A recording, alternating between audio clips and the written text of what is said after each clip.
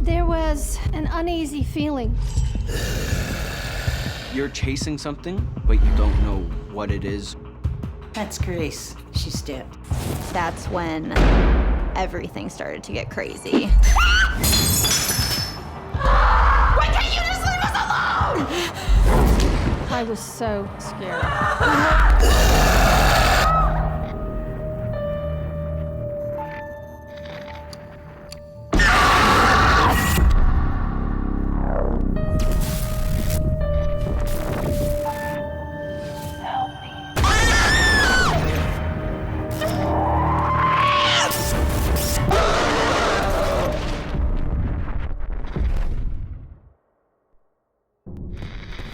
What you're about to watch is based on true events. Some details have been altered to protect confidentiality. My name is Laura Ketchledge, and I work the night shift.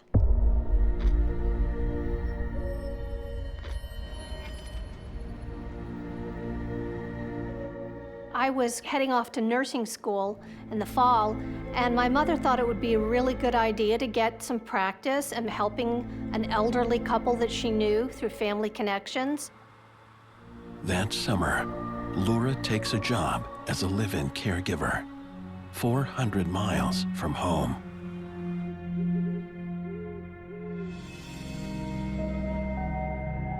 I was a teenager. I'd never really gone to somebody's home and lived with them, especially a home like that. This was a home that this family had lived in for 75 years. Hello?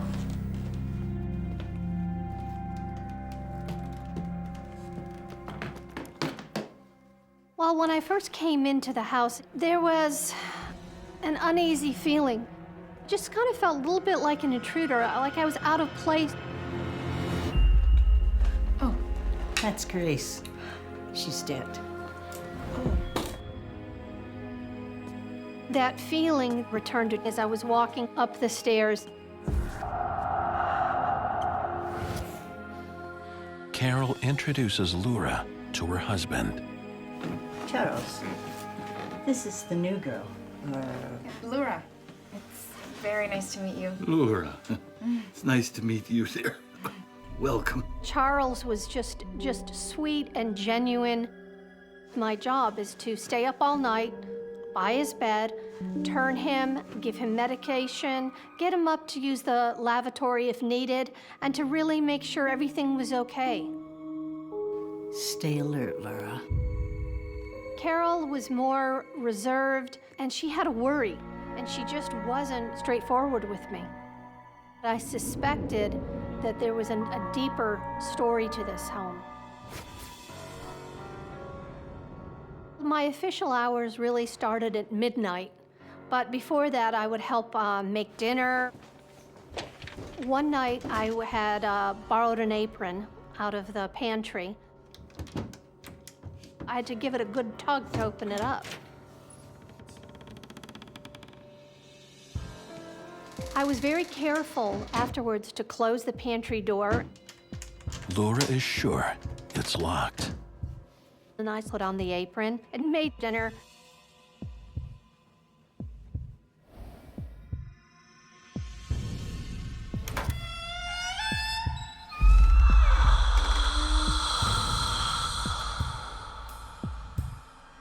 Later that night, after I put Charles to bed and Carol went to sleep, I went back into the kitchen to tidy up.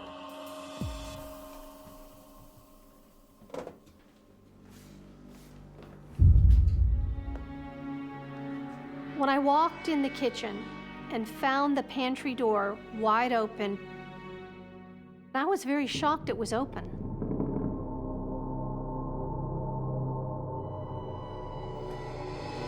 It made no sense the door was open. Not for 1 minute did I second guess myself, because I clearly closed that door. I had a knot in my stomach.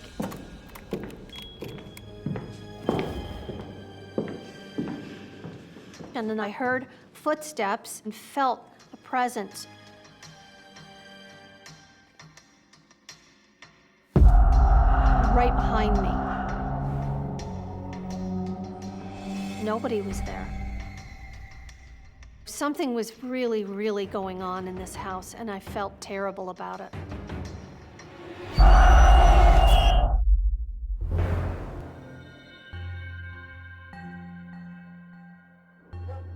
For the next couple of weeks, I was getting into my routine. The trump card wins the trick. Okay, Okay, got I that? think I got it. Carol and her husband were determined to teach me how to play bridge. We even had an imaginary player. Thank you, Grace. You need 4 players for the game. But only 3 players are among the living. I put the cards back in the tray.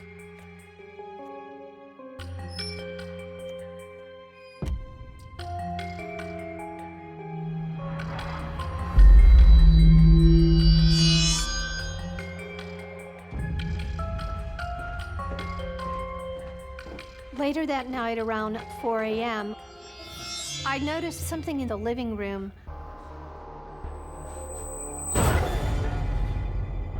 I was taken back because all of the cards were out of the tray and scattered all over the room.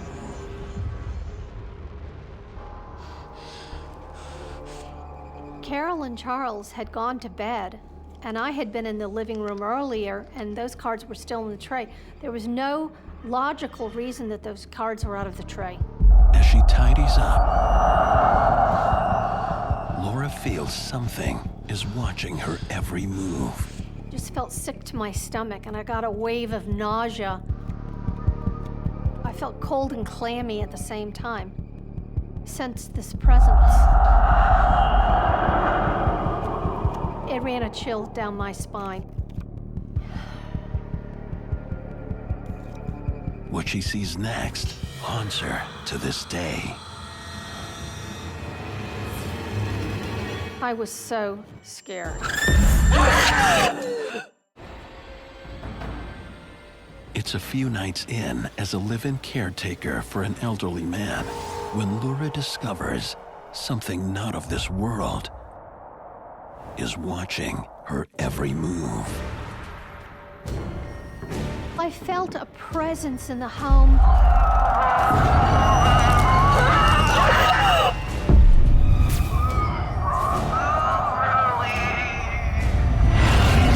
And then she just faded into nothing. I was so scared. I never moved so quickly in my life. What did you think was happening? I never really thought about the paranormal before I started this job, but there was something wrong with this home. It was haunted.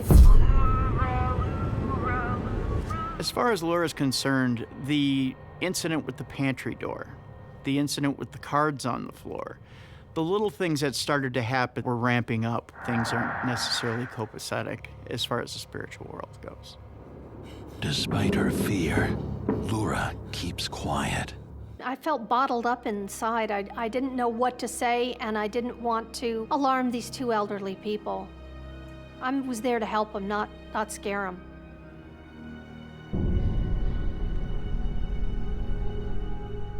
What do you do next? I just was very vigilant because I didn't know what next was going to happen. With eyes wide open, Laura vows to do her job, stay alert, and protect Charles. It was around 3 a.m., and I was reading a book seated next to Charles. The electrical outlets flickered like some sort of a bizarre power surge. And when I looked at the doorway, there was this globe or ball of light. When it entered the room, you could feel it. It was like another person entering the room. It was powerful.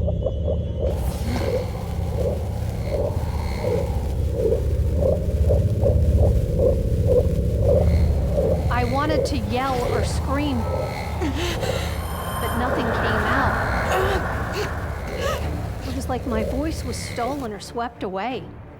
It was the most unworldly feeling that I've ever had.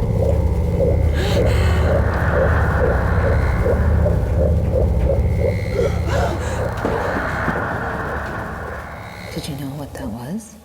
I think it was this orb or soul. It's not unusual to have a haunted object that can reside in a place and then see the apparition of the spirit that's attached itself to the object.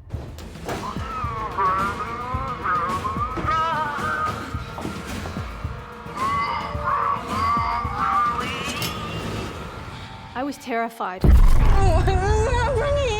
That was one of the events in my life that has unnerved me the most.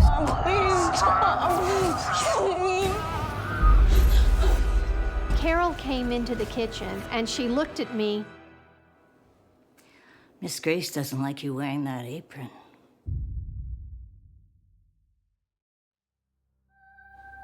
I learned right then that this was Grace's apron and she was Charles's first wife. Charles had been happily married to his first wife for years, and she passed away, unfortunately, after a long, protracted illness. She died in the home, Grace's spirit still lives in this house. and Carol believes Grace never left.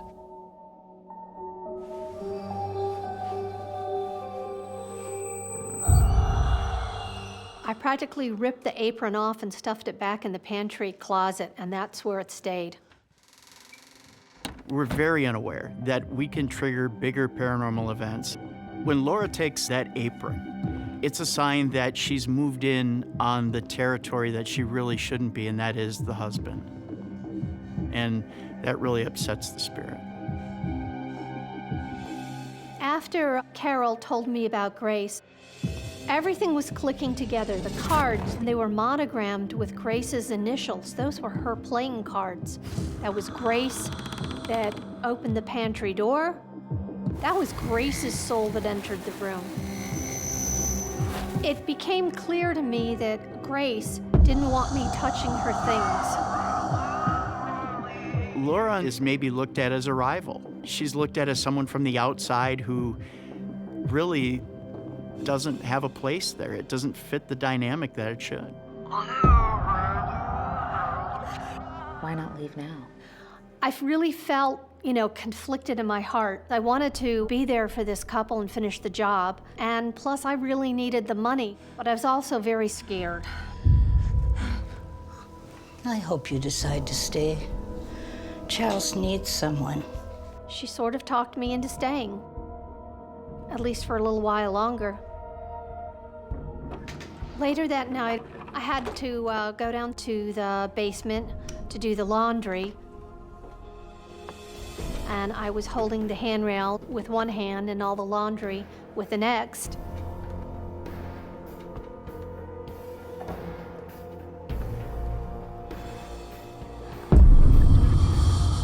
As I was going down, I felt a cold hand grip my right shoulder. If I hadn't been holding the railing, I could have broken my neck. Laura is dead sure about who and what is attacking her.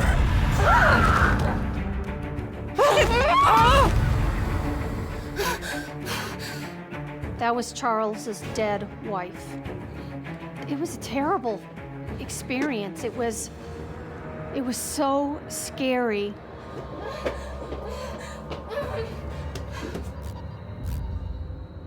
I think at the point where Laura is pushed down the stairs by Grace, that's the be-all, end-all. When physical attacks happen, there's no going back. The violence pushes Laura to the brink. She cannot stay in the house. Charles, I have to go. I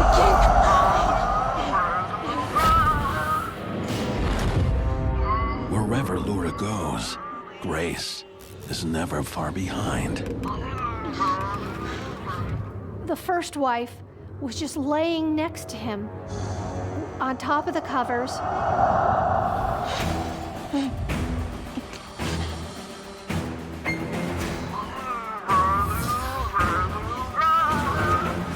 Then she looked at me. It was the look like I was intruding. She didn't want me there. Her eyes said to me, leave.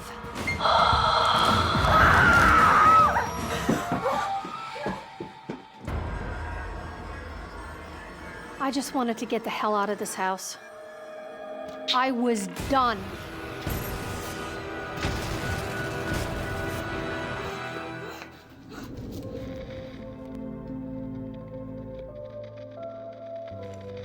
Charles died peacefully at home about a week after I left, and I don't think he was alone. I think Grace was with him. I think Grace was just waiting for him to pass over to be reunited. Because of what I've been through, I believe now. My name's Megan, and I work the night shift.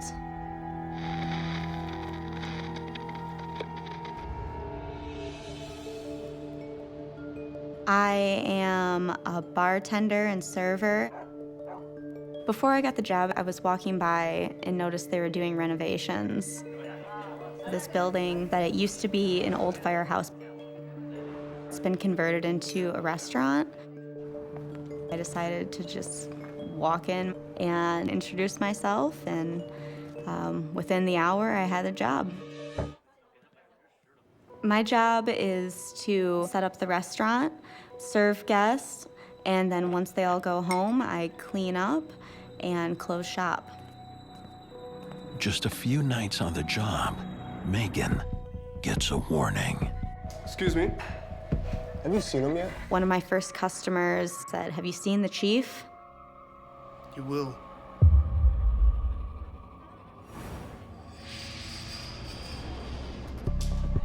I was just too busy doing my job to really take it seriously. It was just idle conversation at the time. Megan has no time for idle conversation. I would have to close the building, staying there later after the other employees. I got this. You go home and get some sleep. Thanks. So I was there alone at night.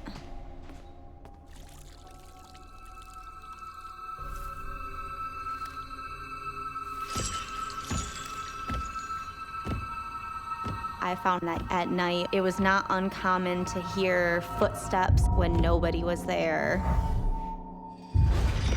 Then it goes beyond that. It's the feeling like someone is behind you, and when you turn around, they're not there. It's all in your head, Megan. Working alone, night after night, starts to take a toll on Megan. It's just every night, it's little things. I want to play them off. All she wants is a calm, quiet shift. But that's not on the menu.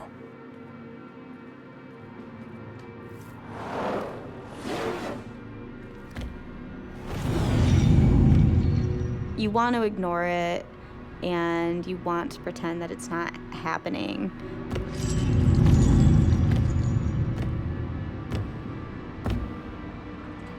But then it's just more and more, and eventually you just start to feel on edge every night when you're closing. Every noise that you hear behind you, you jump. About a week later on, it just escalated. I was mopping at the end of the night. I kept having this nagging feeling that someone was there. Megan leaves the floor to dry, but moments later,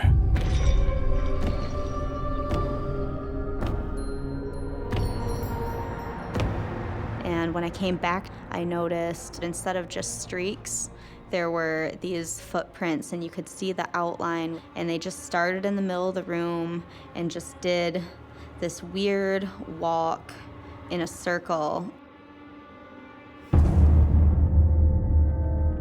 You couldn't see it enter the room or leave. They started in the middle.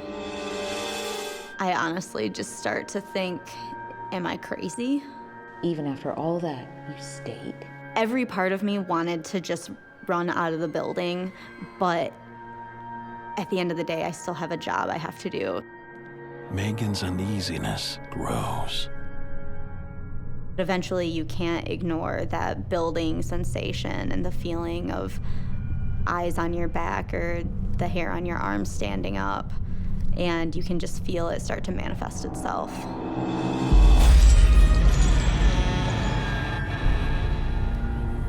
I thought I saw something out of the corner of my eye.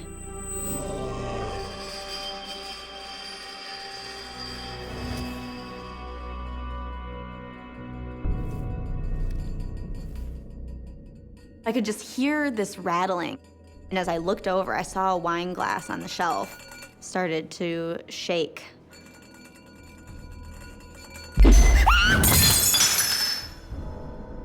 It just smashed everywhere.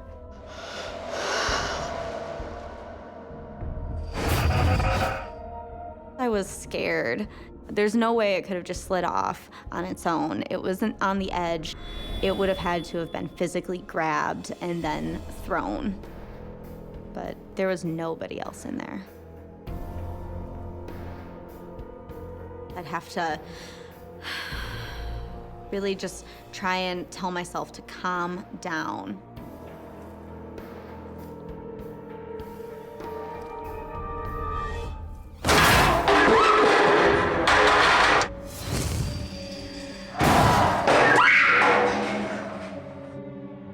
And that's when I realized I wasn't alone.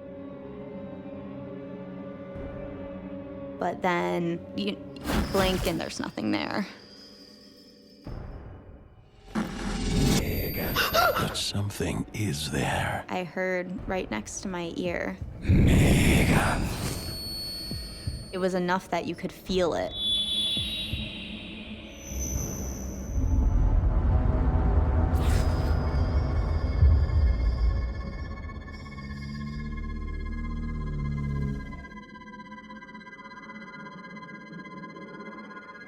There's nothing to be seen.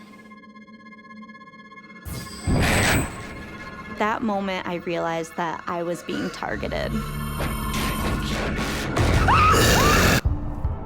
While closing the bar alone at night, Megan is being served some serious scares. I heard right next to my ear. I felt something next to me.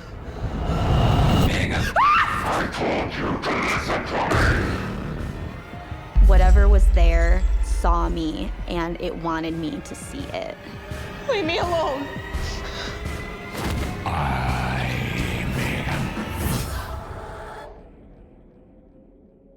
All of a sudden, there was nobody.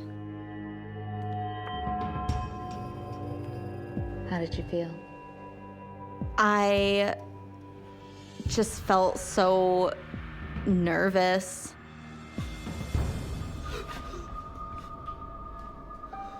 And then all of a sudden, just instantly felt cold.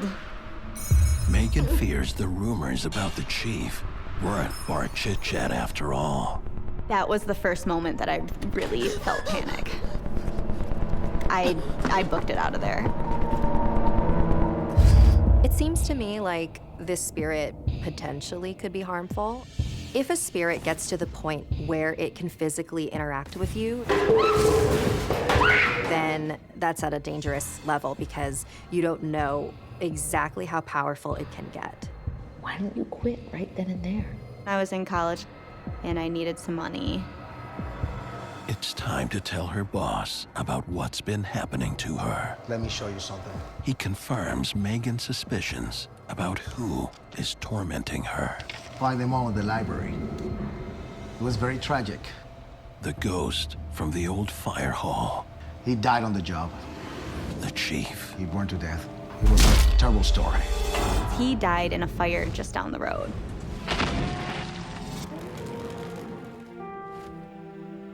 I was scared of what the next step was gonna be. You know, why did it want me so bad? Is the chief dangerous? He seems angry. As we were talking, we could just feel that energy building in the air, just the little pinpricks and the coolness coming in. And all of a sudden, it felt like something was behind me. Something pushed me forward. After I was pushed, the pop gun came out of its handle. Why can't you just leave us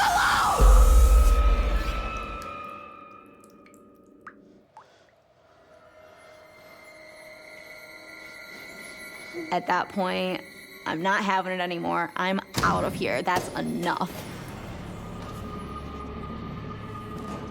When a spirit is able to get enough energy that it's able to physically interact with the living, that means it's at a level where you don't know how much more physical it's gonna get with you. So in this case, I don't think Megan is that safe.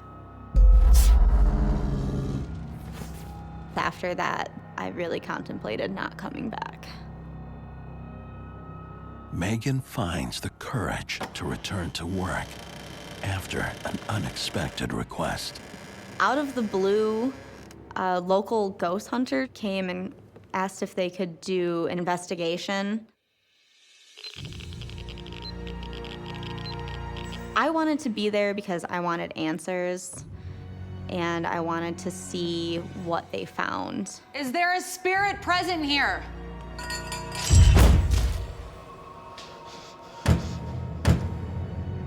I was just frozen at that point. Just absolutely shocked that there was such an instantaneous reaction to the question. If you're the chief in the photo, could you turn the light on? The light instantly just clicked on. Could you turn the light off?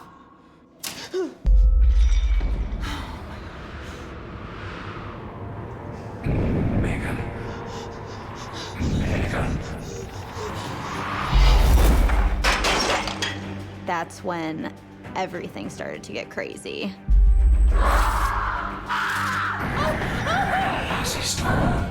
We started to feel our hair getting pulled and just coldness everywhere. The whole room started to feel electric. What are you doing? I've seen enough horror movies. I know that nothing good is coming after this. I was out of here. When somebody dies unexpectedly in a very tragic way, it leaves behind a lot of traumatic energy, and that energy lingers in a location. I absolutely love this job. After these events, we've changed some things. We no longer close alone at the building. There's always a buddy system. I at least have some backup. We just do our best to do what we have to do to keep doing our job.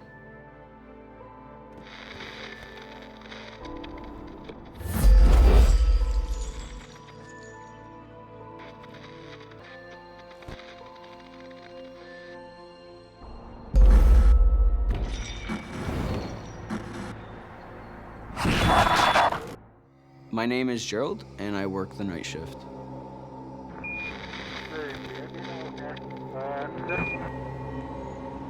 "28-year-old Gerald works as a custodian at a high school that's been shut down for almost a year. I do like the night shift. Don't have to deal with too much traffic, don't have to deal with the public. The main building of the school is very old. We do security, checking the exterior doors and making sure that nobody can access the interior. It's a little eerie to just be around the building itself, but not too scary. It's eerie. Gerald continues his duties inside the school. Clean hallways, maintain and fix up the classrooms. classrooms that have been blocked off. Classrooms that are rumored to be haunted. My name's Kate and I'm Gerald's wife. I do worry because he works the night shift all the time, and it is a late shift. You never know what could happen. Did you believe the rumors of the school being haunted? I do. I believe in the paranormal and the spirits. I did not believe in the paranormal. But the next night changes everything. I had just started working at the school. Call comes over the radio. We got an issue outside the gym here. There's water just outside of the gymnasium. I'll go get another mop. Maybe it's a busted pipe. Maybe rain is coming from the roof, but it wasn't raining that night. So I started mopping it up. And it gets stranger. I noticed that there was scratches in the wax on the floor. What was odd is we had just worked on those exact same scratches the night before. Then suddenly, the lights above him start to fail. Hey, I'm gonna need a ladder and an extra couple of light bulbs.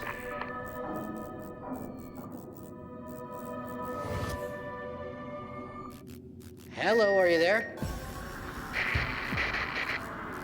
Gerald for Ellen.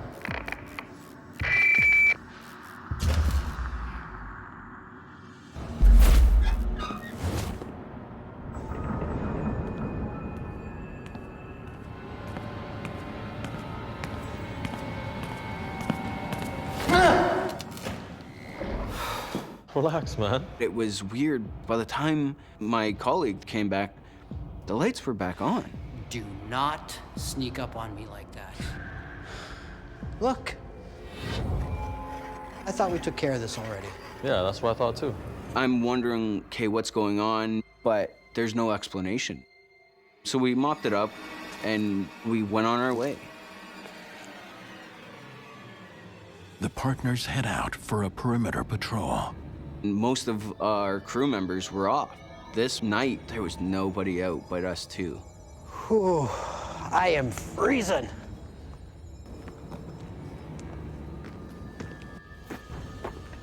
Instead of going around, let's take the tunnel. Come on, faster. There's a tunnel connecting the main building to the farthest out building, just in case of these storms or rainy days.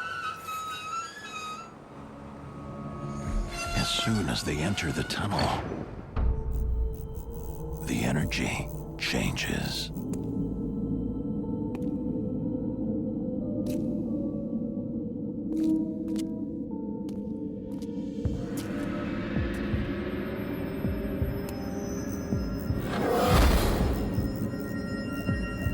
It's a little eerie, it's frightening.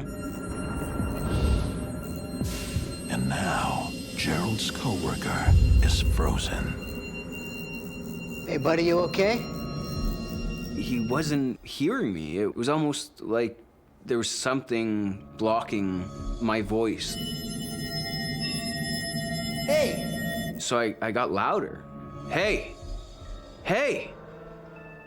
And he's still giving me that blank stare. Hey, you okay?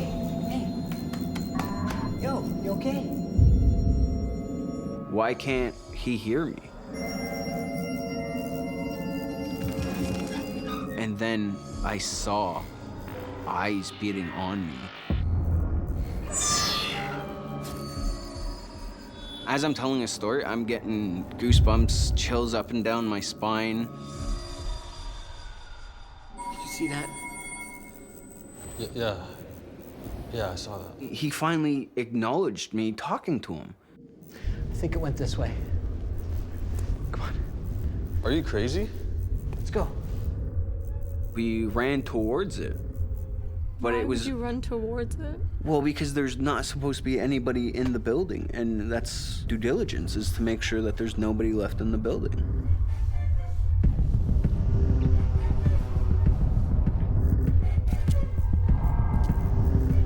It's frightening because you don't know if someone's hiding behind a corner or what's going to happen.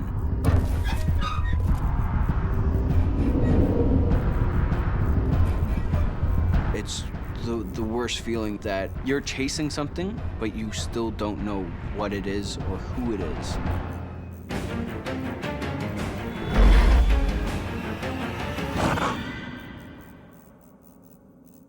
My colleague and I scoured the tunnel top to bottom.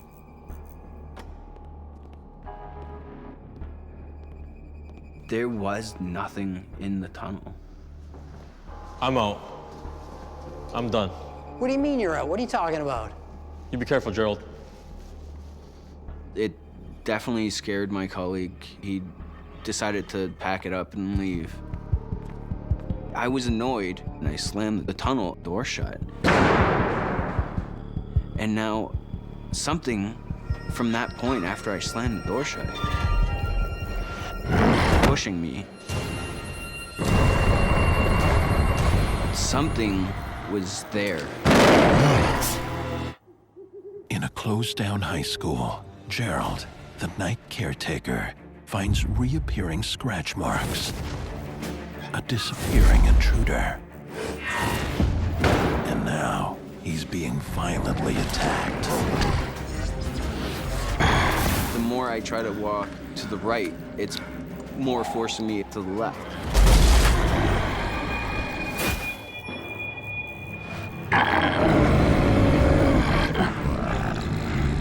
I couldn't move. I was scared. Something's pushing me against the wall, and, like, I don't want to face it. I had to move. Because if he's able to force me against the wall, then he's able to do more. Gerald tries to escape, but is no match for this otherworldly force. At this point, I'm not calling out for help or anything because nobody's around to really hear me. I am trying to find any explanation not to panic because I'm in the school by myself.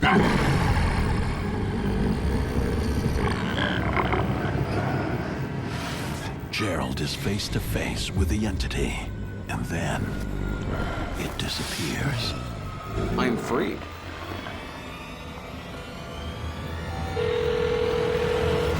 Kate. Gerald? Oh, I gotta listen. I gotta tell you something. I was at home with the kids, and he had actually called me and told me, like, you'll never believe what just happened. Something grabbed me. I don't know. Hearing the panic in his voice put a panic in me, like, oh my God, like, what's going on? And as he's telling me, I'm just getting complete chills through my whole body. I definitely believed him immediately. Gerald has no doubt that the school is haunted. There's no other explanation. At that point in time, I can honestly say I was scared. Gerald is experiencing what I think is a very territorial spirit. The living should be wary of angry spirits. They can harm us in several ways. Sometimes physically, sometimes mentally, sometimes emotionally, and sometimes spiritually. As his shift comes to an end, Gerald confronts the morning caretaker to find out more about who or what is in the building. I said, hey, we saw something. And he said, okay, well, what'd you see? I described him to a T. And he goes, there was a custodian that hung himself, took his life in the gym. Killed himself. Right over here. He worked at the farthest out building, and he would always use the tunnel. At that moment, I got the worst chills over my body. Now everything made sense. I now fully believe that I seen the spirit of the custodian that hung himself. There's definitely a paranormal spirit going around that school. I do worry because he's already seen him once, that there's a possibility that he might see him again. I think it's entirely possible in this case that the janitor's spirit was trying to establish dominance. This is my school, this is my place. Be respectful or get out. I had wanted you to transfer out of that school. Yes, you did. Yes, you did. But I never have, and I don't believe I will. Most people out there would want to leave, like my coworker, but I still have to perform my duties to 100% because that's what is needed in that building. After I got pushed against the wall, I definitely started to look over my shoulders, and it made me feel very uneasy. I get that I was upset that night, and maybe it aggravated something in that building. He's very nervous and scared to go to work sometimes, just not knowing if he can have another encounter. Gerald has found a way to believe he won't get hurt. I've stayed at that school for 2 years now. I have to respect the building that I am working in and perform my duties to 100% and be aware that I'm being watched. And not just by supervisors.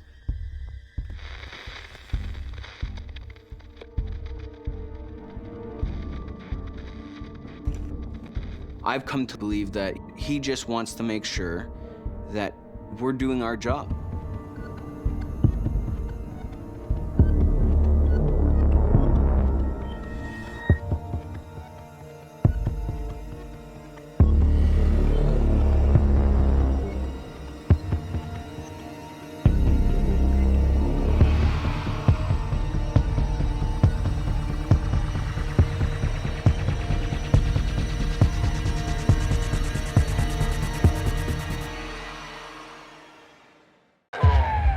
Sure you're ready for this? I'm ready. It was very hot that night. It was a summer night. And the weird thing was, around the dresser, it just got really cold. And I thought I saw something. I felt something grab my wrist. That scared me. These things were demonic. I don't think that I'm crazy. I didn't know what to think.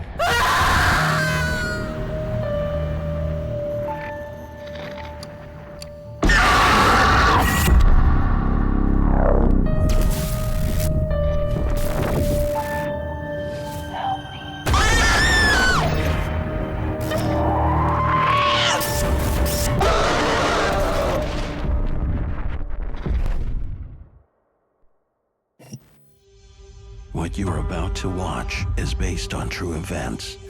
Some details have been altered to protect confidentiality. My name is Ronnie, and I work the night shift.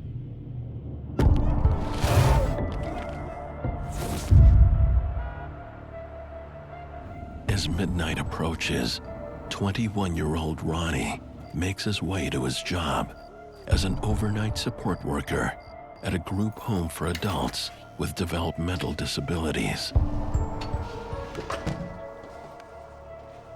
Hey, Carl. Hey, Ronnie. Good.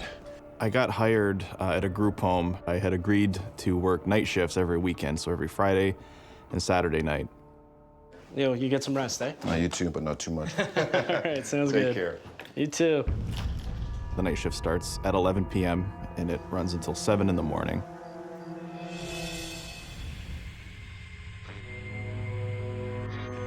Until daybreak, Ronnie will be the sole employee at the home. Yeah, mostly the night shift is you're kind of like a security guard in a sense. You're making sure everything's clean, you're making sure that the place isn't gonna catch fire. All the people who live in this house were sleeping. I try to be as quiet as I can. I don't have the lights on, I don't wanna wake people up. It's very rare that you have to interact with the people who live there.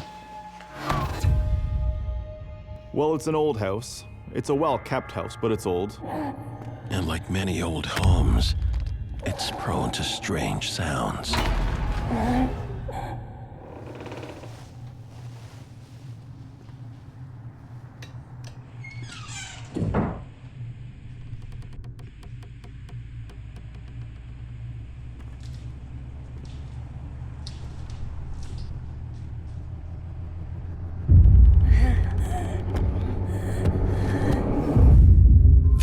Are long and lonely, but Ronnie doesn't mind the solitude, and the pay is good.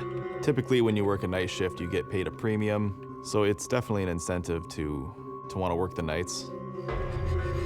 As Ronnie settles into his evening routine, things take a turn for the strange.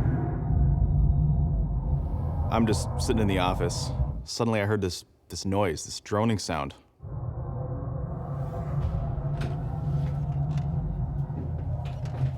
I thought that maybe someone was awake, but the sound did not sound familiar to me at all. I had never heard this sound before.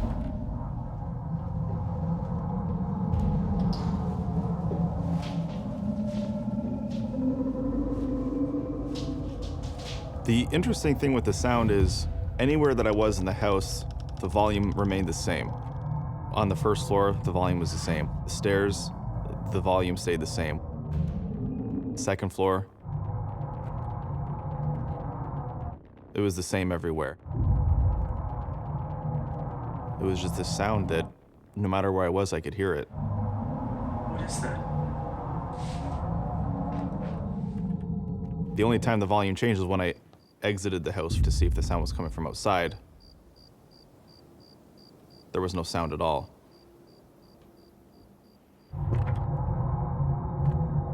When I returned inside, I could hear the noise.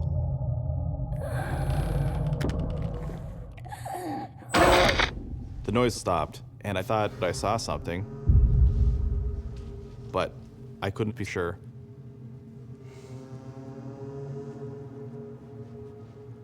I had been working there about 4 months at this point.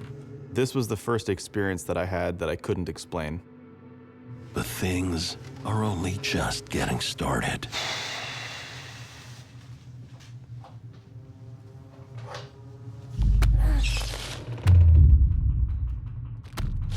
Out of nowhere, I just begin to hear crawling. And it's coming toward me, and it's getting faster and louder as it's coming toward me.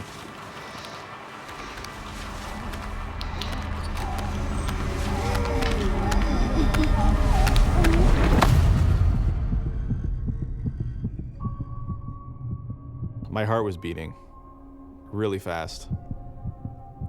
And I don't think that I'm crazy. I think that for the most part, I'm pretty level-headed and logical. I was sure of what I heard. I knew that I heard something. So I called my friend who was the night supervisor, and I just said, man, call me crazy, but are you here? I just have to rule this out. You're not in the building, are you? No. Why? So he tells me he's not there. My heart falls to my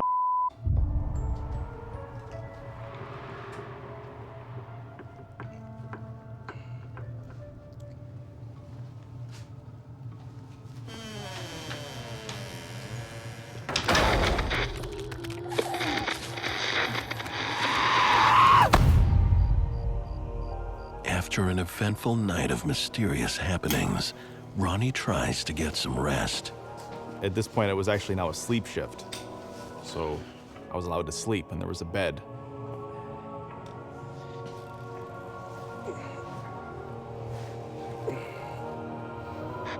But not everything in the house is sleeping.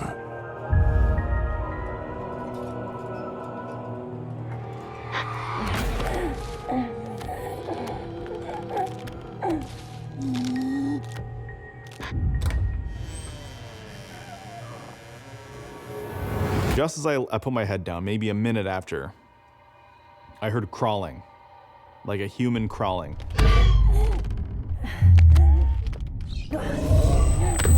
And I opened my eyes. And it sounded like it was coming directly towards me. But my back is facing it, because I'm on my side. So it's coming from behind me. And I could hear it crawl right up to my bed, and as soon as I got to my bed, it stopped. And it was the most scared I've ever been in my life. Like ever. Like, ever.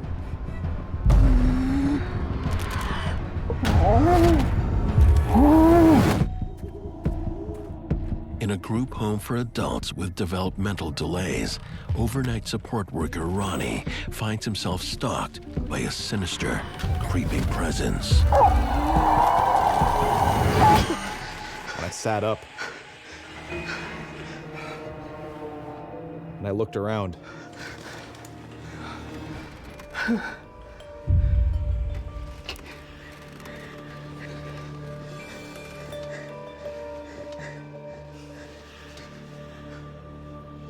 Couldn't see anything, but I was rattled, like I was shooken up.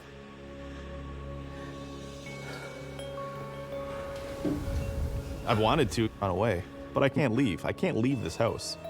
I can't run away scared. I'm responsible for people. But I knew I saw something. So even though I'm scared out of my mind, I have to check the house, make sure that people are safe.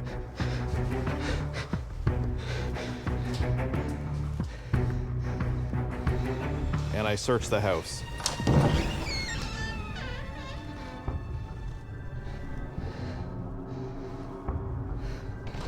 But there's nothing. People were sleeping.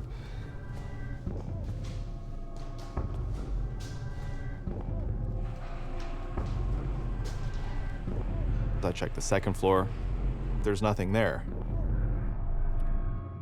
So I went back down. The last place I had to check was the kitchen.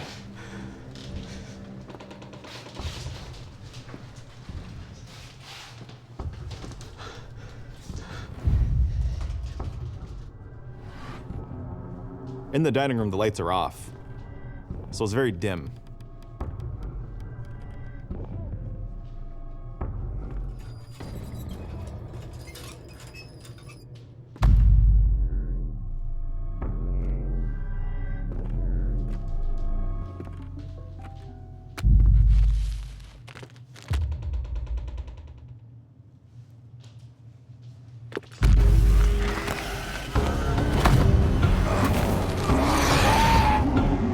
Is that? This thing was crawling toward me, and for whatever reason, I just had this crazy sense of this thing wants to kill me now.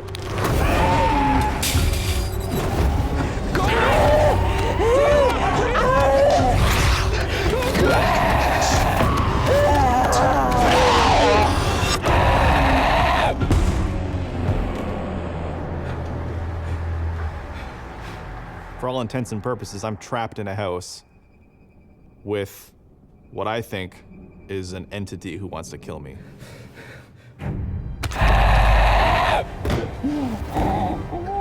And my heart was beating through my chest.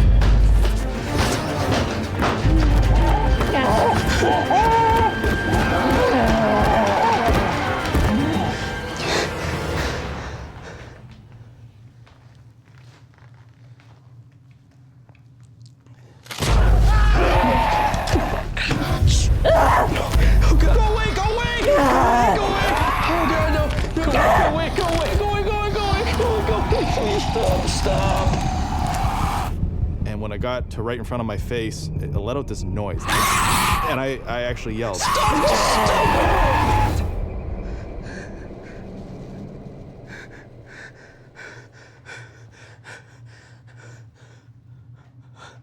And suddenly, it was just me.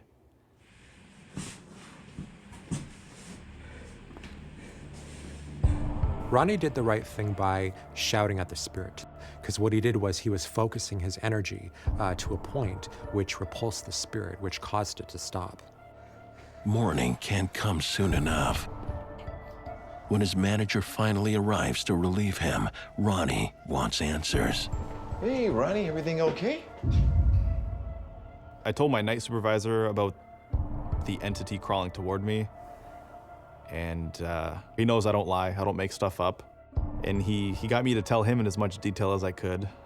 Ronnie's manager has a surprising story of his own. I didn't want to scare you, but you deserve to know the truth. He recounts hearing a horrible incident that happened at the home. He told me that he heard a long time ago, when the day shift got to work, the night staff were nowhere to be found.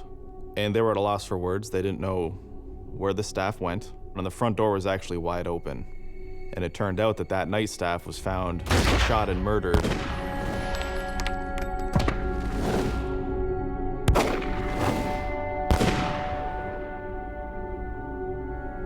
They found her body right over there, right beside the cot. There was nothing physical in the house, so I came to the conclusion that it must have been something not of this world, something from the spirit world, perhaps a demon, perhaps the spirit from the night shift worker. Ronnie's experiencing what I believe is perhaps a residual haunting or a spirit who died under very tragic circumstances and is simply trying to tell its story. It needs acknowledgement before it can move on. Ronnie is lying in bed and he's hearing the sound of something crawling towards him. This might be the spirit trying to show him what it was doing in its last moments before death. It also might be just trying to generate fear in Ronnie. Fear maybe as an energy which it can siphon, which it can feed from.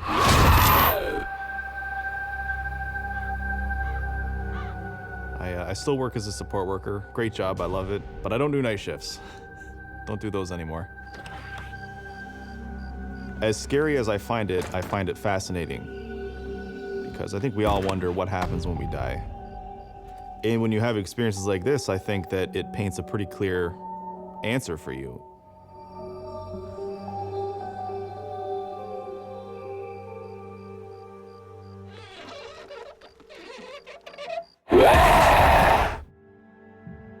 My name is Matt. I work the night shift.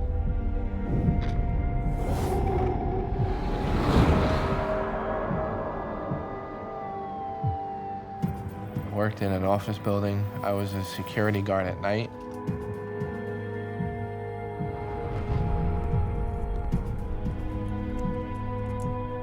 I basically was in charge of securing the building, locking down the doors, checking the premises to make sure there were no unwelcome visitors or guests on the property that weren't supposed to be there. It was a really good job. I enjoyed working there, I have to say. My coworkers and the maintenance guys had some weird stories about the building. Still, I would approach things from a skeptical point of view.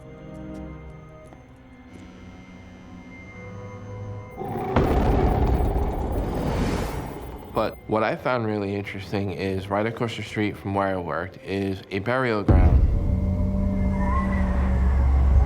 And it was located next to an old church that was built sometime around the 1800s. One night, it was late, there was nobody in the building.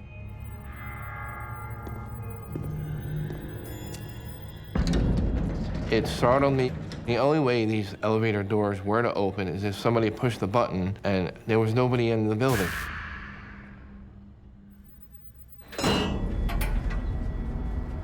The elevator doors slowly opened. Hello?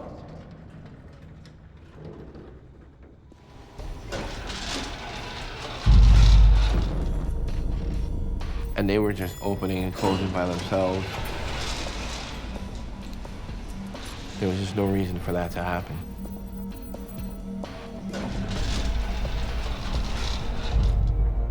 What do you think was happening?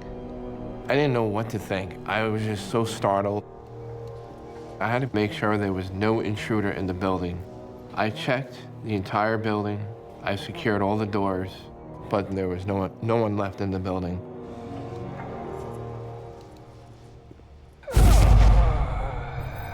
I thought I saw somebody. Hello? Hello? Can you stop? The person isn't stopping. I was walking pretty fast. I should have caught up to the person. This thing just disappeared. I thought that was weird. Matt can't let whoever it is get away.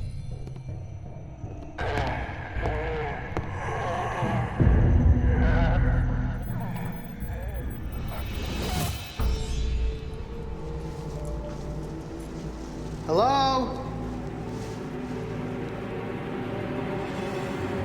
Hello?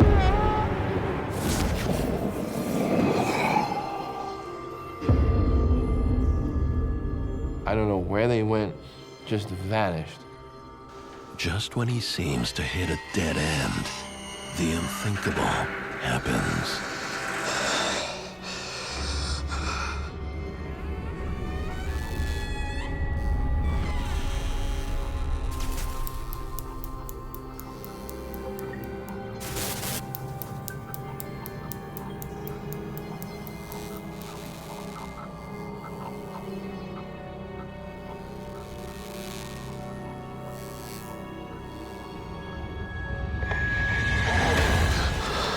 saw somebody working at their station. It was more like a shadow figure in the shape of a person. I was so scared. He was just standing there staring at me, didn't say a word.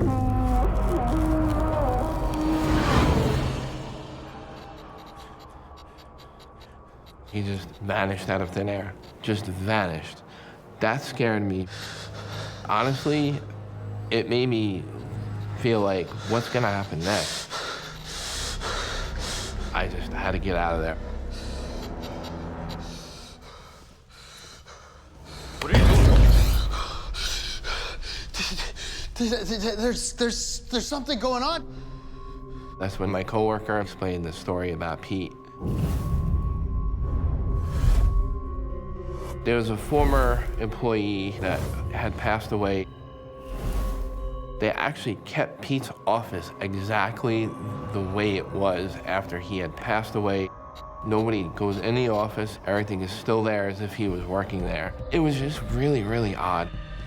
Matthew discovers that the custodian's office is left untouched since the custodian died. Maybe it's left that way because somebody tried to rearrange things and the custodian got mad, or the custodian is still lingering around because everything is still untouched. They thought if they were to mess with his office that maybe he would come out and maybe freak them out or scare them or something. Don't go in there. I just, couldn't rack my brain around it. I said, what if I see him again? You just can't imagine the feeling that you have in your stomach. That is probably a residual haunting. A residual haunting is usually when a spirit is sort of just replaying itself on a loop because it's imprinted its memory into the location. Did you want to quit? I did want to quit, but then my wife, she didn't want me to quit. We had really good benefits there. I have to work, so I kind of just told myself to push through it. Matt returns the next night, but he's nervous. The only way I can explain it is that there's this fear knowing that something bad is going to happen to you.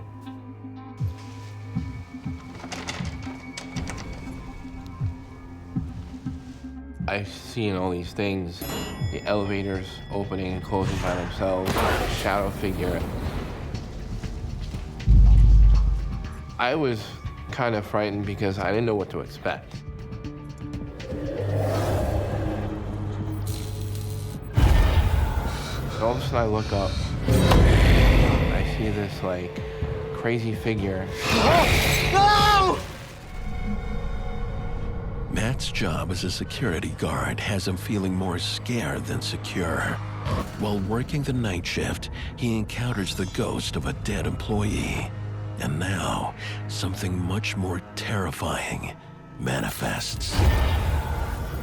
All of a sudden I look up. I couldn't believe what I saw. I just stood there and I just said, what am I seeing? Am I seeing a real thing or am I seeing something supernatural?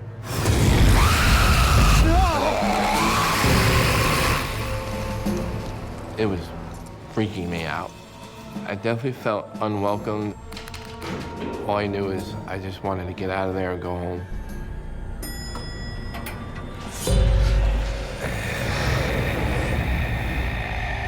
I see this ancient warrior figure.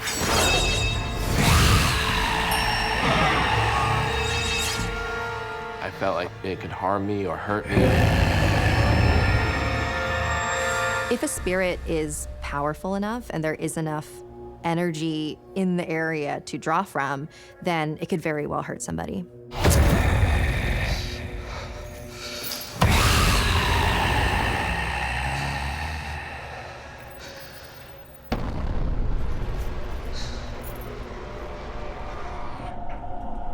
I thought I was going crazy.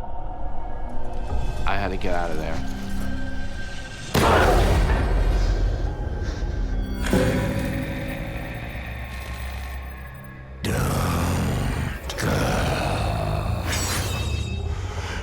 Thinking maybe I was hallucinating, but to me it's like, that's some hallucination to have such a vivid image of that kind of figure. And the ancient warrior figure just disappeared into nothing. And when he disappeared, what did you think? I couldn't wait to get home.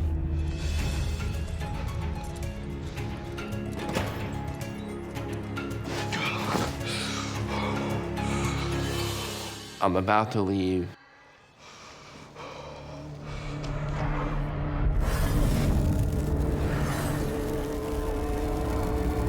I just seen this black mass, darker than the shadows, and that's how I knew something wasn't right. And I just froze. Did you feel like you were in danger? At that point, yes. I was so scared because I felt unwelcomed. I felt like it wanted me out of there. It was dark, very negative feeling.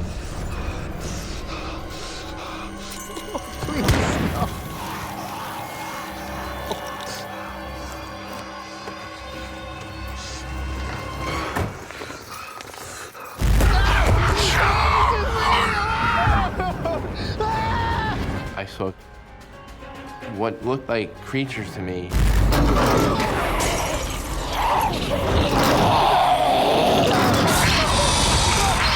These things were demonic, and it almost seemed like they were getting ready to gang up on me.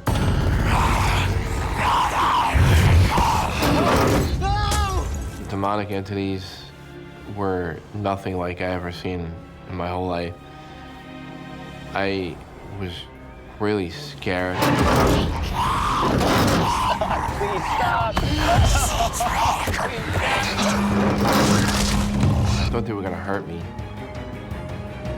Can we stop for a minute? You know, definitely brings back memories. I don't want to have that feeling again of being apprehensive or feeling like I'm gonna get hurt. Leave me alone!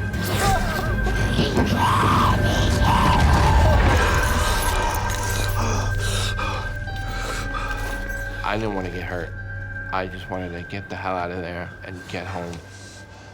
All the different types of entities that can haunt you, a demonic one is usually the most malicious because they are made of just pure negative energy. The fact that the shadow figures were very aggressive, to me that means that Matthew might be in danger.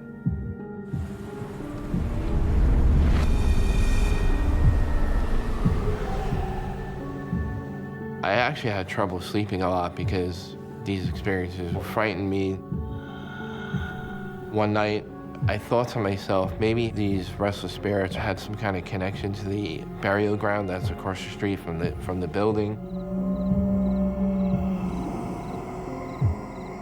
The office where Matthew works could possibly be a spirit portal because there's so much activity happening. A spirit portal could definitely attract very different types of spirits.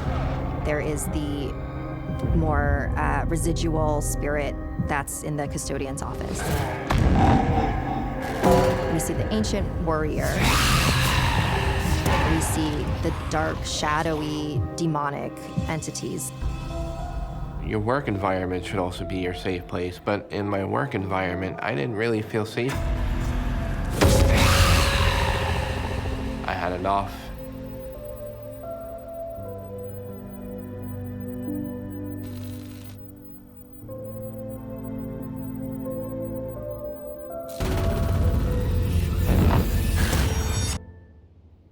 My name is Patrick, and I work the night shift.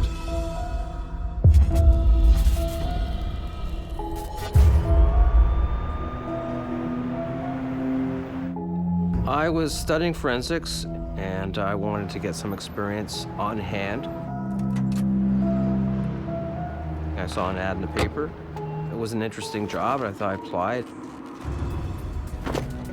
Patrick lands the job. It's not for the faint of heart. I'm a trauma and crime scene cleanup person.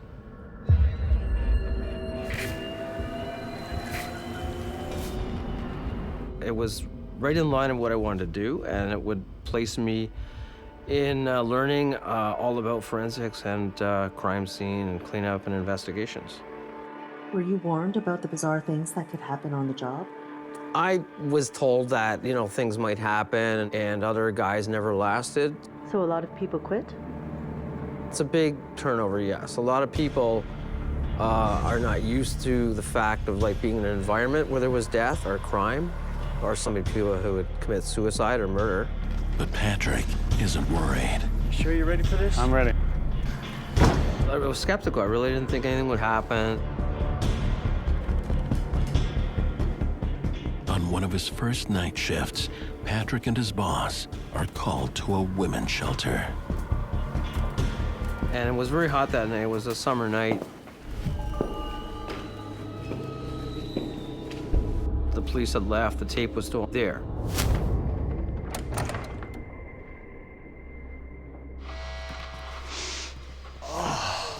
Something was really, you know, rotten.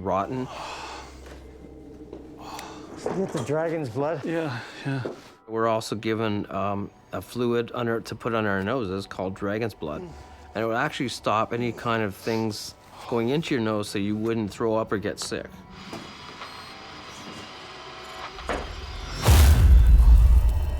And then all of a sudden, I just felt a really heavy sadness, a really heavy feeling around me, almost like you wanted to cry or something. Being around death, I don't know, my senses just went up. I felt really depressed and really alone. The woman, she had committed suicide by taking all these pills. She died there within 10 hours prior to we came. Hey! You here with us? He tries to shake it off, but adding to Patrick's discomfort, the heat. The room must have been about 80 degrees.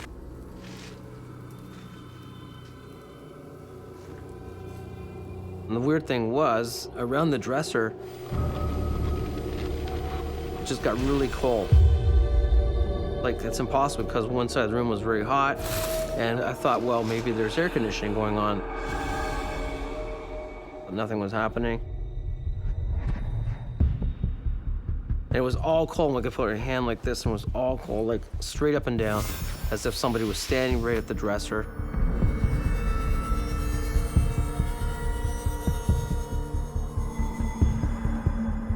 What was going through your mind? The more you dwell on something, the more things happen. So I stayed pretty well calm and tried to go through it and do the job. But as the night wears on, that proves to be easier said than done. And then all of a sudden,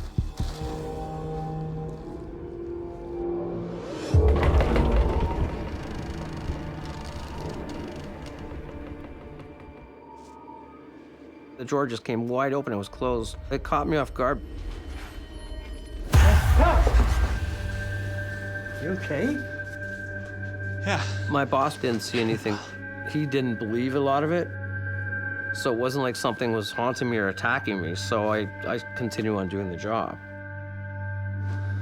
But a few hours later, something breaks Patrick's concentration.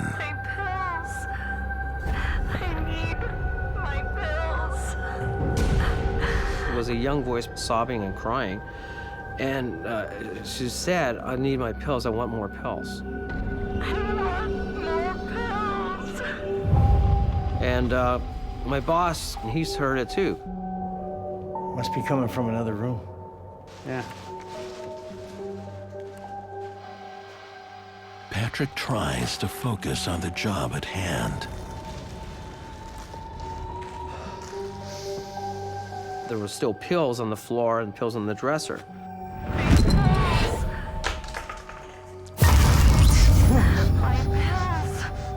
And I was staying opposite the dresser, and all the pills started moving around. As if somebody was pushing them around. They were just moving everywhere. Don't go. Don't leave me here. I heard this woman's voice. She was upset. Please. Please don't leave. It was a heavy energy in the room, trauma energy. I could just feel this energy like saying, don't leave or something. That's what it felt like to me. Something was saying, don't go, don't leave me here. Don't leave me, please. That scared me. The thing just went bang. I wanted to leave. I couldn't. In the dead of night, as Patrick cleans up the scene of a suicide, he experiences some strange activity, from objects moving on their own to disembodied voices. The thing just went bang. Please don't leave. I was scared. I could just feel this energy like saying, don't leave or something. Don't go, don't leave me here. I was almost like numb. I couldn't move, I couldn't breathe, and my heart was pounding like crazy. I didn't see anything, but I felt it. I felt something all around me, like trying to touch you or keep you there. You don't know what to do, because it's not something normal that happens. It's something paranormal, right? I really felt like I had to break away. And then all of a sudden, I was outside. Did you tell your boss what happened? He didn't want to talk about things. He said it was hard for him to sleep at night. Sometimes it can be a scary situation when a ghost tries to make contact with us, but they don't necessarily mean for it to be that way. It's just, it's not meant to be spooky, but it's the only way they can get their intent across.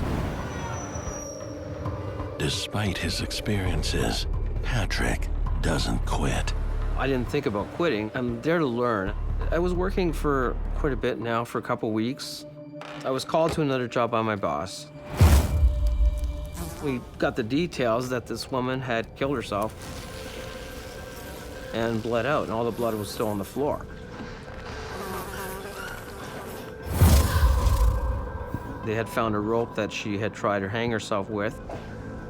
She had actually slit both her wrists, so she bled out before she tried to attempt hanging herself. Again, I just felt this like really heavy, bad feeling. It's traumatic when you're right there and there's a death scene and somebody died tragically, and you feel all the emotion, feel everything that was happening coming through. Help me. I heard something. I just heard this voice saying, help me. Help me. It sounded like somebody was distressed. Obviously, somebody was in pain or trauma. Help me. I looked around, nobody was there. But something is trying to get his attention.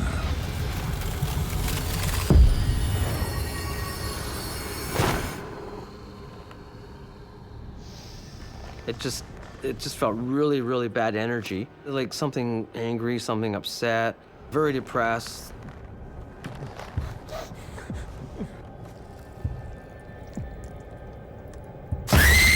I felt something grab my wrist and just pulling really hard on it. It's like something was trying to cut my wrist. It was like a razor blade, and it really freaked me out.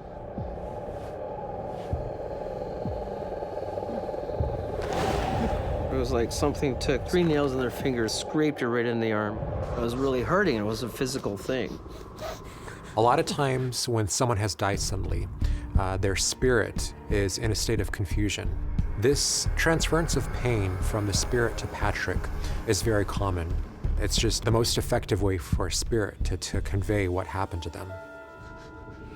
I was pulling myself back, thinking, well, kind of in shock, this isn't happening. There's nobody really here. Do it. I heard this woman's voice. Do it. Cut yourself. She was putting that in my head. That was like, cut your wrists, you know, this whole image of like, do it, kill yourself, you know. And that's what I was getting, these images. And wow, I was like, I couldn't handle it, I couldn't breathe. What did you think was happening? I felt like I was being attacked by the spirit who had just died. I could see her face, she was very traumatized, crying. And all I could see was putting her hands up and all the blood was dripping off her. It was like this, showing me this is what she did.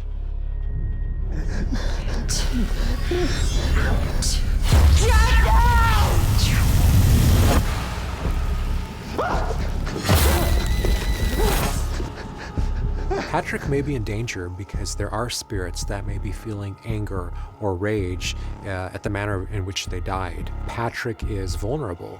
He's taking these elements, this dead energy, into his energetic system. I really felt like I had to break away. I couldn't get the images out of my head, and the feeling of death and everything, and being around death. Did you fear for your life? I was scared. I really felt something was trying to latch onto me or maybe kill me. So it's pretty traumatic. Hey, buddy, why'd you go running out like that? What happened to your arm? Gotta take a picture of this. Okay. I gotta document any injuries on the job, okay? Hey, just hold it right there. What is that?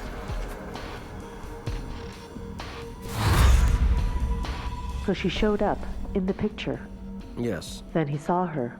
He just stepped back and goes, wow, you got something here. It looks like a ghost. The spirit of the suicide victim might be making itself known to Patrick because it's seeking absolution, it's seeking confession, it needs a witness, it needs to confess its sins so it can eliminate its last earthly bonds and properly cross over. We're gonna finish up and we're gonna get out of here, okay? I'm freaked out, man. I just said to my boss, I can't do this anymore. This is freaking me out. I just couldn't do it, and I quit. Working so closely with the dead would definitely increase the paranormal phenomena in Patrick's life. I think Patrick did the right thing quitting before these events escalated into what could have become a very harmful encounter. What's it like telling that story now?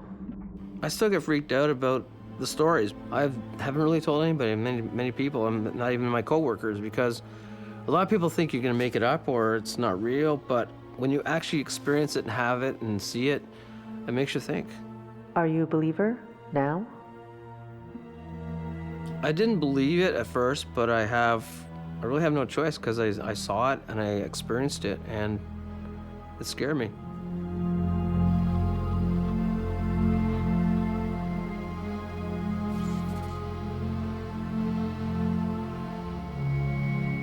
I never want to see anything like that again. I still have some nightmares about it.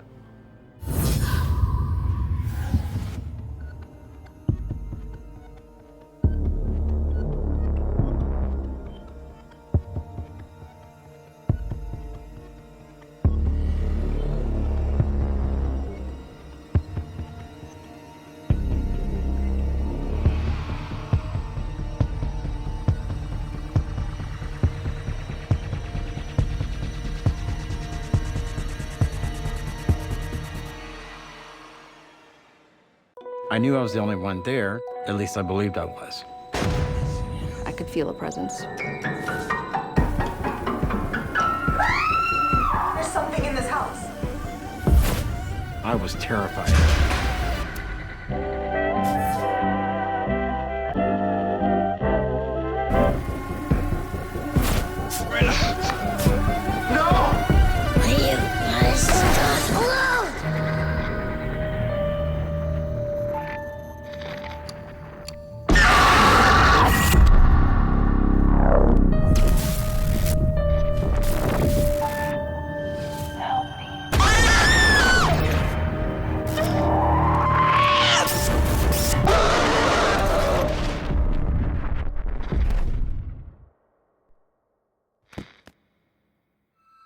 What you are about to watch is based on true events.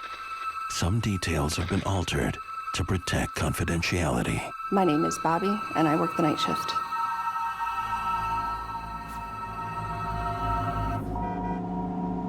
Bobby lands her ideal job at a doctor's home from the 1800s. Now, a museum. My position at the museum was director, which enabled me to have full access to the premises. As director, I worked all hours of the day, but the evening shift that I worked would have been 4 p.m. through 2 a.m.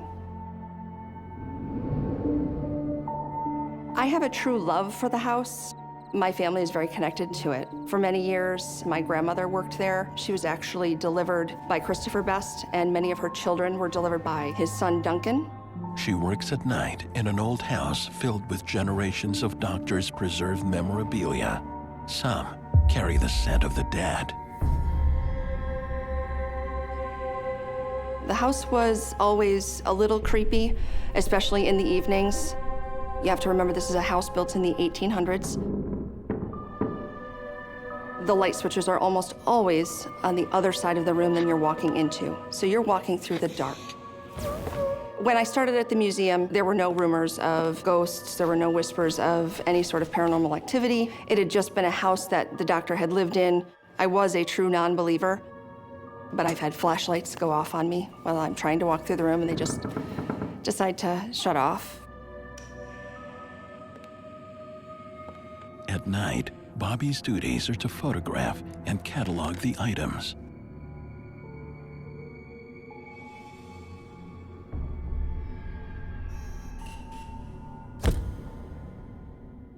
Only a few nights on the job, and the atmosphere in the parlor changes.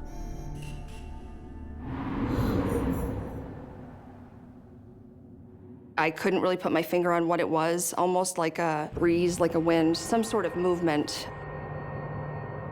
It was if somebody had just walked into the room. It was like a wash over you, and you could just smell the perfume. I turned, and I just saw something very quick out of the corner of my eye move. It had a form. I couldn't tell you what it was, and by the time I tried to focus on it, it was gone.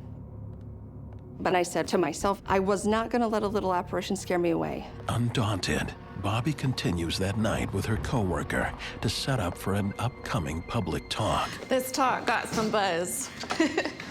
Hope we have enough chairs. Yeah, it's gonna be a great one.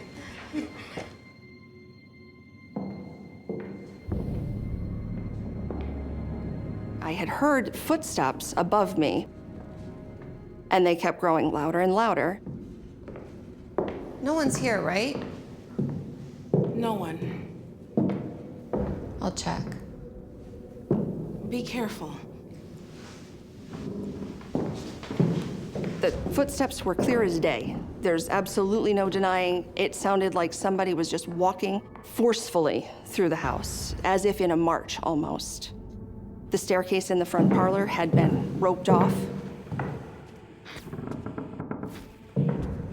It sounded just like somebody upstairs. Bobby follows the footsteps to a part of the museum close to the public. The footsteps just stopped when I opened the door. I felt a heaviness in that area of the house. It was drawing me around the room.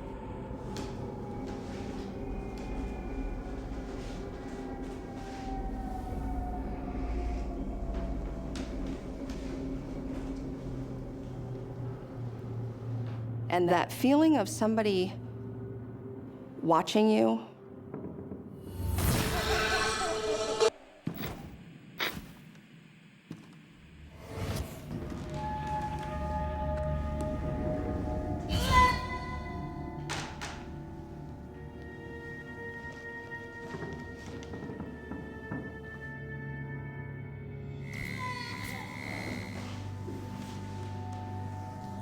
When Bobby opens the trunk,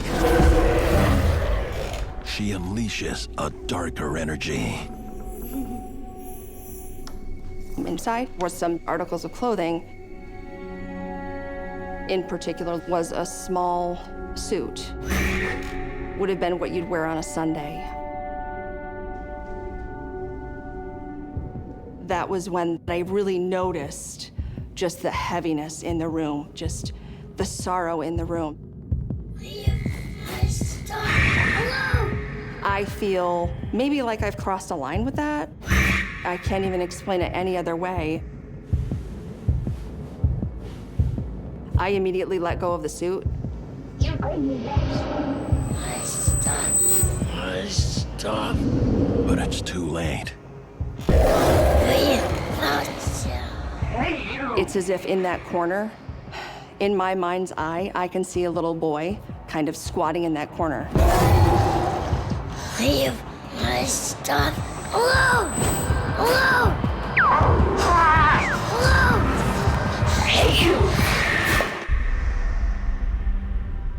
Though Bobby loves her job as a museum director, her skepticism about it being haunted is being challenged by coming face to face with a terrifying spirit.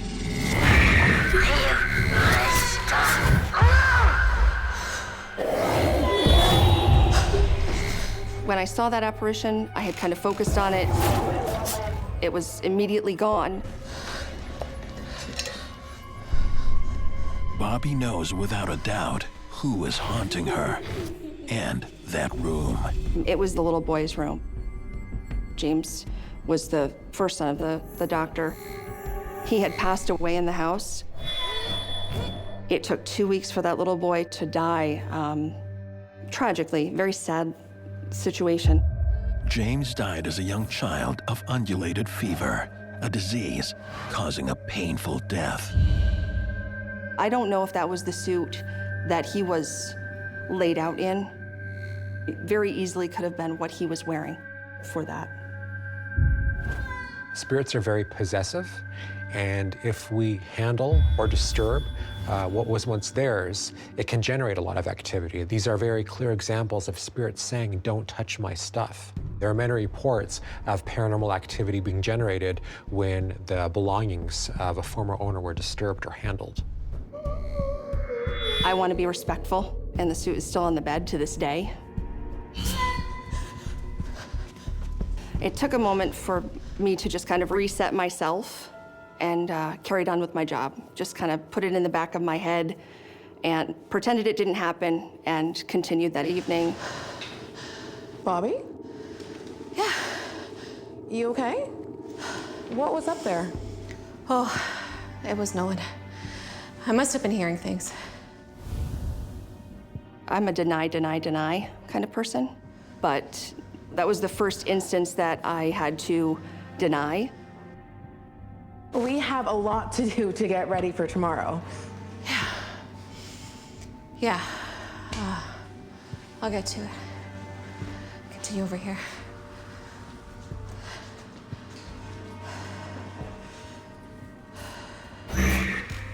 I'm just gonna go get some stuff from the shed out back. Okay. Bobby distracts herself by preparing for the lecture. I love my job.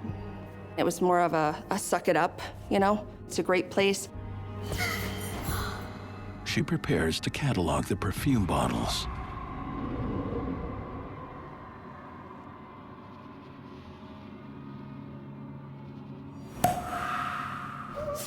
You opened it up after what happened? The perfume was a little bit too tempting not to open. A kid, you have your grandma's perfume in front of you, and you just, you know, you want to smell. So I justified opening the perfume with that.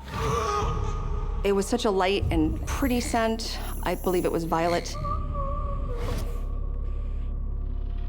And I immediately noticed it as the perfume that we had smelled earlier that evening. And then the smell was everywhere. Do you smell that? Yeah, perfume. Yours? No. It was like somebody had squirted perfume and walked into it.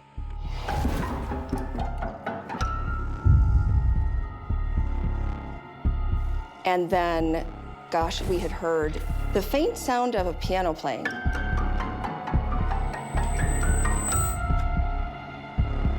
This is too weird. I'm right behind you. I'm gonna lock up.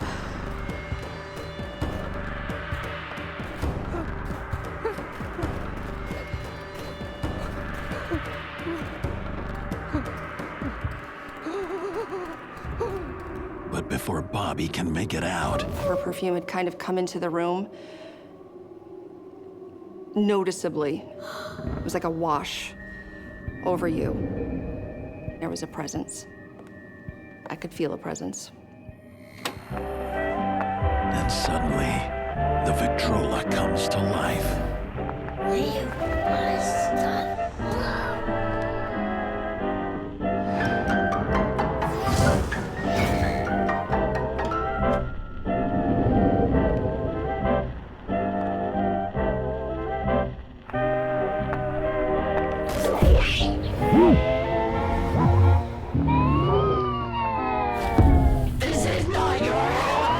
It had to have been levitated off the ground probably 6 inches while playing.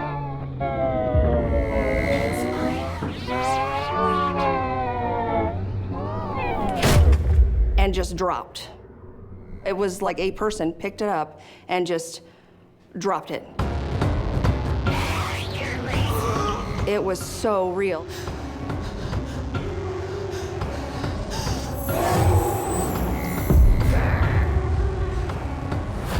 Leave our things alone. I remember it like it was yesterday.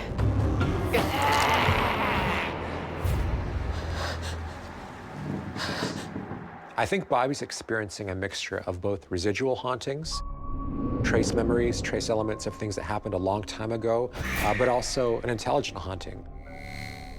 It can be common for a house to be haunted by an entire family, an entire generation, even though they may have died at different times.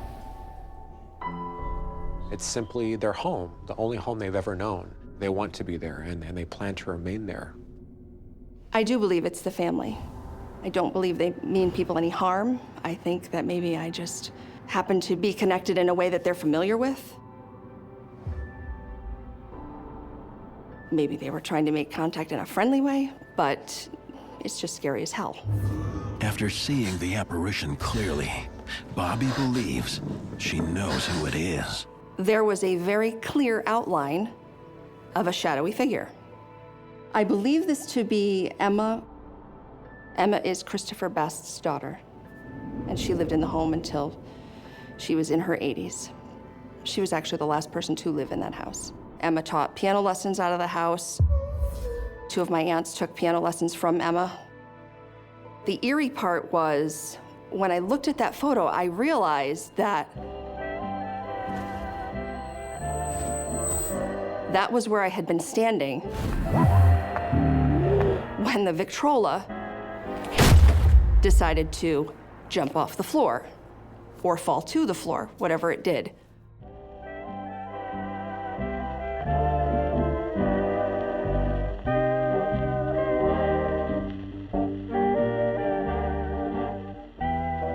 I'm surprised I lasted as long as I did.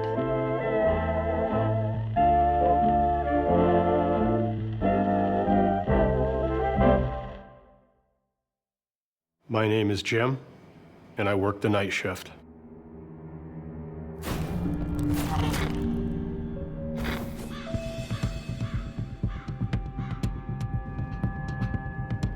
"45-year-old Jim starts his first night shift as a care support worker at a residence for intellectually disabled adults. When I first got the job, I was excited because we did need extra money to help, supplement our incomes. My wife worked full-time, I worked full-time, but we needed extra income. Around the corner here is the basement. The day staff have gone, and Jim finds his duties are shared with just one coworker. Who's that? Oh, that's one of the former owners of the place. This is where the residents sleep. Together, they'll work long into the night, standing watch over the house and its sleeping residents. Why are all the doors open? The residents feel safer with them open. The gentlemen that live there, they like their doors open. They don't like to have their doors closed. It reassures them a little bit that they know somebody's there to help them and protect them. After the residence floor, the next stop is the basement. She shared that the basement, where the laundry room is located, kind of freaked her out. I told her that I would go down and bring up the first load of laundry. But his coworker won't go. When you go down the stairs in the basement, they creak a little bit. It's an old home. It was built about 1843. But the feeling Jim gets being down there can't be explained. Just get this weird feeling. I had a feeling of unease. You can feel the hair on the back of your neck stand up, and it just kind of freaks you out a little bit.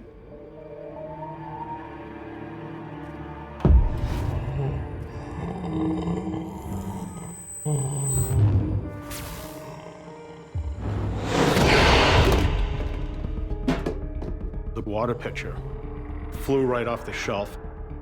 Dropped the laundry basket, and I stared at it, which felt like forever.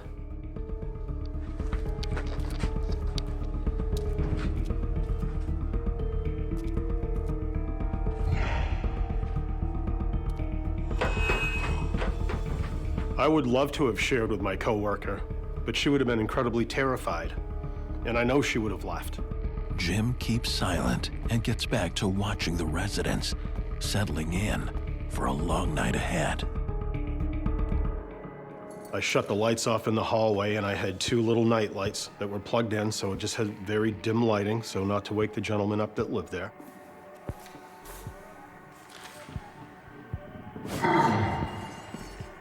As I was sitting there, I kept thinking I could see something out of the corner of my eye. And I had this feeling like a little bit of a cold sensation. I looked again when I saw it, and I saw this black. It was out, I'd liken it to like a cloud, which was outside the bedroom, the end of the hallway. And then, in a blink of an eye, it was gone. It just like, it didn't go through anything. It just disappeared right where it was. I couldn't believe it. You see stuff like that on TV, and you think, oh, that's not a big deal until you actually witness this for yourself. You have all these thoughts going through your mind of like disbelief. Oh, and you're just trying to figure out what is it and where did he go? And then I was thinking, I gotta go down to the bedroom. I gotta just check on that guy.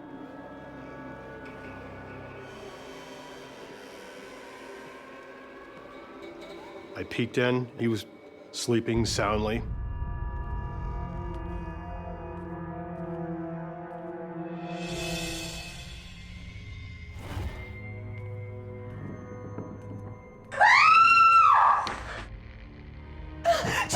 What's wrong? Something just grabbed my hair. My shift partner, she said it felt like somebody had pulled the back of her hair. All right. I'll go check, okay? Her eyes were huge, and her hands were shaking. I knew right away things were happening in that house, but I wasn't really sure why they were happening. Into the basement again to make sure there is no intruder. My senses, I'm very heightened to everything that's around.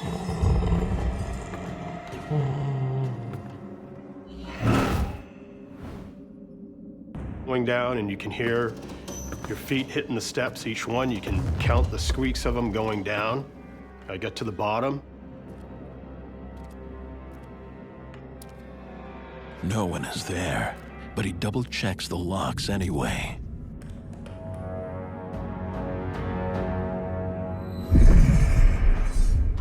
So when I was down in the basement and I was bringing a load of laundry to fold, I had this sense that I was being watched.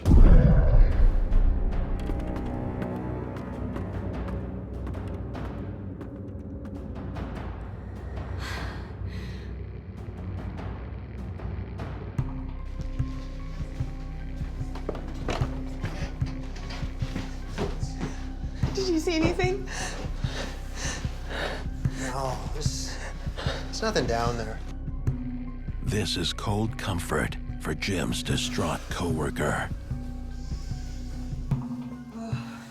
He stays by her side, but it's not long before new disturbances come from above.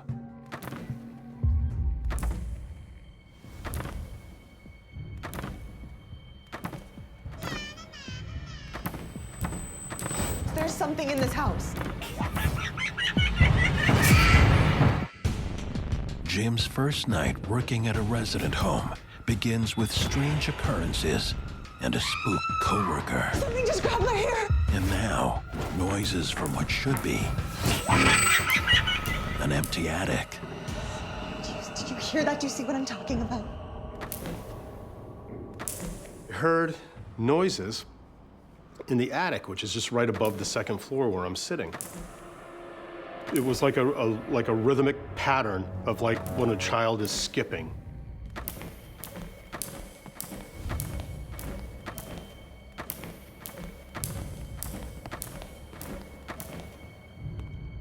And there's a door that leads up to the third floor.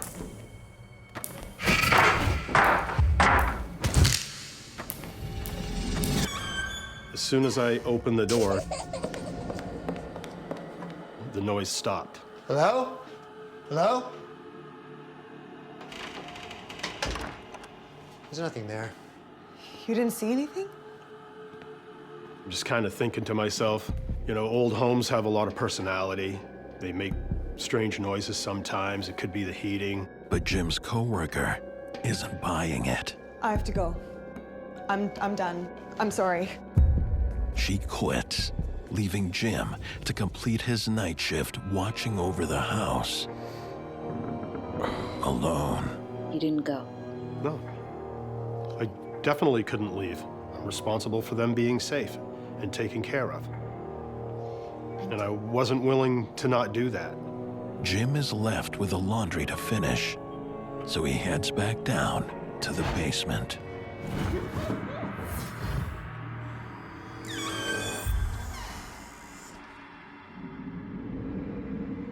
I open the basement door. I look down the stairs, and it's almost like you're looking like at the longest walk of your life.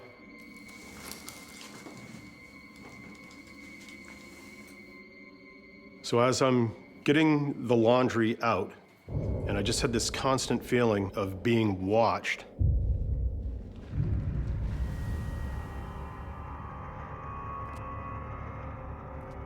There is a clothesline rope that goes from one part of the foundation to the other, and then they had a tarp over that for a little bit of a breakup in the basement. For some reason, I decided I was going to walk over to the tarp and look behind it.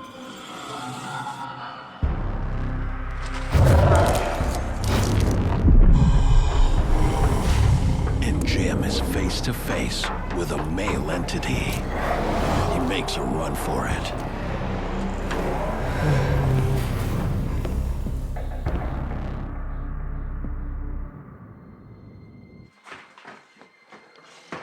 After the encounter, Jim shakily returns to his second floor watch. I was terrified. I felt like I was having like anxiety. And I just started like getting a little bit of the sweats too. But Jim has no chance to calm his anxieties. It's now upstairs with him.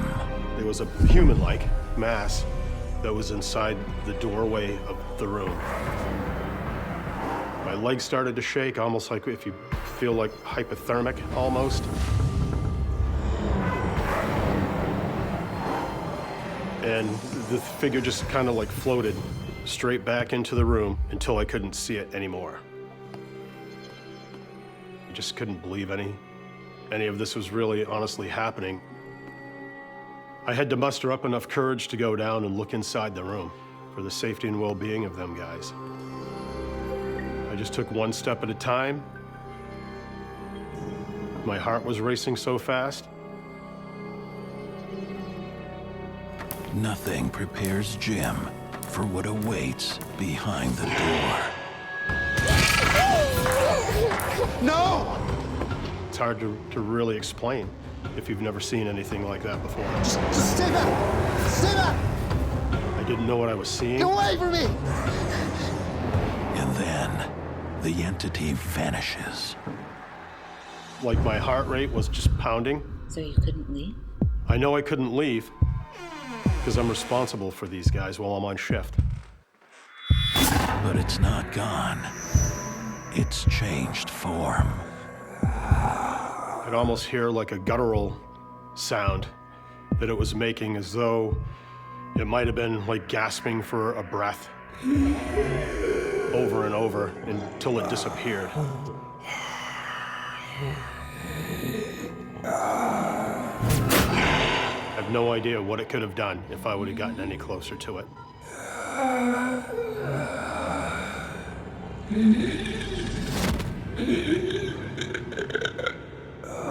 Jim assumes that the dark, shadowy mist that he encounters in the doorway to the residence room is evil, that it means him harm. That may be the case. There are some who believe that dark in appearance means dark in nature. But other cultures believe that dark and shadowy figures are the opposite, that they are good, that these are the spirits of our loved ones who are backlit by the light of the afterlife. And so all we can see is their shadow. For me, at least, the jury is still out. As I'm sitting here discussing it, my hands are clammy feeling. And they have been through the whole process of just reliving this. I know, I can see you grasping your hand. Yeah, I was scared. So I sat in a chair for a while, just trying to wrap my head around things that were going on. But I knew inevitably I'm responsible for the safety and the well-being of these guys that I'm working for. I wasn't leaving until my shift was over. 2 hours goes incredibly slow. It goes very slow when you want to go home in a hurry. Dawn finally arrives, and with it, the end of Jim's long, terrifying night. As soon as my shift ended and I got in my car, I was just trying to process everything that I went through. I was worried that the spirit would follow me home. After his paranormal encounter on the night shift, Jim learns that the entity may have been the former owner of the home. Heard stories in the past that there was one of the owners, he had passed away in that home of pneumonia. When we look at the context behind this haunting and the history of location, it may be that all Jim was hearing was the after echo of the old man trying to breathe.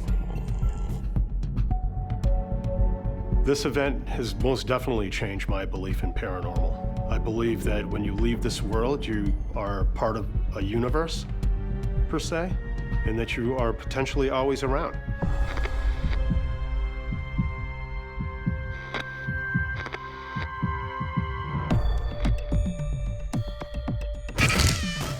I have no idea what was going on in that house. And I wasn't willing to stay and find out for another shift. Didn't want to find out what it wanted to show. That was the worst experience that I ever had. My name is RW, and I work the night shift.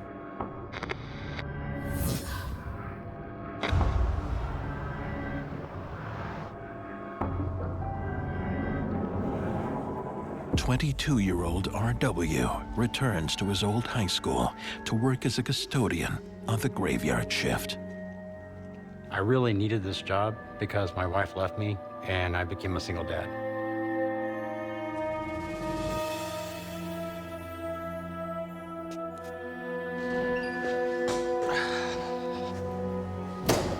RW's former high school is a lot quieter on the night shift.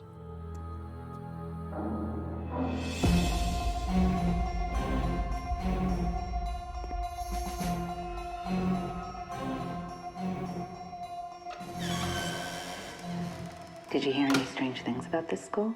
You know, as a student going there, when different students would talk about odd things that happened. However, though, we dismissed that because I was a complete skeptic. But the day custodian is a believer and warns RW to be careful in the auditorium. All right, are you messing with me? I'm not messing with you. You okay? I'm fine. RW moves on and begins his shift. At the high school, I was put on task by the other custodians to clean the auditorium. Areas that the other custodians didn't want to do, and I later found out why. A big task ahead of him. He gets to work. There had been a drama workshop going on during the day, and so they wanted to make sure that everything was prepped up, ready for the next day.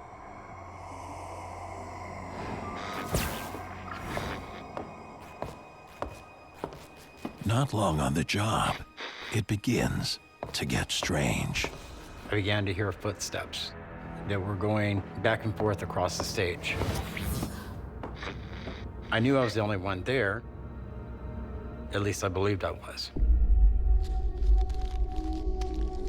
Still being a skeptic, it didn't faze me really. Didn't pay attention to it.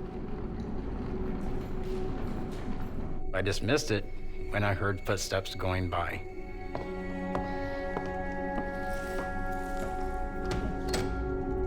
I was told to prop one of the doors open so that it helps to dry the floor.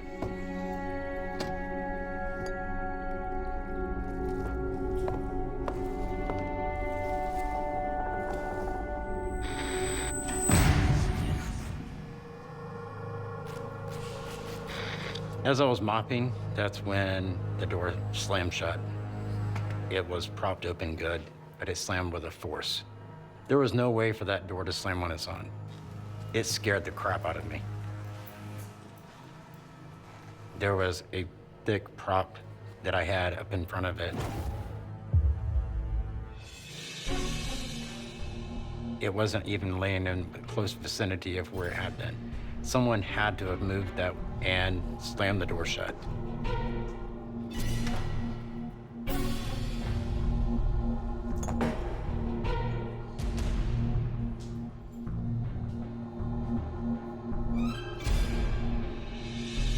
He has no explanation for what is happening.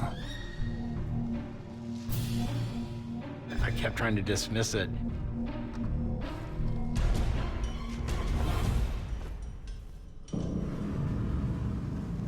Hello?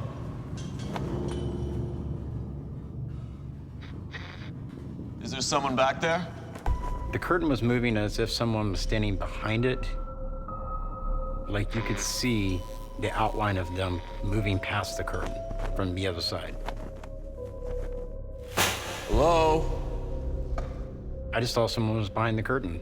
Honestly, I did. So I walked towards the curtain. At this point, realizing that it couldn't be a janitor, I'm getting really annoyed and scared, I'm not gonna lie.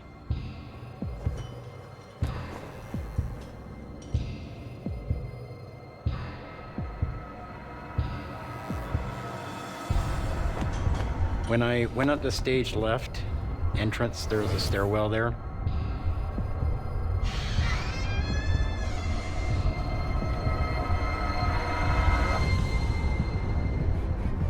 Hello? I could see there was no one there behind the curtain. Maybe it was just a wind draft. You know, maybe my imagination was playing tricks on me.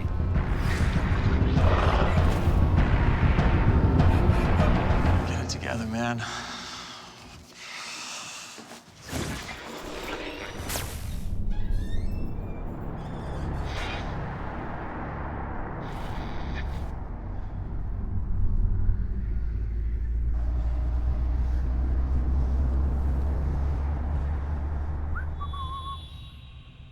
That's when I heard the whistling. The air, it just suddenly changed. Who's there? It became static filled, like something was in there with me. I felt like something was watching me, watching my every move. At this point, I had become a believer that something was in there that I couldn't see. RW being under a lot of stress is opening him up to a lot of factors, and those factors are supernatural. The disturbances seem to be coming from behind the curtain. Okay, pal. You asked for it.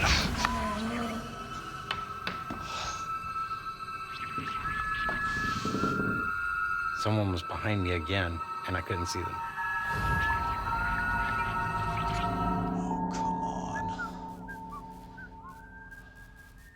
RW. I hear someone call my name from center stage. I was terrified. The whispering of RW's name is an immediate way of saying, I'm here, don't doubt that I'm here. But I'm here, and I want you to address me. It's time now for us to communicate with each other. Who the hell are you?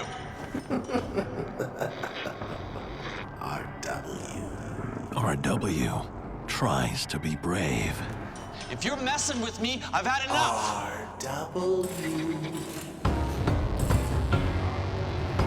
Man, it ain't funny anymore. That's when it hit the fan. What should have been a quiet first night shift for RW as a custodian has spiraled into a terrifying evening. Something was in there with me. That's when I heard the whistling. The presence that RW feels has now become aggressive. That's when at the van, the props fell. I felt like it wanted to kill me. When the prop almost kills him, he reconsiders rumors about the haunted auditorium. This Mr. Rainier was a teacher who had been killed back in the 70s. And a prop had fallen on him when he was there working late one night, and no one was there to help him, and he died. It's a violent movement of an object to get something to drop to show RW, this is how I died. I also think the drama teacher is maybe being a little forceful with this message too, which is driving RW's fear. It's kind of spiraling a little out of control. I heard him call my name again. It gives you the creeps. The entity's targeting of RW intensifies, trapping him now in total darkness. Not only did the center light go out, but all the lights in the auditorium went out. Now I'm in the darkness. Didn't have a flashlight, but I did have a lighter. The problem with the lighter was every time I would walk, the flame would flicker and it would go out. So I would have to re-flick it again. It was as though someone was in there with me. I needed to find the light switch. Just as RW reaches for the light, suddenly the center stage light appears on. And that's when I see someone standing in the direct beam of that light on center stage. I was scared. Now I've got someone I can see. I saw him standing there on the stage. In my mind, I think he was still being a drama teacher, still doing his job, trying to teach you. Don't hurt me. I could feel every sense in my body, every nerve ending.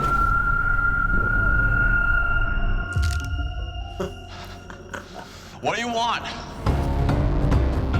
RW. Get out of here! Leave me alone!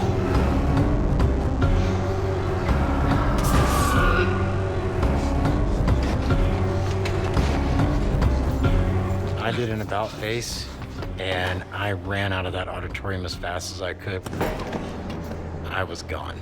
RW bails on his first and only night shift at this haunted school. I told them that I couldn't come back. They understood why. Why do you think the spirit of Mr. Rainier targeted you? I started replaying it in my mind, thinking of all the incidences that had happened. And if he had really wanted to kill me, he could have. I think he was more or less trying to show me how he died and the fear that he felt being trapped there an entire night with no help. This was my old high school. Plus, I had been a student who had been in drama.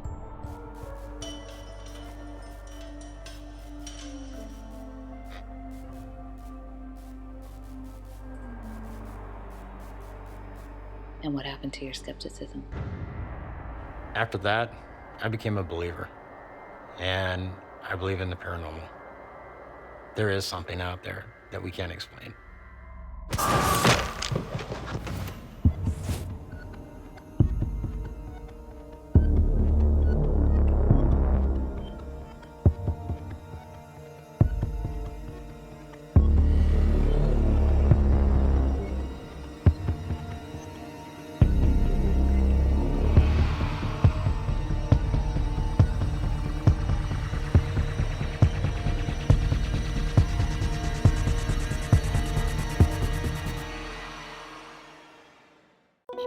said there were spirits. I didn't take it that serious. It's just us. That can't be. I know you're here! There was a presence there. Please help me. It was real. I was dead wrong.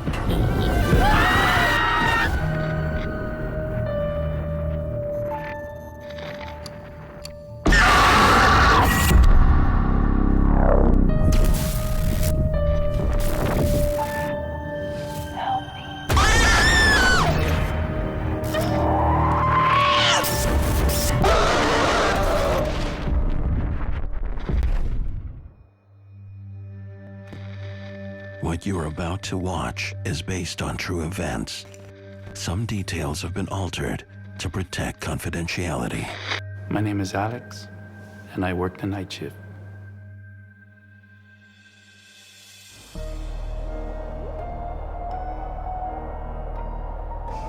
It's the middle of the night. Alex is heading to his new job as a custodian. I was really excited about working at the school. My daughter went there, I had benefits. The school has a reputation in town for being haunted, but Alex needs the job to pay for his daughter's tuition. I heard rumors about the school, that it was built over a cemetery. I didn't know what to think, what to expect, but I had to work there. It was a big school. I knew it was going to be hard because I was the only one there with all the duties that I had to do. My typical duties on the shift is cleaning the classrooms, cleaning the restrooms, cleaning the halls, cleaning the gym.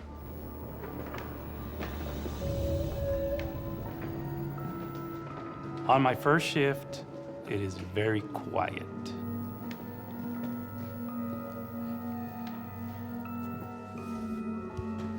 But that changes quickly.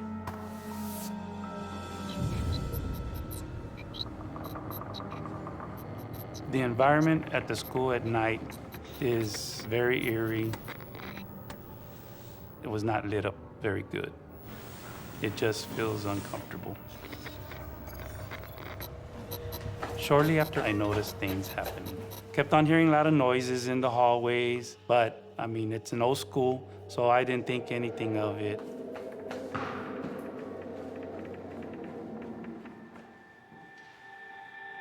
It's getting too strange to ignore, especially the eerie footsteps echoing from the hallway. Hello? Throughout the night, that was happening. There was nobody else around. How could that happen? Hello, somebody there? I heard what sounded like someone whistling. Just like that. It's like if somebody was trying to get my attention with that whistle. Hello?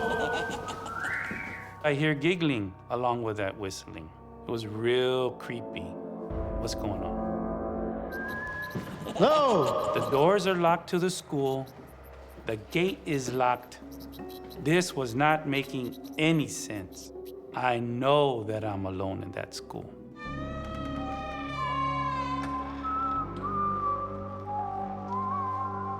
I started searching to see where this whistling was coming from. Hello? Somebody there?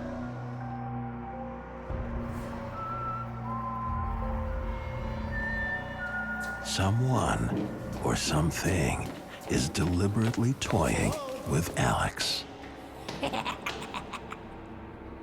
Somebody there? I went upstairs. Came downstairs. I did not find the location or somebody that was whistling.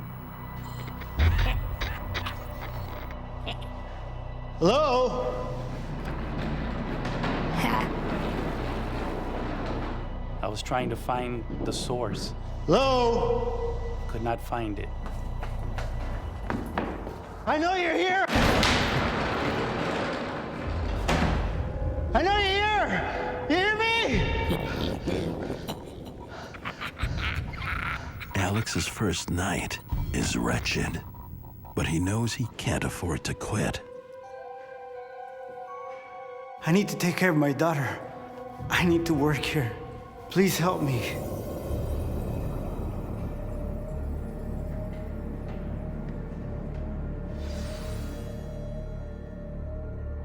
Over the next few nights, Alex's uneasiness grows. As time went on, things started to get worse.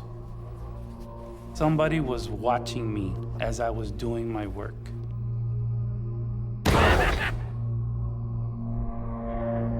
And then I just heard that whistling again. Whistling and giggling. I'm not chasing you tonight. I got work to do.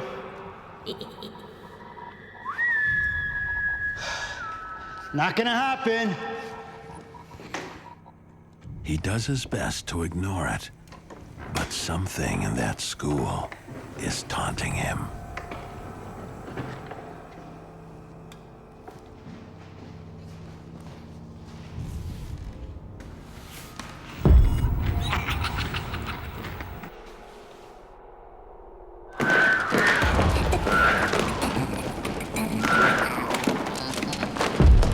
As I was cleaning a classroom, I saw books fall. The books started to shuffle by themselves. There's no way that these books can shuffle by themselves. Something had to push these books and make them shuffle. It seemed like an unseen hand moving the books. In Alex's case, when you see something with textbooks go flying, when you see objects moving, that's poltergeist activity.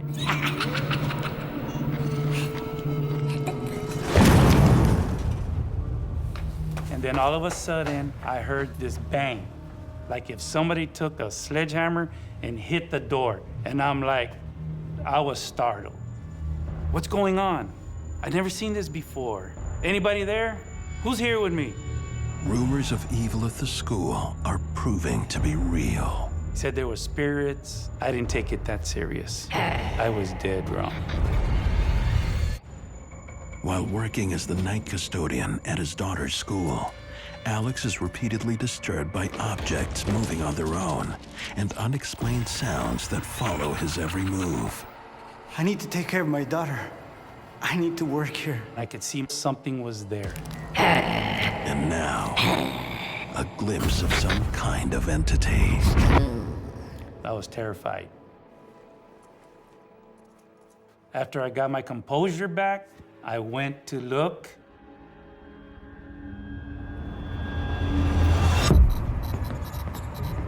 There was nothing there.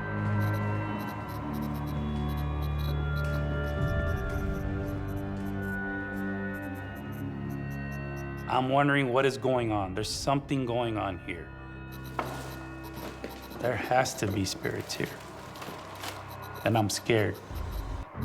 Shaken to his core, Alex turns to school officials to help him understand the strange late-night happenings. As all the things started to escalate, I started talking to the staff, and then they told me about Clown Boy. He was buried under the school. It's a little dusty, but they found it. I want you to see this.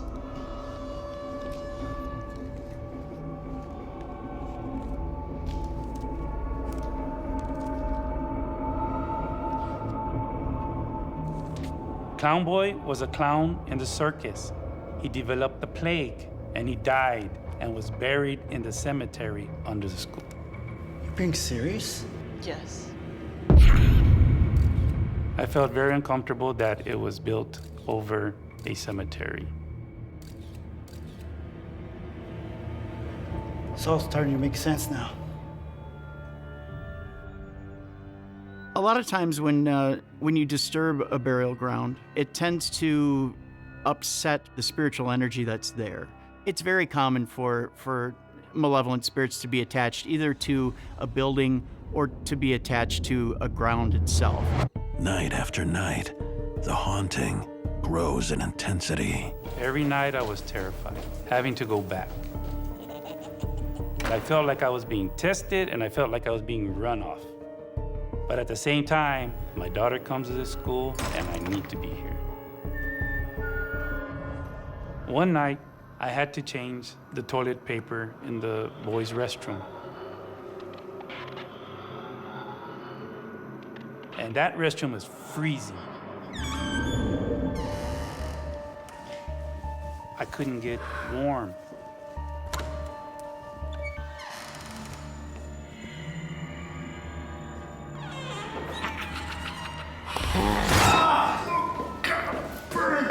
I felt a scratch on my back. I turned around, I immediately turned around. Who's there? Who's scratching me? There was nobody there.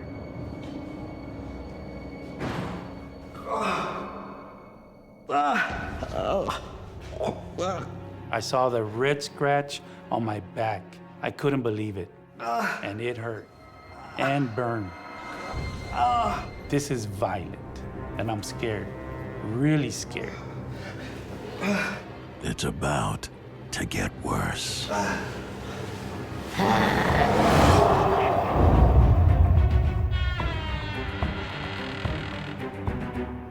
I saw somebody standing there, and I saw Clown Boy. I saw him. No! No! Please! No!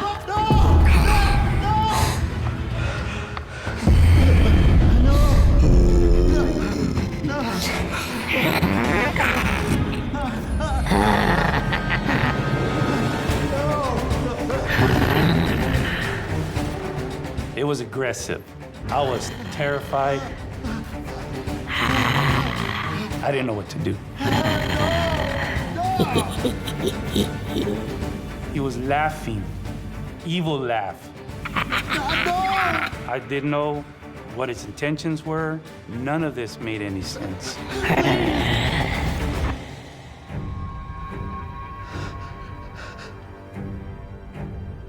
And then I just got released.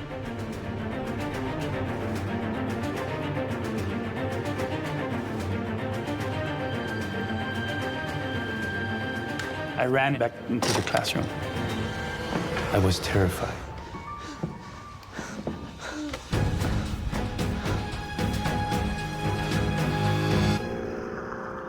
The spirit has now shown itself as malevolent. When a spirit has inflicted harm on you, you're at the point of an extreme haunting.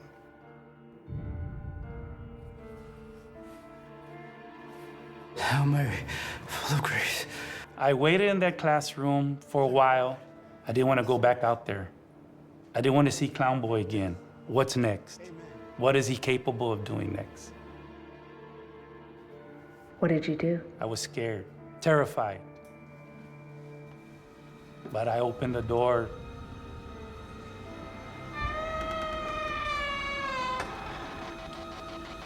And there was nobody there. I left that school, never went back. I had enough.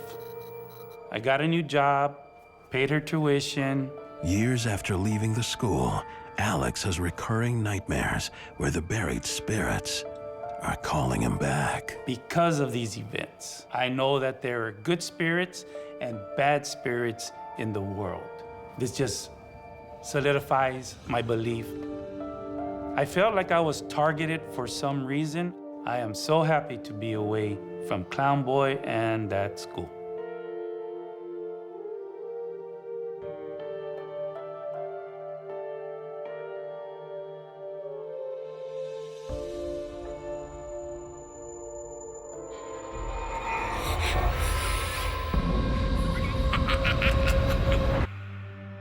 My name is Mariah, and I work the night shift. Mariah's career is on the move. She's just landed a job as a salon coordinator at a luxurious spa. It was like my first grown-up job, and I was really excited to start it because it was a 30,000 square foot salon and day spa. It was really glamorous and elaborate, and it was a really good opportunity. And I love the beauty industry, so I was like, this could be my in to just like start the rest of whatever happens. Mariah loves her job, but the hours are long. Together with another coworker, she often works late into the night. So we would be there if we had an event late as 2 o'clock in the morning, or on an average night just around 10:30 to 11. We would have one girl counting cash, doing the deposit, and the other employee would go turn off the lights, lock the doors, and do stuff like that. I guess it's my turn? Yep. Mariah heads to the hallway in the back to shut things down for the night.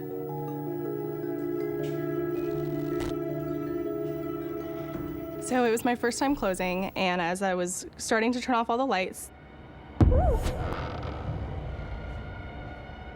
it feels as though there's someone walking out of the room behind me. I was concerned that maybe there were still clients in there, or employees, or worst case, someone had gotten into the spa that wasn't supposed to. Despite no one being there, Mariah feels a presence. It is following her. When I would leave each room and start walking down, it almost felt like it was a couple steps behind me everywhere I would go.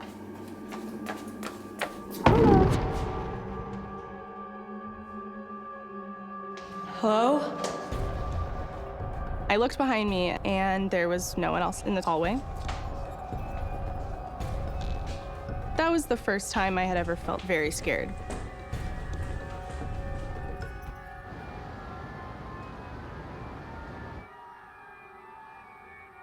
The next night, Mariah cautiously returns to the salon. It actually started getting a little bit weird and uncomfortable, and just like the feeling of someone behind you when you were alone at the desk. While doing front desk duty, Mariah hears someone walking. Hello?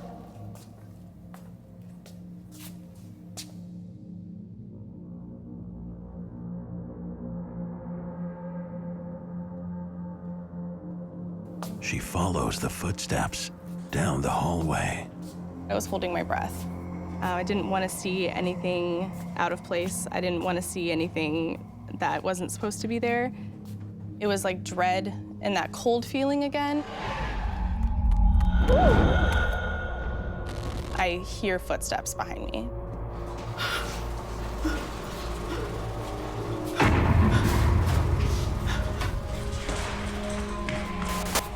At that point, it was more than just like a feeling. That's what made me start to freak out a bit.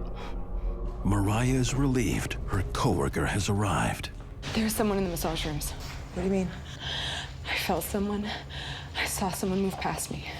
I explained to my coworker what had happened, and she was newer too. We had both kind of started together, and we were just like, again, this is our job. We have to finish what we need to do.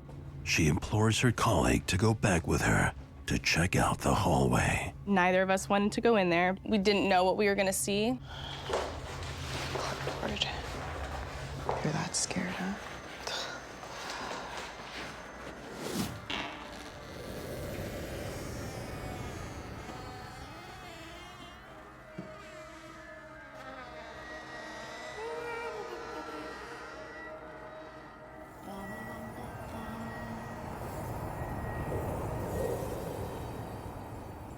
There's something here.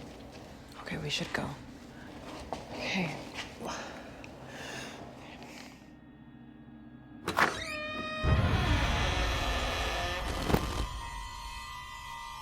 There was a noise of the door opening up.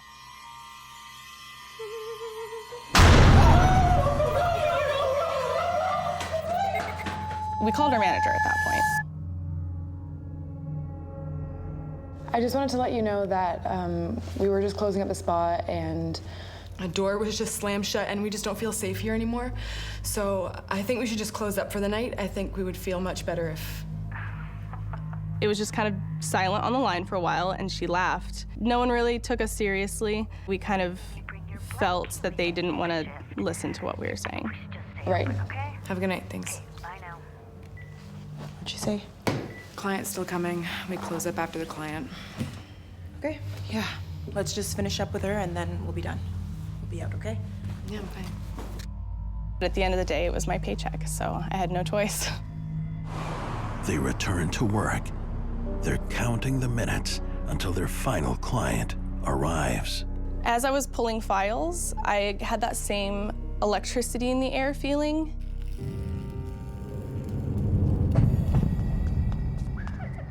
Footsteps again, coming from the same dark hallway.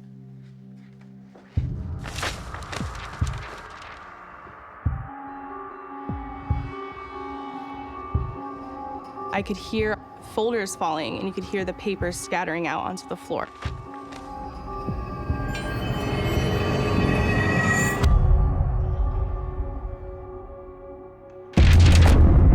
Another file came, not just like falling off of the shelf, but it launched itself.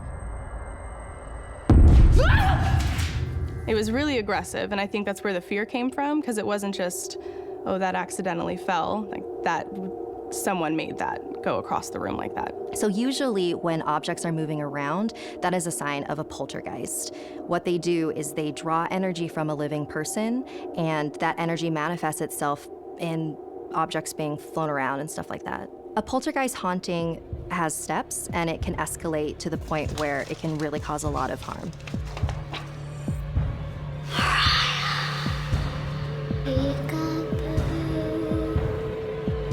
What do you want from me?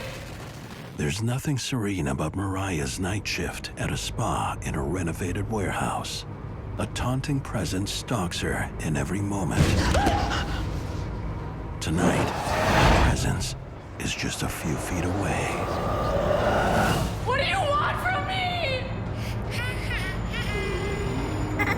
Stop!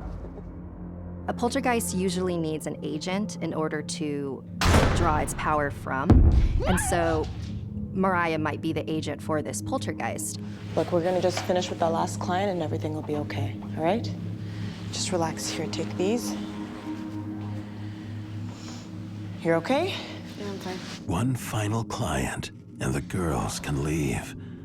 And this terrifying night will finally be over. Mariah will be taking care of you today, okay? Hi. This is the changing area. Shower. I set her up with her locker. I get her everything she needs. It's really quiet in here. Hopefully it stays that way.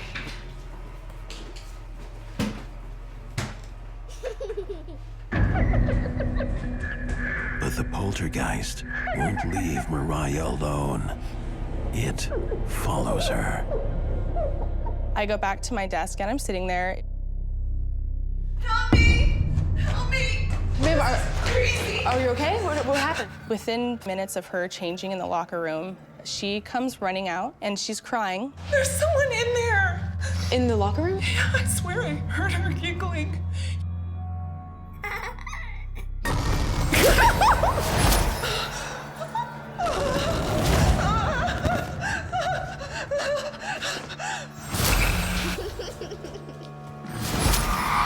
She says to me, I don't want to be here. Someone tried to get into my dressing room, and I swear I heard someone like giggling. I didn't know how to respond to that. You need to get out of here. There's someone here. Ma'am, wait! It was terrifying because I knew there was no one physical in that room with her. Mariah puts on a brave face and goes to investigate the changing area. At this point, I was scared. I was incredibly nervous. That was a very strange thing to have to deal with. So I kind of walked into the locker room with a lot of courage, and I was like, I need to figure out what's going on. She immediately senses a disturbing presence. Something was wrong. It was kind of like when you walk into a room after someone's had a really bad argument and you can feel that tenseness in the air. And as I'm walking down, the shower at the very end has the curtains closed, but every other shower is open. Then I get that feeling again. Like the same feeling when I was closing out the rooms, like there's someone right behind me. It's like the whole air gets thick and electric, and you can just feel that you're not the only ones in there. And I think it was like it wanted to make itself known. Hello? Somebody there?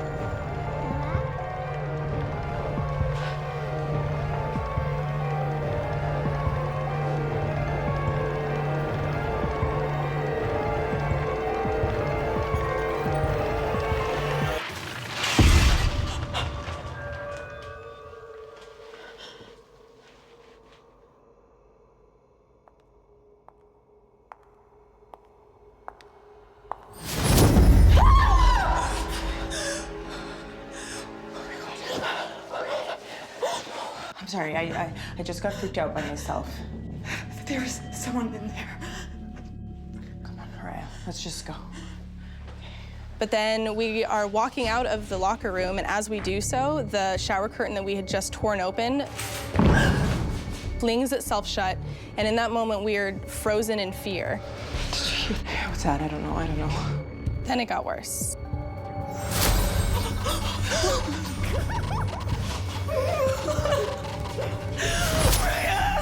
We were scared. We were very scared.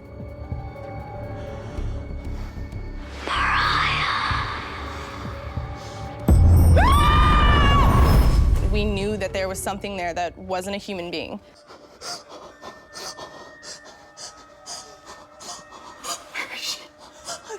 I don't see. Come on, Ryan, let's go, come on.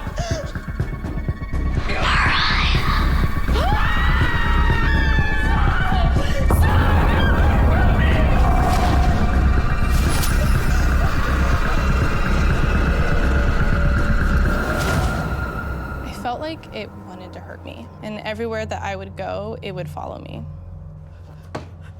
So there's multiple reasons why a spirit might attach themselves to a person. One is that the person is experiencing a lot of stress. In Mariah's case, she is working at a spa late at night, and she's young, and she's afraid of all of these events that are happening to her. And so if there is a spirit in that location that is looking for somebody to attach themselves to, Mariah is a perfect target.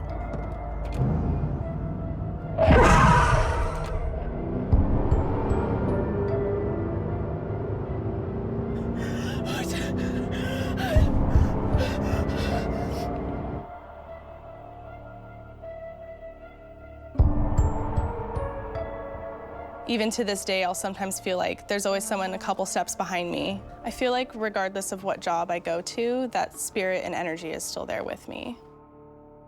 Look at you. My name is Wayne, and I work the night shift.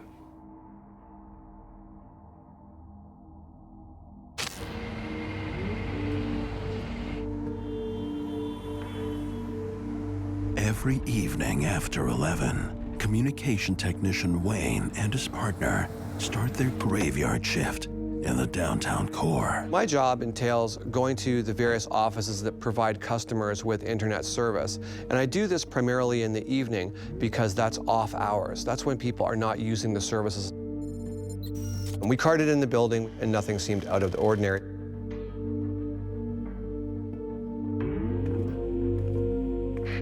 A lot of stories about it being haunted, strange sounds, strange feelings.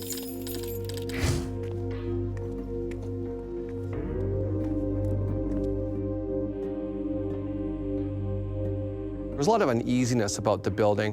When you look at the building from the outside, there is nothing that would suggest that there's anything haunted. I just blew it off as stories. We went into the floor that we had to work on. My partner and I are in the process of starting to do the preliminary installation work for the following day.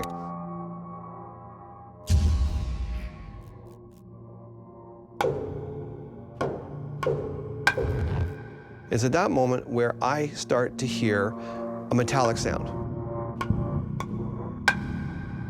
What is that? You tell me. It's a banging noise, but it's rhythmic. It's not random. It's just as if somebody was banging a baseball bat steadily on a metal pipe. So it was like kunk, kunk, kunk, kunk, kunk, just like that. We began to systematically search that floor, going to where we thought the sound was the loudest.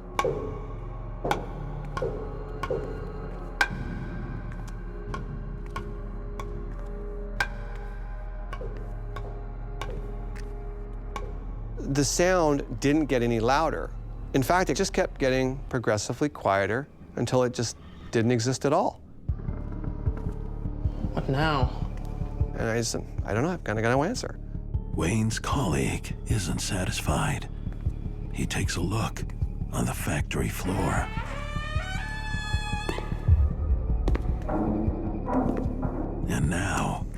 a new disturbing sound. Many of the stories that come out of that building are of unseen footsteps. You can hear them, but you don't see anybody.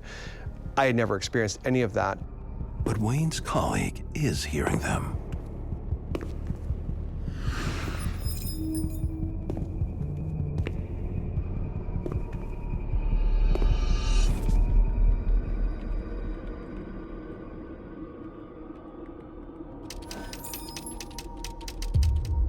Very quickly after that, another sound had presented itself.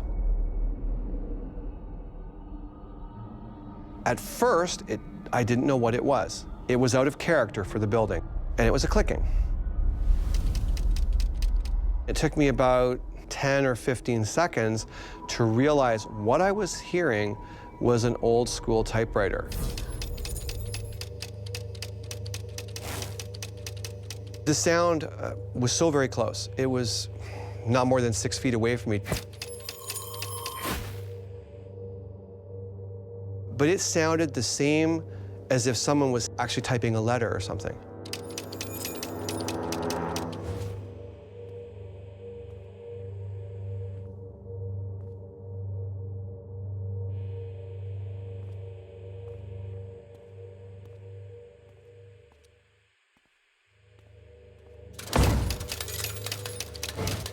And it starts again. You would hear that mechanical chick, chick, chick, chick, chick, chick, chick, chick.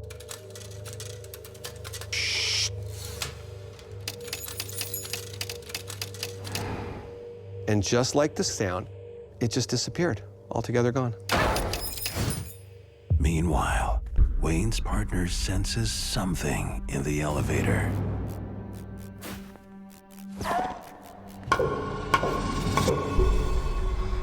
There's something in here, man. Wayne and his colleague agree there is an unwanted visitor. We had a definite problem. Let's go check the security cams. Did we have an intruder in the building? We had to investigate this further, so we did. If there's someone in here, we can see it on these cams.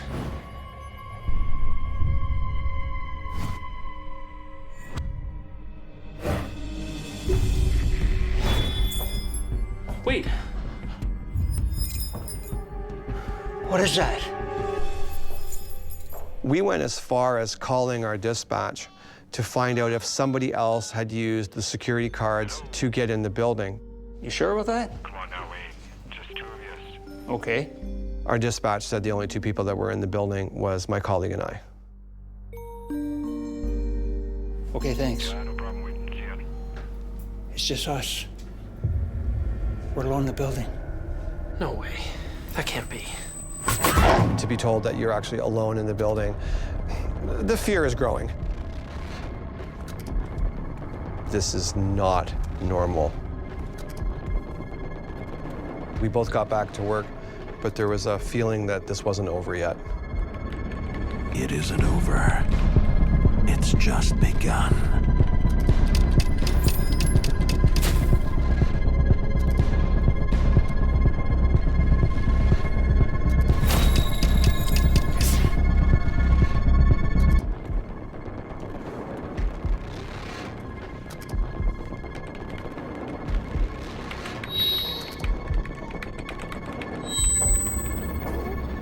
My spidey senses are starting to go off a little bit now, and you get that cool feeling on the back of your neck. And in my right ear, I hear a woman whisper, "He's coming. He's coming."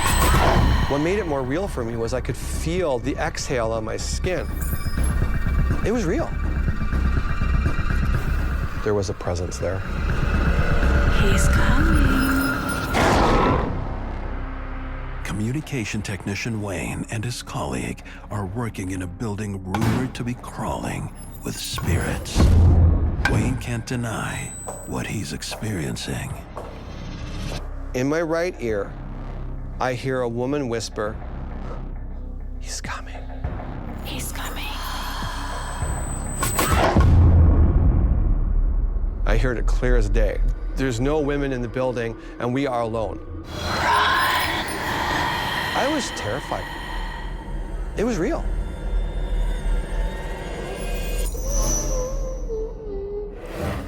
and then to turn around and there's nothing there. So what made the voice and what made the breath? In some ways, spirits are like unruly children who don't get their own way. They crave attention. It has to be extremely difficult to be around the living and none of them can see you. So how do they react? They knock, they bang, they touch people. They will sometimes do things that are extremely frightening in order to get attention. Wayne's co-worker keeps searching. He knows he felt a strange presence at the elevator. Is anyone there?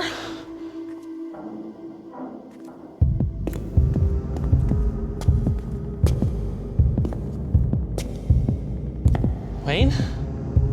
He heard disembodied footsteps that he thought were me. Were you thinking maybe we should just leave? We can't just leave. You know, we've got an unprecedented amount of work that we would be accountable for. We'd have to have some explanation to our managers in the morning. It's like, well, why did you leave 100 people out of service? Well, there's ghosts. They're not gonna buy it, right? We just kind of like push it into the back of your mind if possible, and you just go back to work, get it done. But the entities won't let them.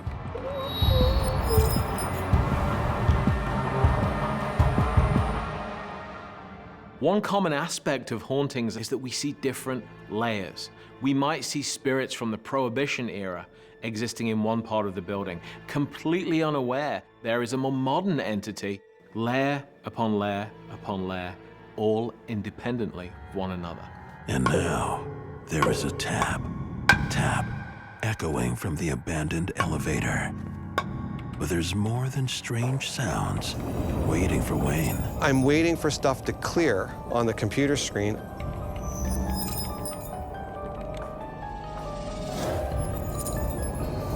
I raise my head up and I see a woman. She's got a skirt on, it's kind of a tan color, but she looked like one of the girls from the operator services from the 20s. I was blown away. I had never seen an apparition, I'd never seen a ghost.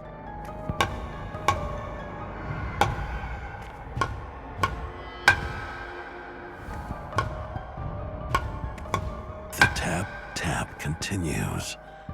It's coming from inside the elevator.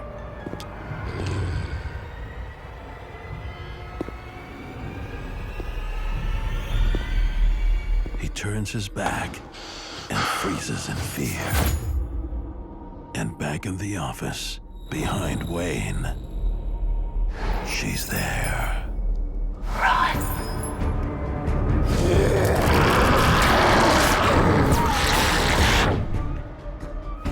He's coming.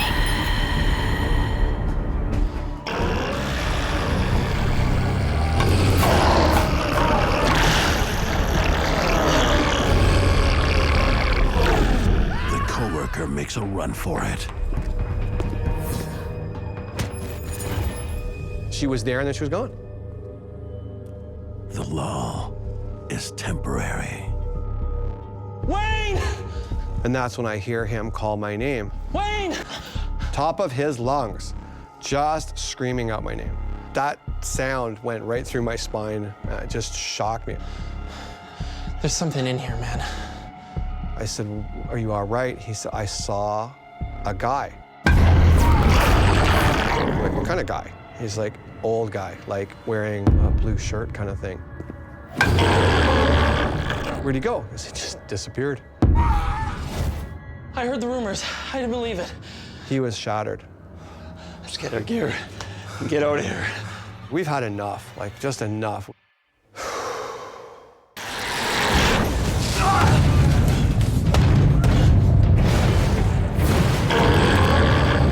The whole building shook. The floors, it was like a ripple effect went through the floors. I could feel it right through my feet, actually right into my hips. The building is going to collapse. I'm not going to be in it. Outside the building, the world is unaware of their nightmare. It's fight or flight. We were running before our feet touched the ground. Wayne and his coworker make their way out. The female apparition who yelled "run" appeared to be warning them. Never again. I'm done. I'm out of here. So my partner, he transferred off that shift pretty quick, though. He was done. Wayne tries to make sense of what was terrorizing them. There was a rumor that during the construction of the building, the first elevator death recorded in the city was during the construction of the elevator, where a gentleman fell from the 4th floor.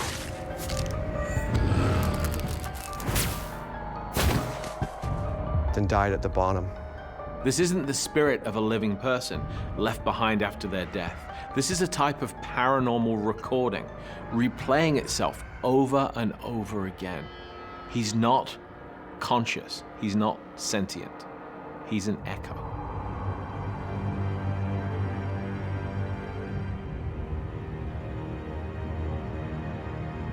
It blew my mind. The world is bigger than what any of us can imagine. Beyond. I don't think we'll ever grasp it.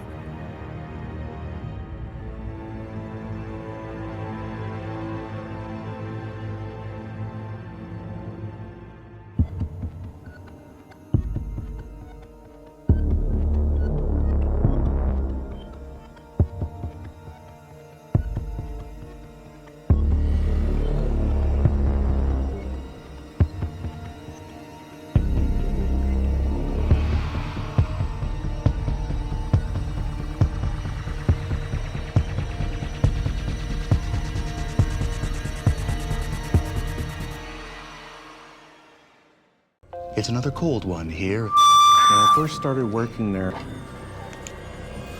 I felt like I was in danger. Whatever was in the building put their hands on me and pushed me over. It scared the crap out of me. Leave me alone. Knowing that there's a spirit in there that has taken on your shape. At that point, I got scared. These incidents made me a believer. Does she want to kill me?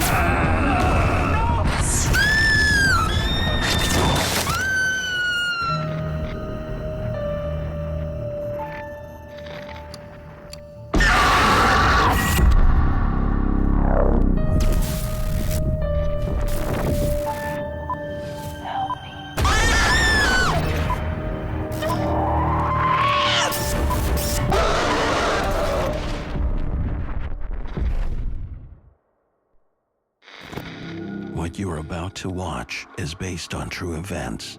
Some details have been altered to protect confidentiality. My name is Tim, and I work the night shift.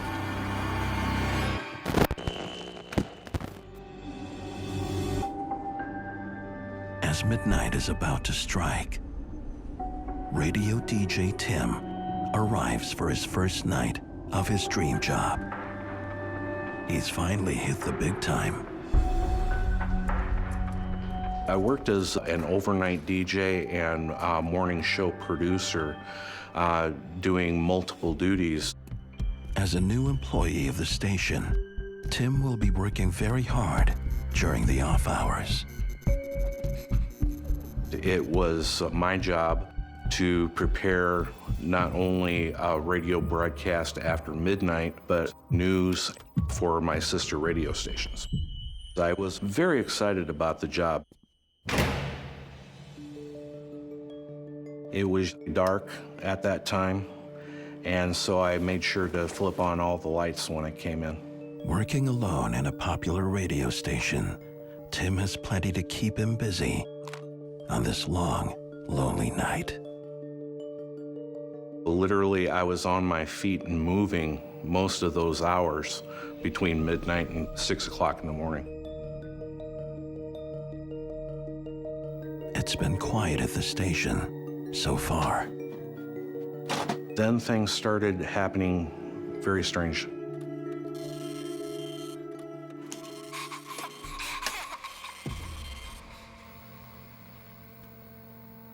I thought I heard a giggle.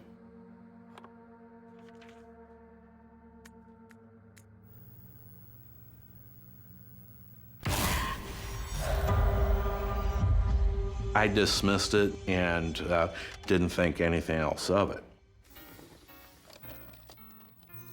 And this one's for all you night shifters out there. Friends, I feel you.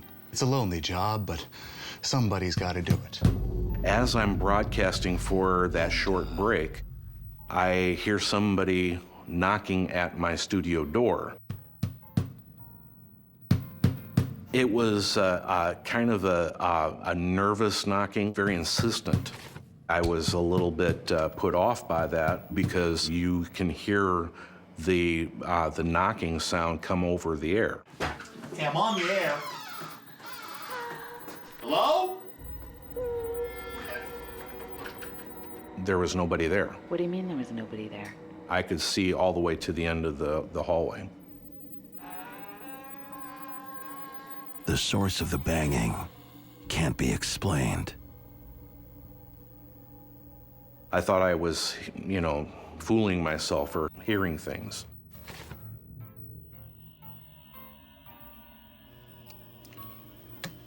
Let's keep it rolling with another stone cold classic.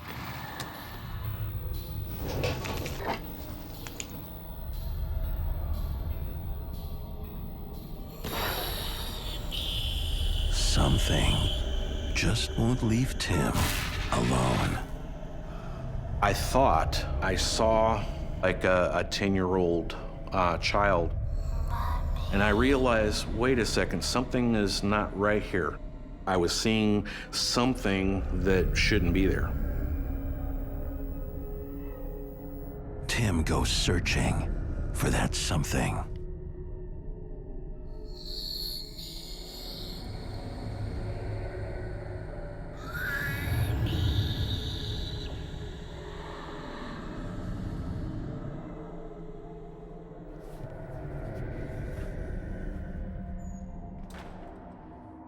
I was completely alone. Nobody was there. Whatever's going on here, I'm really, really bothered by this. I got very agitated. Tim's dream job is becoming a nightmare.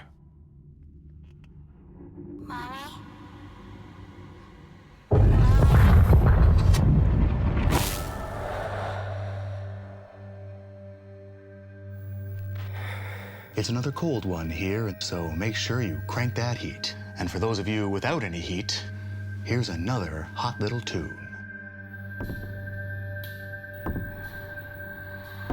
The disturbances are coming from all over the building.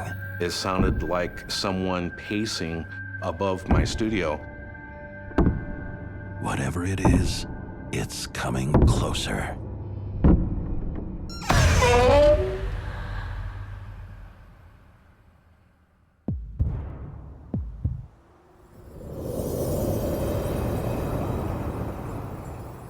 It got extremely cold in that studio.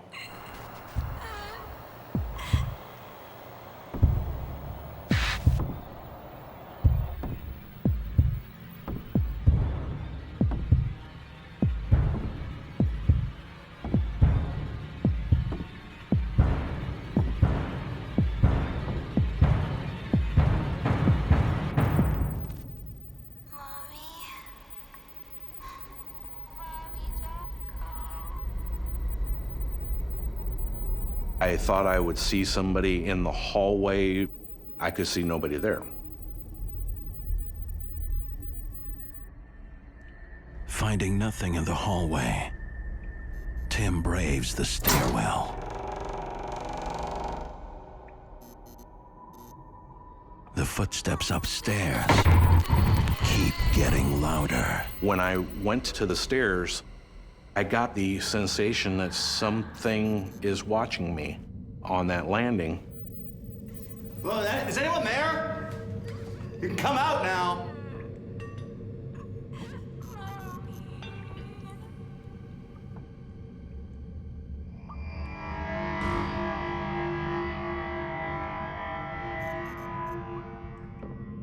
Hello? I climbed the stairs, and that was a mistake.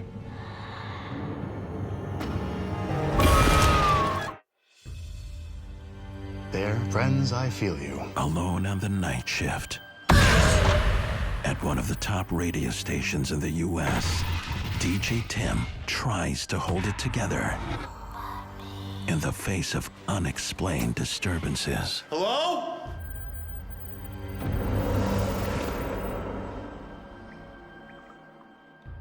At that point, I got scared. Is anyone there? Why is this happening? Am I going crazy?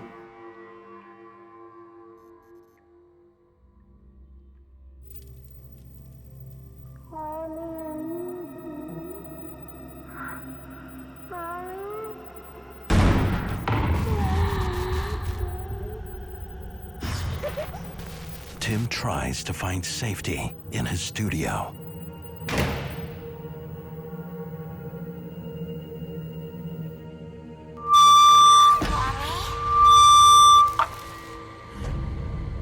Nowhere is safe. These things definitely should not be happening.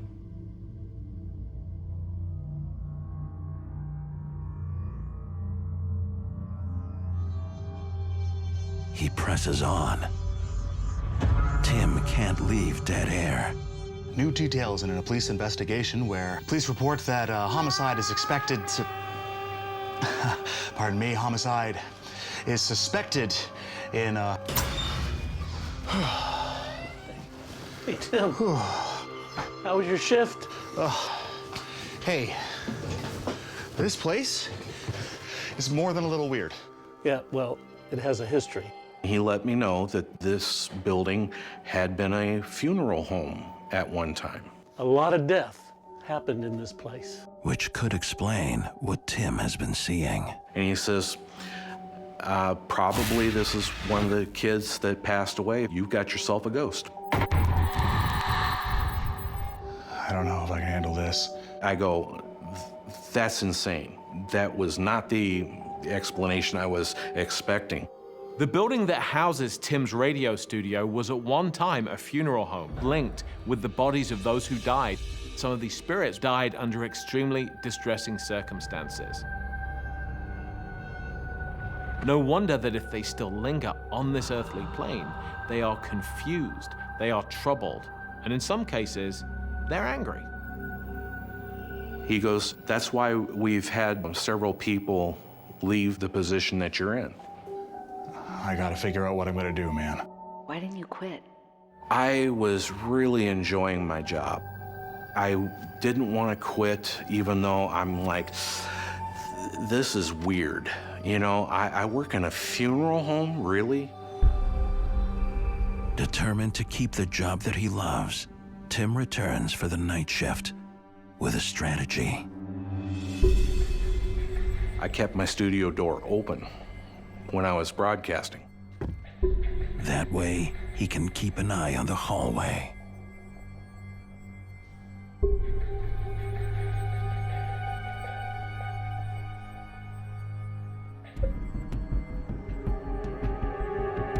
It was a busy night in sports last night with the Blue Jays taking on the Yankees. And then it started up again.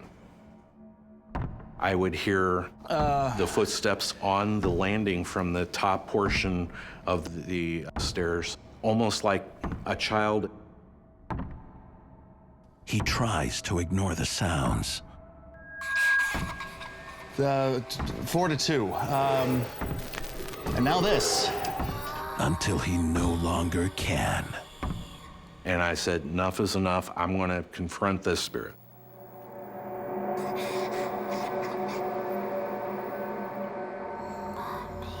Tim is convinced she's in the stairwell. Opened up that access door to the stairwell, and I heard a giggle.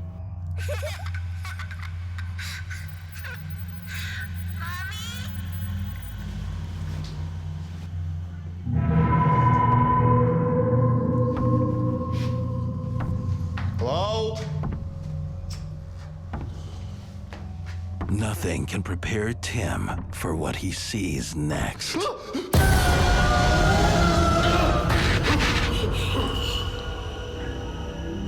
are you?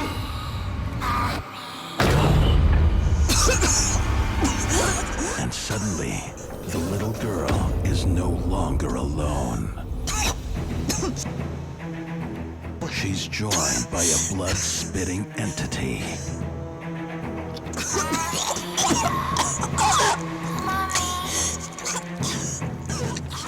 She looks at me in a very, very strange way. Stay back. What do you want? Stay away from me! Come on, Mommy. Come with me. Mommy, are you okay? Are you okay, Mommy? I felt like I was in danger. It's about life and death. Tim is trapped in the studio.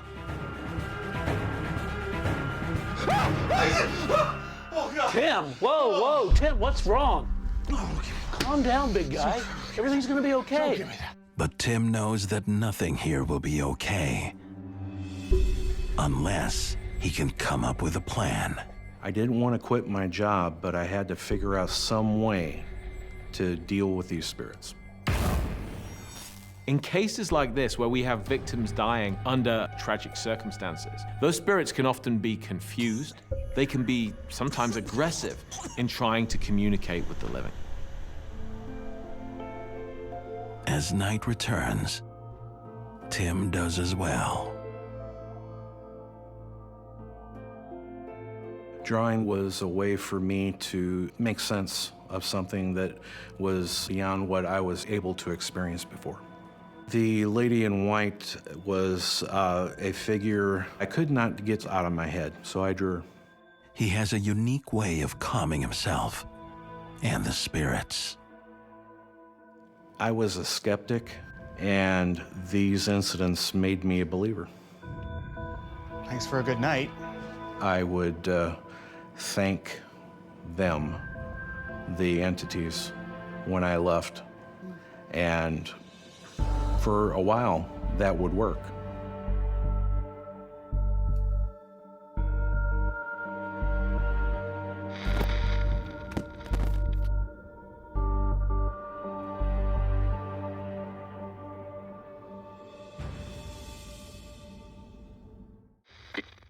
I'm Heather, and I work the night shift.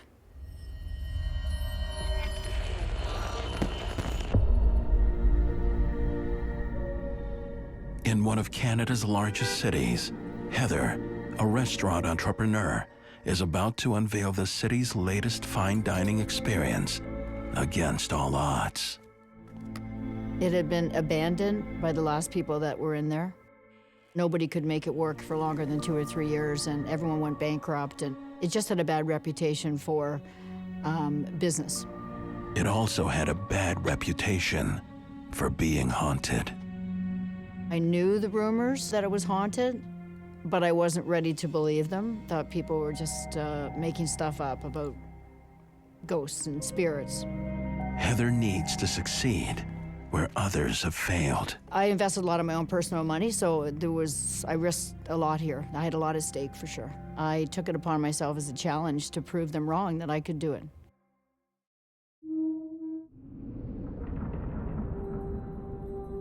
But there's no denying the place oozes a certain atmosphere.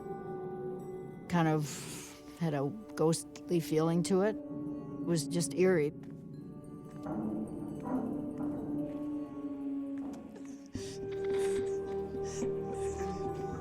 With a grand opening set for tomorrow, Heather's burning the midnight oil. I worked long hours because I just am that kind of a person. I wanted to make sure everything was done perfectly. It's now 2 a.m. No one else is expected in the building until daybreak. And yet, I would hear banging on the air conditioning furnace, the heating and cooling system, basically. hardly unusual for an old house. I just kept trying to ignore the sounds and keep working.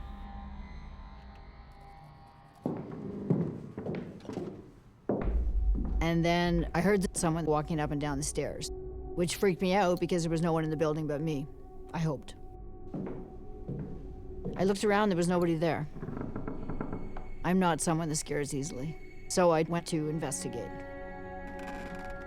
Got myself a baseball bat, ready to go, just in case, and I was ready to swing.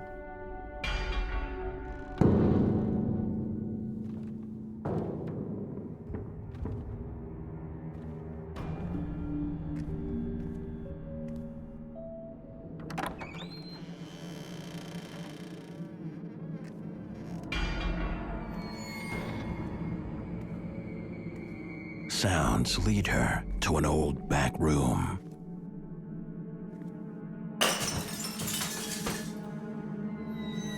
I could hear glasses breaking.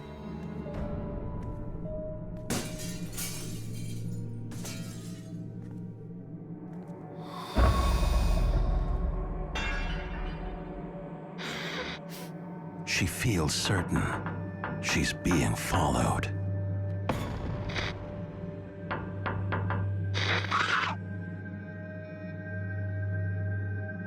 I did see a vision of somebody, but when I turned farther to look at who it was, there was nobody there. Anyone there? Scared the crap out of me. Even though I'd heard the rumors about there being something in there that people called it a haunted house, I thought it wasn't possible. So how'd you make sense of this? I questioned myself whether I was just actually working too hard and imagining it all. So just carried on for the night. Back in her office, she refocuses her attention on the business at hand, tomorrow's grand opening. I just wanted to open the door so I could get people to come in and enjoy what we'd created and to enjoy the food and the whole atmosphere.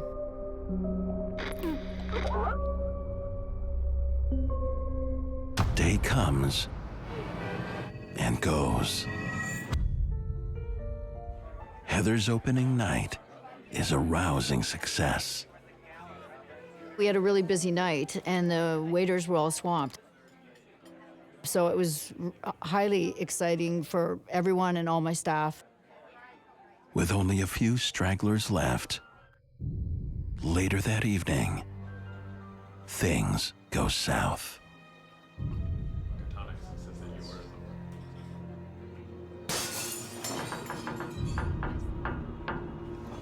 What was that? Strange noises coming from somewhere.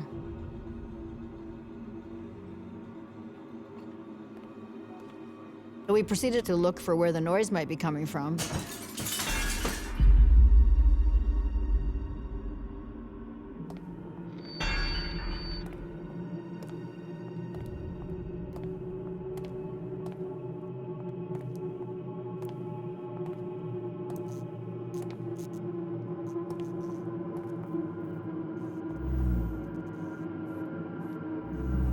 Those noises beckoned them back to the old room, where Heather had felt a strong presence the night before. To a doorway leading to the wine cellar. Why it's unlocked is a mystery. Only Heather has a key. We listened outside the door and we could still hear noises, things crashing. It was very frightening.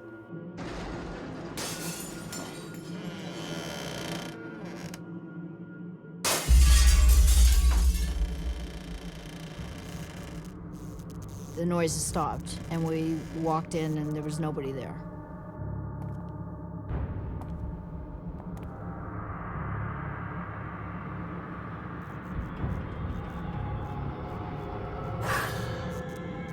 I felt something near me that wasn't tangible, but I knew it was there.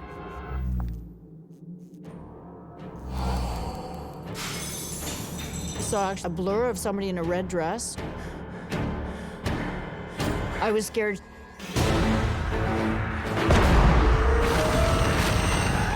In the middle of her restaurant's grand opening, Heather and a coworker suffer a terrifying encounter. I did see a vision of somebody in a red dress. But when I turned to look at who it was, there was nobody there.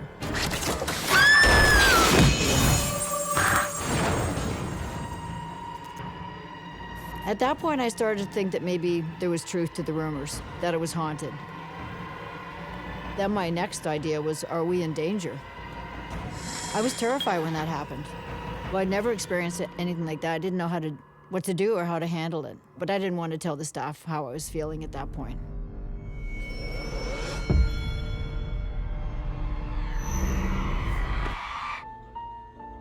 Heather's sole drive now is to see her last customers off, close up, and go home for the night.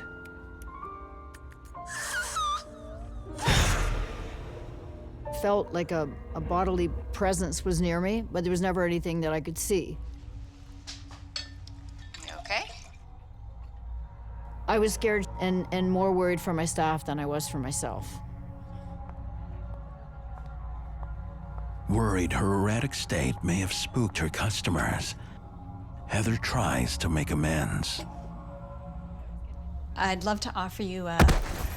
But things Excuse me for just a moment. go from bad to worse.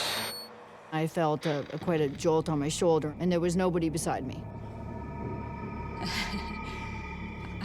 I thought that I would... Whatever was in the building put their hands on me and pushed me over. You okay? Yeah, I'm fine. Sure? Yeah, thank you. I'm fine.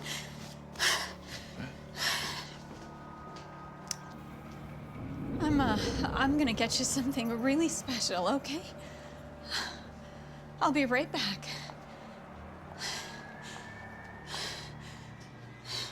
Did you feel like you were in danger? I started to get quite fearful. Didn't know how to protect myself. I didn't know what I was protecting myself from.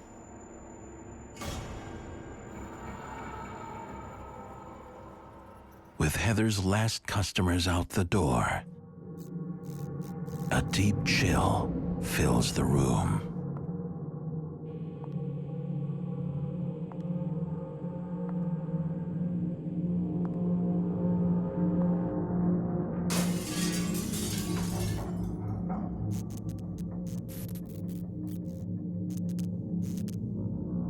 I knew there was something else in this restaurant with me. I could feel it.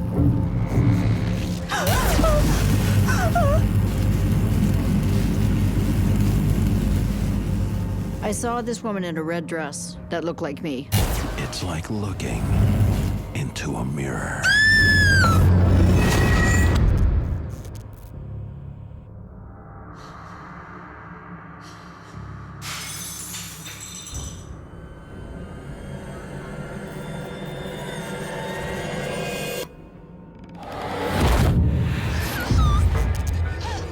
Knowing that there's a spirit in there that has taken on your shape is a terrifying thing.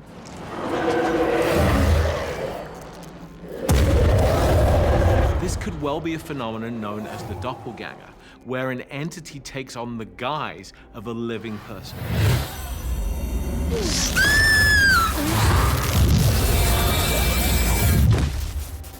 Without warning, the doppelganger vanishes into thin air. I didn't know then if she wanted me to be her friend or whether she wanted to kill me. Absolutely terrified. I was afraid for my life. This entity is engaged on what appears to be a prolonged psychic assault on Heather. It's making her life hell. Why didn't you just leave? I didn't want to run away because I had a lot of money invested in this project. I mean, it was $500,000. I was determined to carry on. Once I came to the conclusion that there actually was a spirit in there, I wanted to do some research and see if I could figure out what happened here. What spirit is in here and where did it come from? She uncovers the dark and twisted history of the mansion. I found out that it was owned by a wealthy family, and they had a daughter named Sarah. The tragic story of their daughter, Sarah, was that she was stood up at the altar, and she came back to this beautiful mansion, and she went up to the 3rd floor where my office was. and hung herself there in a red dress. I realized then that what I'd been seeing around the restaurant all this time was actually Sarah. And I believe that that was her spirit that was still in there. Why do you think she was coming after you? I have a great life, and maybe she was jealous of that because she never had what I have. One thing's for sure. Sarah isn't leaving anytime soon.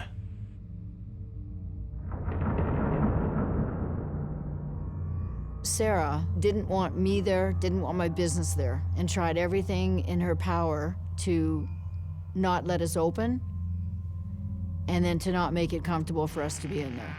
She wanted the house to herself. There are a number of ways in which entities can attack the living. Sometimes those attacks are physical, but there are other forms of attack. I was feeling Sarah's presence more than anything. We can see psychic attacks in which a spirit wears down the psychic defenses of its target. Those people can be at risk of many behavioral crises, up to and including taking their own lives. I heard her coming down the hall.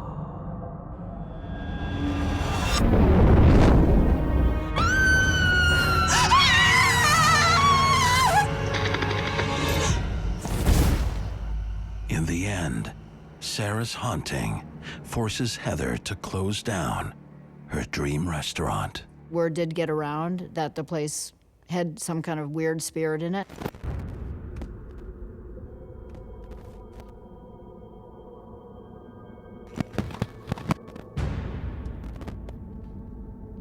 When Sarah comes into the room, I get this tingly sensation and short of breath, and I start to sweat and shake, and my face goes ashen white.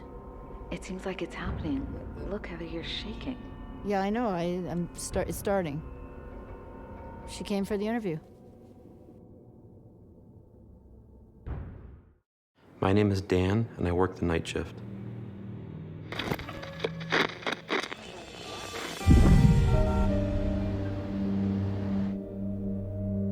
"32-year-old Dan works as a night manager in a bowling alley that has seen better days. I was super excited to use my marketing degree to go into a bowling alley and try to revive kind of a dying sport. Dan's shift begins long after the customers have left. Part of my job before starting to count the money would be make sure that there's nobody left in the building, so I would actually have to do a walk around.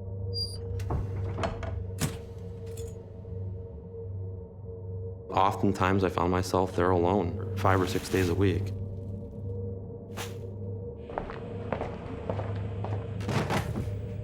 He's not long on the job before he realizes there's something unusual about this bowling alley. It started to get strange. One night I was getting the lanes ready for the next morning for the league. Plugged the machine in, got it ready, set it down on the lane, started running it. And I had to go back in the kitchen to start getting some other things ready for the next morning.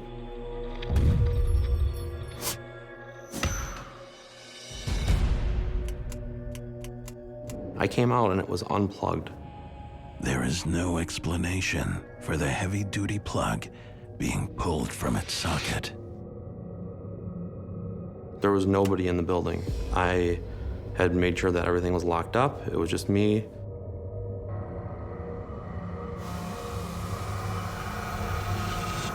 So that happened not once, twice, but 3 times in a row. I plugged the lane machine back in order to get that job done.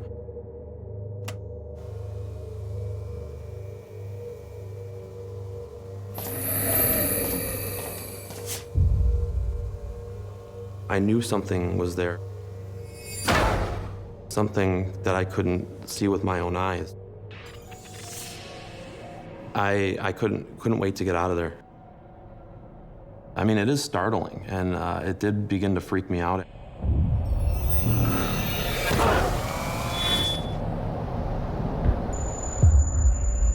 Night finds Dan making his way back to the bowling alley. I was working at a hotel, a nice hotel, and I was getting paid half of what I was getting paid at this bowling alley. So, you know, sometimes you have to deal with things that you don't like. Dan settles in the safety of his office to finish up his auditing duties.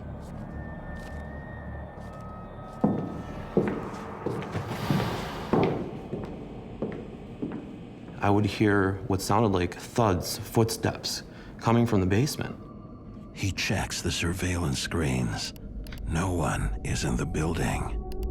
But Dan isn't alone, hearing strange sounds. Well, I was a maintenance man on the automatic pin setter. I hear the same thing. One day I followed him downstairs. Hello? Anybody here? Just slowly, just like somebody boom, boom, boom, walking down the stairs, and then it stops. I was working there for 15 years before I saw anything happen like that. Dan had also followed the footsteps Someone down there? to the bowels of the bowling alley. Is there someone down here?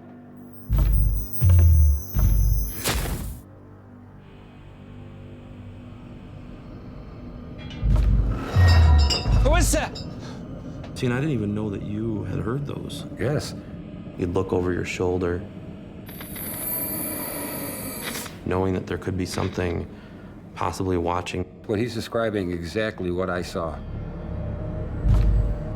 Come on, man, who's there?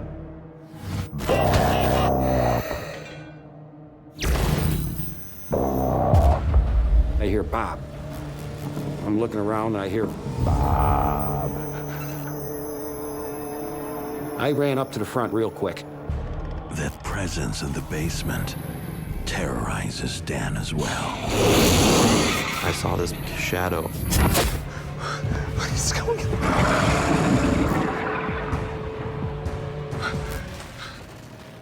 Like Bob, Dan races away from the basement.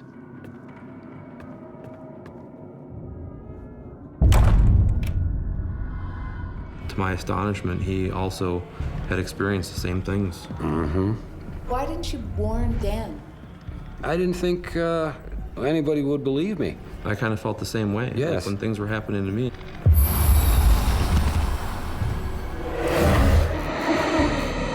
Dan and Bob are both experiencing the same types of events in the same location, sometimes independently of one another. That makes their evidence, in my view, more compelling.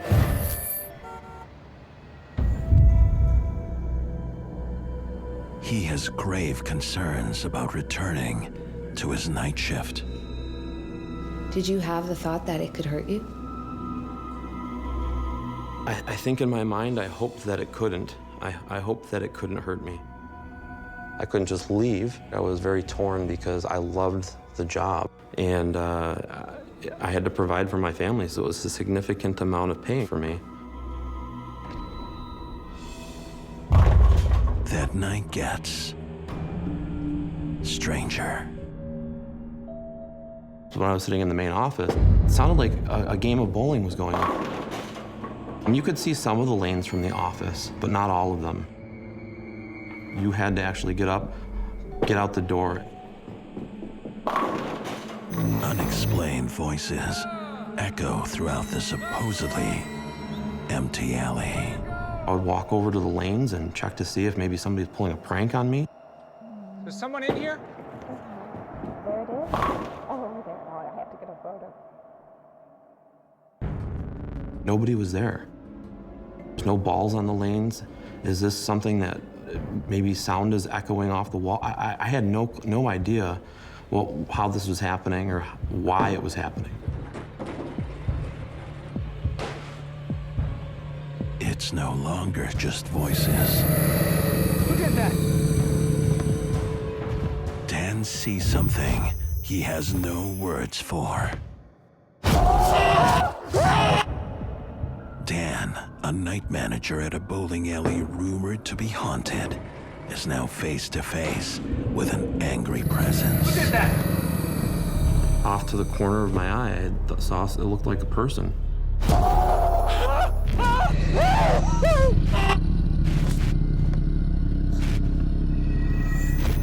No! No!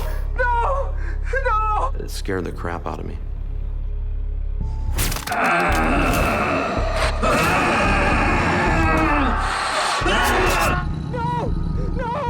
That's what I saw. Bob has also been frightened by this terrorizing entity. What did you think it was? A ghost? An apparition? Couldn't see through it. It was just darker than the background. It was darker than dark.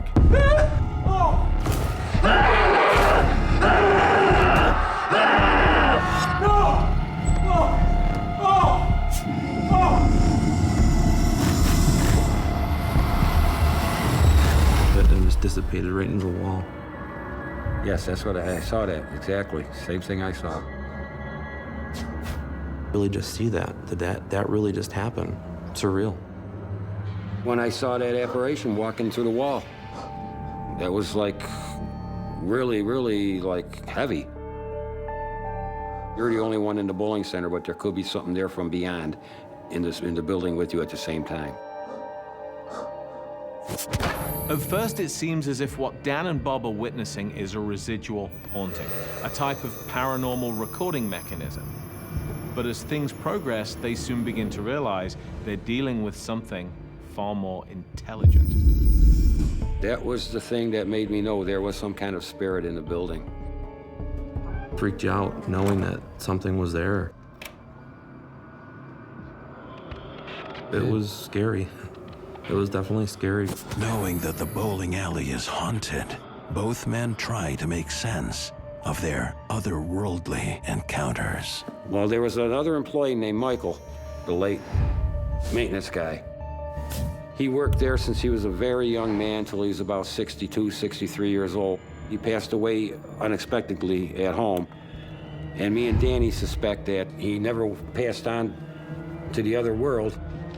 The mechanic, this was his thing. This was his job. He loved this place.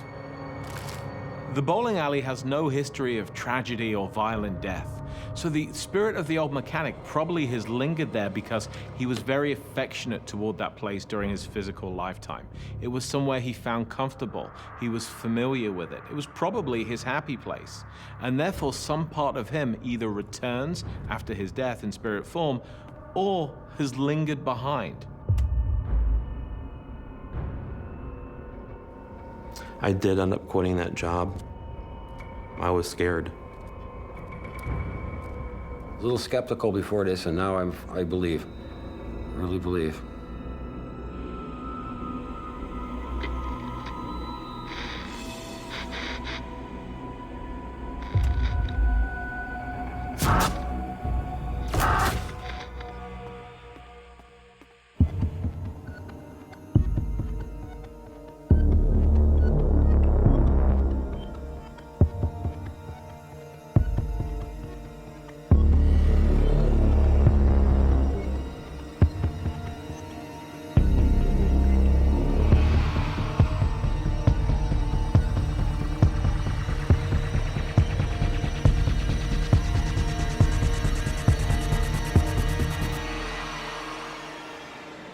This will be your patrol route. And watch your 6. This place is haunted. I thought, you know, stories, whatever. I felt like I wasn't alone. And then things really got worse.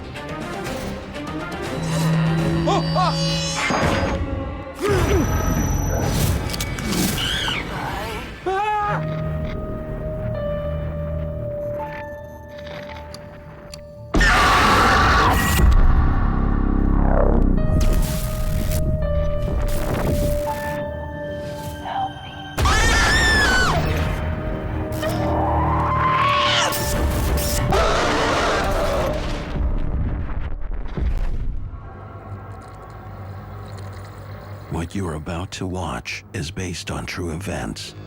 Some details have been altered to protect confidentiality. My name is Grayson, and I work the night shift.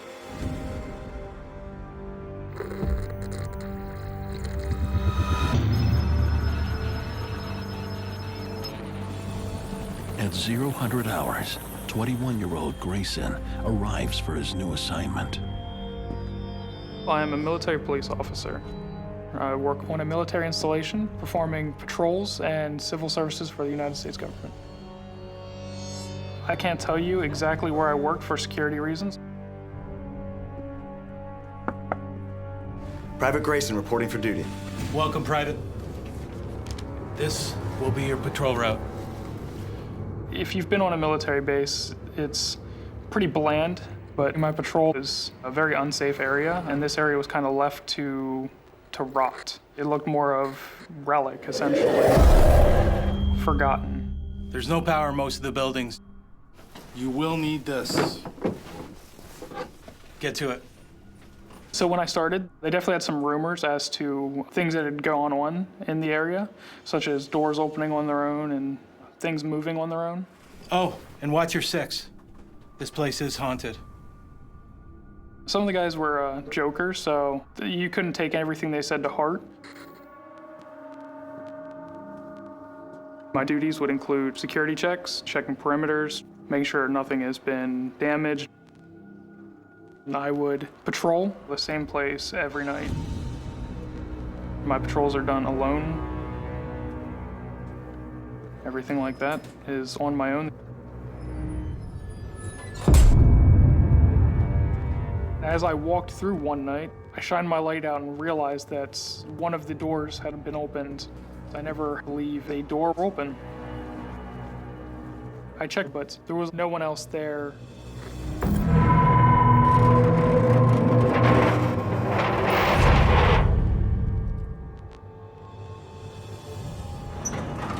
And then the door opens again.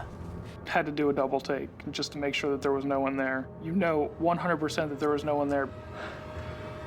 To move these doors, you had to actually physically push with a lot of effort, and at that point I was in complete disbelief, complete shock. What the? As I'm standing there trying to figure out what is going on, I have no way of leaving. I have to just continue on what I'm doing. I continue, I push that door closed. The wind couldn't move the door shut. The area was so still. I then continue moving through this area.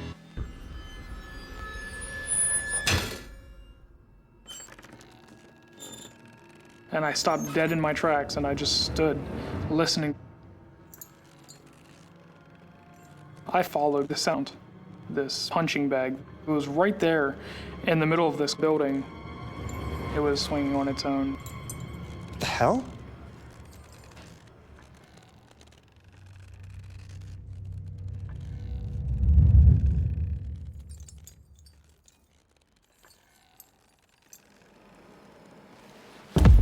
I just give it a nice little jab.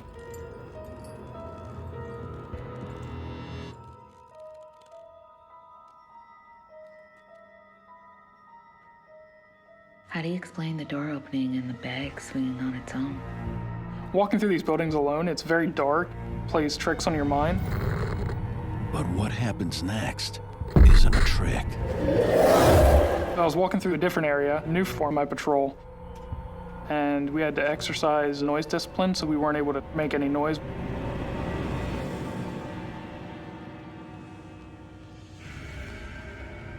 You're not used to this area, it's your first time out there, and you still don't know what to expect. It was very nerve-wracking.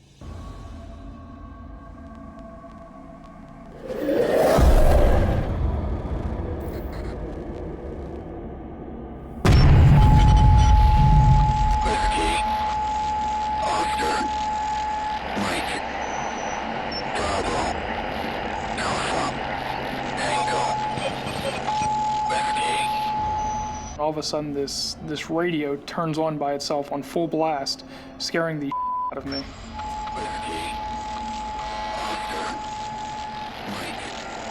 This radio was hidden. It had not been touched for a while. It was covered in dust and dirt and debris. And when I lifted it up, there was no plugs for this radio to even be turned on.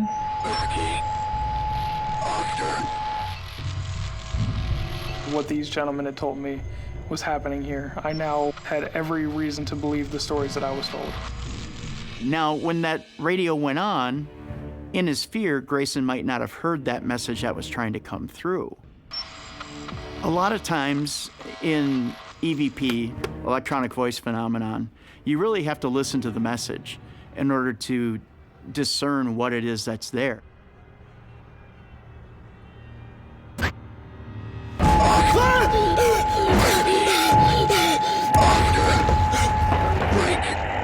Adrenaline gets going, it pumps fear into you.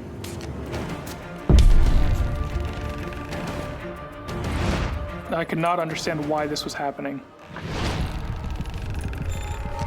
It's absolutely terrifying. I feel like every moment I was there that something was watching, every move I made.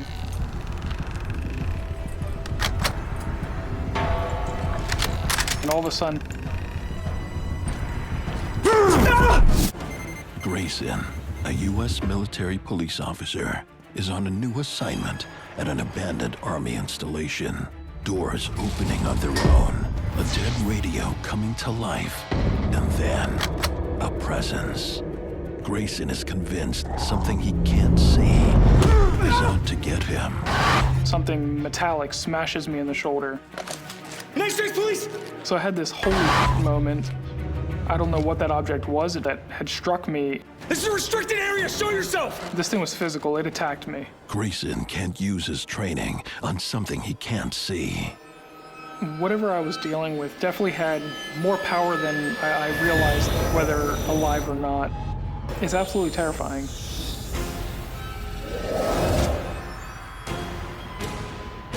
I'm looking around and I can't find anyone there. There's no one there. And my heart is actually racing thinking about this experience. Man, I can't speak now. You guys got me nervous now. Sorry. When you're younger, you're wide open. Spiritually, you're wide open. I believe at Grayson's age, he's very vulnerable to interacting with the spirit. I was not alone in the human sense. Grayson runs away from the sector he was attacked in. There seems to be a presence following me everywhere. Show yourself! I hear these footsteps moving towards me, and I shout out, "What the f***? Who's there?" The entity is following him. There's a noise behind me.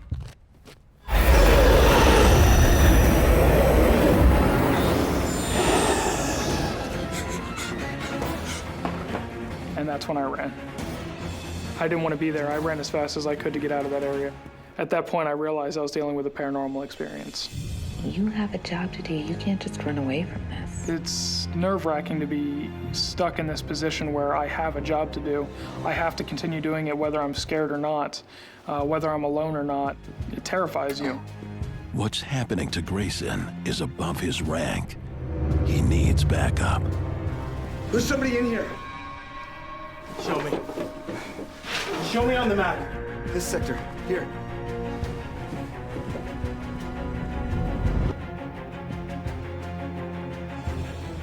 I went back with my partner and we checked out the area to make sure that there was no one there.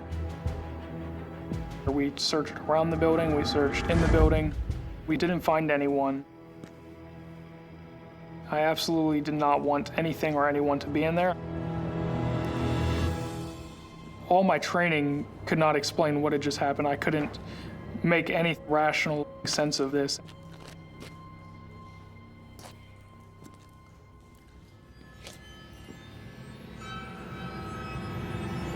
I'm aggravated. I was pissed off, but I'm also scared.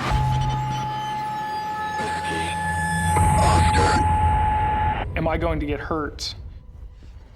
I don't get it. I told you. This place is haunted. Let's get out of here. No longer did I believe there was an intruder. I believe there was something else at play. Some other force that I was dealing with.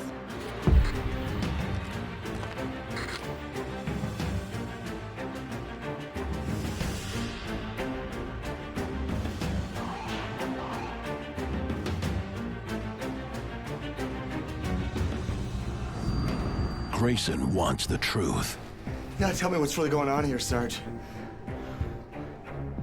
Another military police officer, long before your time, was killed in this building. In my opinion, Grayson's run across a soldier that's passed on. When an earthbound spirit stays on this plane, your personality doesn't change in death. Getting hit with something is a little extreme. A dead soldier didn't like the cut of Grayson's jib and went after him. So in this case, you just have a bad seed. The so-called bad seed steps up the violence. One of the cups fell off the shelf. It fell straight onto the floor. What the hell was that? As these objects start falling off the shelf, I'm in a full-blown panic at this point because I'm stuck in this office. I can't move. There's nowhere for me to go at this point. What's happening? You brought it back with you!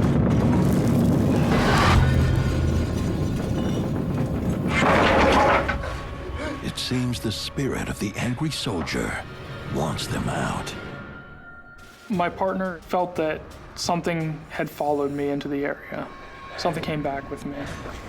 I absolutely believe something did follow me. I ran. Honestly, the fight or flight kicked in, and I ran.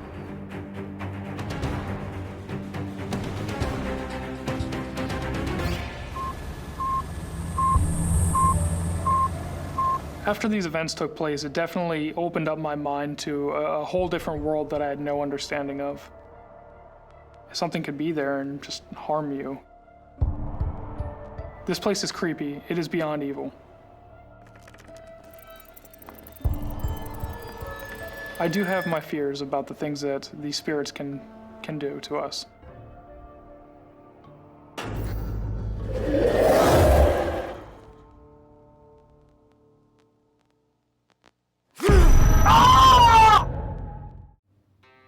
My name is Dave, and I work the night shift.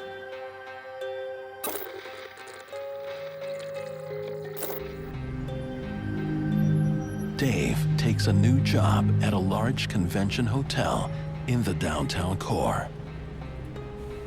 I was the operations director for the hotel. My general manager, who's also a dear friend of mine, she asked if I could step into that role. Working the night shift in the off-season gives the hotel an unusually quiet feel.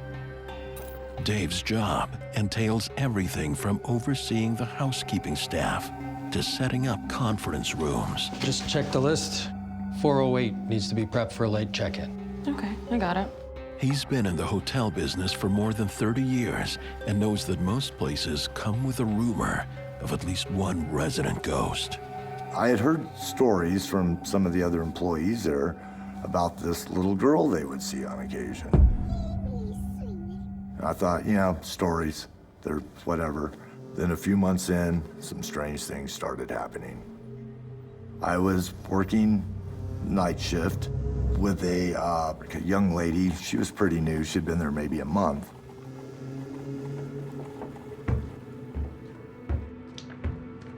There was a stairway there that went down to an office area. Well, she heard the steps coming up. Hello? She said it was like stomping coming up the stairs. Well, the thing is, nobody was down there. That was all locked up.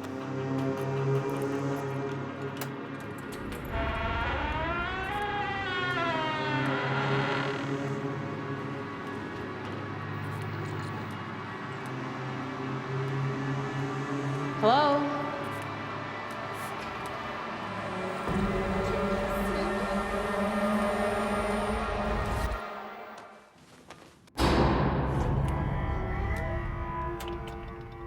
The housekeeper makes her way to Dave's office to report the disturbing sounds.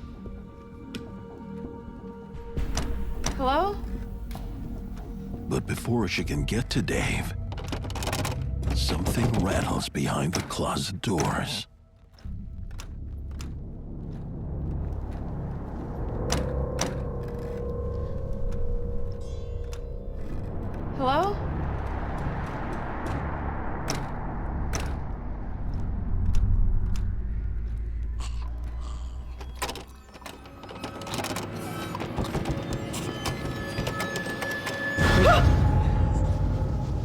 okay? Breathe. The closet was rattling. She said I heard the door shaking. She said I freaked out.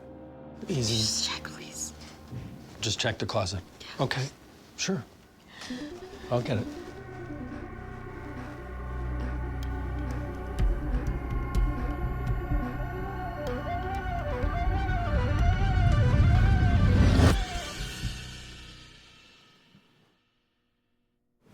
There's just boxes and stuff here. I heard noises in the stairwell, too. Okay, we're going to have a look at that, too. It's okay, we'll check it out. Come on.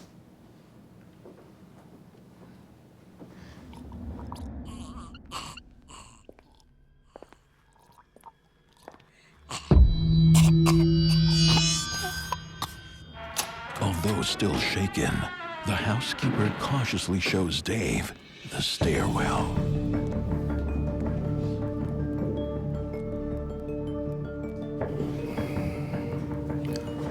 I don't see or hear anything. There was someone here. I heard it.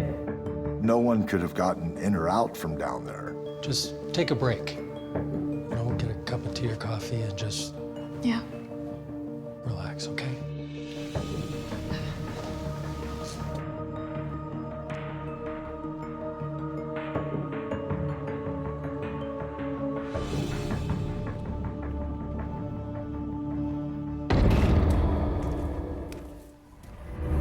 Dave doesn't have to wait long until he has his own strange experiences. I went back to work the next day, just everything is normal, and I was setting up for a convention. And I thought I heard something like a thumping. Well, the thing is, the room was all locked up. Nobody had been there since about 4 o'clock that day.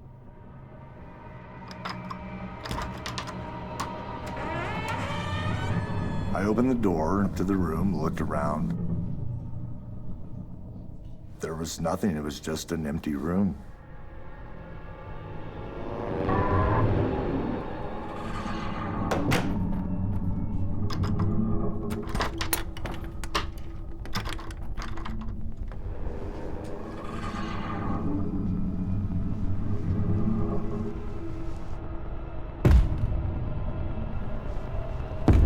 It happened again.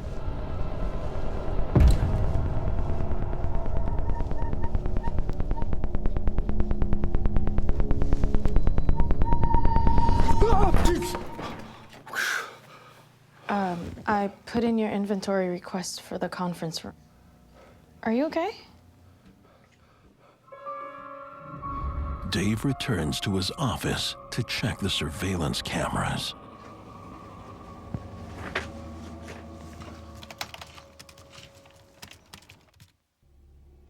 Nothing was ever captured. No one could have gotten in or out from there. Despite what has happened, Dave tries to take things in stride. I stayed on the job. I thought, you know, maybe there's something, maybe not, but you just kind of try to put it out of your mind, go on about your business and do your job. And then things really got worse. I was setting up a small breakout meeting room.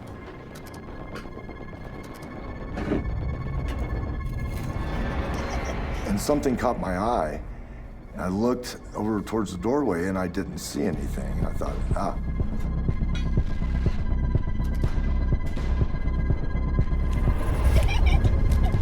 It happened again, but this time it's a little different.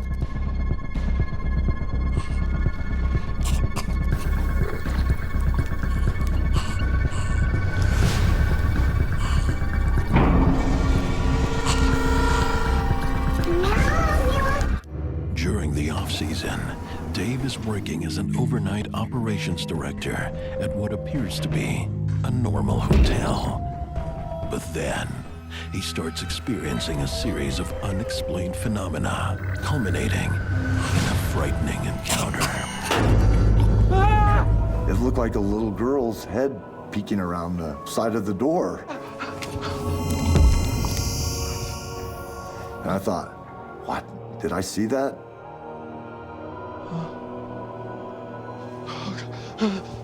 I freaked out. I just hightailed it out of there. I was so startled and just beside myself. Dave starts questioning the hotel's history and learns a little something about the mysterious entity. One of the rumors at the hotel is that a small child had drowned in the pool there.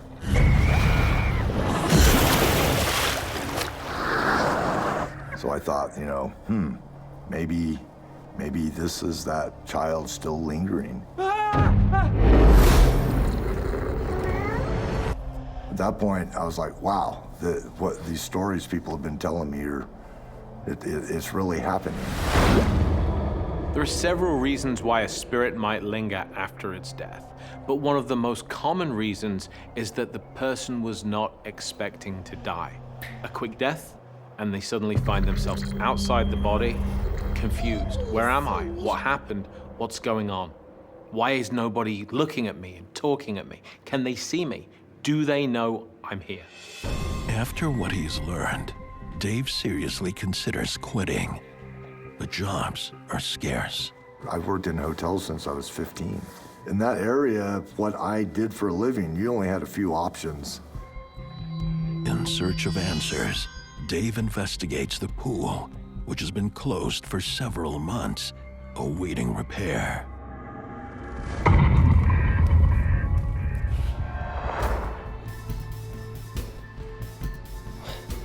There's the water on the floor on the pool.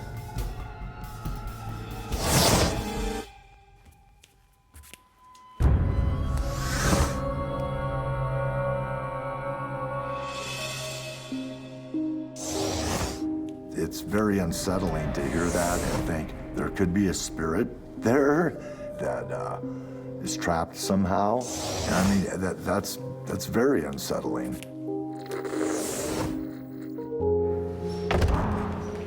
I have to see this. The housekeeper, she comes in and she's just totally freaked out. She had been feeding a family of raccoons that were living behind the housekeeping department. What is that? There's this video of these baby raccoons in a bucket. Now, she thought she had only taken a photo. Then the video goes black. Well, that's where she'd put her phone back in her pocket. And if you listen to the audio of this recording, a few seconds in, you hear a small child's voice. I want to play this video for you. You're not going to believe it when you hear it.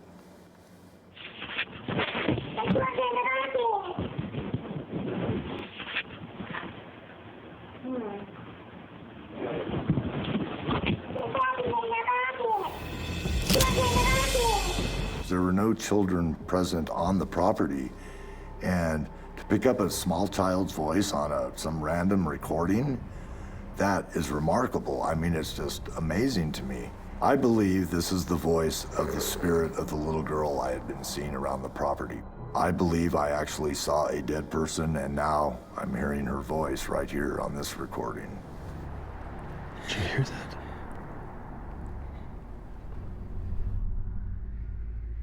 And she was very frightened, and I told her to go home. I heard the voice again. I looked.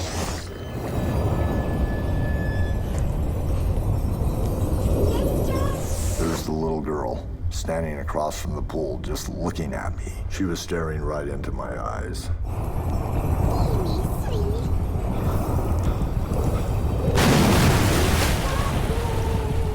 My heart about pounded out of my chest, just like instantly. Every hair stood up on me.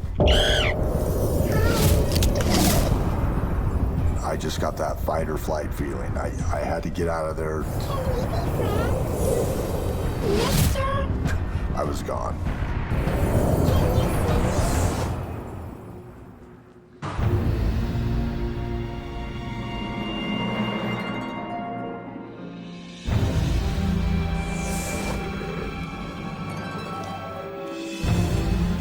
I retired from the hotel business. I was in it for 40 years.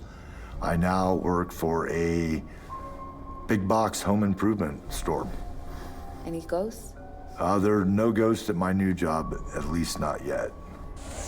I started out very skeptical about the others' claims of this little girl on the property, and now I'm definitely a believer.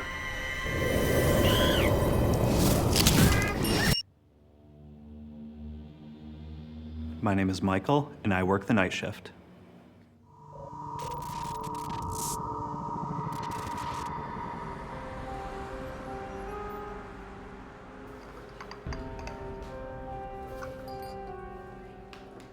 Since graduating high school, Michael has been working the dinner rush at one of the longest-running restaurants in his town. This restaurant was older. It was around for decades before I started working there. I worked my way up from dishwasher to eventually an assistant manager for the restaurant. And like many old places, it comes with tales of being haunted. I had spoke with coworkers about there being a ghost. There was a rumor that somebody had passed away in the restaurant. But there was nothing that I actually witnessed to make me think that was actually true. But that is about to change. Hello? Everything to our satisfaction?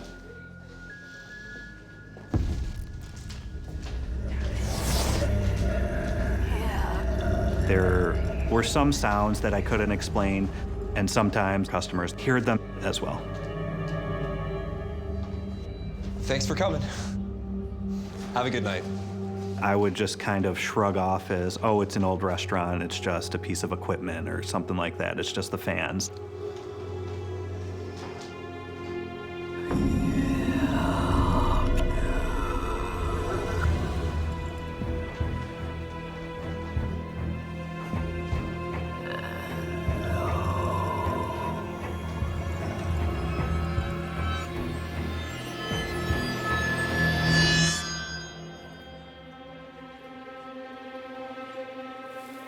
It was just something that I took as part of working in this building.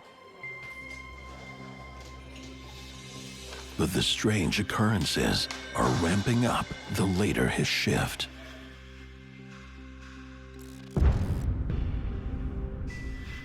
There were also definitely times where I felt like I wasn't alone. One of the first times I can remember feeling like I was being watched, I was in the office in the basement by myself. The time between 2:30, 3 in the morning is generally known as dead time, when paranormal activity is supposed to be at its heaviest.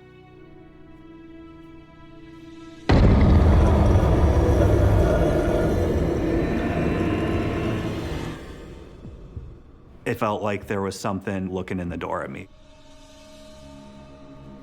All the cooks, the dishwashers, the bartenders, they had all left for the night, so it was me by myself in the restaurant.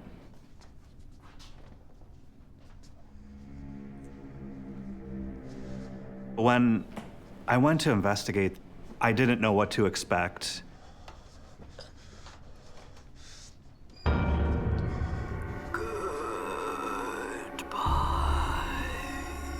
I could feel the hair on the back of my neck stand up.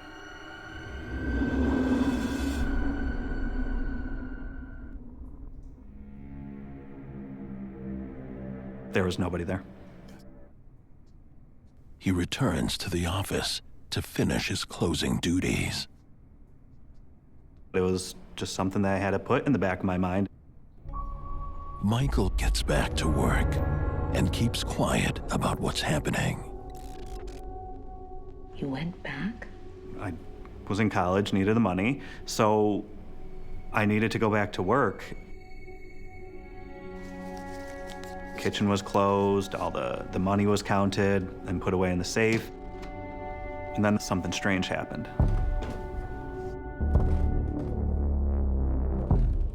I could hear clear footsteps above me. The office was in the basement, and the banquet room was above it.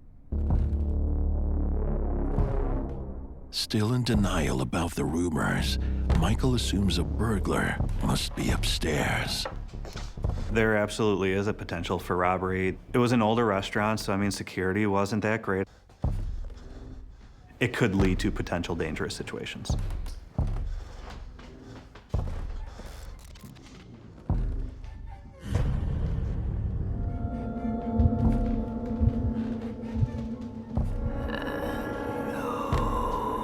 I peek around the corner to see if anybody's there.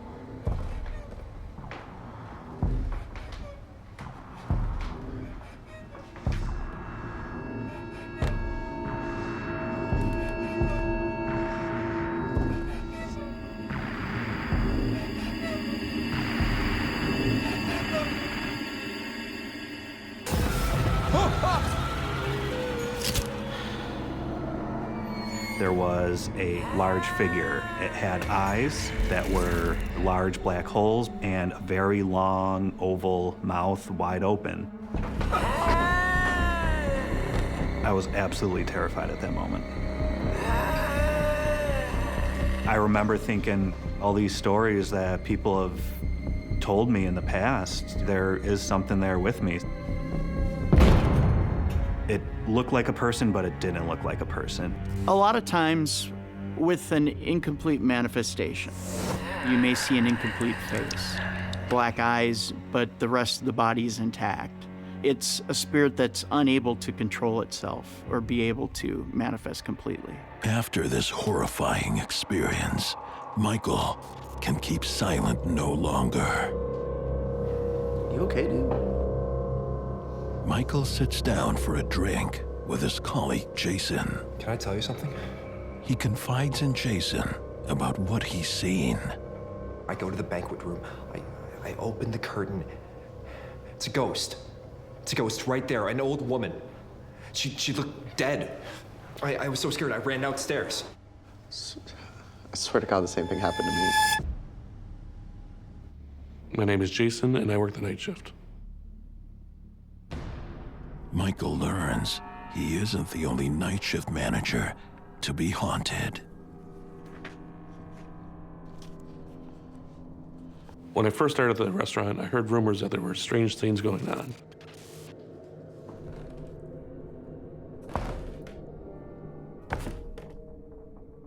And I heard footsteps.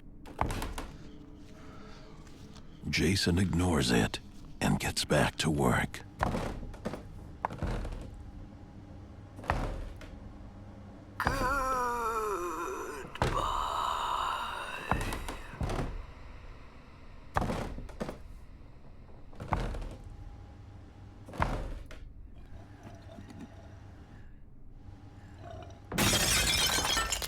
I heard what sounded like a huge stack of plates just crash to the floor. That's when I knew that it wasn't alone. Michael is working the closing shift in a restaurant known for being haunted. After a frightening encounter, Michael discovers his co-worker, Jason. I swear to God, the same thing happened to me. Has a terrifying tale of his own. I thought I was getting robbed. We had a large cake knife that we didn't need anymore, so we just stored it in the office. So I grabbed that to defend myself. I went out to try to investigate. I tensed up. Somebody there? My adrenaline was pumping.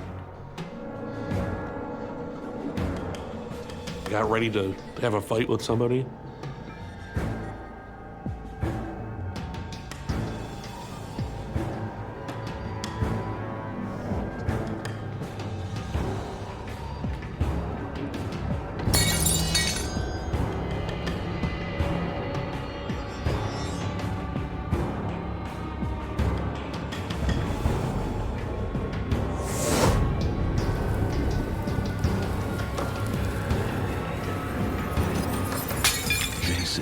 Searches everywhere. No fallen plates. No anything. I could not find a single thing wrong. Not one thing was out of place.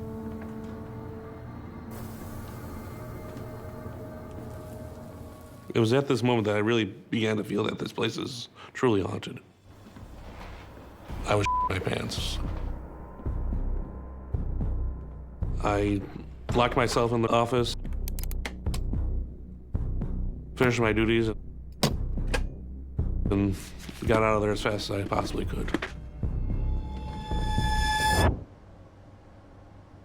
Jason's story confirms what they both suspected. We looked at each other instantly and knew the rumors were true. I have no problem admitting that it scared the out of me. That's really weird. But who or what is haunting the restaurant? There was a story of this one elderly woman who, during a baby shower, had a heart attack in the banquet room of the restaurant. That could have been the source of this paranormal activity.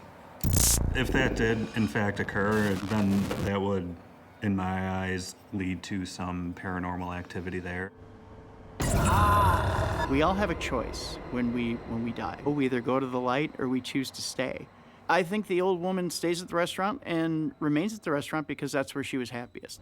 But for these managers, the nightmare is about to get worse. And there just happened to be a lull in the conversation.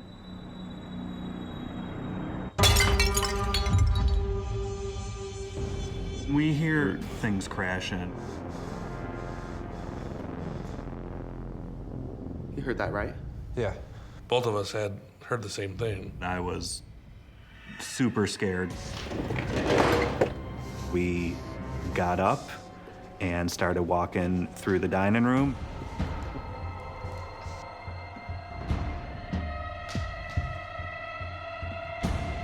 Let's get the hell out of here. Yeah, I'm with you.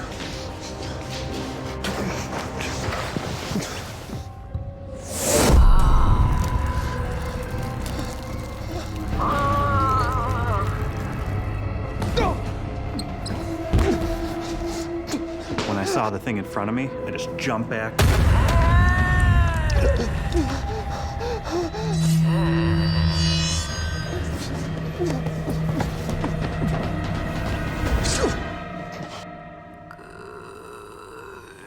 I could hear somebody say goodbye.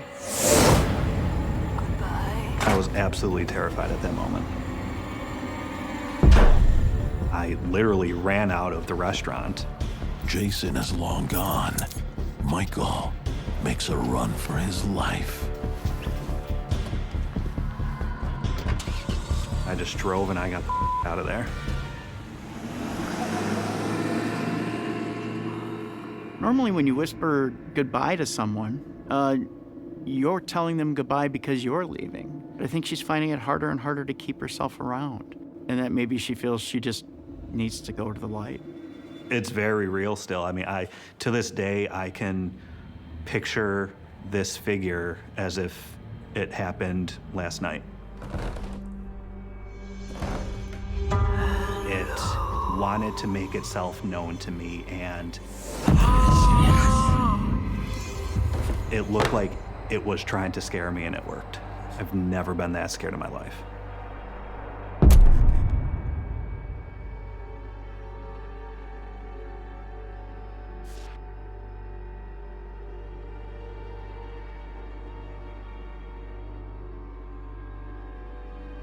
I'm a man of science, so I don't just jump to the unexplainable first. But I believe it is a female entity that existed in the restaurant.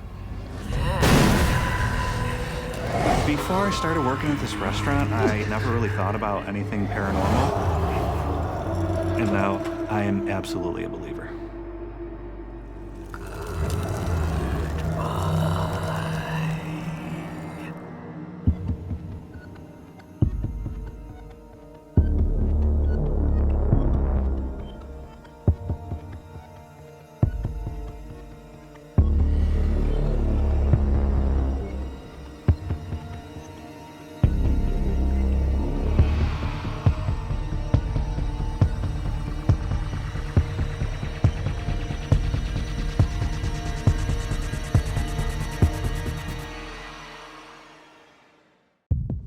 Working by yourself is not easy.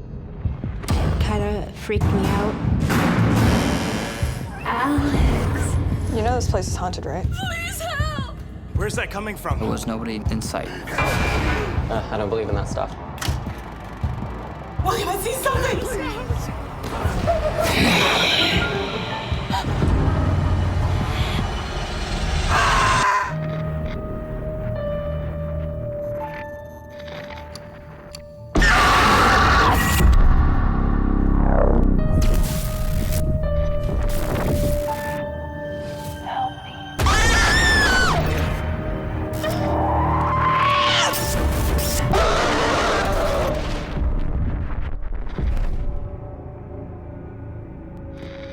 What you're about to watch is based on true events. Some details have been altered to protect confidentiality. I'm Alex Handy, and I work the night shift.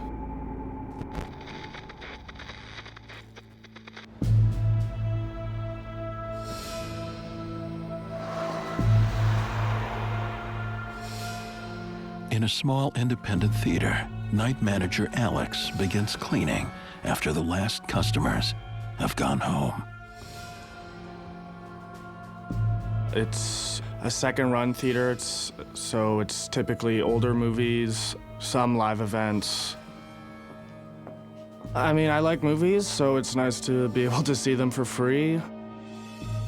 I just sort of do the general work that needs to be done. It's a dark place. It's kind of got a bit of a creepy vibe. It has the feeling of like one of those old theaters that you would like see in the movies. It's 1939. From the beginning, working the night shift has been a little eerie.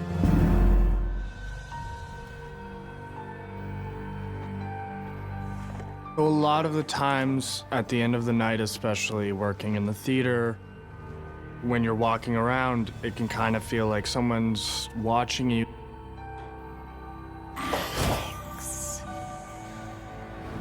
Like someone's, you know, in the room with you when you're the only one there. A place like that, you definitely hear stories, people, you know, hearing things or seeing shadows, stuff like that. I didn't really put too much credence into it. But the day shift worker, however, does believe. You know this place is haunted, right? I don't believe in that stuff. She told me that she was cleaning the bathrooms. And she was hearing like these weird noises, like banging sounds.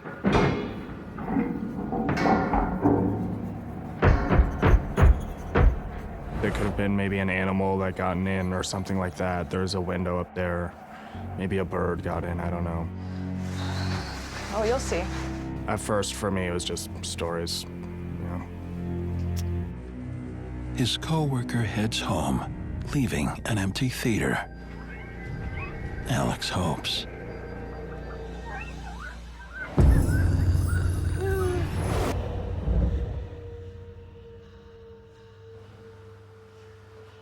I didn't believe fully in the paranormal before I started working at the theater. I just wasn't fully convinced.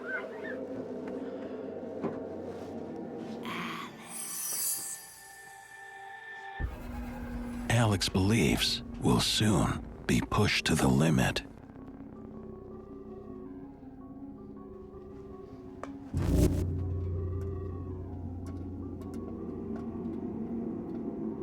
So I was cleaning up the concession stand. And I start to hear noises coming from inside the bathroom.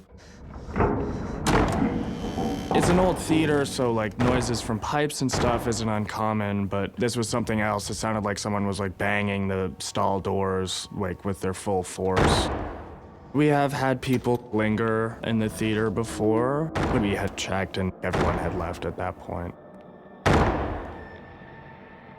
The same type of unexplained banging that had haunted his co-worker. Hello? Someone in there? This was loud. This sounded like someone intentionally making noise.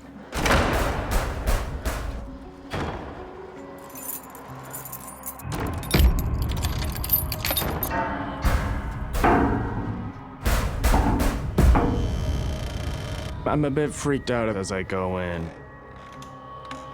But then as soon as I start to open the door, it just like stops. Everything just cuts off like right away. That's even a bit more creepy than even hearing the noise. I go in and I'm looking around the bathroom. I don't see anything, but there is this fog.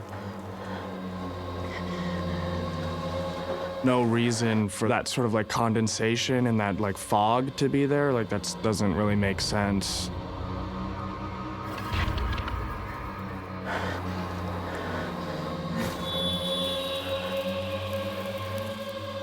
On the mirror, there was like kind of a foggy handprint, as if like, I don't know, like when you get out of the shower, if you were to like press your hand against the glass.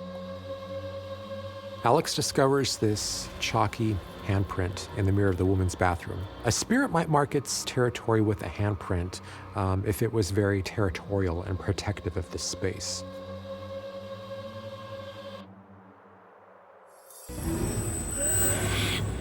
What the hell? Stay back!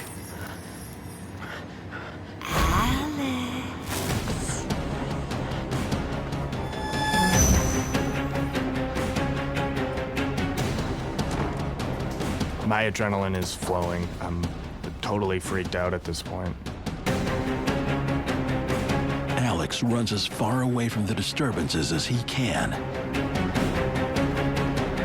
At that point, was able to sort of tell myself, like, okay, like, yeah, maybe you just heard something and it wasn't, like, it was just sort of in your head, was my way of sort of rationalizing my way out of it.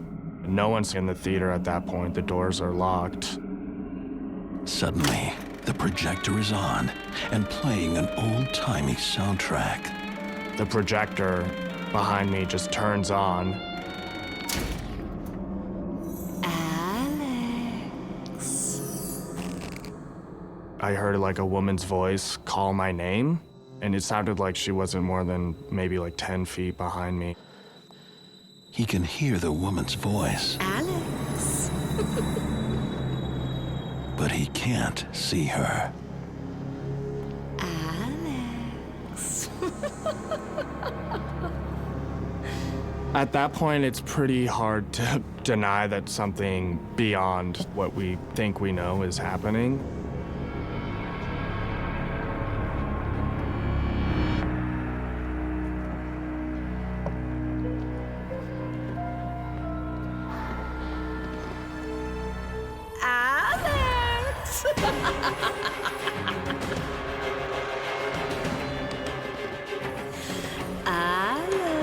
What Alex sees isn't of this world.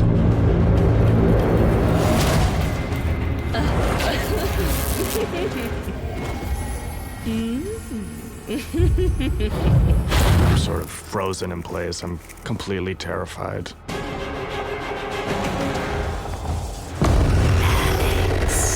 Night manager Alex is partway through his shift at a historic movie theater, rumored to be haunted.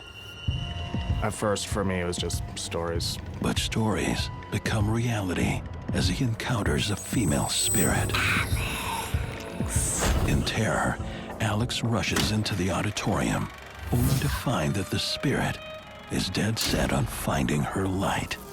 Alex. I just see this figure standing right across from me, and she's just standing there still. I'm totally freaked out at this point. Alex. My adrenaline is like up to here, it's at the top. Alex. Alex.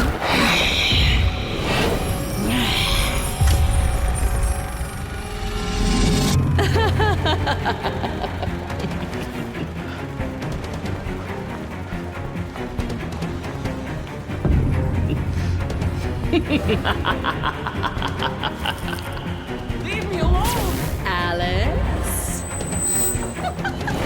At that point, it's like, well, either I'm completely out of my mind or this is something paranormal has happened. After coming face to face with the apparition, Alex now believes the tales about the Empress are true. The Empress was an actress and the former owner who died in a tragic fall. And it's rumored her spirit won't leave the cinema. I don't really know how to process it at that point. The spirit that Alex is dealing with is an intelligent entity, which is an entity who is aware of the living, who is able to manipulate objects in its environment, electronic devices, lights, make sounds. There's potential for danger depending on the frequency and the escalation of these spirit experiences. What looks like a woman might actually be a wolf in sheep's clothing. It's trying to manipulate us, to entice us, to come closer so it can absorb our energy. That energy still has a hold on him. Start to hear noises coming from the bathroom again. I have to check this out now.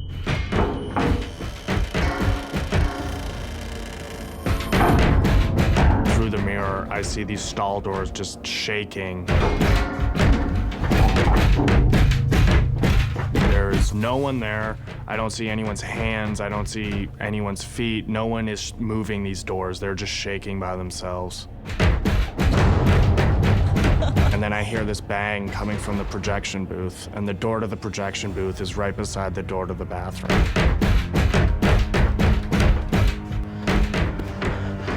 I'm pretty rattled at this point.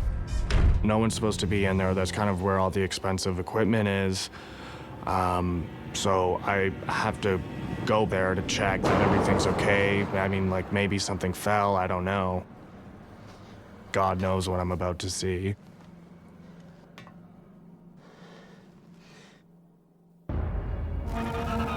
It's as though the Empress is luring him to go upstairs. Alex.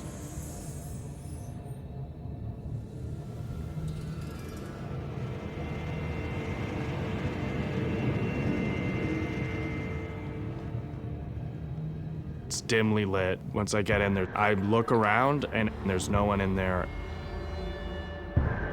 As I'm sort of have my back turned to the projector, all of a sudden it just shuts on.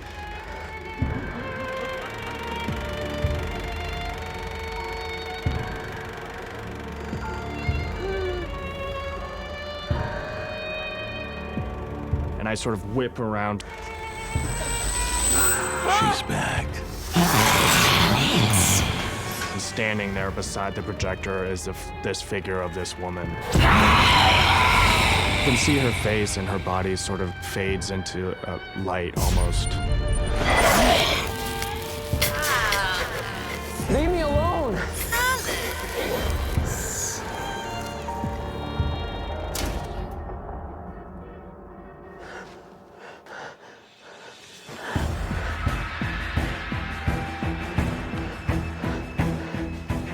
That scared the living hell out of me.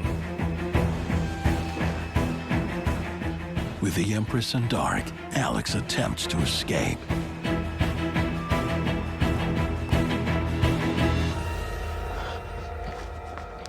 I'm in flight or fight mode. I'm ready to just leave the theater. Once my wits start to come back to me, I've got out of there as fast as I can and just like completely freaked out. Alex may have left, but the Empress has not. You went back to work? After I saw this apparition, things calmed down. Nothing to the extent of what happened at that night, no. I'm definitely someone who thinks that the paranormal does exist. I'm someone who's experienced it. And once you've experienced it, it's kind of hard to go back to the way you thought before. So yeah, I'm definitely someone who believes that these sort of things can happen. So how are you feeling now that it's over? Just coming to terms with the fact that, like, oh, this happened and this is sort of like, now you know that this sort of thing can happen, and yeah, it's definitely a shock to the system.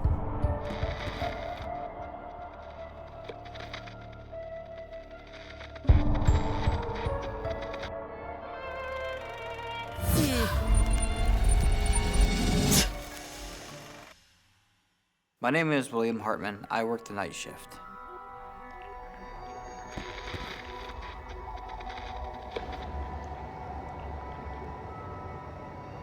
Fresh out of high school, William lands a job as an overnight security guard at a factory. I was excited to get this job because I want to get into law enforcement. The factory itself is large. It has a lot of history. It was built in the 1900s. It was an old tractor factory used during World War II. The building survived a massive fire. When I was first hired, I was told this place had a lot of turnover. The reason why was because there was things that was going on at night.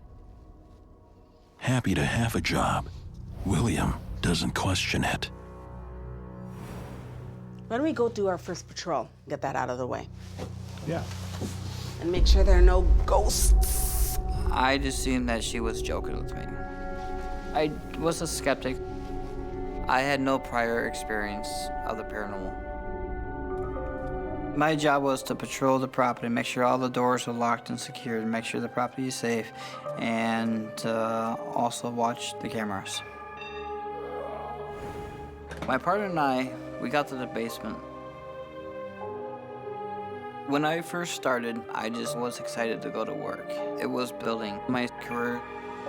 But it doesn't take long for William's excitement to change. This place is creepy.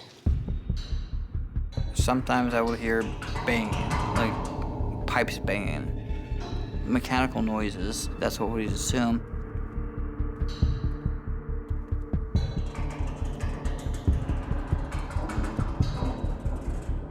But then, we noticed that the lights were flickering. I just assumed that the power of the place is just bad. Hello?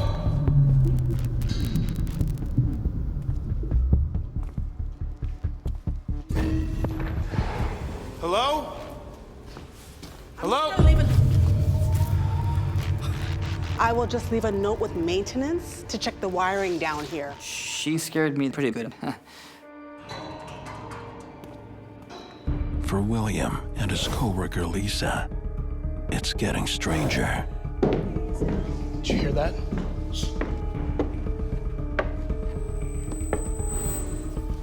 Strange stuff started happening. We did hear footsteps in the factory, but nobody should have been there.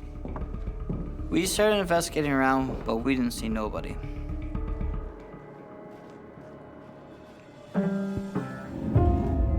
What's that? Suddenly, I heard this piano playing.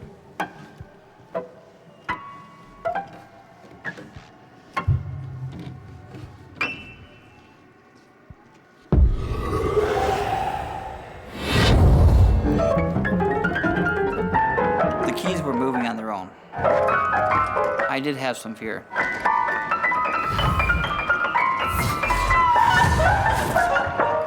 Why is there a piano in a factory? I don't know. It was an old piano. Nobody's sure why the piano was there. William struggles to find an explanation for the piano playing. I'd assume it was rats or some type of rodents going inside the back of the piano. And then when I opened the back of it, there was nothing in there to make the sound of the piano. I was shocked. It stopped playing. And then we continued further down the hall, and then it started playing again.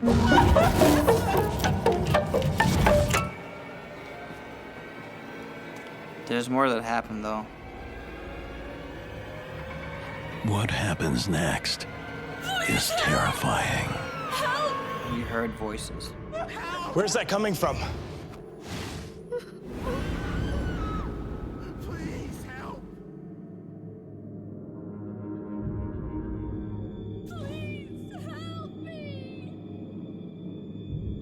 We can faintly hear someone screaming, "Help!"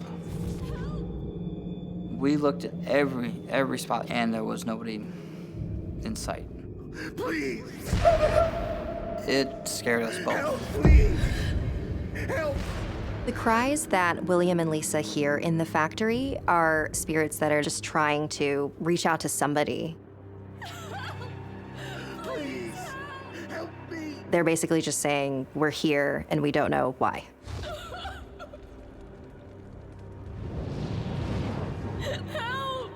Why not leave the floor?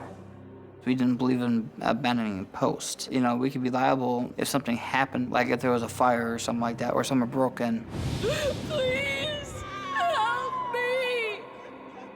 I looked around. I didn't see anything. Hey, you check the monitors. I gotta keep searching. Please.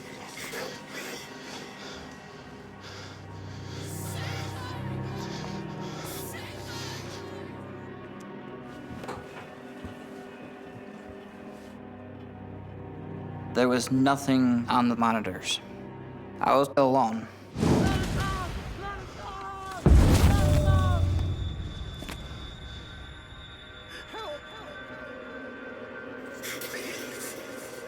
I can feel a strange presence. Suddenly, the voices were coming from everywhere.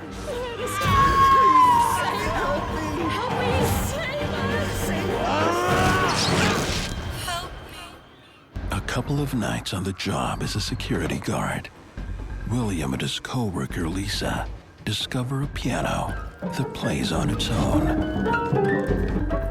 And then, unexplained voices from the empty factory. But worst of all, William is attacked. I felt pain. While protecting the factory, he has become prey. I had scratches on my arm. They were like right here, on the bottom of the part of the arm. There were 3 scratch marks. I couldn't figure out how that happened. I was freaked out. It's very likely that there are a lot of different types of hauntings happening at this factory. The scratch marks are probably from a demonic entity. William rushes to the safety of the security office and shows his partner his scratches. You got this? She was scared, very scared. I knew something was wrong. Lisa reveals that she too has experienced something frighteningly familiar.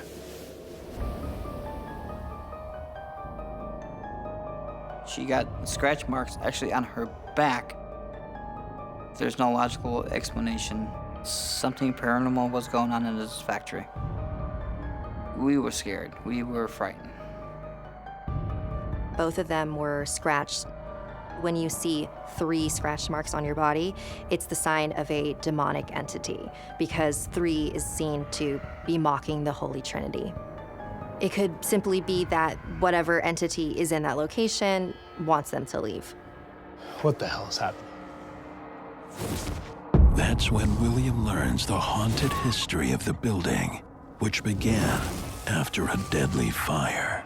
People had died in the facility back in the 1900s after World War II. There was only one exit of the building, which caused an issue. Because of this, people were trapped and burned. The rumor was that their spirits are remaining at the building. A lot of times in haunted locations, these hauntings occur because the spirits are confused. A lot of the times they don't understand that they're dead. It appears the spirits desperately want William's attention.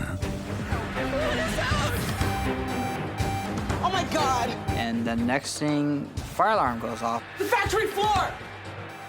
I rushed over to see what was going on. Lisa stayed in the guard shack by the monitors. But there is no fire. The pull station had been pulled.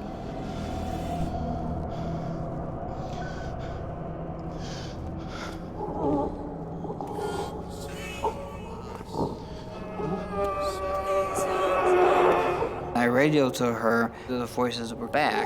I can hear them, but I can't see them. I can't see anything. William, I see something! I turned around. I didn't see nobody. There's nothing here. There's something behind you. I know she's not gonna lie to me, so I was freaked out. William! I felt there was very, very high energy there. The energy manifests into something beyond belief. What I saw scared the daylights out of me. William, get out! I got out of there as fast as I can.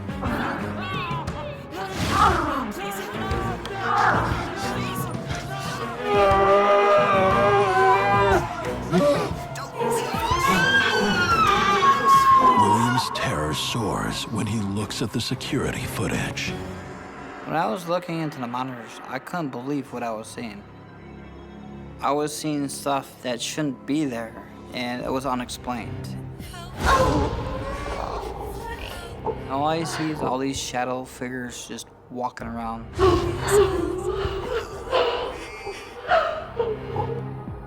Who do you think those shadow figures were? I believe these people were spirits of those who died during the factory fire. I was terrified. William can't protect himself or the factory from the paranormal. Me and Lisa just left that place.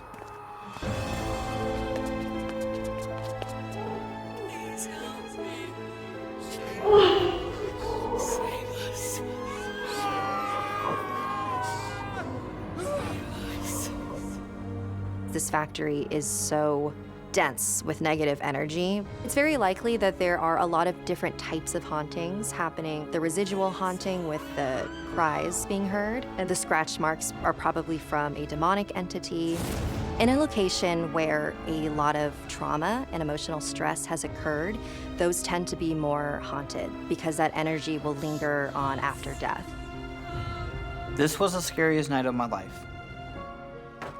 I was glad to leave that job forever. After these events, I became a believer. I'm a big believer in the paranormal. Let us out!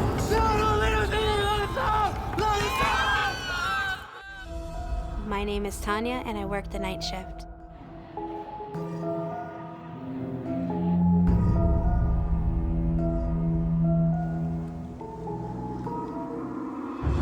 I was 18 when I started to work at the arcades.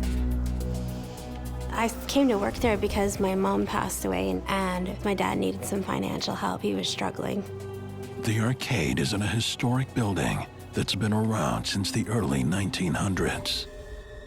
There are rumors that a female spirit lurks in the shadows. Like most people say, seeing and feeling it for yourself is like believing. And I was the same way for a long time until activity started happening.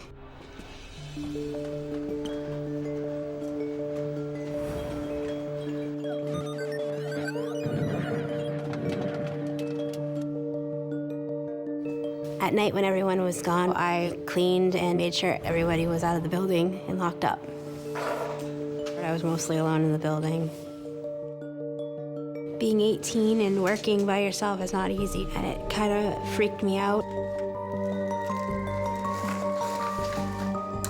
A month on the job, Tanya works in solitude on her shift until one unusual night. I heard footsteps, so I thought it was a customer, and I went to try to check out and investigate what it was.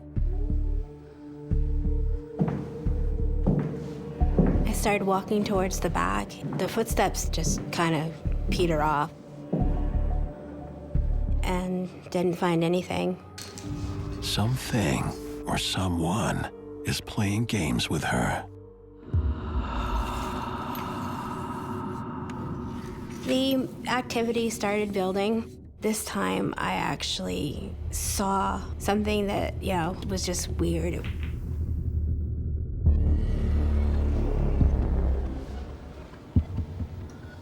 There were 3 of the balls stacked in the pyramid.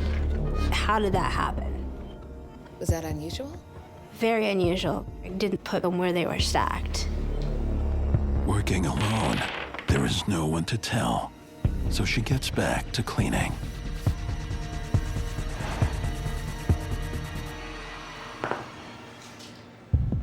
They were stacked again.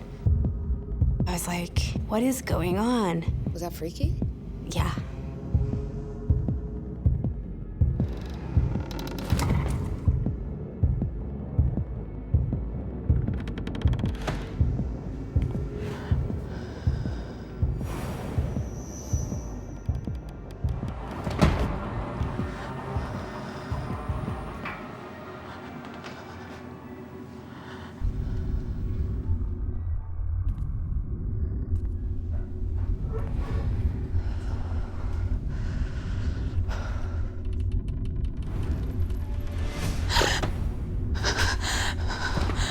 All the toys on the shelf flew off.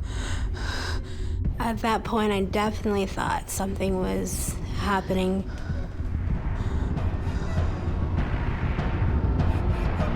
And it seemed like it was kind of centering around me. There was something, some activity going on there that is beyond, my control. It didn't feel human at all. I believe that what Tanya is experiencing is a poltergeist, classic poltergeist. They can be very dangerous. This spirit might be acting out because it needs to be heard. It needs acknowledgement. All of a sudden I heard bang, bang, bang. And I'm like, what is that? And then I heard bang, bang, bang even louder. I'm like, okay. So I went to check throughout the building to see if there's anybody else in the building with me, and there was no one there. And as I'm checking, the banging is progressively getting louder and louder.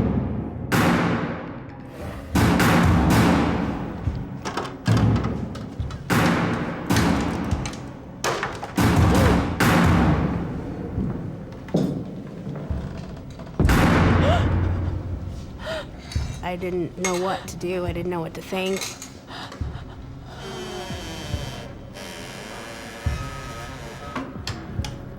I was scared.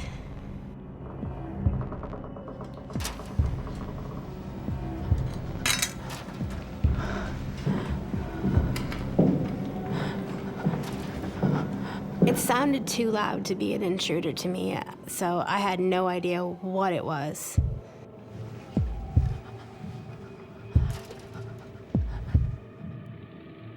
Tanya. Next thing you know, I heard Tanya. I'm looking around who said that? And that's when I realized there's something with me. Tanya. It was a female voice whispering my name. Tanya. Tanya's job at an arcade is anything but fun and games, and she senses that something is toying with her. I heard somebody whisper my name. Were you scared? Oh yeah, very, very scared. I had no idea what it was. Tanya locks the attic door, hoping to trap whatever it is inside. Tanya.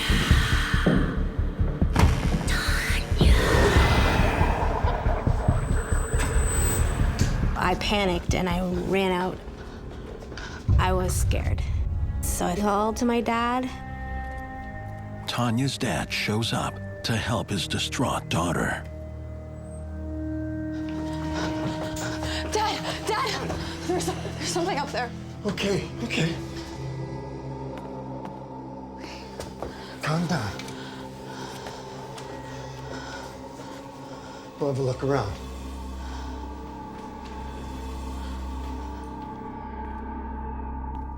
My dad didn't find anything. Look, Tanya, you don't have to stay here. It's okay, Dad. I just got spooked. Tanya puts on a brave face for her father. She knows the job is too important to lose. She can't resist the rumors about the building and its former owner anymore. I did some research, and I found out that the former owner did not want the present owner to have the building. After her death, against her wishes, the sale went through. The manager did a lot of renovating in the building. Anytime there's a renovation or a restoration of a property, there is a lot of psychic residue that's being stirred up. The former owner loved the way that the building was the way it was, and I guess with all the upgrades probably upset her. I believe something awoke.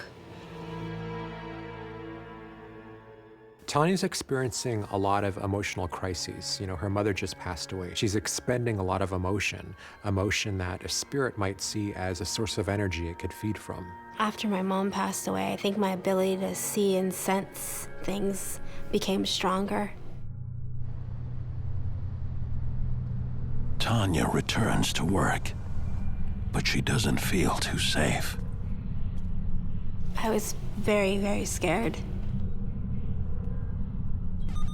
You went back? Yes. And things started getting even more worse.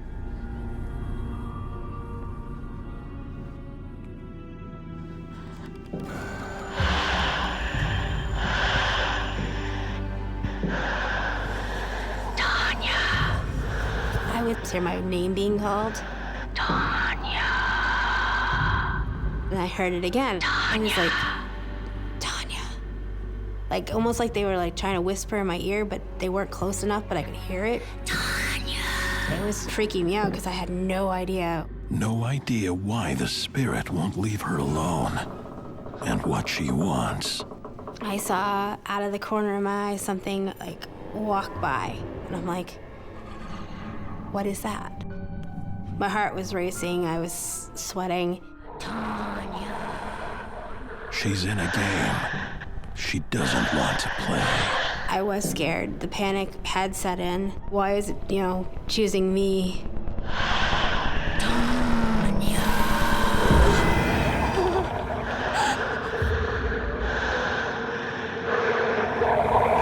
I saw a full-figured apparition.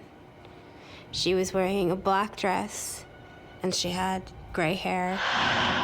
She was just really upset, didn't want me being there. The lady that I saw was the former owner.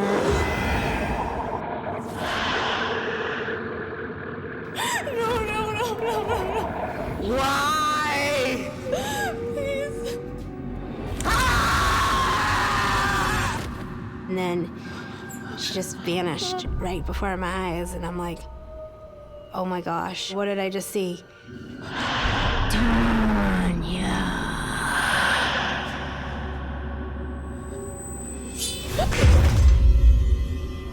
All of a sudden, I heard this sound go like whizzing by me. And at first, I didn't know what it was until I looked on the floor, and it was a knife about like that big. It flew by my head. If I had been standing a little bit closer to the left, it probably would have hit me. Thank God it didn't. She was trying to hurt me. And a knife came by. It felt like it was threatening my life. She was like mad at me. I don't know why. Don't know what I did to her. Leave now!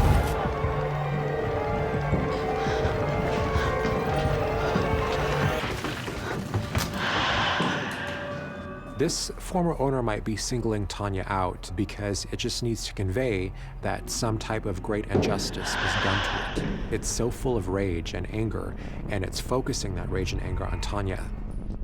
Tanya is in danger.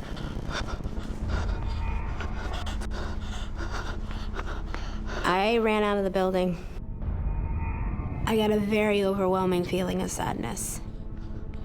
It was so strong and emotional that I couldn't really, handle it. The past owner, on her deathbed, threatened that if the present owner got the building, she would come back and haunt it, and I believe she did. And then I think because I was the first person in the building that season, it decided to take it out on me. It freaked me out to the point where I never wanted to go back to that place. It was just scary.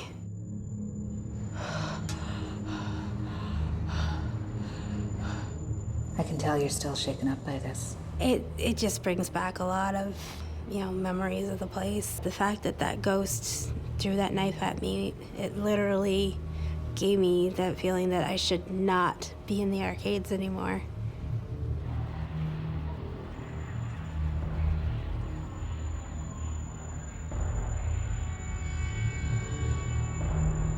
Do you believe in the paranormal? I definitely believe it now. I definitely don't want to go through that ever again.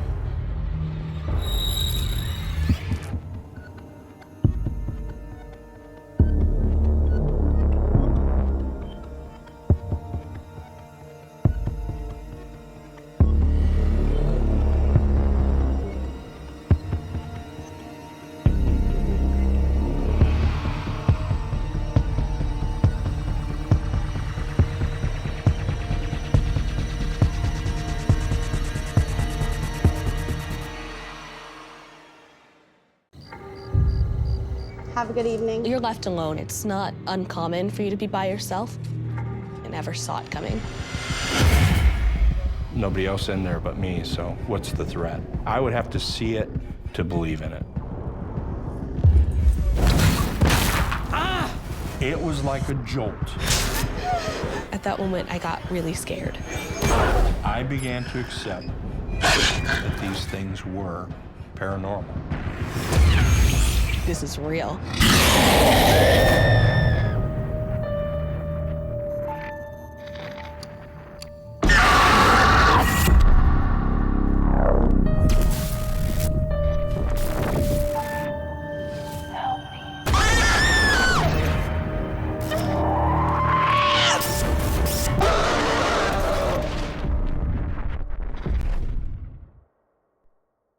What you are about to watch is based on true events.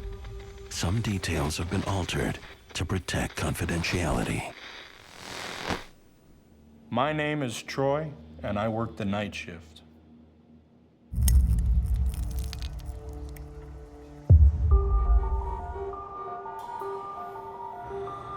I had worked for 22 years as a police officer in the military. Multiple deployments to Afghanistan, Iraq. Troy officially retires from the military. He begins a new career, working as a security guard. When I retired, I was looking for my next thing to do, and an opportunity came available to work in a museum. After just a few shifts, Troy learns the museum may hold more than just artifacts. When I started working there, many of the other guards pulled me aside and they said, hey, you know that place is haunted, right? Something even the floor manager seems determined to convince him of. You know the place is haunted, right? Okay. I was like, no, I would have to see it and hear it to believe in it. There's a lot of strange stuff that happens around here. You'll see. There's a reason I don't work the night shift anymore. Okay, whatever, you know. You can believe that if you want. It's a building. That's it. You have a good night. Yeah, you too. I was working the evening shifts. It would close at 5. It's an empty building after that. There's nobody else in there but me, so what's the threat? Troy starts his first patrol of the night. Our job was to go around, make sure all points of entry were secure, and make sure all offices and doors were secure.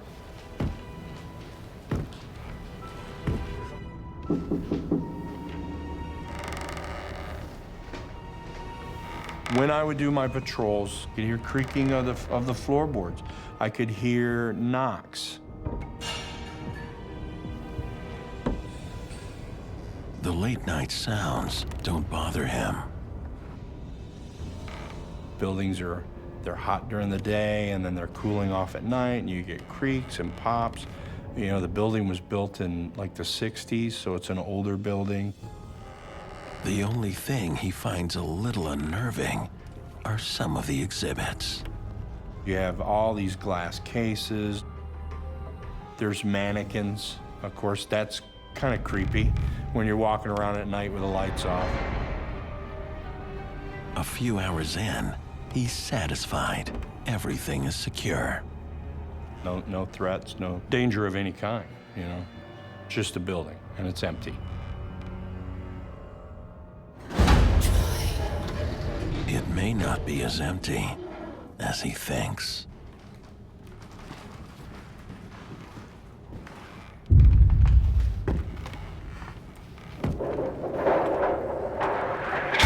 As I turn the corner, I hear a door open and close. Troy finds the freight elevator door open on the exhibit floor. Hey, is anybody else up here?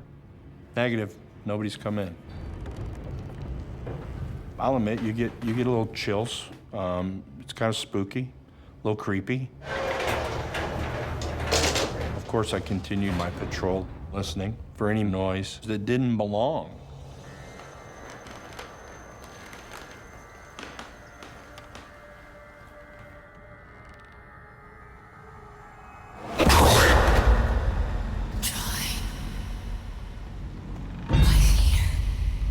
I started noticing things that were just not normal.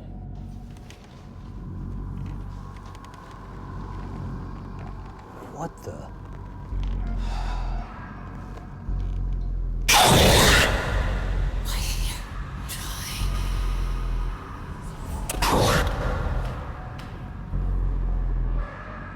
Maybe I'm just hearing things, you know, old buildings and echoes, and maybe somebody's outside and the sound is carrying. I don't know. Empty building, no danger. From being in the field and being trained for night operations, I understand how things that are fixed can look like they're moving. You know, those are all things that we were trained to deal with. Thinking it's just his mind playing tricks on him, Troy takes a break.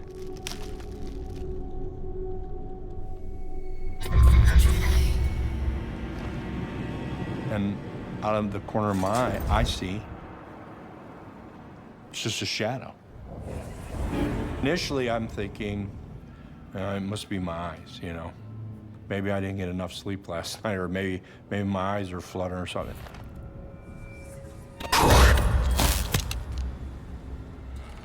And as I sit there further, it happens again. I see another flash in a different area. I'm thinking somebody's in the building with me, and they're not supposed to be here at this time of the night. Continue to scan the room. I continue to listen for any movement or noise. Is there anybody here? Well, there's nobody there. Maybe somebody's hiding.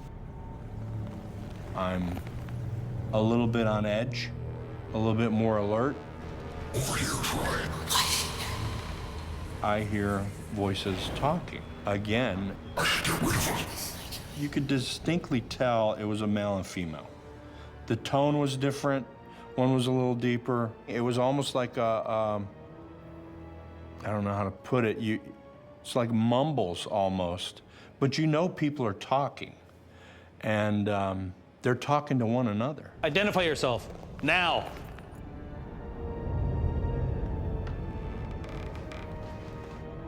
Nothing.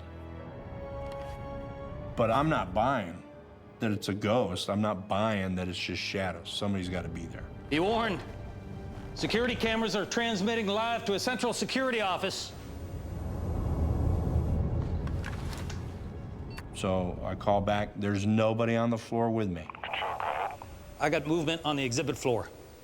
I'm seeing things. And the call comes back. That's a negative. You're the only one here. Roger that. Troy can't shake the feeling he's not alone. And then I would hear the voices again.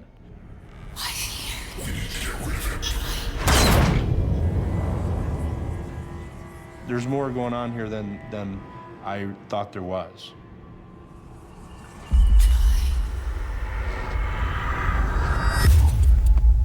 When that flashlight went off, it startled me.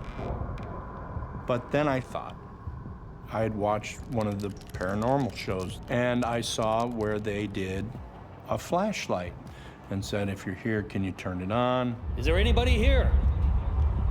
If you are, turn this light on.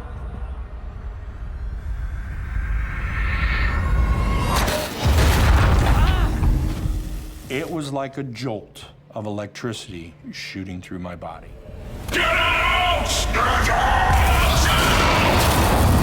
While on night patrol at the museum, security guard Troy is beginning to believe the rumors.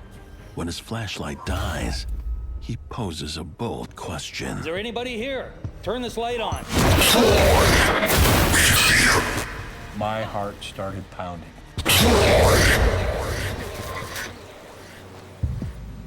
Suddenly, it was gone. Museums become the collections of haunted objects from different time periods. Honestly, I think the apparition meant to communicate with Troy, to let it know that it was there, that it was part of the museum, and that it probably wanted to tell its story. Are you thinking this is sort of messed up right now? Yes. This is messing with my head. There's something going on in this museum, and it's not normal. You can't make sense of it. These things shouldn't be happening. Seeking to verify this alarming experience, Troy returns to a security station to check the cameras. The camera looked down over the exhibit floor.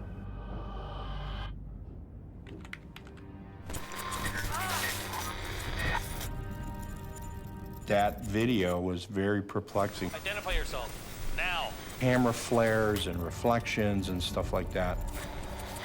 I can't find anything. There's nobody there.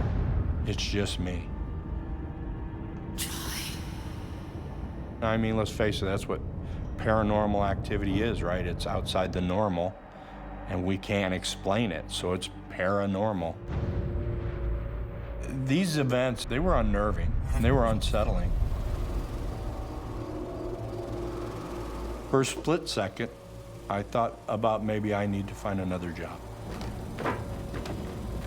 But I was a career military guy, and that stuff is not gonna scare me off. I was gonna do my job. The next night, he asks the floor manager. Hey, Troy. For some answers. What's going on? You gotta tell me. Why? I was alone here last night. I saw some really weird stuff. And I asked him, have you ever had people see shadows moving around? Yes. Has anybody ever heard their name being called? He did acknowledge that yes, in fact, other people had reported the same things. They say there are two spirits really attached to this place. I was here by myself one night. The manager then reveals his own harrowing experience.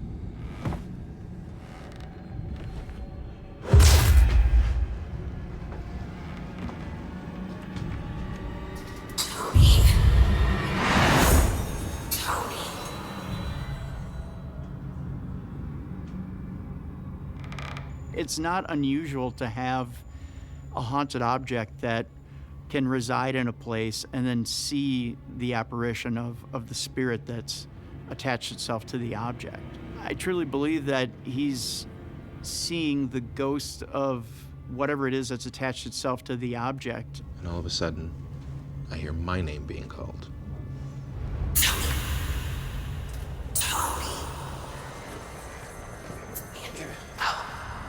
If someone's there, show yourself. This place isn't normal. Many people have reported encounters with a male and female spirit, clothed in American Old West attire. I didn't believe you, but I do now.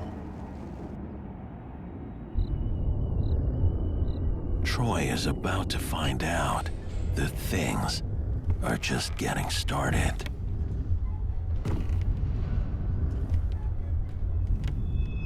Smells and noises and shadows and voices and people talking.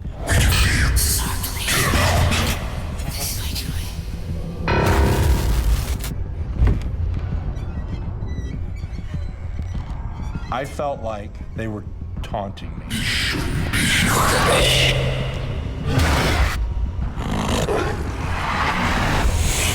It was as if the artifacts themselves were coming to life. I will admit, in that moment, I was scared. The wee hours of the morning find Troy back in the main exhibit hall. I was alone, it was dark, it was quiet. And then I heard.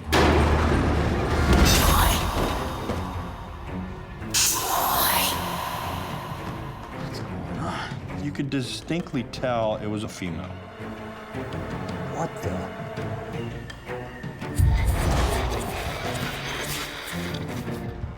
Nobody's there. Heart was pounding faster. You can feel it. It's a physical reaction to what's going on.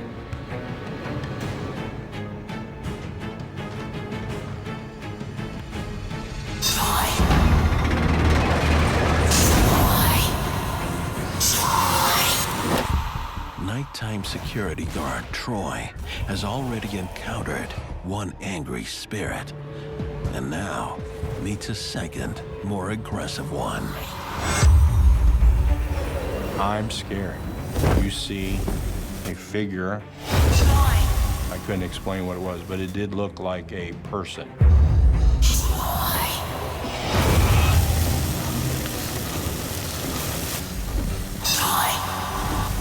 Troy races from the building. On the drive home, I would think of how to deal with what had happened to me, or what I had seen, or what I had heard. This is outside what I know, and I have to function within this environment and not take anything home with me. That was the big thing for my wife. Do not bring anything home. I think in this case that spirit is attached to the location. And I'm not surprised that the spirit connected with Troy. Troy is around all the time. Troy decides to take matters into his own hands. Okay, we're gonna get these computers set up over there by the TV screen. We're gonna use that as our security footage for today, okay? He gets permission for a paranormal team to investigate the museum. We're gonna set up cameras and microphones in places most likely the spirits are gonna congregate. That way. Follow me. It became more of a quest, really, to figure out, without a shadow of doubt, what was going on. Just a little bit higher. It became my own personal validation. I needed to validate for me what was going on.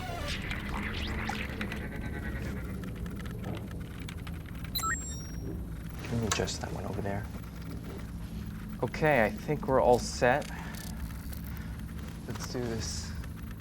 I was on duty for the investigators because we have to maintain security of the floor.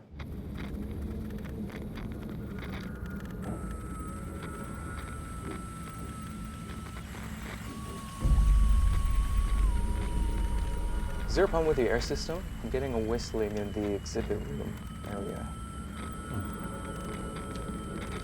I can check. Like this.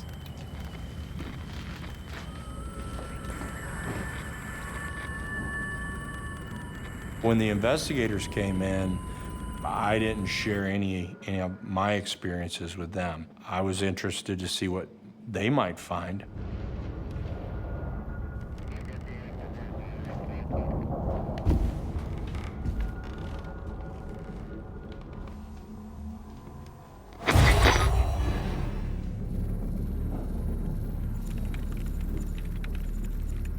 I was on edge at this moment.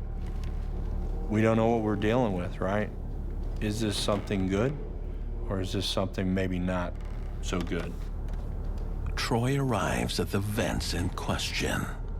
And there was no whistle, you know, no air, nothing with an air duct that would make a whistle or anything like that. It's all clear here. Roger that. It's all good here.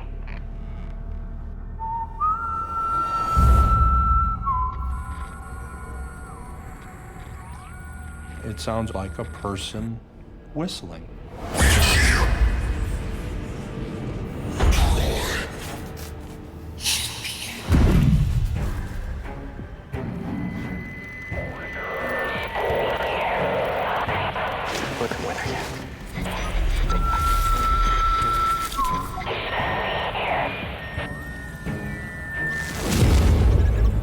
Troy, I just saw something move.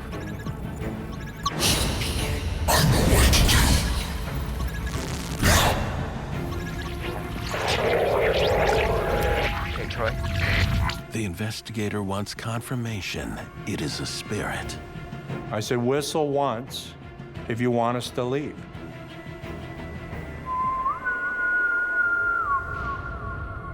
And it was a whistle, very loud in my ear. I'm over here. Why are you here? Council offices are finished. I freaked out a little bit. I felt like, yeah, they want us out of here. Troy, ask the spirit, have you ever walked the face of the earth as a human being? Have you ever walked the face of the earth as a human being?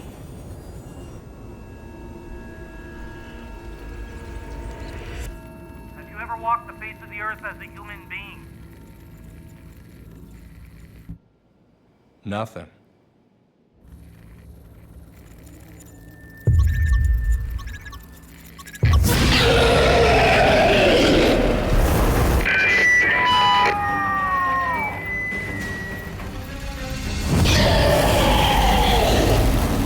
And it came back crystal clear in a deep voice. No.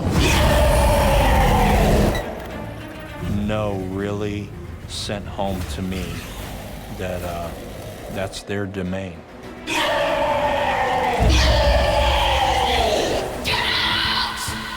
The hair on my neck stands up. This was not a kind, warm, welcoming voice. It was a demanding voice. It was a powerful voice. I heard that voice. That scared me.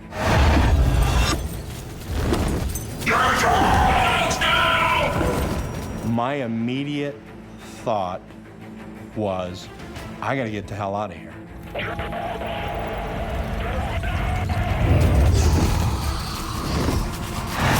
What are they capable of? What could they do to us if we intrude too much? Get out! Get out! I had that strong fight or flight, and I wanted to flight.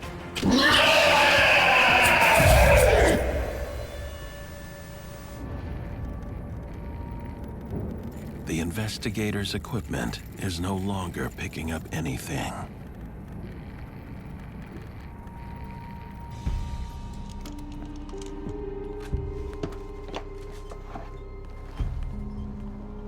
I think we got everything we need tonight. Thanks for having us. These events opened my eyes. My belief system has changed a lot. I think as you're younger, you probably don't tend to think about life and death too much. Obviously, as we get older, or as I've gotten older, I start thinking more along those lines. These paranormal experiences have altered my belief system. I've become way more spiritual, pretty egocentric to think it's just us. I think there are things going on in the world that we just don't have a clue. A short time after, Troy and his family move away. I wound up having to leave that job, but the museum's still open today.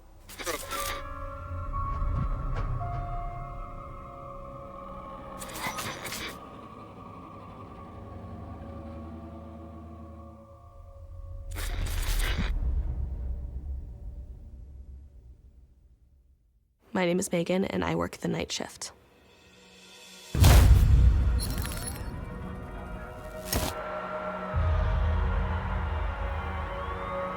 I worked the night shift at a fast food restaurant.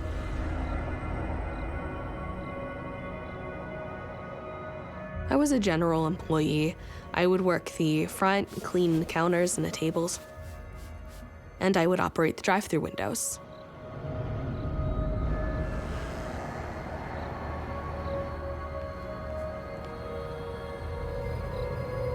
18-year-old Megan works the overnights alone. We were in a pretty suburban area, so it was pretty quiet. Thanks. Have a good evening. At night, it's not busy, so you don't need that many people, particularly for overnight shifts. You're left alone at the restaurant a lot of the time. It's not uncommon for you to be by yourself. This doesn't bother Megan. It was a normal restaurant. People joked that it was haunted, but I never saw anything. I never expected anything to happen. I'm a skeptic. If I can find any way to explain it, I will explain it. Her shifts usually go by smoothly. I'm a very quick worker, and I'm very upbeat and positive, and I get things done very quickly. But on one late night shift, strange things start to happen.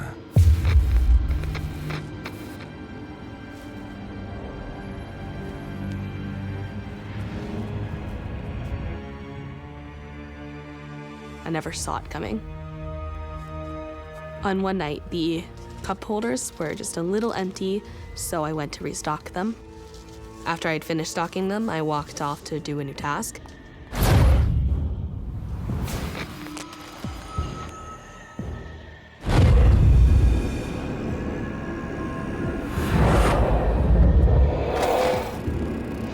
What the hell? All of the small cups flew out of their sockets and made a huge mess all over the floor.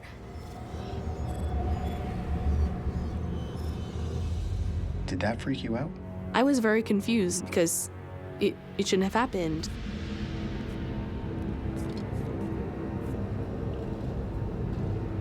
For a split second, I thought someone was pranking me, but I was by myself. She brushes it off and gets back to work.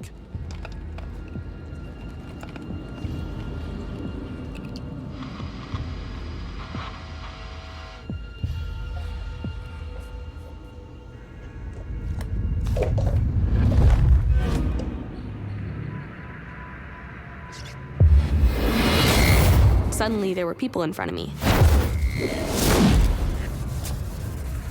It startled me and it made me jump. Oh, I'm sorry. I didn't hear you guys come in. Would there be a noticeable noise if someone had entered the restaurant? You can hear the click as the door opens up from the doorframe. I didn't hear the click. 2 large coffees to go. Black. I'm gonna have to brew a fresh pot. Do it. Hurry up. Go ahead. They did seem unusual from most customers. He had a little bit of a scowl on his face. He was a little angry, and the women looked really nervous.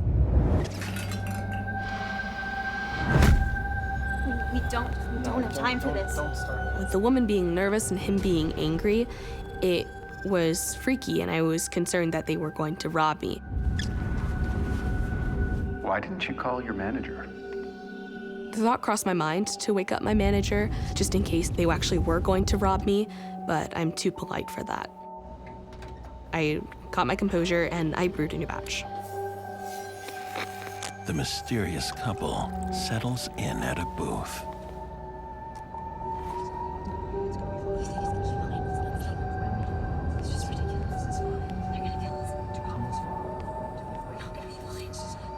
I brought the change with the receipt to the table. So sorry about the wait, guys. Here.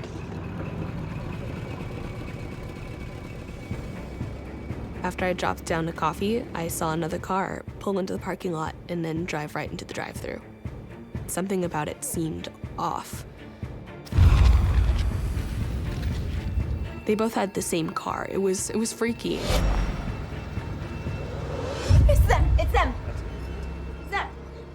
When she saw the car, she gasped with a whisper shout going, "Hide!" I was confused. Is this car following them or something? Where are they going? Looks like the drive-thru, but it's closed. It was odd that this car was going through the drive-thru. I had no idea why they picked drive-thru instead of just parked and came in, especially since we closed the drive-thru at night. Tell me what they ordered. Tell me what they ordered. The man told me immediately, "Tell me what they order." Okay.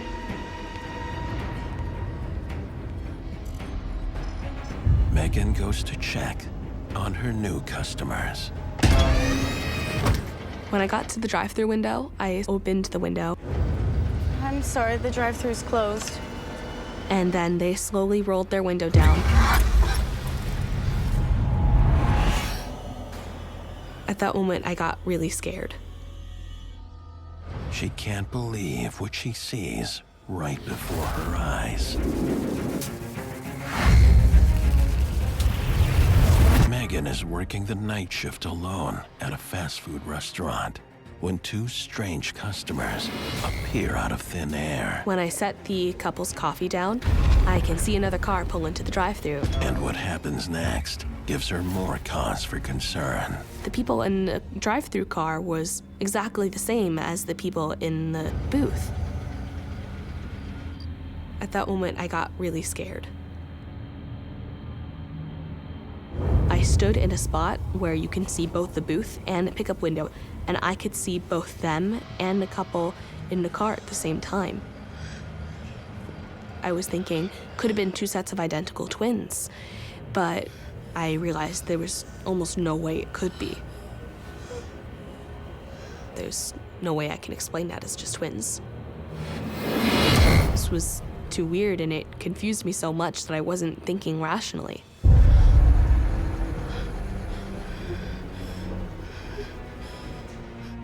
Did you ever think anything like this would happen to you?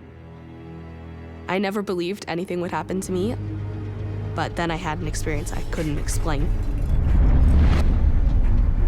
In Megan's case, witnessing these two doppelgangers, and a doppelganger is essentially an exact copy of a living person, so it will look exactly like a human. A doppelganger isn't necessarily a ghost or spirit, or is it a living being? It exists in this very strange paranormal in-between world. There's a couple theories as to why doppelgangers exist. One of the more popular ones is that they are versions of ourselves seeping into our universe from another parallel universe.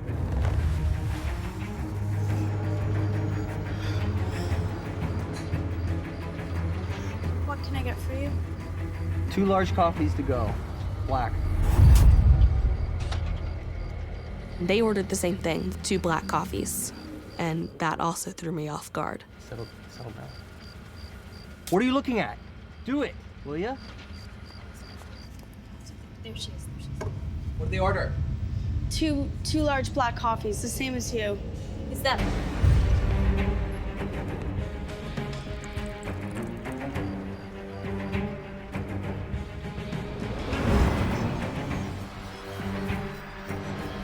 The couple at the table came over. How did the people react?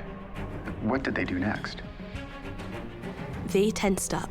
The man continued to be short with me and told me immediately. Give me their coffees. And I got confused. I can't give their coffee to them. Give me their coffees! I can't. Give me their coffees!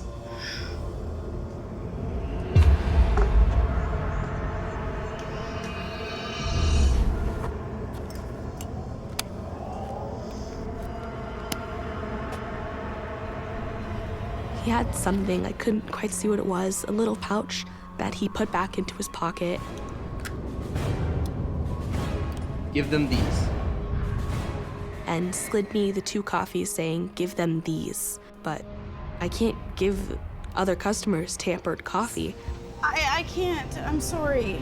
You have to. I told them no at first, but they told me that if the people in the car look like they do, then give them the coffees. And I was caught off guard because they knew that people in the car were the same as them. It'll make them go away. Please.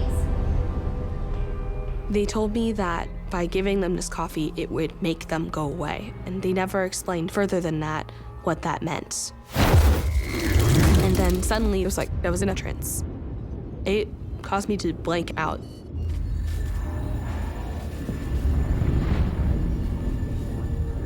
Bring them the coffee. Megan obeys.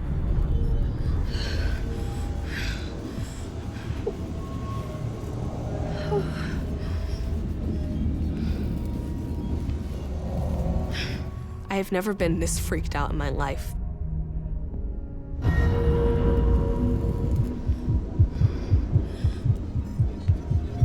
The fact that they handed over this substance to get rid of them is interesting because it makes me believe that this is not the first time that they have run into them. They were gonna try everything to get rid of them.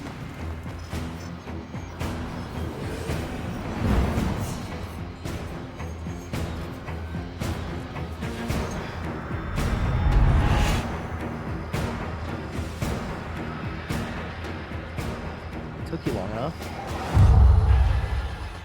I gave the couple in the car the coffee. I wasn't quite thinking rationally. Is there anyone else in there? No. No other customers? Nobody. After I gave the couple in the car the tampered coffees, they took a sip.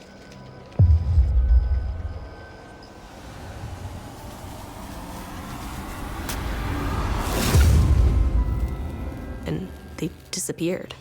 I couldn't see them. They just vanished. I was shocked. I couldn't explain this. How did that make you feel? I got really scared. It seems like the original customers were desperate to get rid of the doppelgangers, and so this was their last attempt. I went back to the table to tell the couple that the car is gone.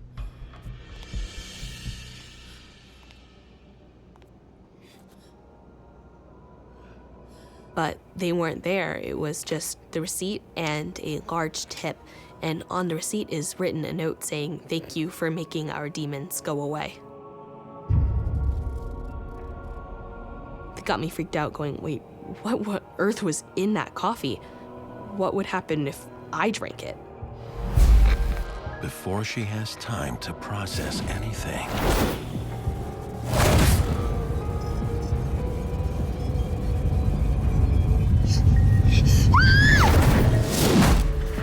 There's the couple standing in front of me. for Megan, a night at work takes a terrifying turn when the teen encounters a couple and their demonic doppelgangers. After I gave the couple in the car the tampered coffees, they just vanished. And when she looks for the other couple, they're gone too. Then suddenly, my stomach definitely dropped. My heart was beating so fast throughout the whole experience.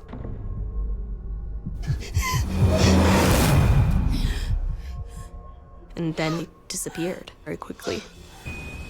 I didn't know what the hell was going on. I thought I was losing my mind. There is a superstition that if you see your own doppelganger, it is an omen of your own death. I think in this particular case, that is happening.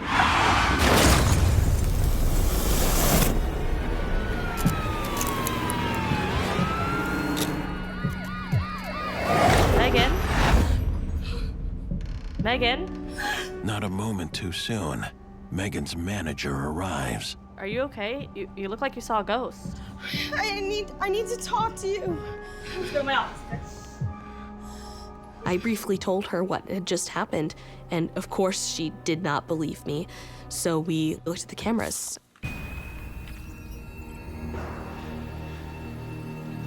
And when we look over the footage, you see the couple in the store.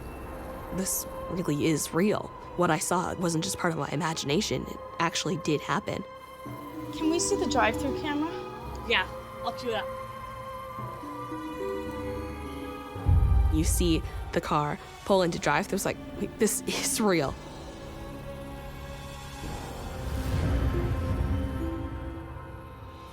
That's impossible. You just saw them disappear. She just starts getting just as confused as I was, going, wait, this is real. Megan was telling the truth. Yeah, I told you. I was still just as confused and nervous. This really frightened me. Are you feeling nervous right now? I'm getting nervous just telling the story back to you. None of this made any sense, and I still can't explain it. When you work a night shift, you are much more likely to experience a haunting. The fact that this happened very late at night when no one else was around, I think she was just in the right place at the right time to be there when these customers were running away from their doppelgangers. I think that she has something to be afraid of. Were you worried they would come back? I had no idea what to think. I didn't want to go through that again. The memories haunt Megan to this day, as does her decision to hand over those coffees. Which couple was really human? Which one was the demons? Which one was real? So that freaked me out the most, and it still freaks me out thinking back on it.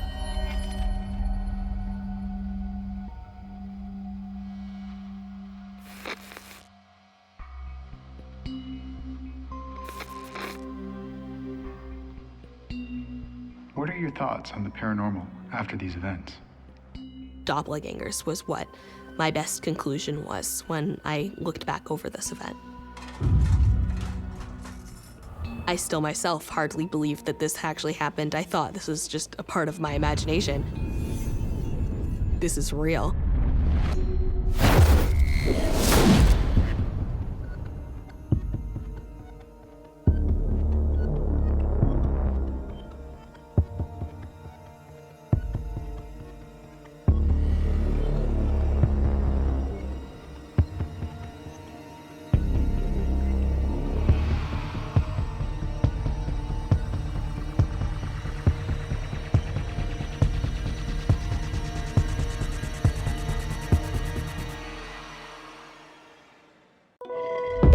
I heard rumors, but I always thought that was hooey.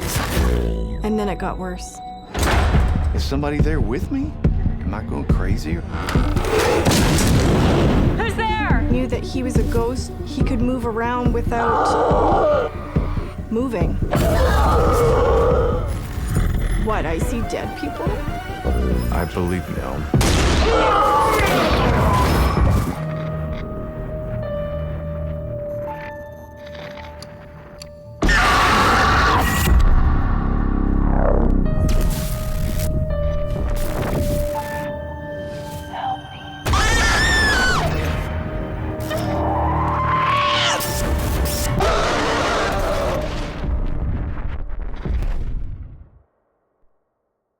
What you're about to watch is based on true events. Some details have been altered to protect confidentiality. My name is Maureen, and I work the night shift.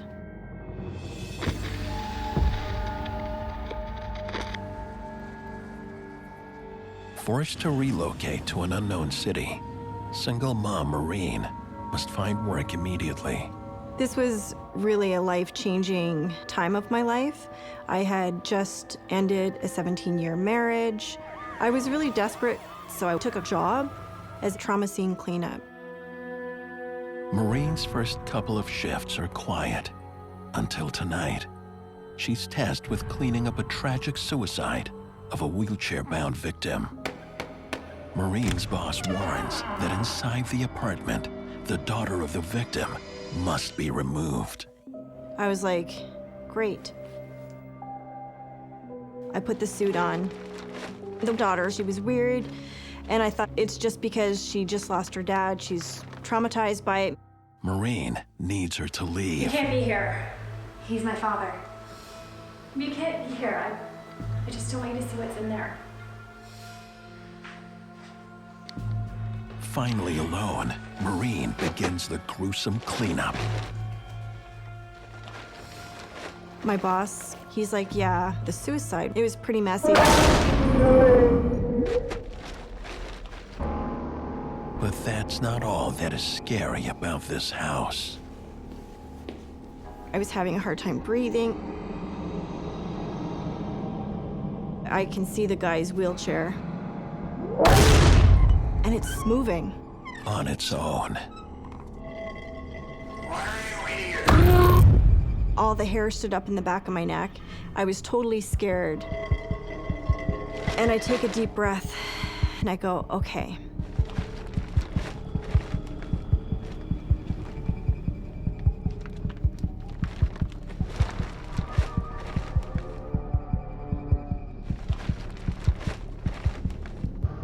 As you can imagine, this was mind-blowingly gross. Before Maureen can begin, a voice calls out. And then a vision assaults her. An angry spirit. And now I'm having to face that, what, I see dead people? It was mind-blowing. Maureen tries to shut the entity out. So I closed my eyes really tight.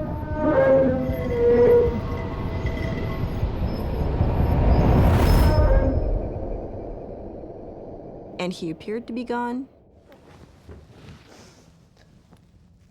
In shock, Maureen cautiously checks to see no one is there.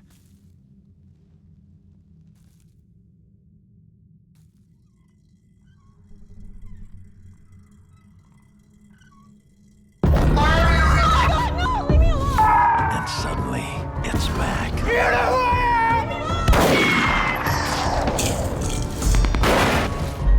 What are you doing here? It breaks through the door.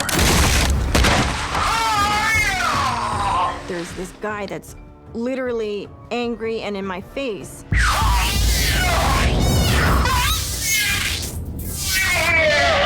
And he's looking like a wild man. That sounds awful. This unknown thing in your face? Yes, and I'm scared. I can barely breathe. Maureen's personal life has been in great upheaval for quite some time. This is one of the most difficult and stressful positions you can take, a crime scene cleaner. It should be no surprise that the energies involved are unlocking something within Maureen's mind. It is trapping Maureen, forcing her to see how he died. I'm watching it all unfold, feeling so helpless. Leave me alone! He's desperate to tell his story from the other side. I had a major stroke. And if you look up, I can't reach the gun because I'm in a wheelchair. And shockingly, in the vision, Maureen sees the daughter is involved. This is an assisted suicide. My daughter handed me the gun. And then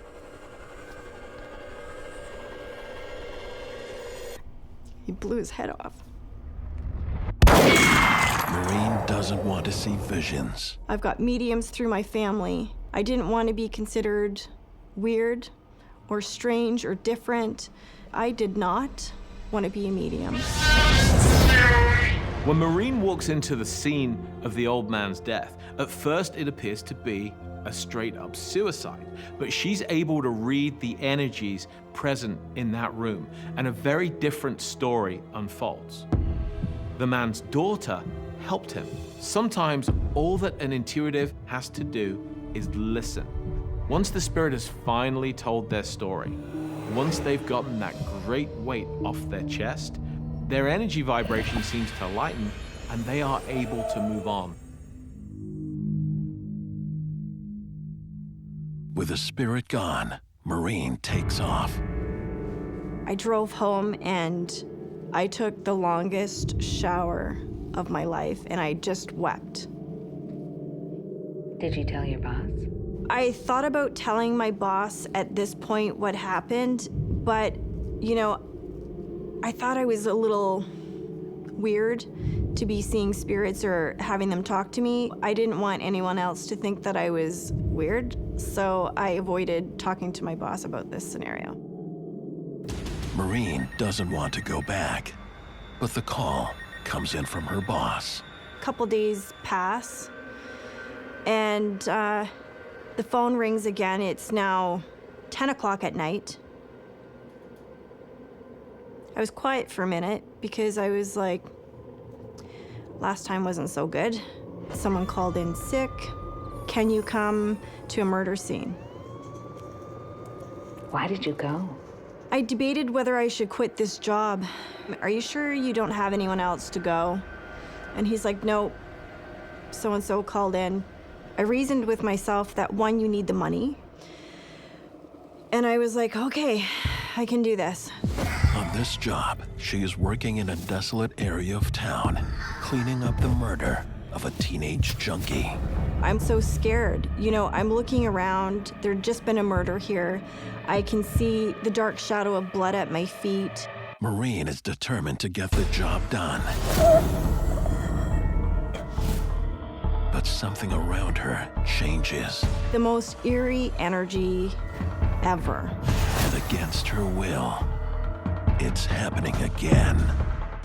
Working as a trauma scene cleaner, Maureen's intuitive abilities have been awakened, making her victim to a paranormal vision. Alone at a murder scene, Maureen finds the courage to finish her shift. I just kind of focused on my kids and what I wanted to do for them, what I wanted to accomplish for my life, and this was temporary. Despite her fighting it, another terrifying entity has begun an assault. I kept saying in my head, this is temporary, it's a stepping stone. It's a stepping stone, keep going. But the presence won't let up. Help me. I take a deep breath and I kind of look to my side, and it was kind of hard because of the way the light was shining on me. I wasn't sure if anyone was coming at me.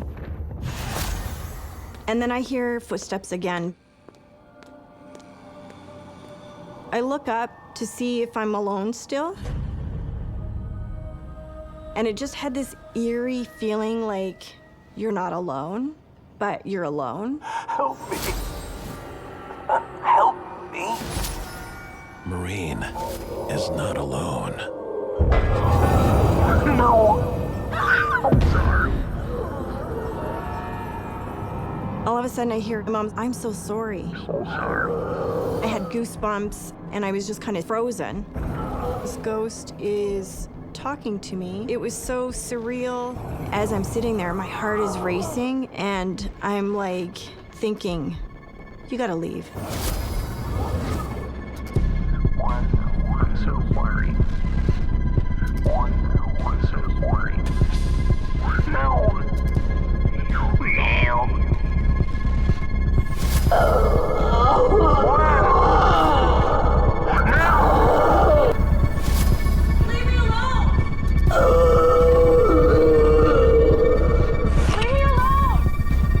And I don't want to hear it. I just don't know how to stop it.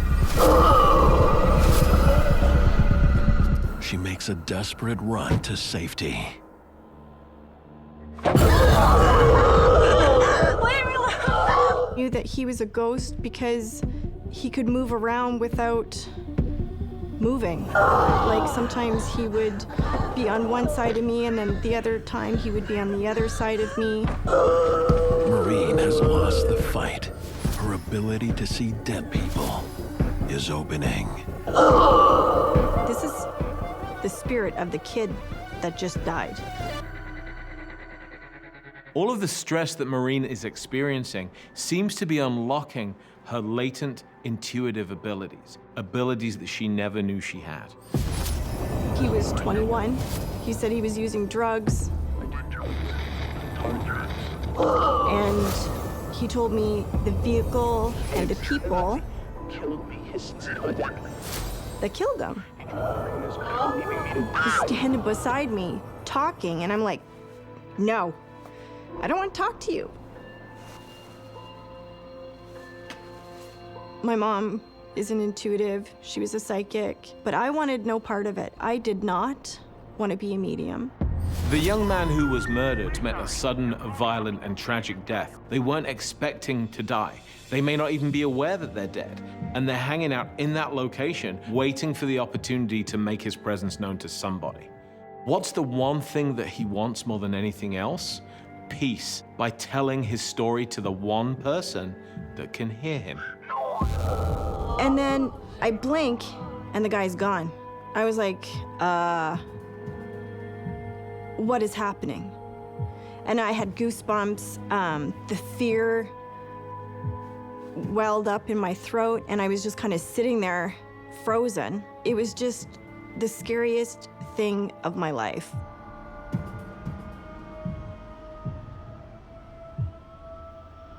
So do you believe in the paranormal? Yeah. Yeah. I want it to end.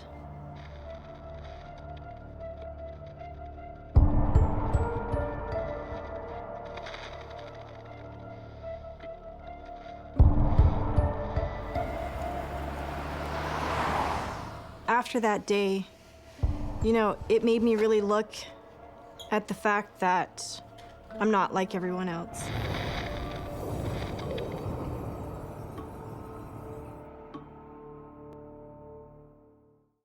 My name is Stacy, and I work the night shift.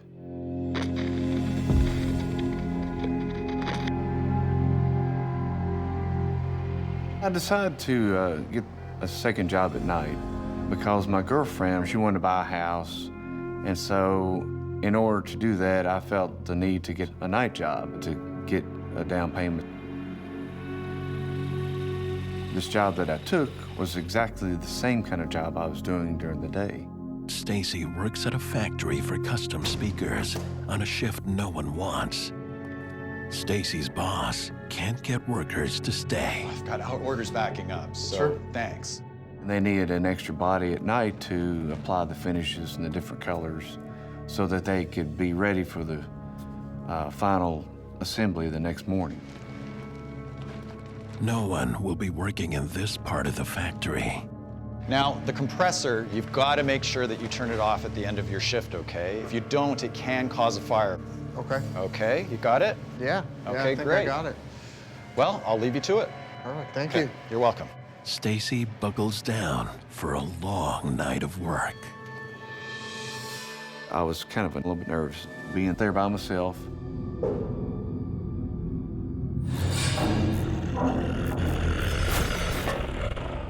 But that was okay.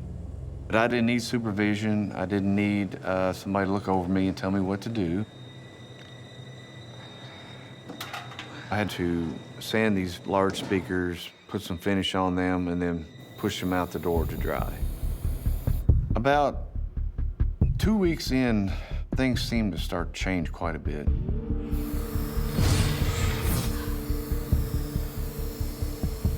I was in the paint booth applying some finishes on this really big speaker. Kind of felt really uneasy being there. Heard something outside the booth.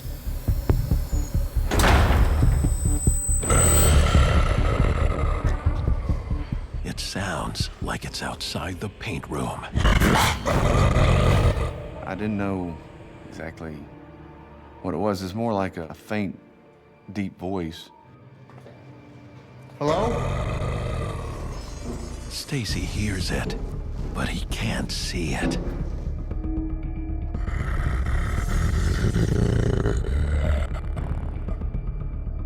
It's really scary.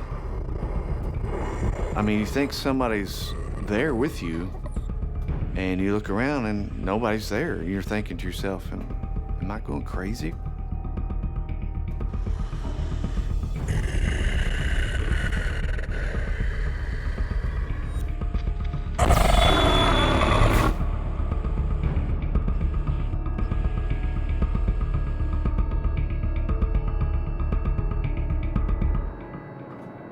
Something strange was going on.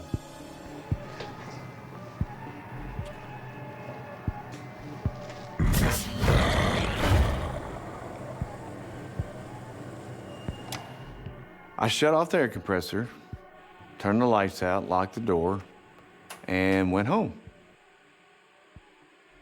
The next night, it gets even stranger. Stacy, what did I tell you about the compressor? What are you talking about? You left it on all night. And I'm like, I don't think I left it on. I'm pretty sure I turned it off. He said, no, it was on. It won't happen again. With pressure from his boss, Stacy is extra attentive around his work. I was like, I'll make sure that I turn it off. Stacy is checking the compressor. Night after night. I would turn the air compressor off and I'd get a call from my boss saying I left it on. I was like, no, I turned it off. I know I did. And he didn't believe me, and he would get very upset with me. Something was going on in this place, and I didn't know what it was. Determined to prove to his boss that he's not lying, Stacy records his actions. I got my phone, which has video on it, and I videotaped myself turning it off. I actually filmed my hand shutting the switch off. Okay, Dan, this is me. I'm gonna turn off the compressor. All right, so here's the compressor, and I'm turning it off, and now it's off. But whatever is messing with Stacy won't be stopped. What's up, boss? What have I told you about the compressor? What are you talking about? You left it on overnight again. For some reason, the compressor came on again. Now hold on, just listen, all right? I took a video, I have proof. I said, hey, look, I know I turned the air compressor off. I have this video. Look at that. He saw it and he said, yeah, you turned it off. But it came on this morning. And he didn't know what to say. And of course, I didn't know what to say either. Something strange was going on. Wait. What's that? You're the only one in here, right? Yeah. I don't know what the hell that is. When I was videotaping my hand turning off the switch, there's this like outline. It looked like a person, but nobody's really there. It's just like a shadow. And it kind of moved a little bit, not a lot, but it moved a little bit like a real person. It's like, oh my God, there's somebody there. Get back to work. Stacy's boss is gone for the night. Alone, he returns to the paint room to get done quickly and get out of there.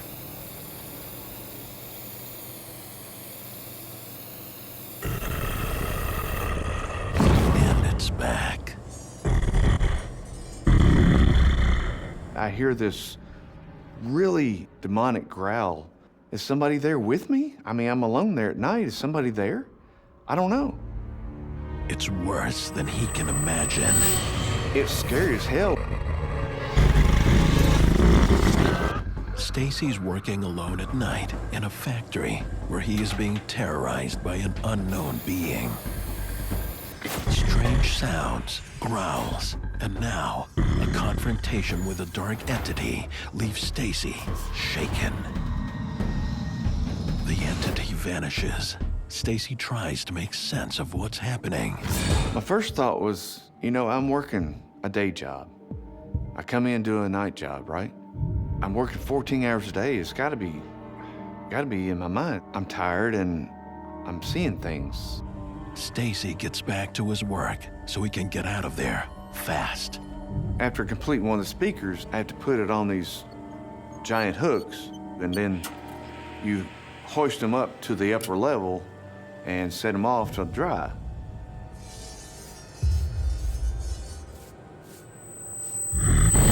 But the presence is back. More dangerous than ever. I thought, oh my God, there's this giant speaker just fell right in front of me.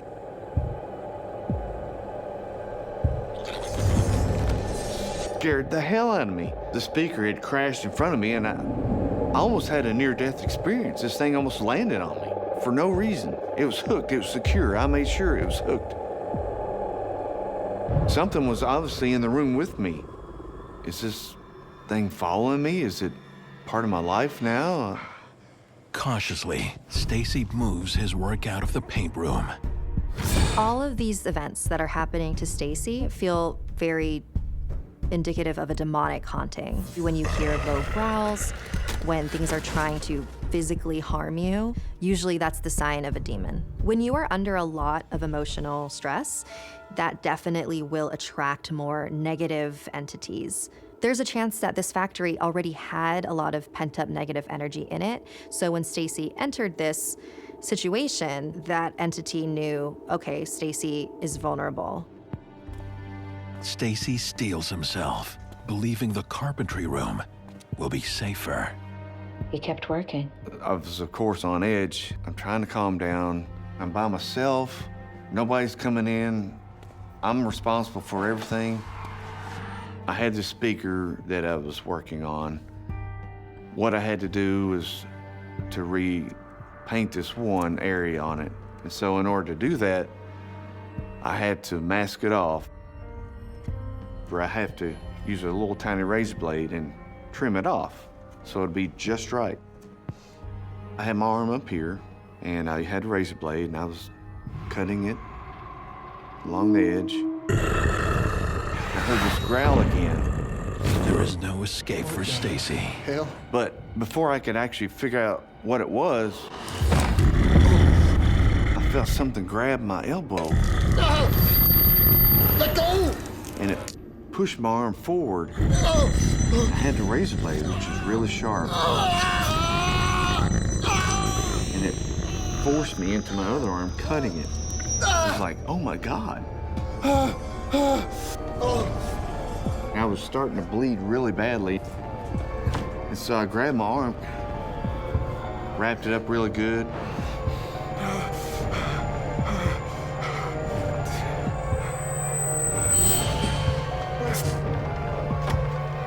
Stacy makes a run for his life.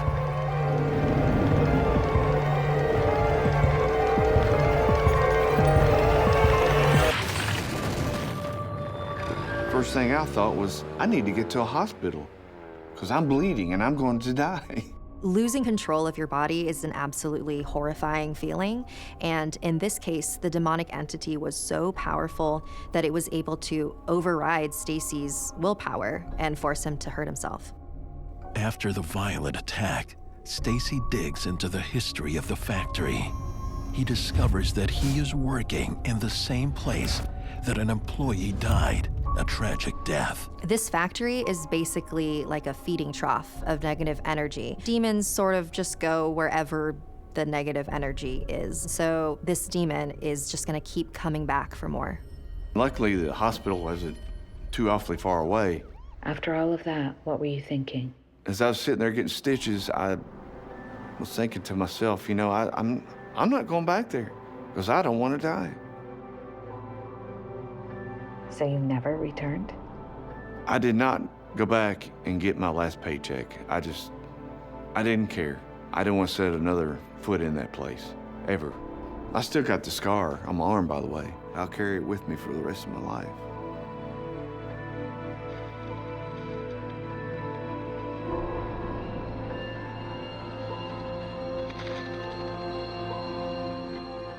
I didn't really believe in, supernatural. Today, I'm pretty much a believer. In fact, it doesn't matter what I believe, it exists. My name is James. I work the night shift.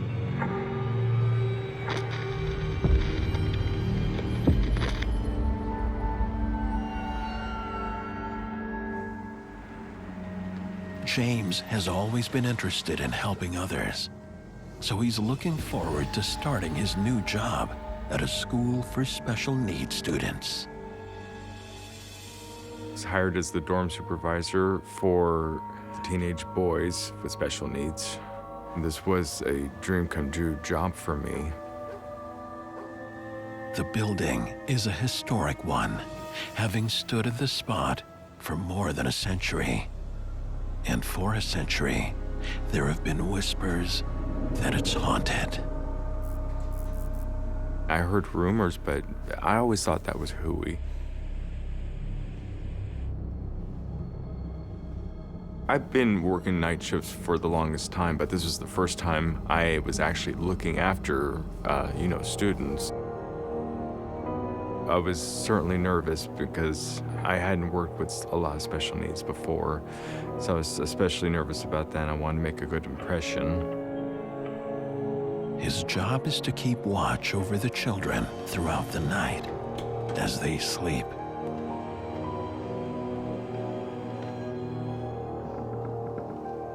Are you okay? Yeah. A baby monitor keeps him connected to the kids at all times. I have to check all the students every half hour to an hour to just make sure they're breathing. As I walk through the checks, I walk with my baby monitor. They had all the dorm rooms down the hallway. On his first look, everything seems normal. It was pretty dark.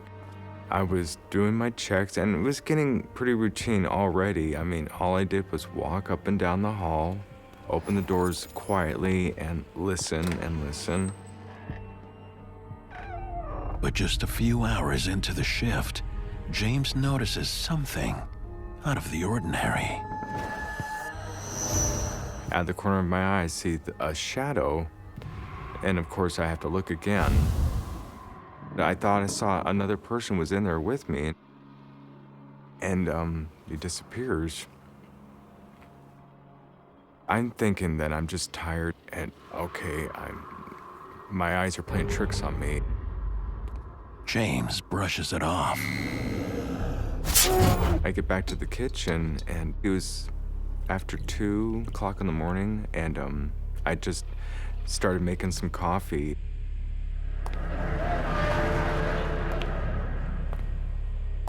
All of a sudden, out of nowhere, I just feel like tapping on my shoulder.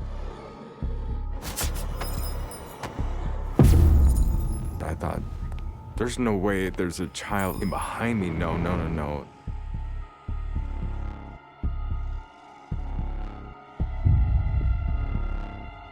So of course I look, and there's nothing there. Trying to shake that off. And I got my coffee, and I sat down and tried to read a book. But this wasn't the quiet night shift he was hoping for. I happened to glance over at the refrigerator, and before I'd noticed, there were refrigerator magnets with the alphabet, and I didn't think anything of it.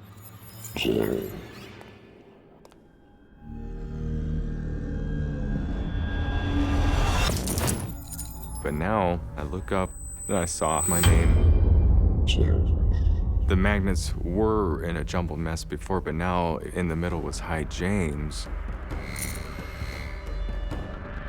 Who wrote your name there? Not these kids. I hadn't worked with them yet. I started to freak out a little bit. too many weird things already. The tapping, the shadow of something, and now I see this.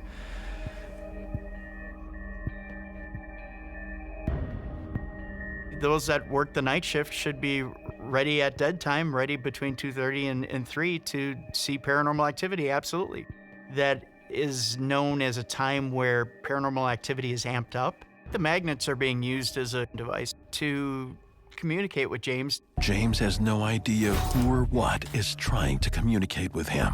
I was a little scared.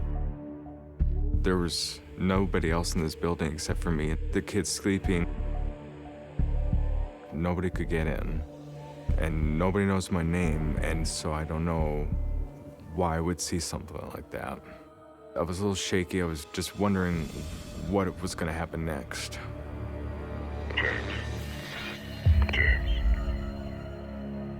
And then all of a sudden, clear as day, I hear a man's voice. Someone was in the school with me based on what I could hear on the monitor. And that somebody knows his name. I was definitely getting freaked out at this point. Why didn't you get out of there? I couldn't leave. I had to stay there and protect my kids, and especially if there was a lunatic running around just trying to freak me out. James rushes to check on the boys. I opened up the door. I walked in. I could see. I was relieved that I did not find anything. I backed out of the room quietly. But the voice is back. And I thought, this is impossible. I just checked those rooms, and I just checked the hallways. Constantly walking up and down and pacing up and down these hallways. There was no way there was somebody else in that building. This is starting to feel more like a... Something paranormal? I don't want to admit that, but yes. I'm a little nervous talking about this because I've always been a skeptic, and this is the first time that I've ever talked about this. But if it's not a human, what is it? It's a 100-year-old school, and I had heard these rumors, and I just never really thought anything about it. I didn't believe in ghosts before.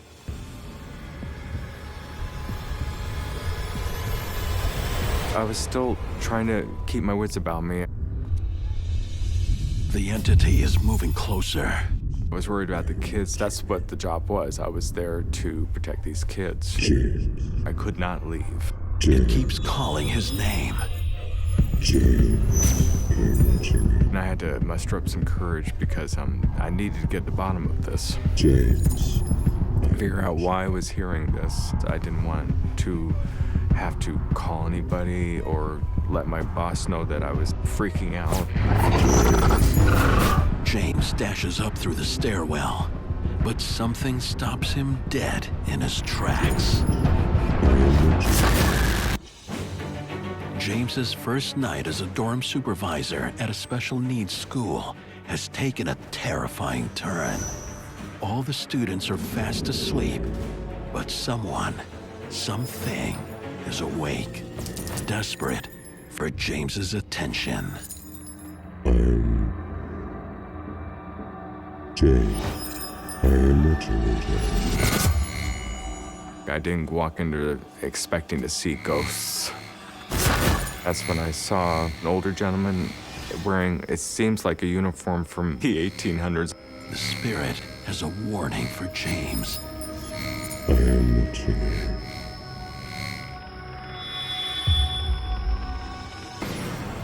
And I'm what the hell?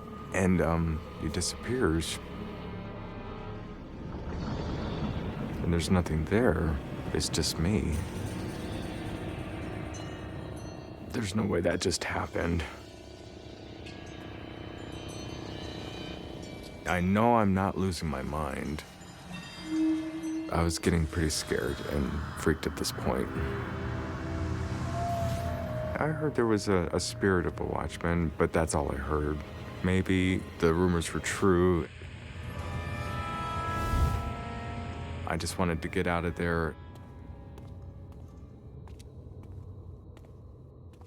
But his duty to the innocent kids in his care keeps him there.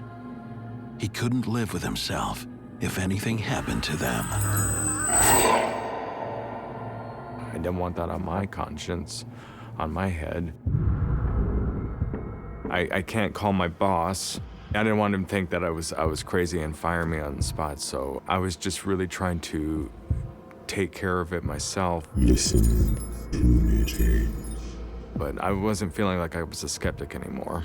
Listen. James has no reprieve. The spirit is watching him. Listen to me, James. The specter keeps trying to get James to listen. It started to escalate. Things just seemed to get worse and worse and worse.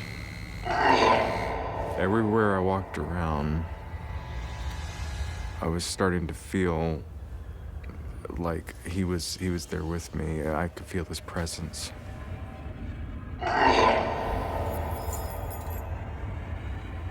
Whew. I'd like this night to be over, and I'd like to calm down, but I wonder if he's still gonna be there. James, I am watching you. James. I'm very unnerved at this point. Listen to me, James. Listen.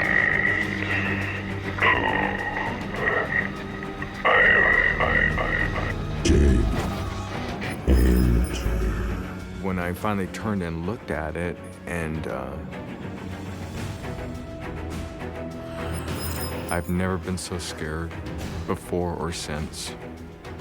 The entity is now moving straight for James. Leave me alone. Leave me alone. I was getting panicky. I didn't know what I was going to do. What do you want from me? And the warning is terrifying. Protect them. I was really scared.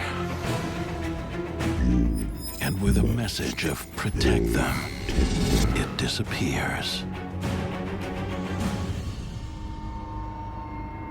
I wish I could understand what was happening here. You saw a full body apparition. What does it do to you? It sent a jolt through my body, to be truthful. After seeing the apparition of the Watchman face to face, James now believes the stories. Several people had seen it. I'd heard about it, but they were a little hush-hush about it. They didn't want to attract attention, I think. They had a hard time keeping somebody in this position. I am a skeptic until I'd had this job. James tries to calm down. I look up at the refrigerator. The Watchman has one last message. And the magnets have changed. And now it says, take care of them. What did you think when you saw that? I was a little bit of a mixture of unnerved and maybe a little bit of relief. I felt a little weird about it, but I felt a little better.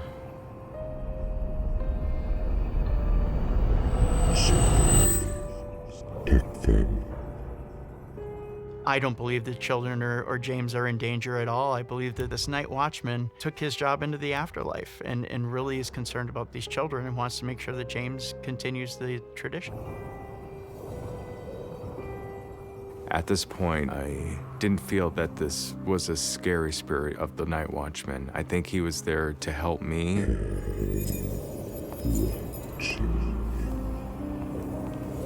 He still felt a moral obligation to these students. How did your night end? I felt a little bit of relief knowing that my night was almost over. James survives his first night shift, but is still quite shaken up. I know I definitely saw the Watchman. I didn't know if I had the stomach for this, being visited by watchmen and the voices on the monitor. I did not know. I didn't want to have that. The events of that first night changed James forever. I had an authentic experience. I'm sorry for ever judging people who talk about having experiences, because I'm one of them, and I believe now.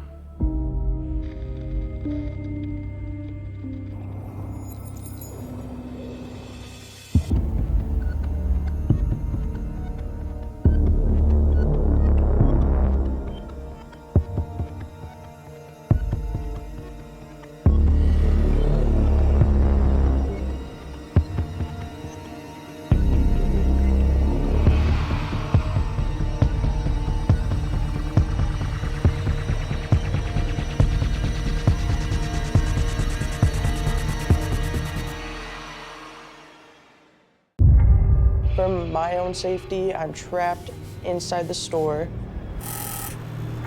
Someone or something knocked on the glass. Someone creeping around outside. I honestly just shrugged it off.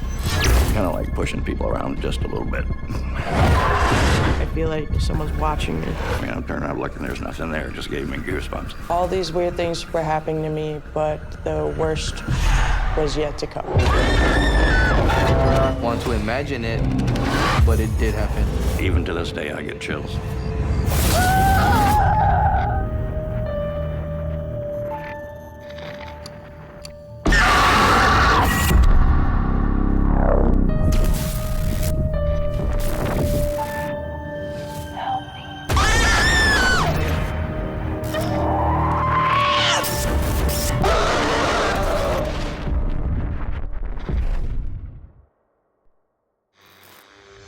What you're about to watch is based on true events.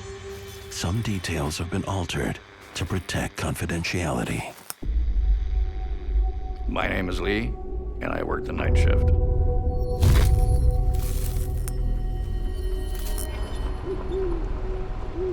On a dark country road, 33-year-old Lee makes his way to his job at a secluded overnight campground. My job was overnight security at a campground. I would drive myself to the park. I'd get there about 10 p.m. every night. Drive back home in the morning, 6 a.m. Lee works the graveyard shift with one other campground employee, his foreman, Tim. Hey, Tim. Hey, buddy. Just gonna go start my rounds. All right, I'll see you in 45. Lee is responsible for making sure everyone is safe and following the campsite rules. He's there to help and to lay down the law if necessary. The three things I really liked about the job was the peace and quiet, first of all. The fact that I pretty much was my own boss. And I'll have to admit, I kind of like pushing people around just a little bit. Lee's duties include making sure that all the day visitors have left and the parking lot is empty. This particular night, I'm doing my rounds. I go down to the wetlands, and I see a car parked there. And what do we have here? Hey, Tim, buddy. Looks like we got a car parked in the day lot. I'm gonna go see what's up over there. Copy that. I spotted some guy posting frogs down here the other night. It might be them. Over. Copy that.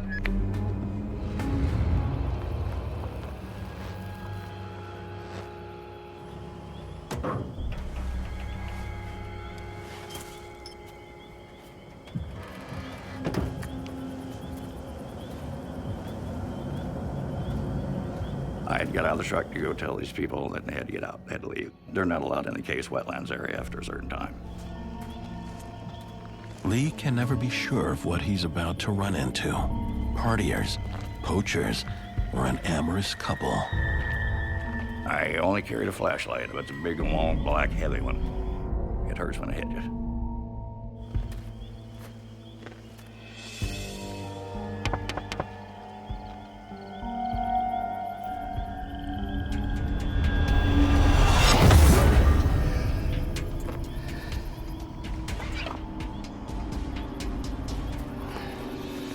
All right, lovebirds. Park's closed. Get out of here before I write you up.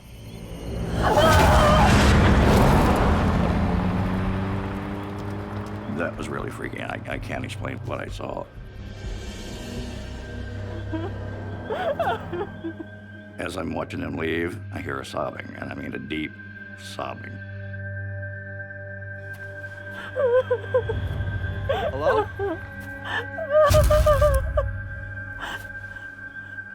Not a little whimper, not a little cry, deep sobbing right next to me.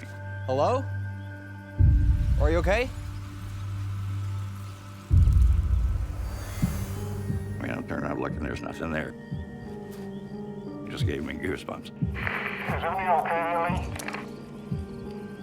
Yeah, everything's fine. I'm finished my rounds. Over and out.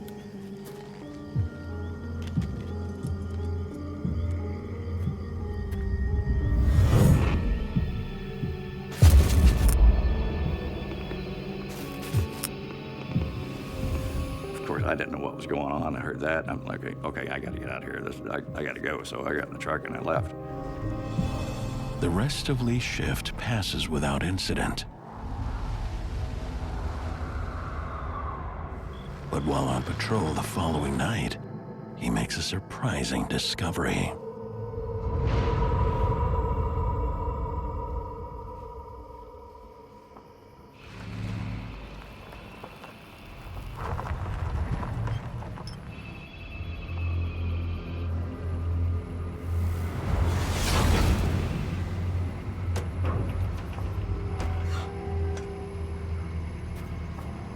It was gone. There was nothing there. Hello? What the hell? Where'd it go? So I was getting a little nervous and getting a little freaky because I didn't see anything. My head started to hurt and I started feeling just really like a heavy pressure on me.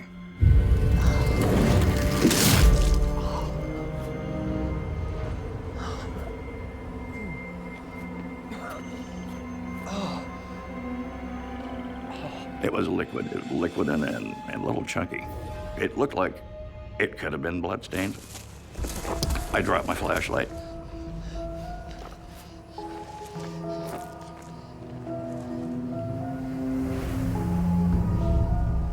And it was gone. Again, I'm starting to feel like what's going on.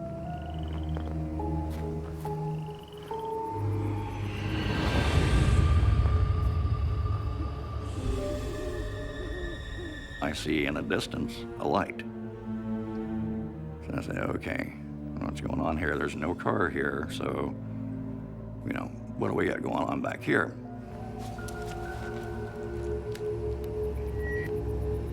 Hey, Tim. Seeing something over here at the parking lot.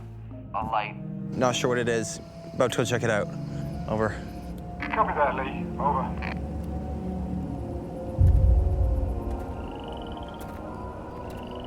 Lee makes his way into the dark forest that surrounds the wetlands.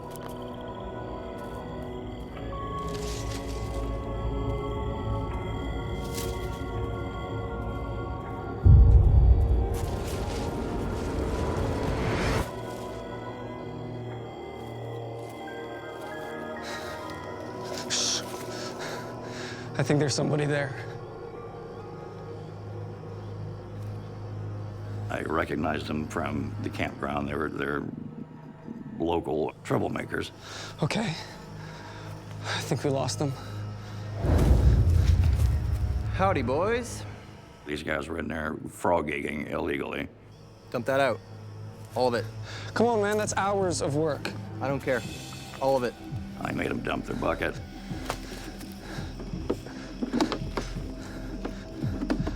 Hurry up, I want to get the hell out of here. I know they were nervous because I was there and busted them, but there was something else wrong with them, I don't know. So they were kind of freaked out. What, is something scaring you, boys?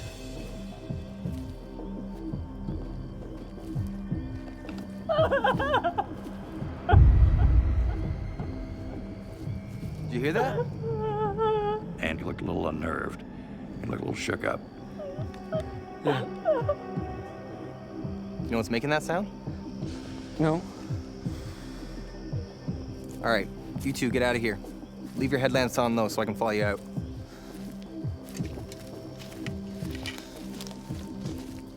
I watched him go. Tim, it's all good out here, just a couple of froggers. Tim, do you copy?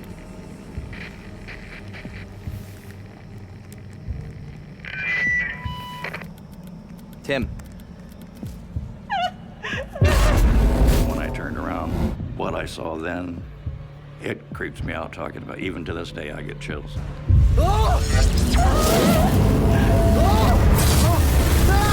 Overnight security guard Lee starts to believe the remote campsite where he works is haunted. After chasing away some poachers, he comes face to face with a terrifying apparition.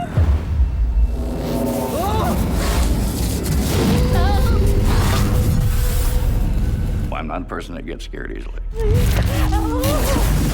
But that just scared me to death, so I felt like I'm getting out of here.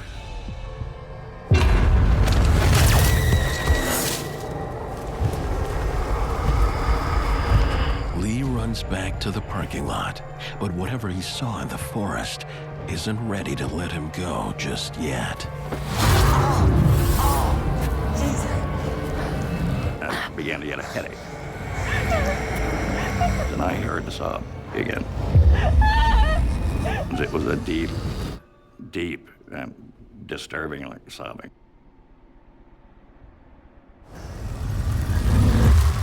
There was someone walked in front of my headlights. You could see the full body walk in front of my headlights. I saw it with my own eyes. This figure, as clear as day, in front of my headlights.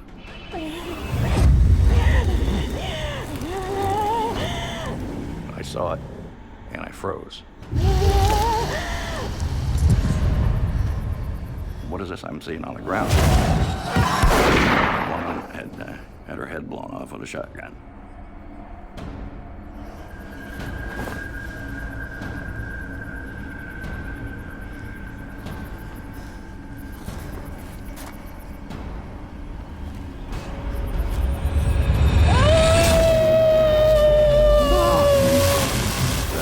Chilled me to the bone. I mean, I still get goosebumps. I have them right now. I've got a chill right up my spine just talking about it. And it's been how many years, you know? I turned around and ran back to my truck.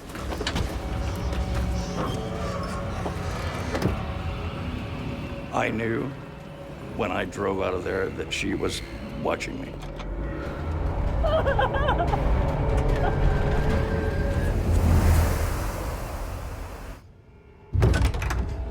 Tim, man, we got something we gotta talk about. And I asked him, what's going on at that place down there? What is it? There's something going on down there. I haven't said anything to you about it, but there's something there. And he just kind of stood there for a moment, and he said, oh, you mean the parking lot? You might want to sit down for this. No, thanks, I'll stand. Back when I was doing your job, there was a woman, she got murdered. She had her head blown off with a shotgun. And what evidently it was the blast had blew her head out the window, and that's what was on the ground there.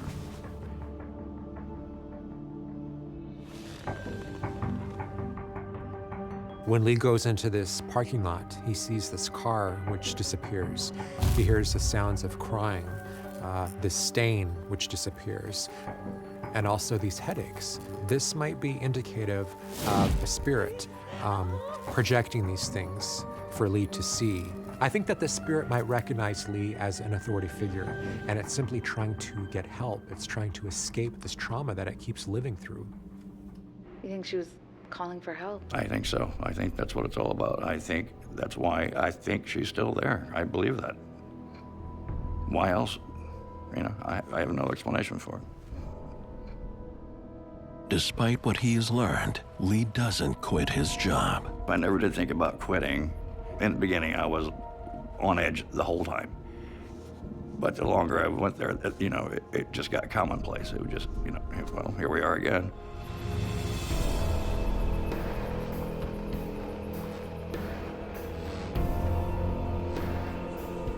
Evidently, she needs help, so I've tried to make contact.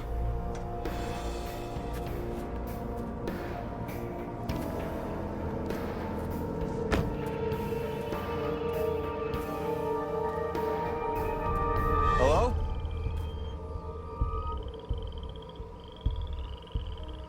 You here? And, you know, just say hello and leave. You let me know if there's anything I can do for you, okay?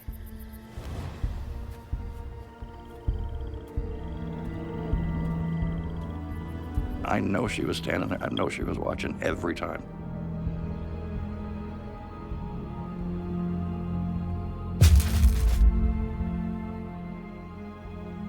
I guarantee you she's still there to this day. I think she needs someone to release her. I mean, that's, you know, something, somehow. Some acknowledgement, something, I don't know.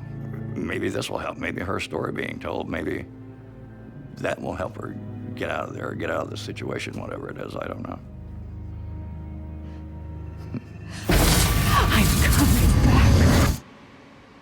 My name is Al Campbell, and I work the night shift.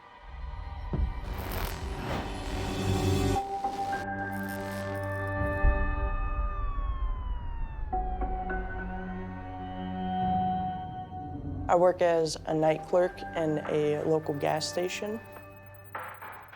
I work the day shift normally, but I wanted to save more money for my wedding and save money for my son.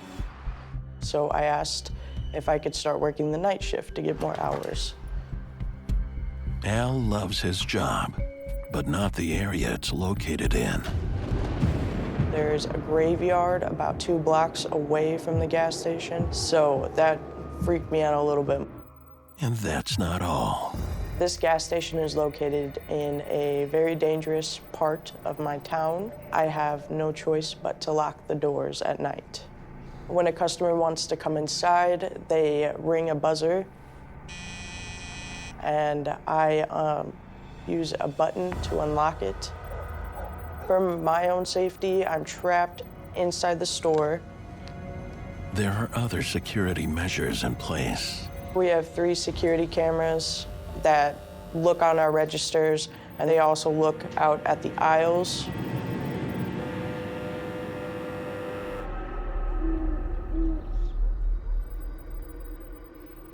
My first night working the night shift, it was pretty normal at first.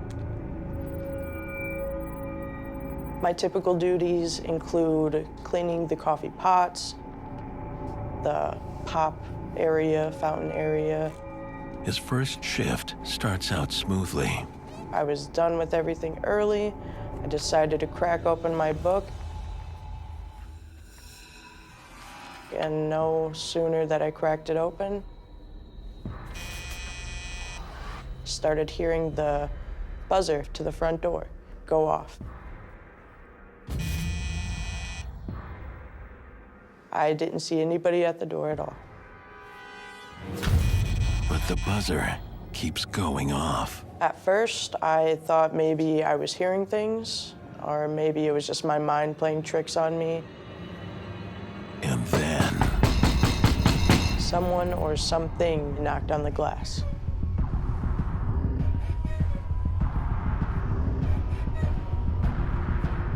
I just looked back and forth to try to see anything, and I saw nothing. He's nervous. With good reason.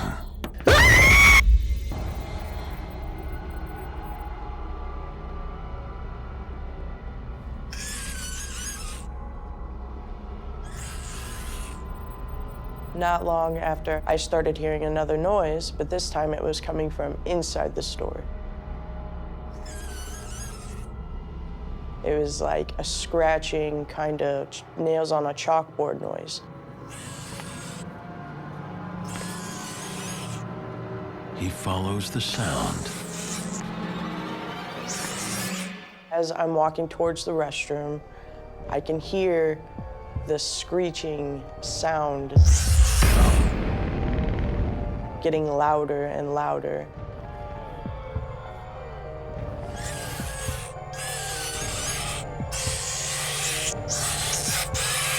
I was a little freaked out, thinking there's something in here and I have to get it out. Al finds the courage to look inside.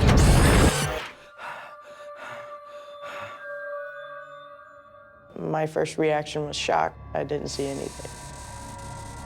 As soon as I realized nothing was there, I just kind of stepped out of the bathroom and stared at the door, like, what did I just witness kind of thing? Am I really going crazy? That's gotta be stressful to think maybe you're going crazy, right? It's very stressful. All these weird things were happening to me, but the worst was yet to come.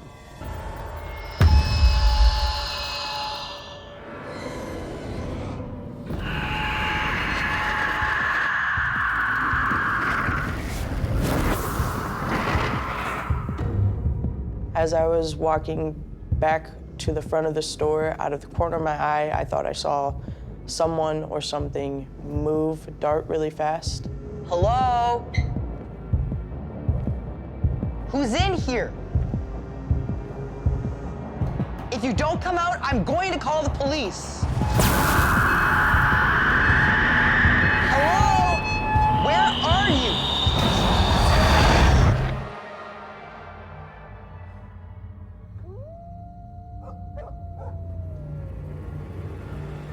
Al doesn't call the police, but decides to call his boss. It's Al. I'm sorry to bother you so late. My boss just brushed it off, really, like someone was messing with me. It's no big deal. After she told me that, I just felt like I was going crazy. Why didn't you just quit or go back to days only? I had a lot of financial obligations.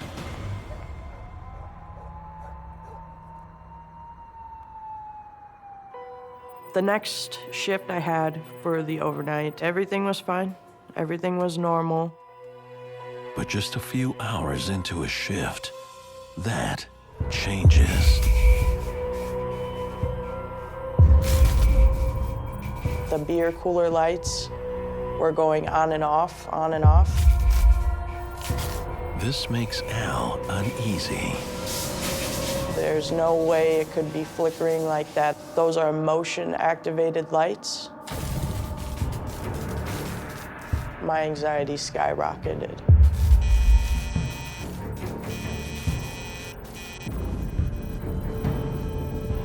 I started to hear the buzzer go off and go off and go off, and it wouldn't stop. I heard noises on the glass doors. Just scratching noises and like banging noises and knocking noises. There's nothing there, there's no one there, but the sounds are still going. I feel like someone's staring at me, someone's watching me. What happens next haunts him to this day.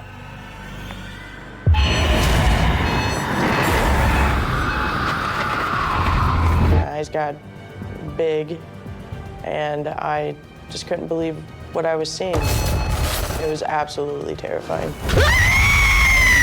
While working nights as a clerk at a gas station, Al experiences unexplained sights and sounds. I just couldn't believe what I was seeing. He can't shake the feeling he's being watched. Then one night, his fears come true. It was absolutely terrifying. I saw a shadowy-like person staring at me.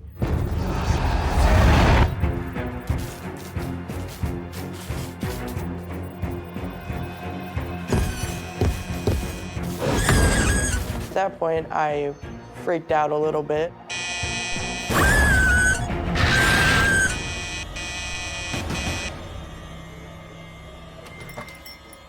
What's going on? There's something in here. Calm down. It's probably teenagers trying to prank you. Can we please just look at the security footage? My boss played it down like it was nothing, but I knew it wasn't. As we were reviewing the footage, I noticed something strange.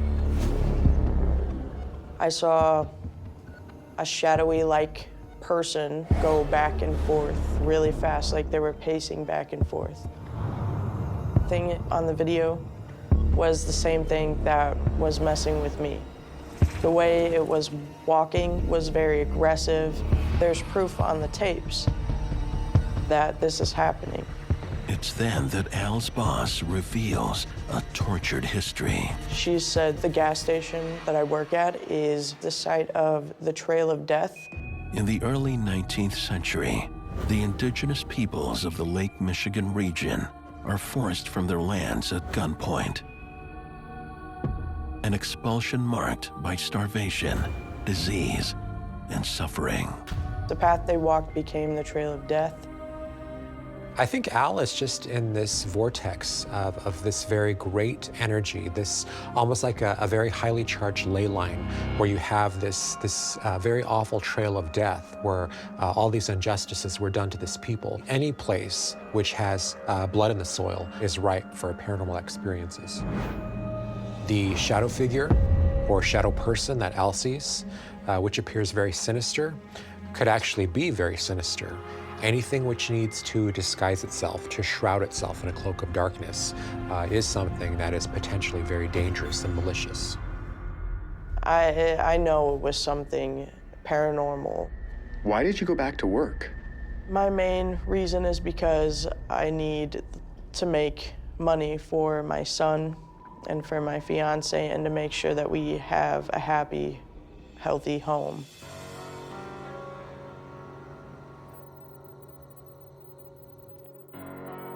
Al stays on the job, but is anxious. I always feel like something is watching me, or someone is watching me. The smallest tasks have Al on edge. One night, I had to replenish the fountain cups, and in order to do that, I had to go in the back storage room. In order to reach the cups, I have to climb a ladder. I make my way up the ladder, and I get the box of cups, and I throw them down.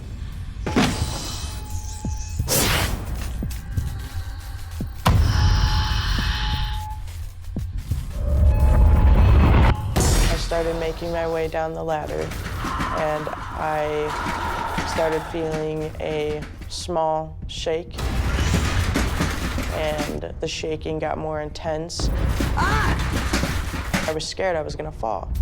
Whoa! Something just threw me off the ladder. I'm in a lot of pain, and I was just laying there shocked, like, what just happened?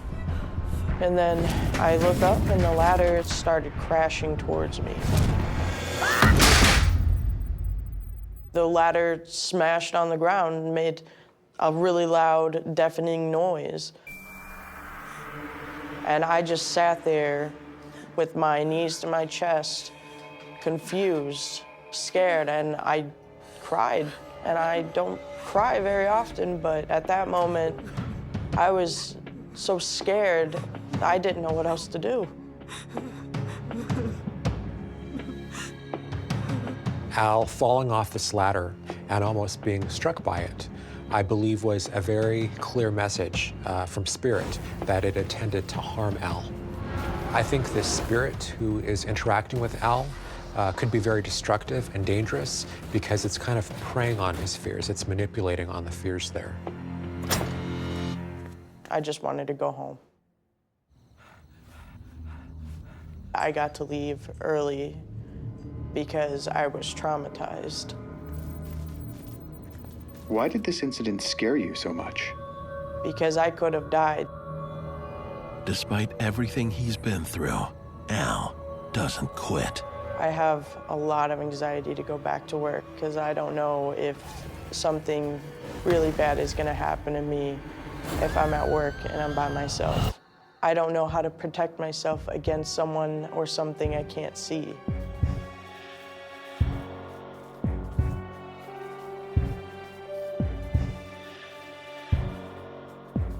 I just go to work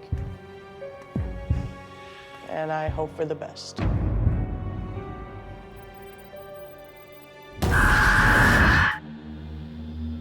My name is Renee, and I work the night shift.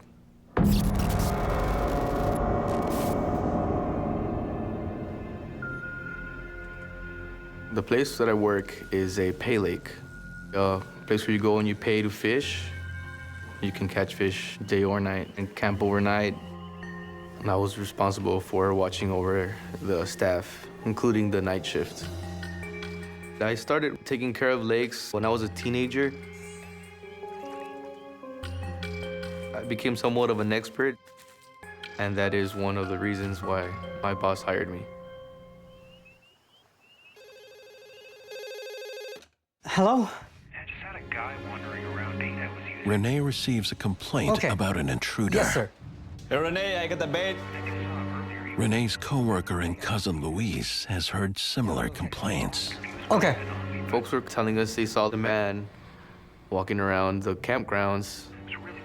I'll go take care of it. Can you watch the front desk for me? Okay, sure thing. Thanks. Because of those potential security threat, I walked out there to look for him.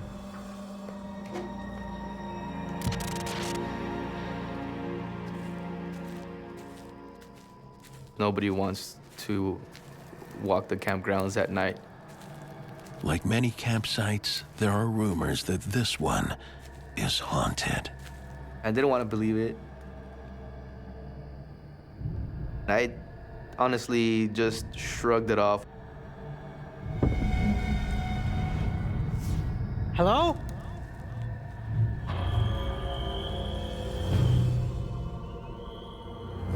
Finding nothing, Renee returns to the bait shack. There was nobody there. Every night, folks were coming in and telling us they saw the man. This has the cousins on edge. We're both there just waiting to hear something, and suddenly,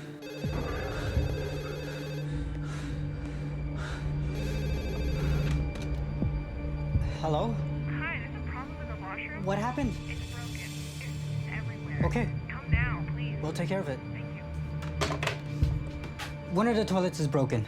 I'm gonna go check it out. just a sigh of relief.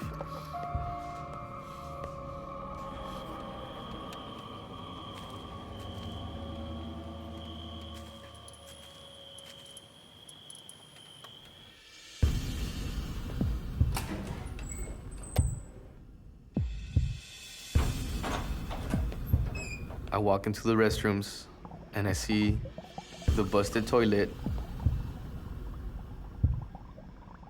And I go over there, I turn off the water.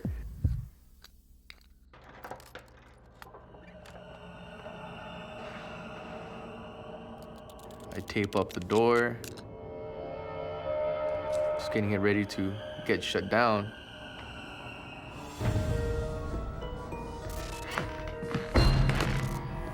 I start hearing footsteps. And I see a shadow coming around the corner. Renee goes after it.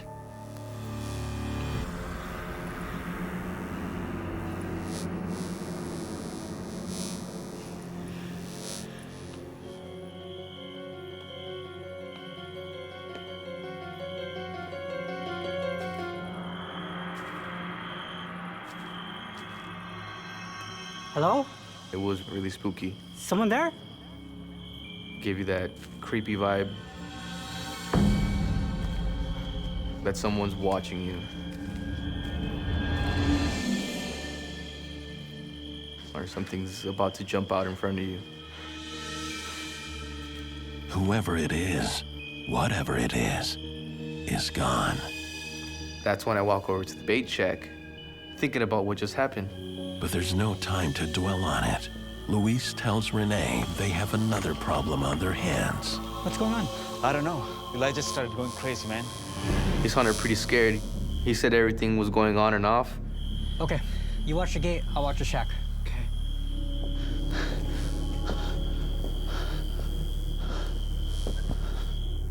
My first idea is that I need to go check the power box and see if that's the problem, and I go and I check it. I threw all the power off. Hello? I notice a figure in front of me. Naturally, I thought it was a guest. There is no one there.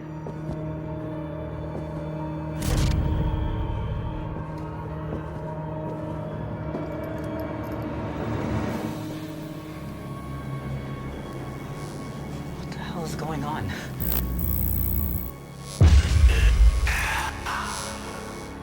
I just checked the power, and there's nothing wrong with it. The lights kept on flickering in a way that it would just scare you.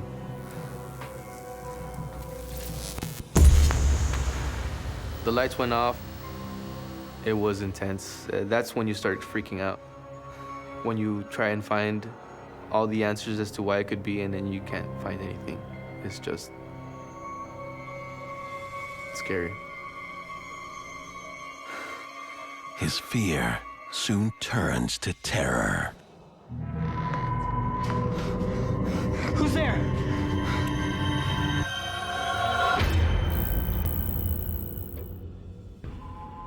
Luis?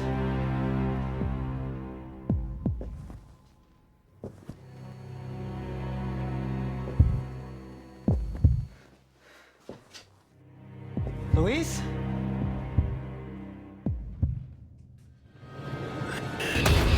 To Renee's horror, he discovers it's not his cousin at the door. I saw my boss standing there.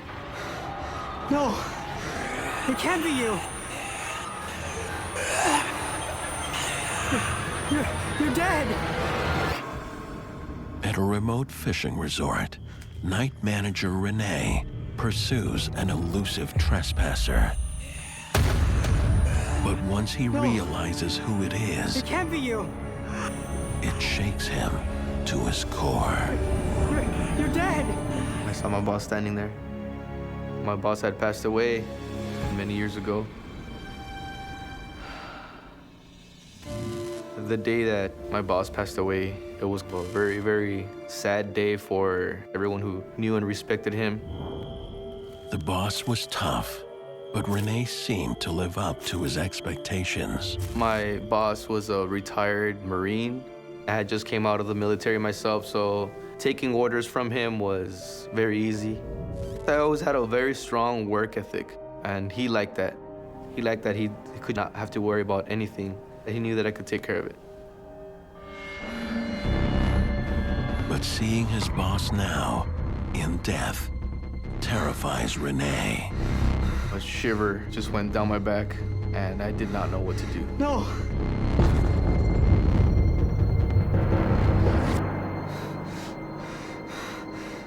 And then he disappeared.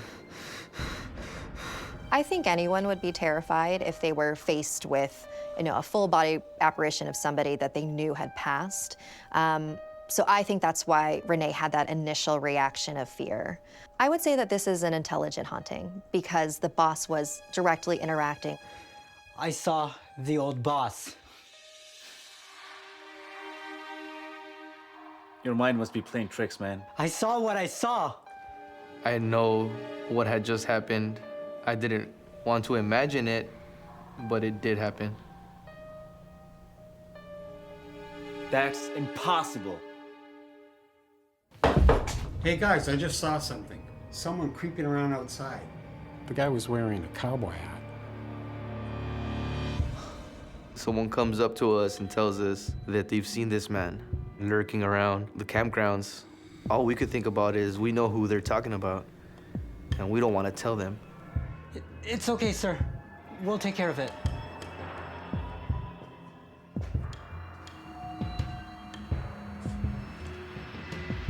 But it's our responsibility to go out there and check. I did go out and look for him. And there was this anxiety that I was going to find him. I'm sorry. I'm getting kind of a...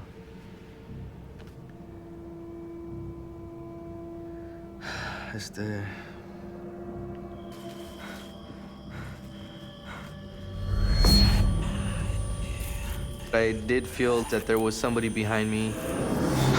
He turns to check. I had this sense of uneasiness, of uncertainty, of fear.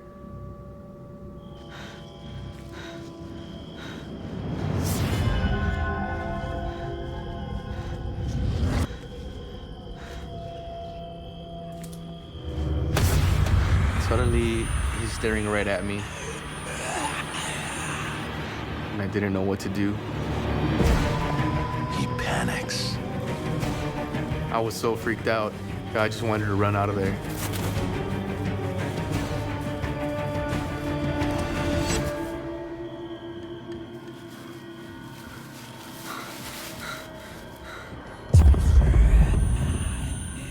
That shock.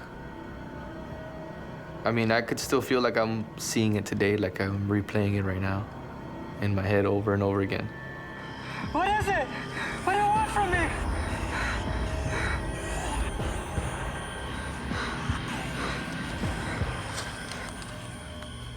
Renee never gets an answer. It disappeared after it made contact. It seemed like he just wanted to say goodbye. To me, that feels like a sign of closure. Renee's brush with the paranormal has left a permanent mark on him. After these events, I never wanted to work night shift again.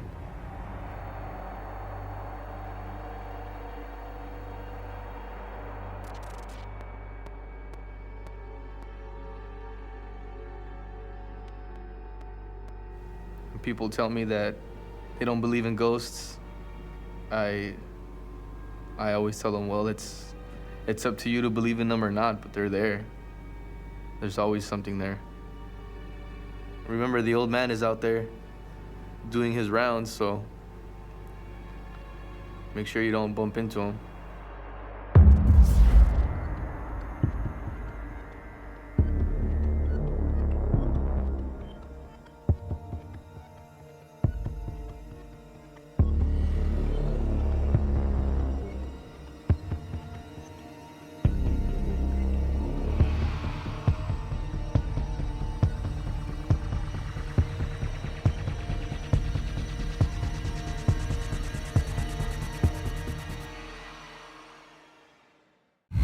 Officers' duties were to lock down and secure the building.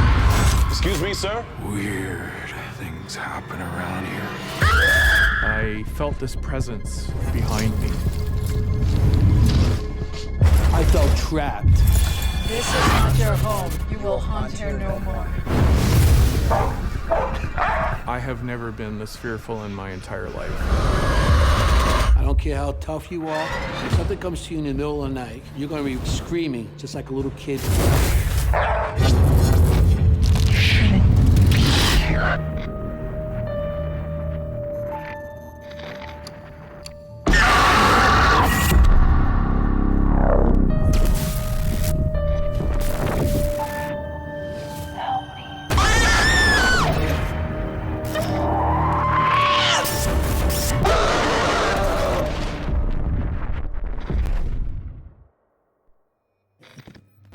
What you're about to watch is based on true events. Some details have been altered to protect confidentiality. My name's Anthony Simonelli, and I work the night shift.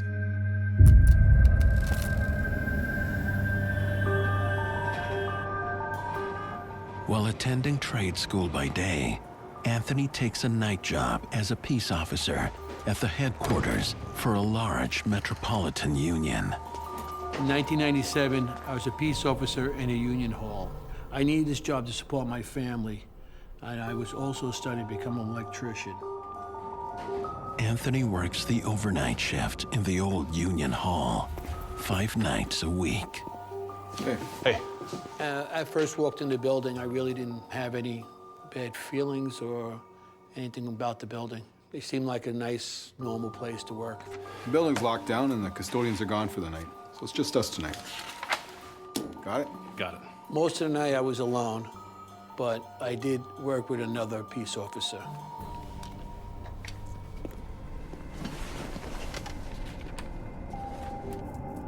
He spends much of his shift patrolling the large, empty building on his own. It's a pretty big building. Has a bank in it, has a medical department, and it has multiple people that actually work there for the union. Peace officers' duties were to lock down and secure the building at night. We would go lock each of the floors off and patrol them and make sure there's nobody on the floor and make sure that it's secure for the night.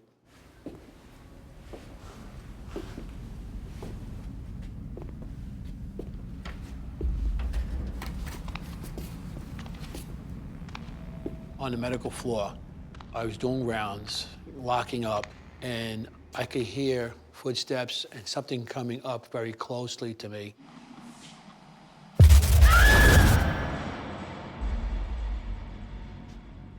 It stopped. I was a little nervous, but I figured it stopped. Kept on walking maybe another 15 feet.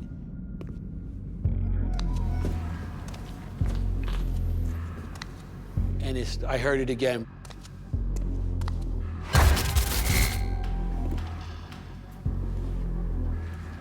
Anthony follows the footsteps to the nursing station.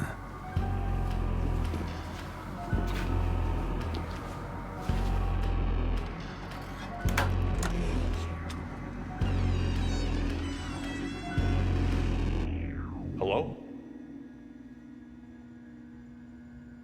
Anyone here? He finds the room completely empty. Hello? Just made me nervous. I was by myself with just a flashlight, looking in the dark.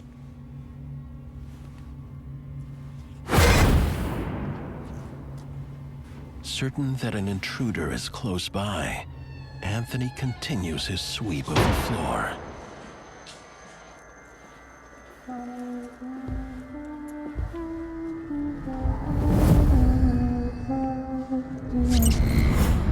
Who's there? I could feel a presence behind me. I stopped, and I didn't see anything there.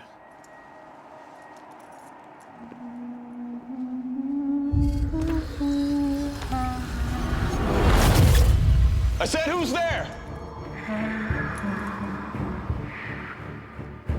I don't know what it was or who it was, but it felt like it was right behind me. If there's anyone here, show yourself.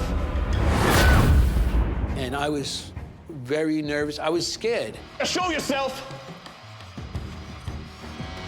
I just wanted to get out of there, and I did that floor very quickly, and I was out of there and back to where I felt safe. Must be hearing things. I was hoping that this would be the only time I heard anything like this, because it did put a strain on my wanting to be there, but I had to do my job.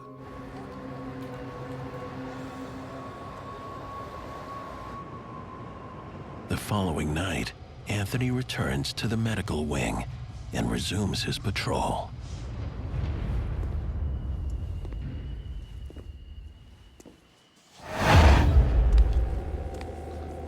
Hello? Ma'am? And I seen a woman walk by very quickly. What are you doing here? The building's closed.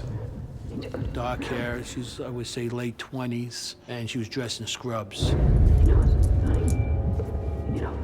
I knew something wasn't right when I seen her, because the hairs on my neck and my arm hairs stood up. Ma'am!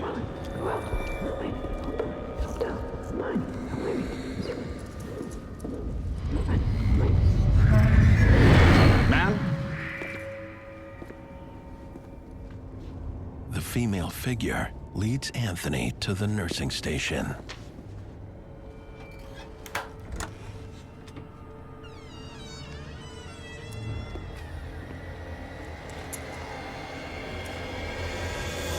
Hello? Once again, the room is completely empty.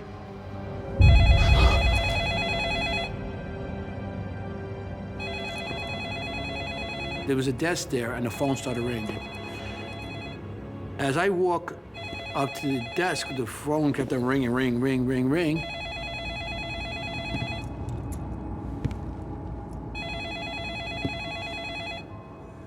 No one should be calling us up at that time. The The office was closed many hours before. And I was hesitant to pick it up because I didn't know who would be on the other side. I reached out my hand, and the phone stopped ringing. The phone may have stopped ringing, but something else in the room is making noise. It scared the out of me. Hello? Ma'am? While patrolling a large union hall at night, Peace Officer Anthony encounters an intruder that turns out to be a terrifying paranormal entity. I think it's 30. Seeing a full body apparition is actually pretty rare when you are experiencing a haunting. She didn't look like a solid person because I could actually see through her. In Anthony's case, the woman that he sees is most likely a residual haunting. A residual haunting is sort of like a psychic imprint on a location. So the spirit is just repeating actions that they did when they were alive. I think it's for me.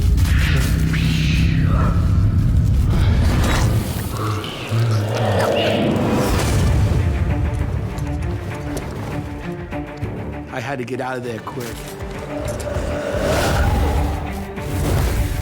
At that moment, I was scared. I didn't know what was going on. Anthony is determined to get some answers. I never experienced anything like what was going on in this hall. So I felt there was something more supernatural. The phone was right there. As soon as I went to pick it up, as soon as I touched it, it stopped ringing. Went back to the Sarge, and I told him what happened, and I told him I seen a woman in that room. She was dressed like a nurse. You're not gonna believe this. There was a nurse who worked here. Anthony is shocked by what his co-worker says next. She used to work late some nights, so I'd check up on her. Hello? Anyone here?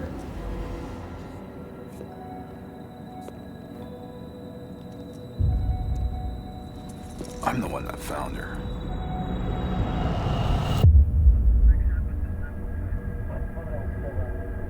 She was dead. What happened to her? Nobody knows how she died. The cause of the nurse's death was never determined by authorities and remains unknown to this day.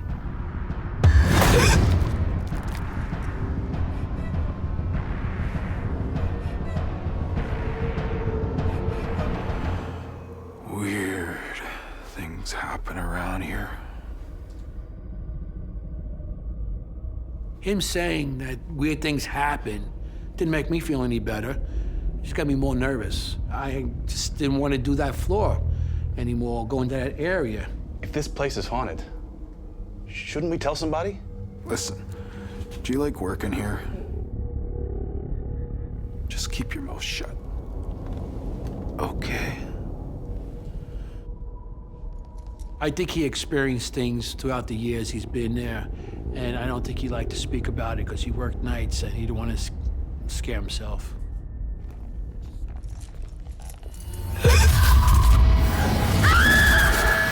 I really didn't have a choice to leave the job because the benefits and the pay was decent, and I just couldn't leave. The next night, he begins his shift in another part of the building.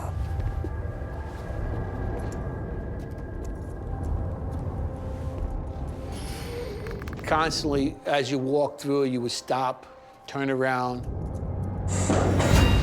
shine a flashlight in that area. You will actually walk around corners and check them again because you think somebody actually was there. And that was very eerie and, you know, disturbing at times. It got to a point that certain rooms and areas of the building, I would go in and get out very quickly because I didn't want to experience anything else that was going on there. So Anthony's strategy to continue working at this job was to avoid certain areas of the building. If activity stops then he might be fine, but if he does notice that the activity is following him, then I highly advise that he leave. Anthony continues his rounds on the top floor. We used to lock the elevators off with keys on a panel that nobody could actually go up to that floor at night. Even though the floor should be secure, Anthony still has to check it. Excuse me, sir? Sir? Hello? Excuse me, sir? I looked and I seen somebody walk by. The building's closed. Sir? Sarge? Sarge, I just saw somebody in the upstairs hallway. Nobody should be up there. The floor's been locked off for hours and nobody should be there. We'll check it out.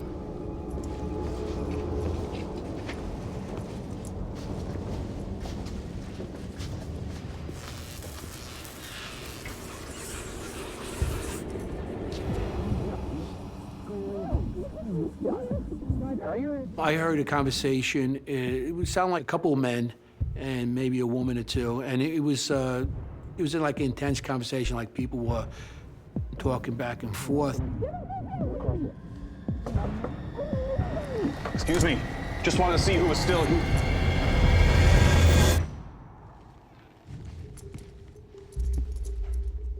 Swung my flashlight around to see if somebody's in the room or something.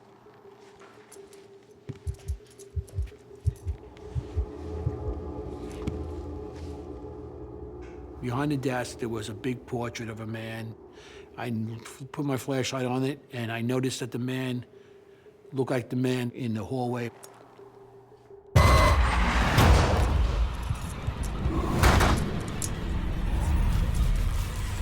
Who's here?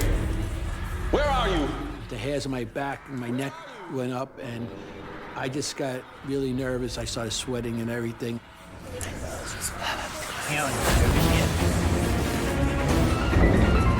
I felt trapped. I just had to get the hell out of there. When Anthony begins the night shift as a peace officer at a union hall. Hello? Ma'am? A series of disturbing sights and sounds lead him to a room. Excuse me, sir? That he now finds himself trapped in.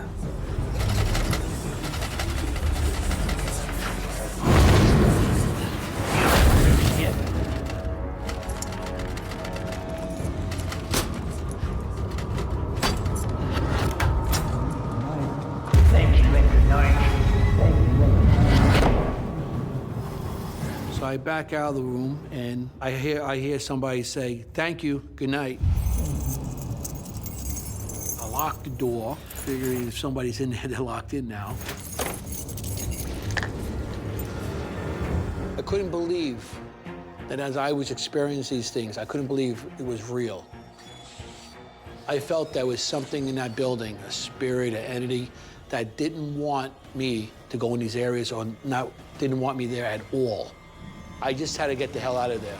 Heeding his co-worker's warning, Anthony tells no one about his terrifying encounter. I kept it to myself that I was nervous of doing these areas because, like I said, I needed a job. I had to go back and earn money to support my family. Fortunately for Anthony, the next several nights pass without incident. But it's just the calm before the storm. A few nights later, on the medical floor, I was doing rounds, locking up. I didn't want to be there because of what happened previously with the woman and the ringing of the phone. I heard a noise in one of the offices. The sounds lead Anthony back to the nursing station. I opened the door. The very room in which the nurse died. And this machine is moving on its own.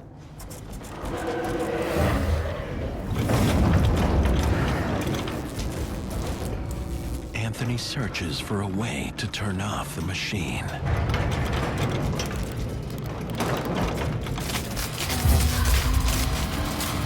I actually looked for some sort of power source.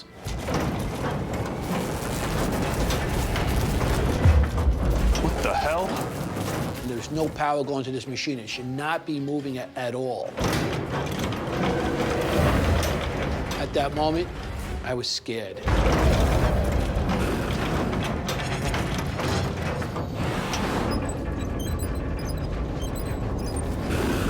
Whatever was manipulating that machine, it really feels like it didn't want Anthony to be in this building. If it could move that machine, it could move anything. It could be dangerous. Should be here. Get out. Get out. I don't care how tough you are, how big you are. If something comes to you in the middle of the night, you're gonna be running and screaming just like a little kid would.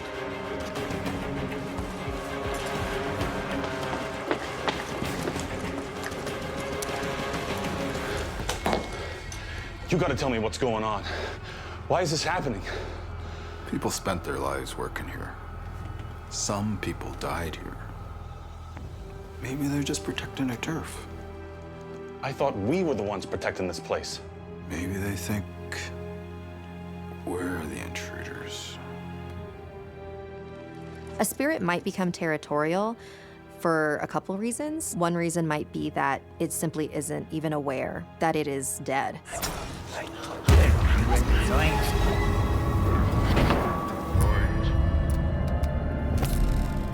So when somebody comes into their space, they want them out of there. Get out! Anthony suddenly sees his terror in a new light. I felt that some of the spirits that I encountered, they were employees that spent more time in this building than actually in their homes.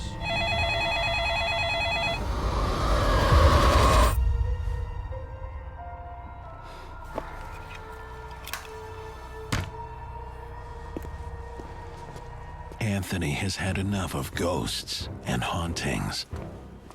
He resigns that very evening. I didn't want these things to happen anymore. I was relieved to actually leave the building and go on with another job.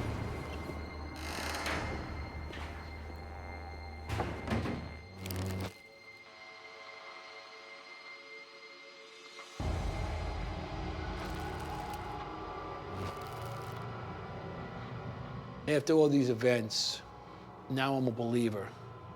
I believe in spirits and the afterlife.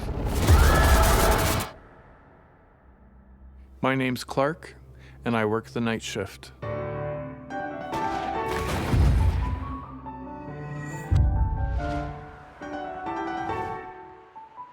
I'm a classically trained concert pianist, and I have toured all over the world playing and recording. Tired of life on the road as a touring concert pianist, 28-year-old Clark is looking for a place to call home.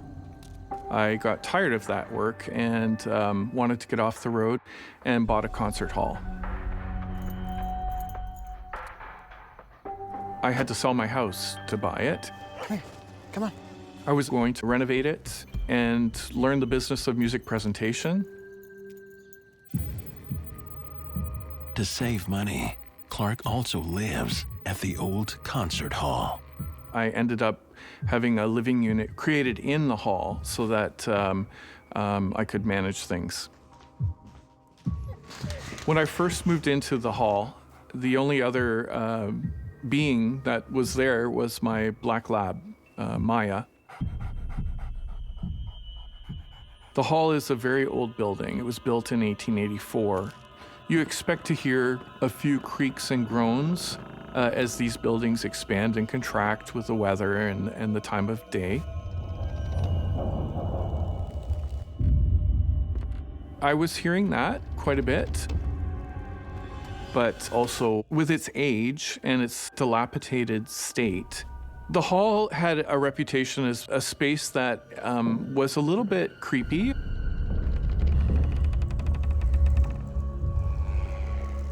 I always thought that when people came up with these stories that they were either just figments of their imagination or hearing the creaking and the groaning of old buildings. So totally non-believer.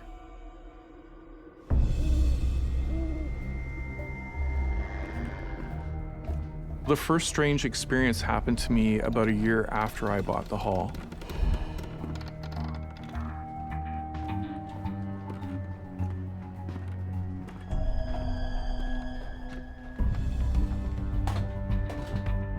One night when I was closing down the hall, I felt this presence behind me.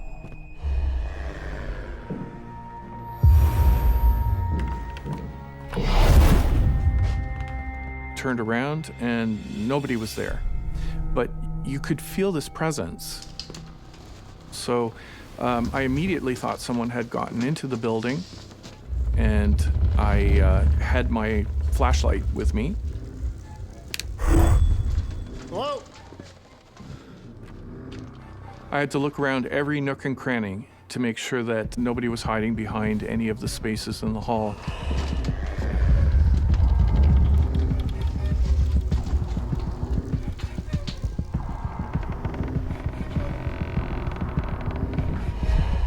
Someone there?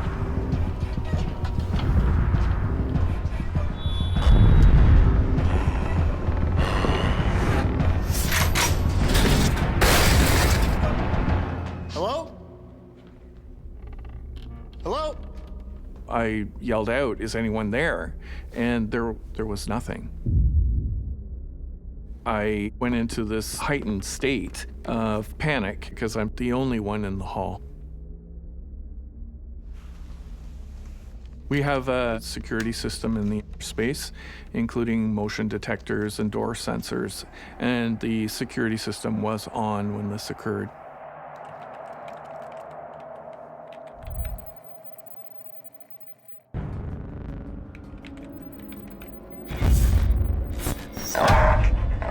My beautiful dog came in and started barking, and she's not a barker.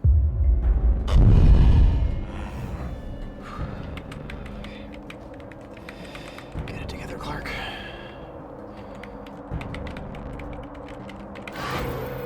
And nothing. There was nothing.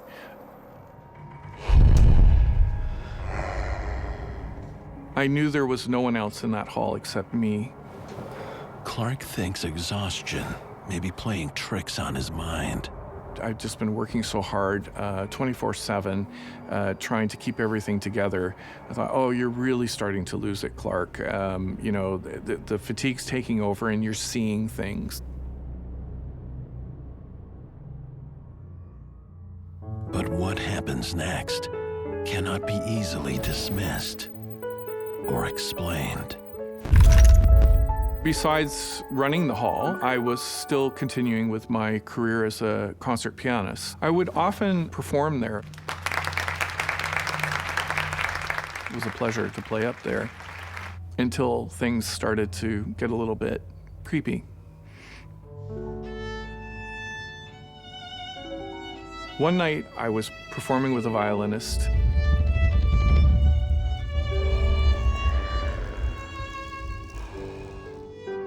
And in the middle of our performance,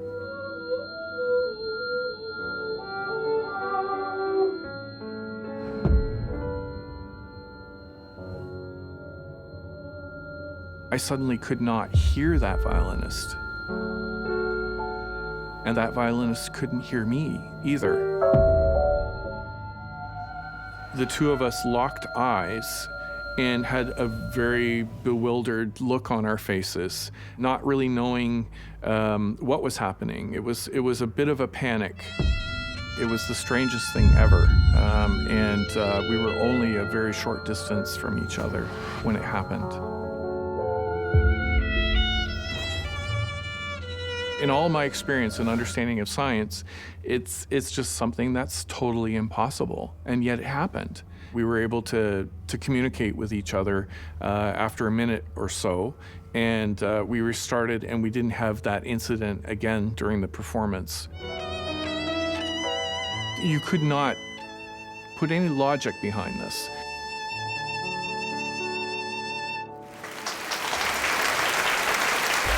When Clark was performing on stage with his fellow violinists, the way that their perception of sound was being manipulated is something that I personally have never encountered. I believe that this sonic manipulation that's happening could be paranormal because of all the other activity that's been happening.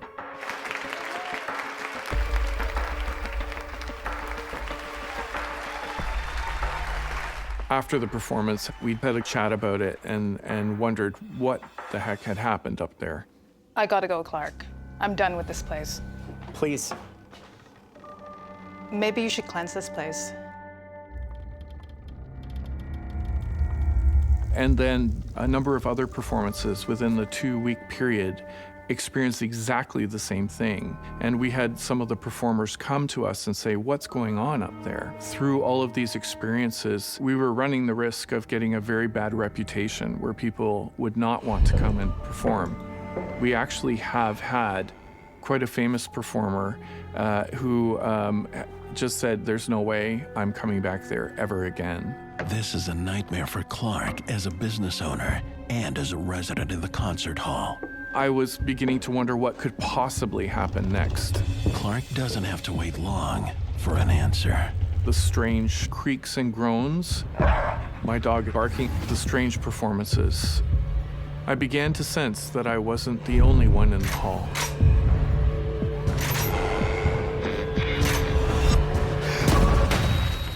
Looking to escape life on the road, Clark buys his own concert hall. He begins to suspect the presence of unseen forces when strange events occur both backstage and on the stage. I suddenly could not hear that violinist. His suspicions are confirmed when he has a terrifying encounter. It seemed like a real person to me at first, and was dressed in this uniform that was red. So I thought maybe it was like a red coat from the War of 1812. My adrenaline just started flooding through me.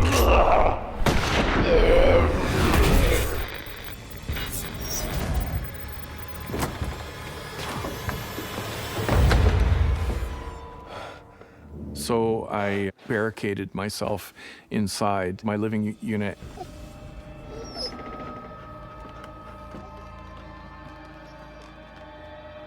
I was beginning to wonder if I was actually losing it.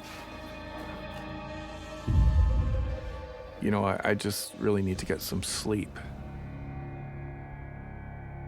Maya, what's wrong?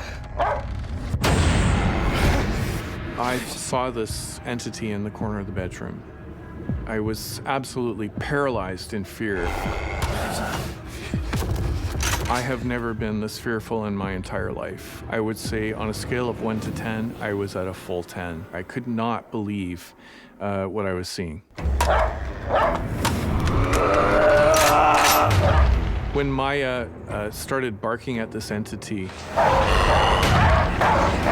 it was affirmation that it wasn't just me seeing something, that this other creature could also see this strange entity in the corner of my bedroom. The hair was up on her back. She was frightened as well.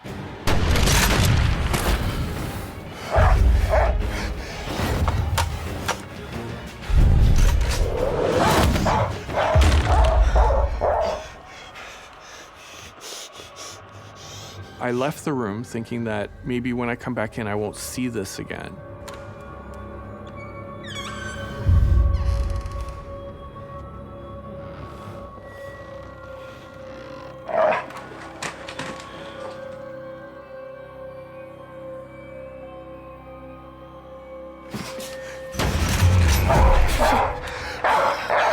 When I walked back into the room, I saw it immediately, still standing in the same place, right in the corner of the room. I never thought I'd be so scared.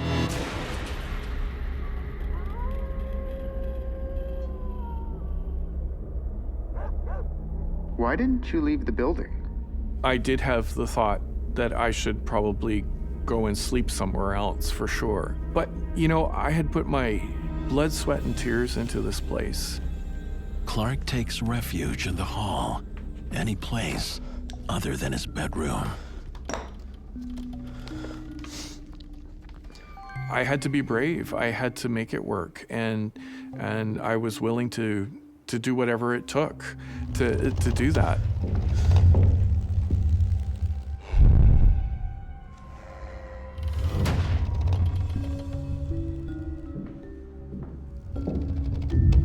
I thought, what should I do? I can't function. I'm not sleeping. This is freaking me out. Clark tries to make sense of what is happening. One of the interesting things that I discovered that may be related is the fact that right across the street from the hall, there used to be 2 graveyards. They were very old.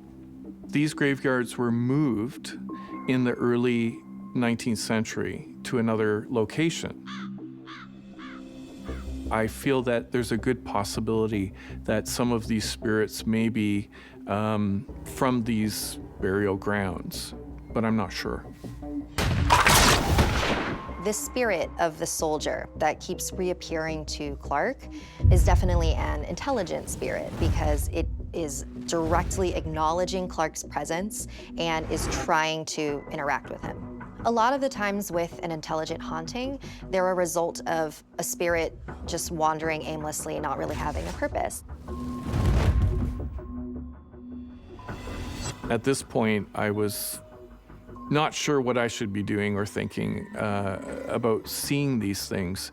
I felt either I buy into the fact that there's something very strange going on in this hall that I can't explain, or I just say, I'm exhausted. Maybe I'm done because I'm starting to see and feel things that don't make any sense whatsoever.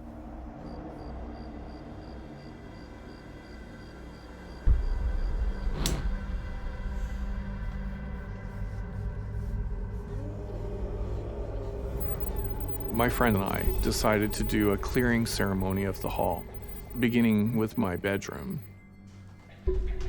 We did some rituals involving talking to the entity.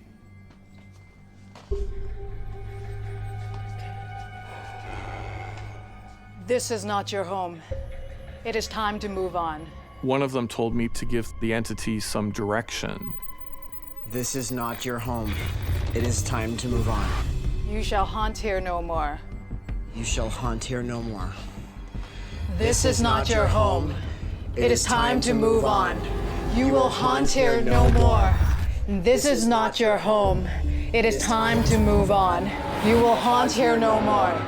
This is not your home. It is time to move on. You will haunt here no more.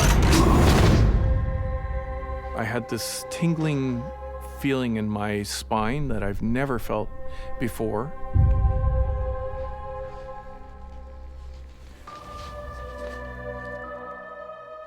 I felt the energy shift a little bit. I felt like it was finally over.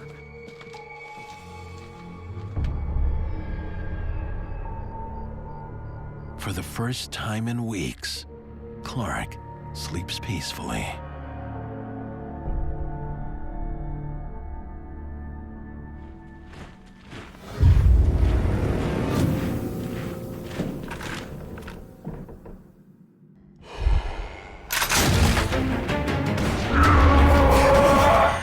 Clark awakes from a dead sleep, only to be confronted by his worst nightmare. In the corner of the room, you could see this figure.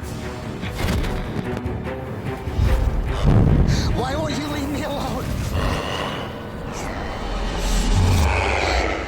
Leave me alone, please!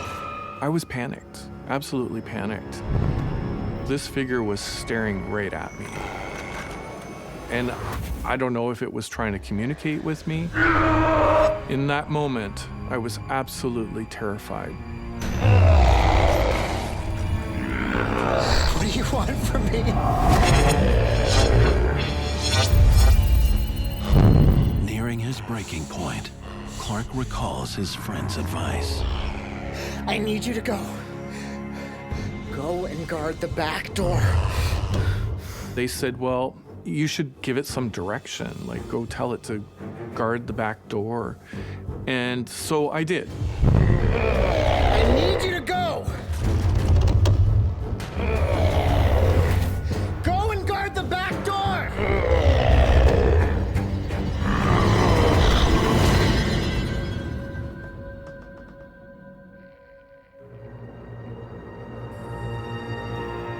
And surprisingly, the entity left.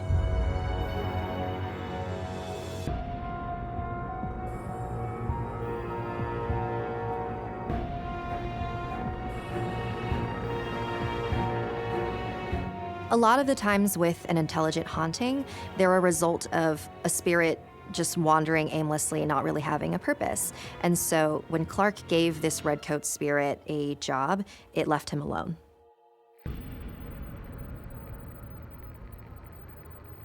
That whole fight or flight mechanism that they say people have, I can attest to. I was really torn between staying and running.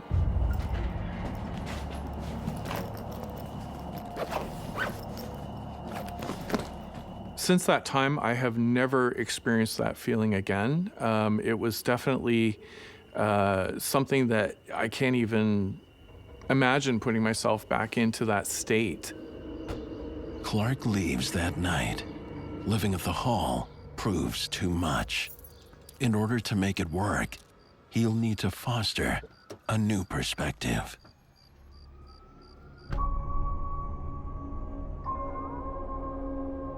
In 2011, I met the man of my dreams and I moved out of the hall, so I no longer live there, but I work there every day.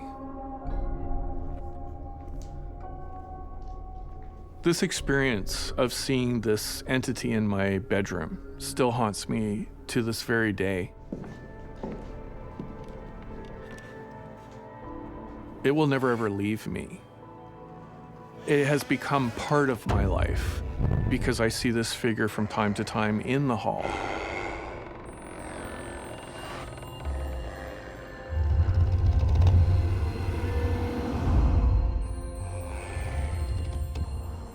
It's just almost a normalcy of something very abnormal.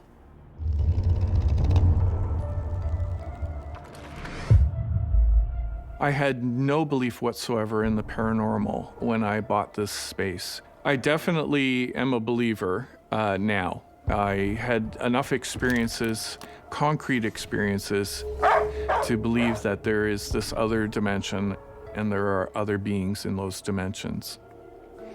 We're not alone.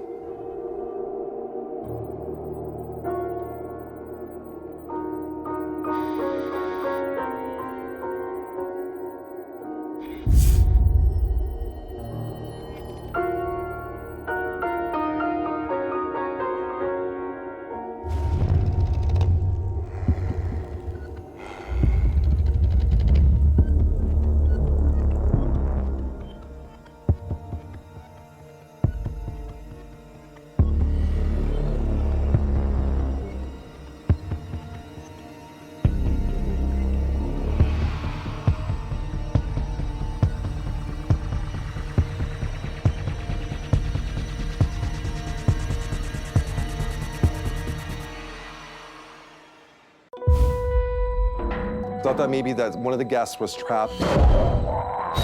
It was not a human being. Who's there? That startled me pretty bad. I don't see anyone. There was this smell. I believe in the spirits without a question. What do you need from me? It goes right into your soul. I was looking at pure evil.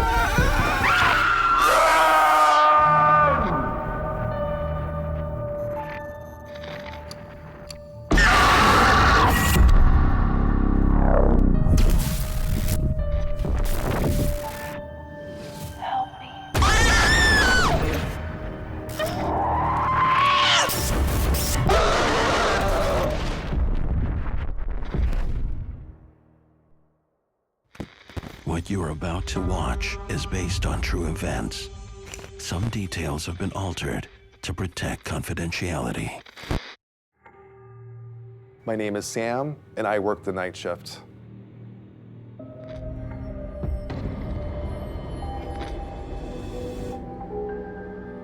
Salem, with its storied past of witch hunts, is home to the old hotel that Sam works at.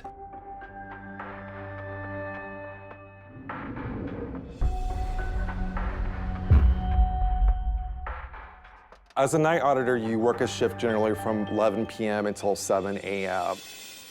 I have been fascinated with the witch trials history of Salem for years. In 1692, on the very ground where Sam now works, over 200 citizens were accused of practicing witchcraft. 20 were put to death. Working in the quiet on the night shift allows Sam to study the history of the witch trials for his book. It was a perfect job for me because it's kind of a slower job, and I was able to write while I was working. My first week at the hotel started off fairly non-eventful. And then, suddenly,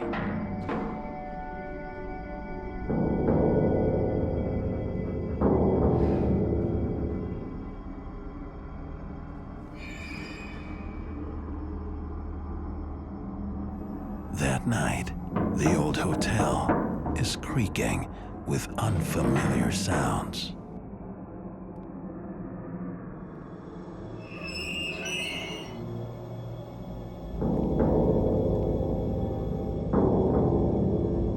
I heard what sounded like banging on the inside of the elevator. So I thought maybe that one of the guests was trapped.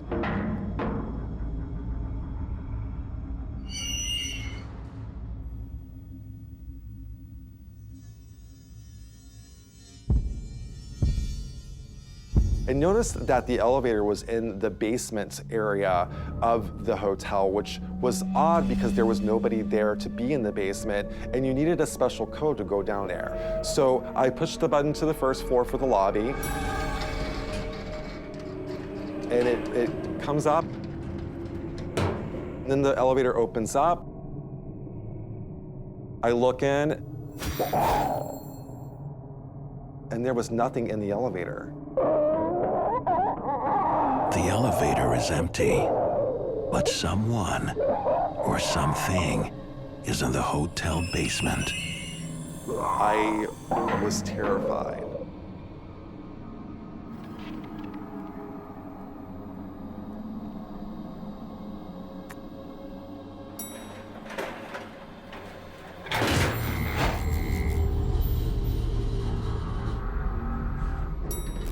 Sam has never ventured to the underbelly of the old hotel. I see what looks like lights that were leading me to the back wall of the basement. Hello?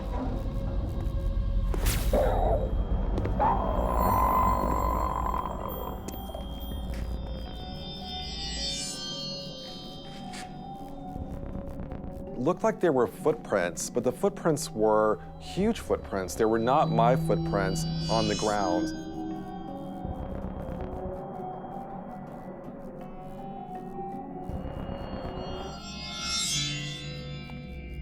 It was leading me to the back of the basement of this hotel.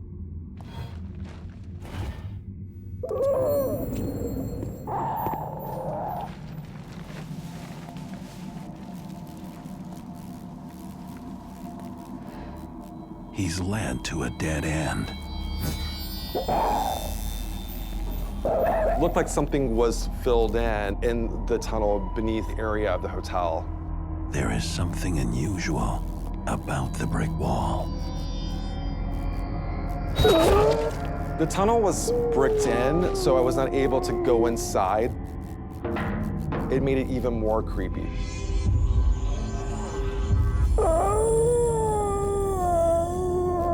Then I heard what sounded like the moan that I heard before.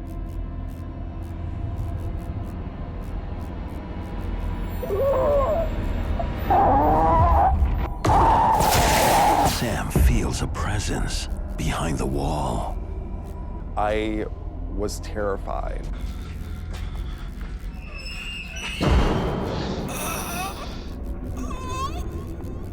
I started suspecting that there may be something paranormal going on, something that was not explainable.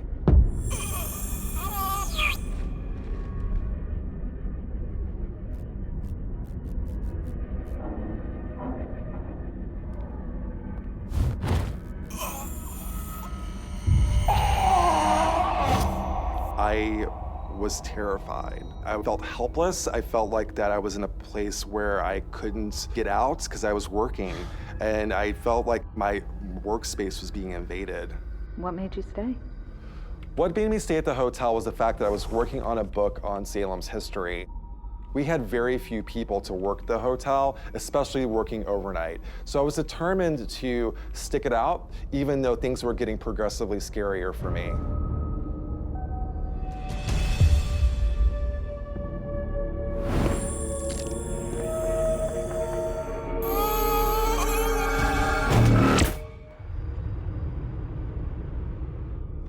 On Sam's night shift at a hotel in Salem, rumored to be haunted, he finds himself face to face with something he can't explain. I looked up and I saw what looked like a shadow coming from the back of the hotel.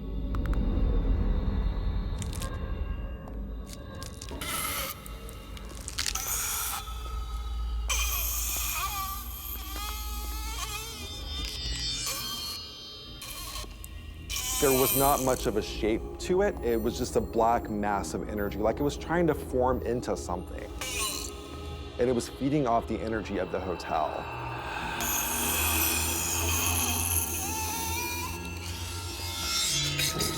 The blackness came over, and then, to make things even more scary, there was nobody there. Nothing human.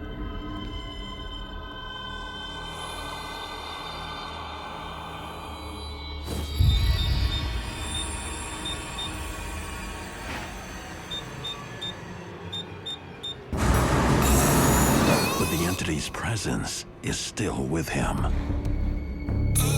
There's a helplessness there. Like, I can't leave, I can't call anybody, it's 3 in the morning. Do I call the cops? Are they gonna think I'm crazy?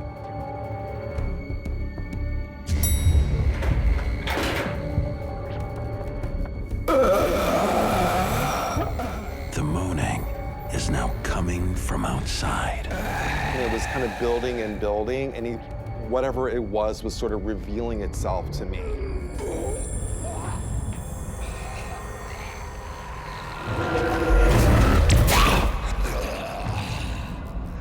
It looked like a man wearing an old school hat. Seeing those red eyes, I knew whatever it was not a human being. I was looking at pure evil, and it was looking back at me. I have never been that terrified in my life.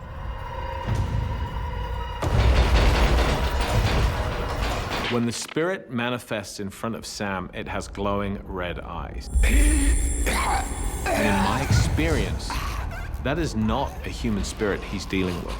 He's dealing with something non-human. And he would do well to watch his back.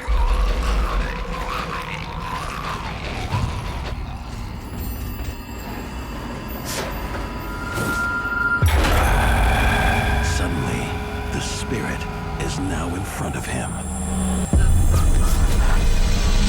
Sam seizes the moment to escape the entity. I had to get out.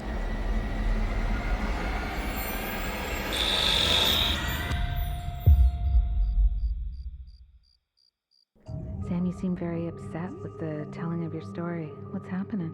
I'm super emotional about this experience because I felt like going back and kind of feeling the emotion of what it was like seeing this figure in the window haunts my dreams. Sam quit his job. He's safely home in Boston. But the attachment to the entity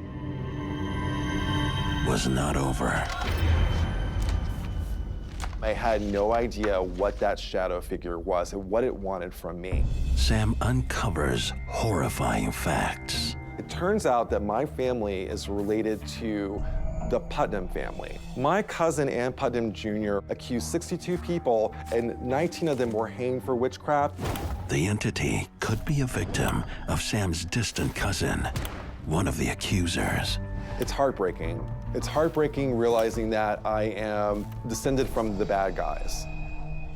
Sam has a very personal, familial connection to the Salem witch trials.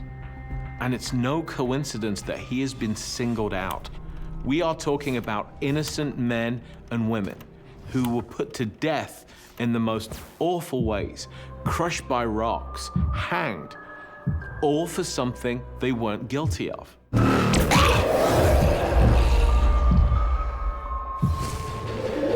Imagine the resentment, imagine the anger, imagine the simmering rage. He's been targeted by an entity.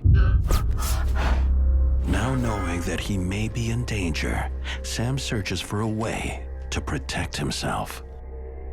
In his ancestors' documents, Sam comes upon an apology written by Ann Putnam Jr.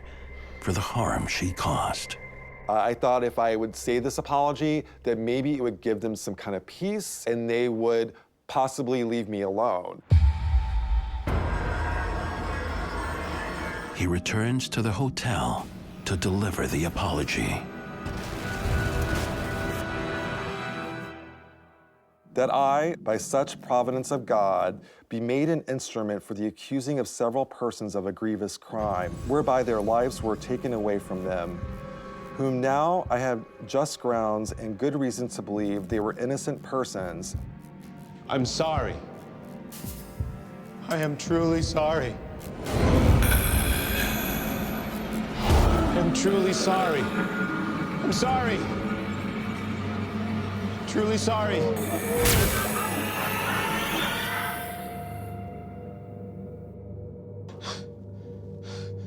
When I read that out loud, I felt like it was a cleansing of some sort. I felt like that I was giving Ann Putnam Jr. the chance to say the words out loud through me. Maybe now, the angry entity will leave him alone.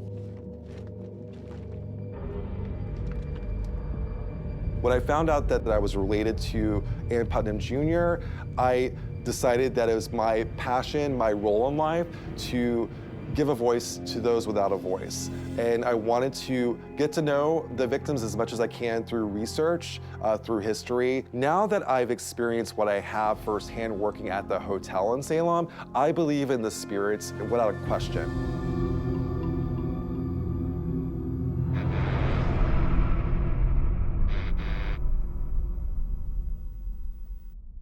My name is Riley, and I work the night shift.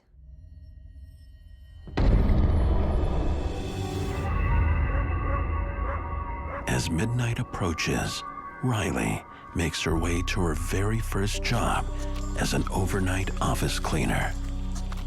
At 16, I have this job because I was starting to get into trouble. I was staying out all hours of the night. I wasn't, listening to what my mother wanted me to do. I just wanted to have fun. I was 16, and I was rebellious, very rebellious. Riley has been hired to help clean a building that's about to go up for sale. The job has been scheduled to last 3 nights. I wasn't thrilled, I'm not gonna lie. It's third shift. Nobody really wants to stay up until the wee hours of the morning unless you're having a party.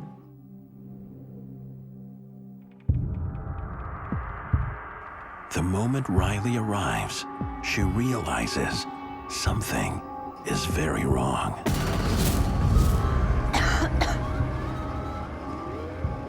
When I first walked into the building, the air was very thick. It was hard to breathe. It was stale. It was like nobody was in there for a very long time.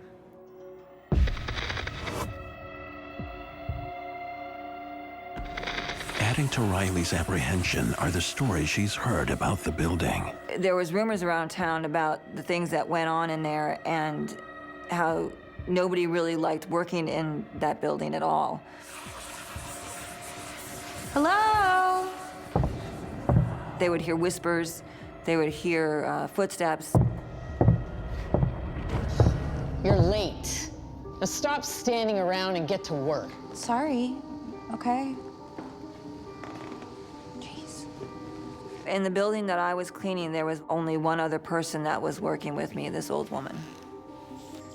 Riley sets to work on the near impossible task of cleaning the office.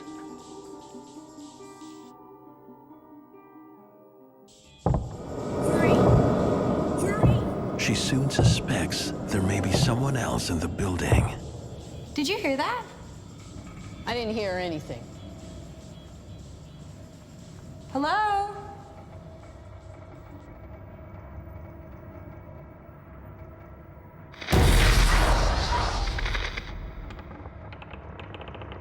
I had stuck my head out in the hall, look and see who was in the building at 2 o'clock in the morning because nobody was supposed to be there. Hello? So when I looked up and down the hallway, there was no one there. They were running. The footsteps were running down the hallway. Who's there? I can hear you.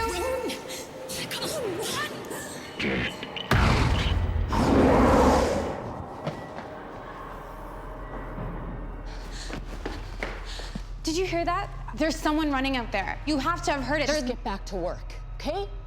Take care of that carpet. She played it off like she didn't hear it. I told you I didn't hear anything. But I know she did.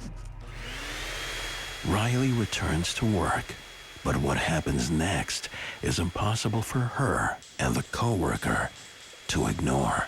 A few minutes later, as we're vacuuming the floors,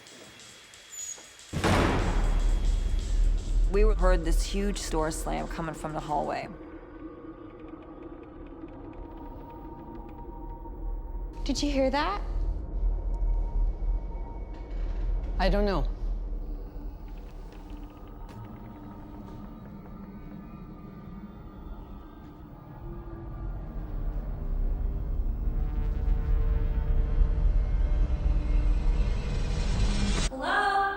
I went out in the hallway and I walked up and down. Hello? If you don't show yourself, I'm gonna call security. And I didn't see anybody at all.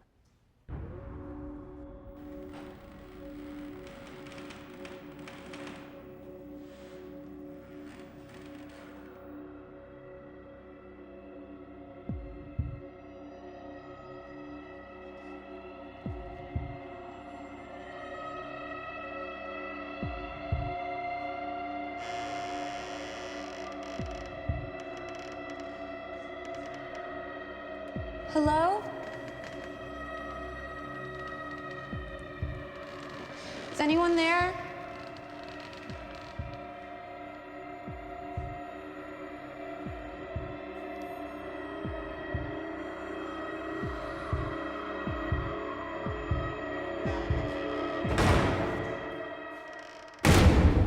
When I heard the other door slam, it startled me pretty bad. What are you doing? Get back to work! Look!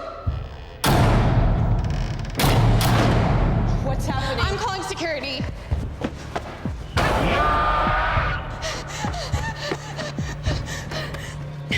Hello? Hello, security? Hello? Hello? How do you work this thing? Overnight office cleaner Riley discovers the building where she works is home to terrifying paranormal entities. What are you doing?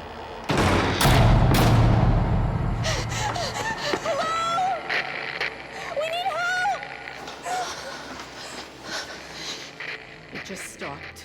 We were looking at each other, trying to figure out what was going on and whether if we should call somebody or if we should continue on with what we were doing. Okay, come on. Let's keep going or we're not gonna get paid. Okay, come on. Hurry up! We only had a few more hours left in the night, so we needed to get moving. Riley's relieved when the end of her shift finally comes. When she gets home, she talks to her mom.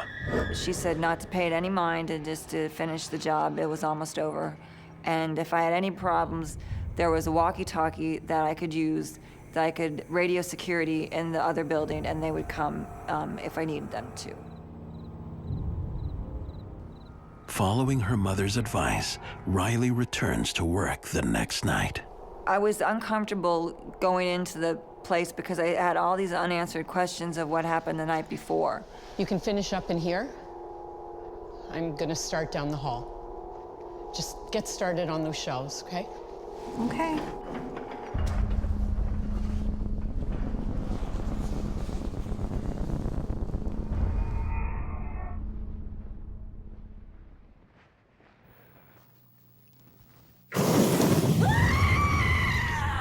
Suddenly, I heard this cry somewhere in the building. Please, hurry! Hello? Are you okay? I never forget that woman and the way that she had cried out. It just scared the hell out of me. It goes right through you. It goes right into your soul. Are you okay? Is anybody in there? So I had walked over there to see who it was who needed help. The cries seem to be coming from the kitchen. Is that smoke? I was looking up at the vents to see if the smoke was coming out of there.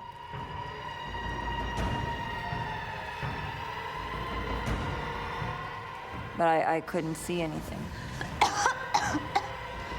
Louisa! And I didn't know if the building was on fire or what was going on, and I knew that we needed to get out of there. Louisa, there's a fire! It smells like smoke. Yeah!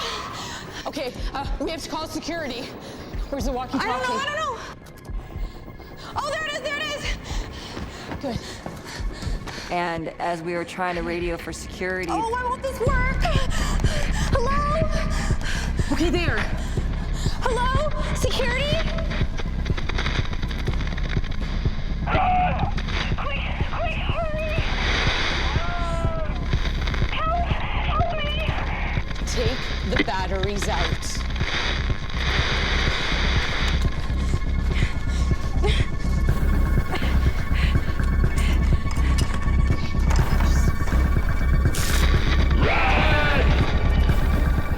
And the next thing you know, it said it again. We have to go. Go. The voice on the walkie-talkie to me to this day, I think it was just something to try to warn us that something that is in there does not want us in there. As we ran past a side office, There's a fire, sir! I saw a janitor standing in there cleaning with his back facing me. So I stopped. Sir, we have to get out of here. There's a fire, sir. When I touched him on the sleeve and he turned around, I'll never forget that. Never in my entire life. I'll never forget the way he looked.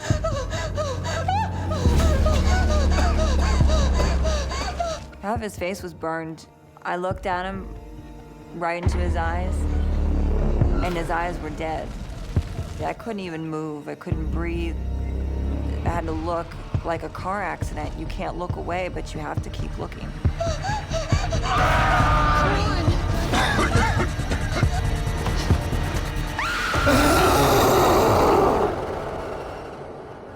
The relief I felt when I finally made it out of the building was, thank God I'm safe.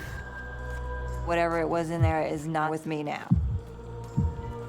After I explained everything to my mom, what I had witnessed and what I had seen, my mother told me to pray that it was something that is not of this world and that, you know, it doesn't belong here.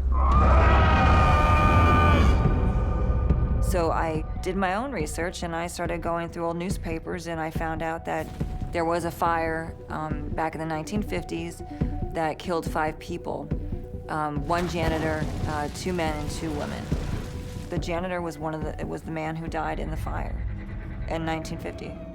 A lot of energy was expended during a very tragic event, and Riley comes in and picks up these energies. These spirits need Riley to acknowledge the trauma they suffered before death from some accident that could have been prevented.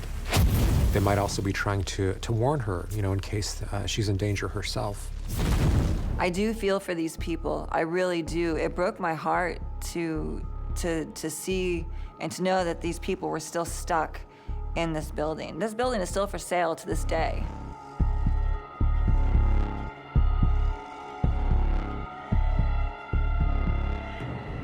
What I've learned from that event is that if they want to show you how they died, they will show you how they died.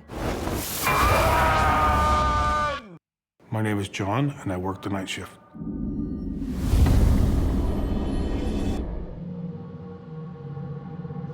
After graduation, I had went back to my hometown to stay with my mother. I really didn't want to be a burden on her. I needed a job. A friend of mine, he says, you're in luck. He says that we had a guy just quit a few days ago. It's an unusual job, but John needs the money to pay off loans and to help out at home. Let's go, John. We got a call. Yeah. John and his partner are called to the site of a tragic drowning. I took a job for recovery and transport of deceased individuals. This was my 4th night on the job. We had a call to go out to a drowning. We would pick up the body and transfer it to the coroner's facility. He had his accident at the river. He was intoxicated at the time that this happened. The guy originally weighed 180 pounds. When he was retrieved, his body weight had almost tripled. The water had soaked into him, and his body was bloated with liquids. So he was pretty heavy. There was this smell. Oh, God, that's disgusting. What a nightmare.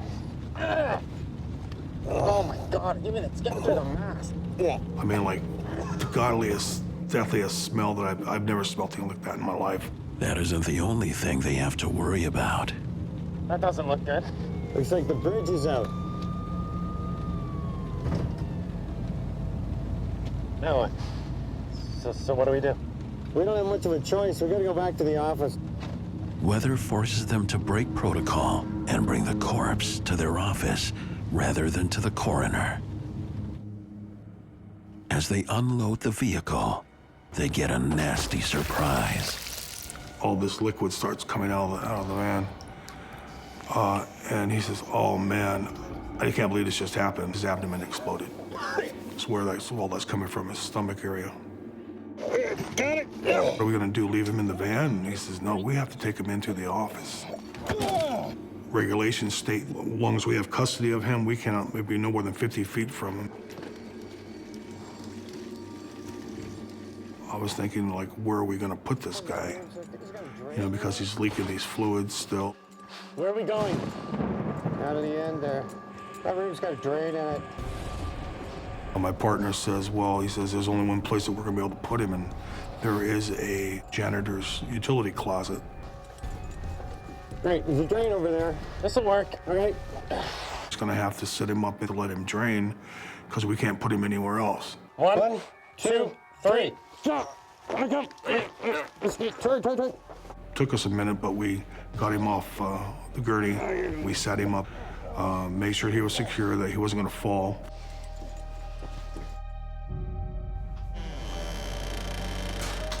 What do you want this? When we shut the door, we had to get these towels to put down on the bottom of the door so to keep some of that smell from coming out. We were in a stress mode at that time. They call their supervisor to find out what to do next. Can we go? Nope, we're gonna be stuck here for a while. Rules and regs. With no idea when the bridge might reopen, John and his partner have no choice but to stay put. The way that it was going outside, we had a feeling that was gonna happen.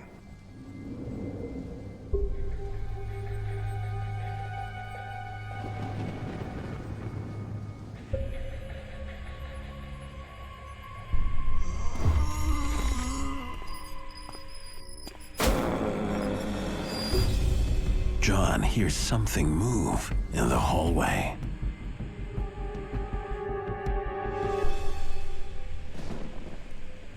He notices the gurney isn't where they left it. This was kind of strange to me.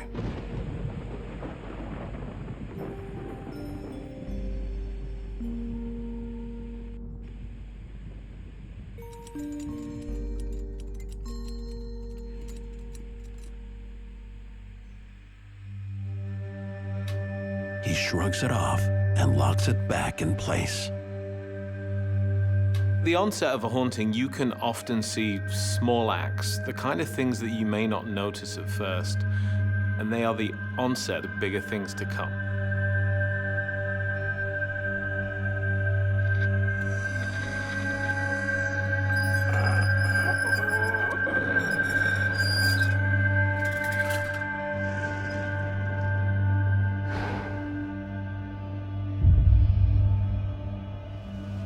Minutes later, as John heads back to the break room, he's rattled. No way, no way, no way. The gurney from the other side of that room hallway is now in the reception area. That was the freakiest thing. Those wheels were locked on that gurney. Hey, Tim! Tim! Both those wheels had to come unlocked. How did that do that? How does that happen? Tim! I was definitely feeling that anxiety at that time. I was getting anxiety.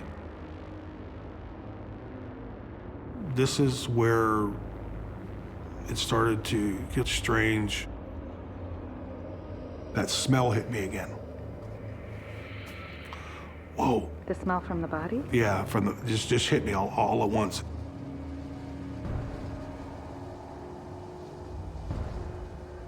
And as I took a few steps, I noticed these two towels that we had laid in front of the door were moved out into the hallway like something went over and moved them. We were the only ones there. You know, who else moved them? That's what got me thinking, you know, there's got to be something else going on, something of the supernatural type of thing going on. It gets stranger still. I notice the door is cracked open about 6 inches. Now I know this door was locked, and so I kind of like walked up to it, trying to see what was going on. John makes a terrifying discovery. While stuck in his office overnight with a dead body, John experiences some unexplained activity. And the door he locked that contained the corpse is now somehow opened. When I looked into the door, I could not believe what I just saw. Get out here! Get out here! The bag that this guy was in was unzipped down below his chin. Jeez. His head was out of the bag, and he was looking straight at the wall. His eyes were closed when we put him in there. Now they're open. We didn't leave him like that. No, we did not. Right? What were you thinking? You know, it's a surreal type of thing. You know, it's just like a dream or somewhere you just don't want to be in this bad nightmare. We closed the door, right? Of course we did. These zippers are pretty thick and heavy. You just can't unzip them that easily. How did that happen? I've never been more afraid. Once we die, not everybody moves on automatically. Some spirits find themselves earthbound for a certain period of time. What do we do? Well, we're gonna zip them back up and check that bridge and see if we can get the hell out of here. Zip him up, yeah.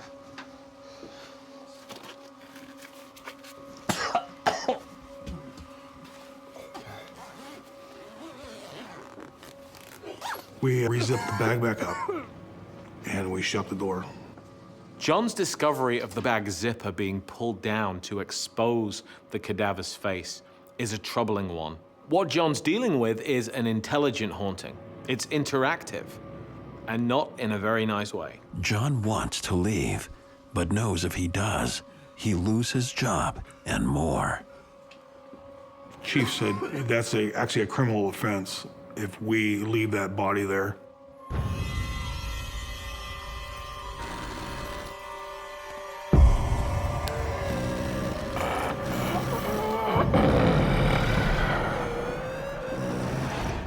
Before they have a chance to regroup,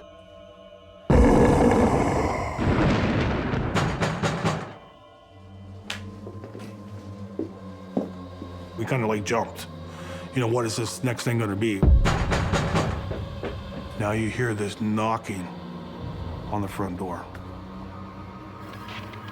A knock, just a steady knock on the front door. Who is it? I don't see anyone. I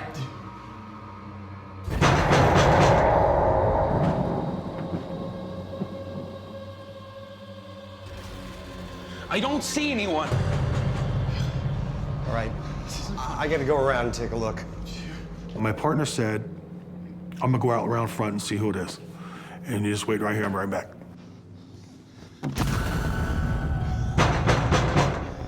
And he says, is there some knocking on the door? Because I don't hear it on this end. And I said, yeah, I can hear it on this end, but no one's there. A big chill comes through you, you know, when the hair starts standing up on your arms, you get the goosebumps type of feeling. That's the kind of feeling that I got. Anything? Nothing.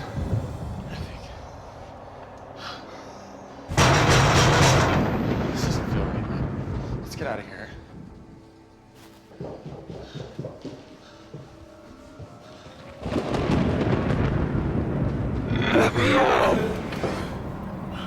then suddenly, John hears a disturbing cry.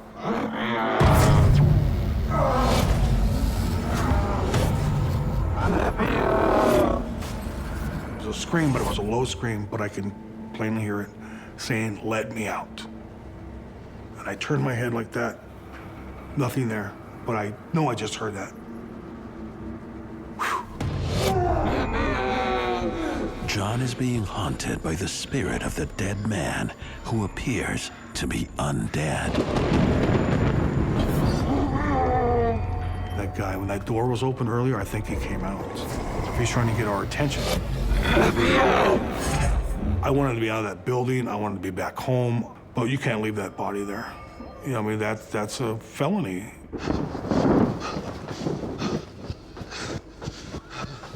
This has got to end. I can't deal with this anymore. So I got angry at that point. I got mad. And so the door that was down there in the hallway, I ran down there and I shoved it open.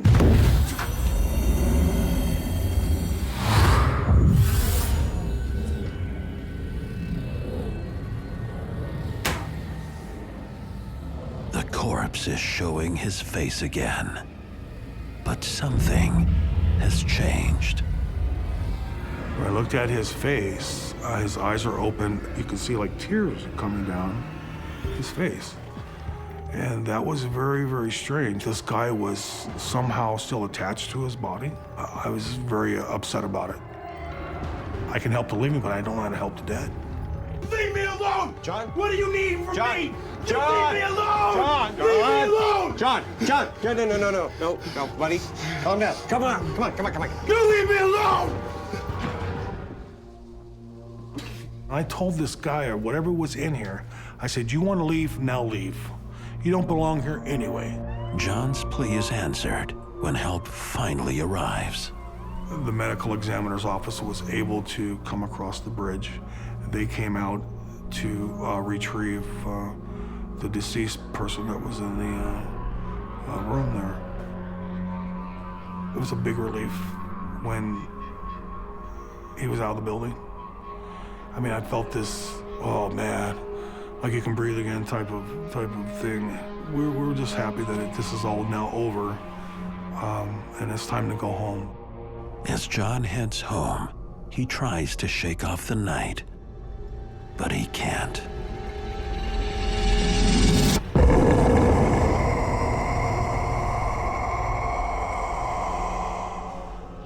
This guy's standing right there, right in front of me. Whoa. Oh my God, I couldn't breathe.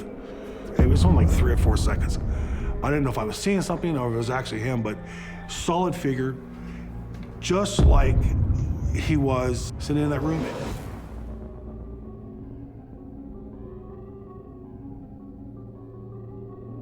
Do you believe this was paranormal? Yes, this was just one of the most remarkable things that has happened to me. In order to understand it, you have to experience it.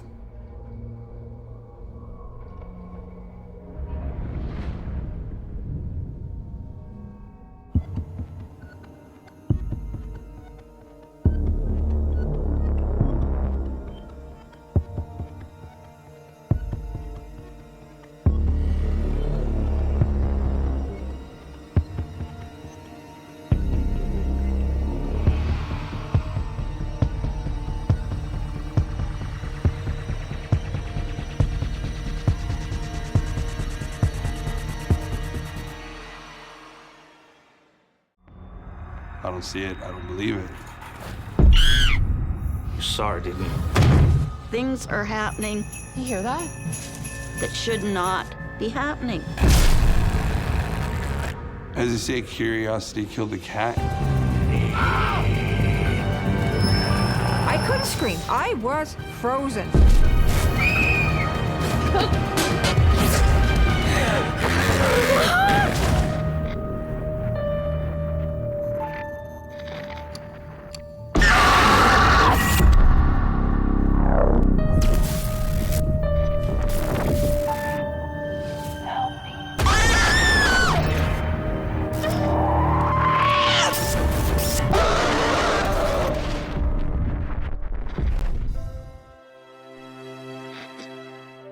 What you're about to watch is based on true events. Some details have been altered to protect confidentiality. My name is Nina, and I work the night shift.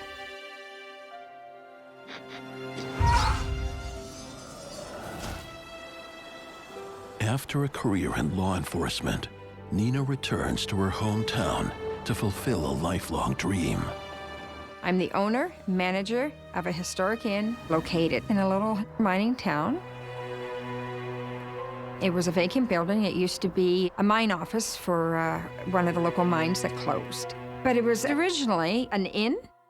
I renovated it. I took it back to the early 1900 period, and I financed it with my own personal savings. This is a big gamble. The once thriving mining town of Nina's youth isn't what it used to be. It became a ghost town. All the businesses went out, and it's just your old-timers still living there. The property Nina owns has a history. There were so many ghost stories always being told. Many, many accidents in the mines, many deaths of people. I was well aware of it. It was a risk, but I believe in the town.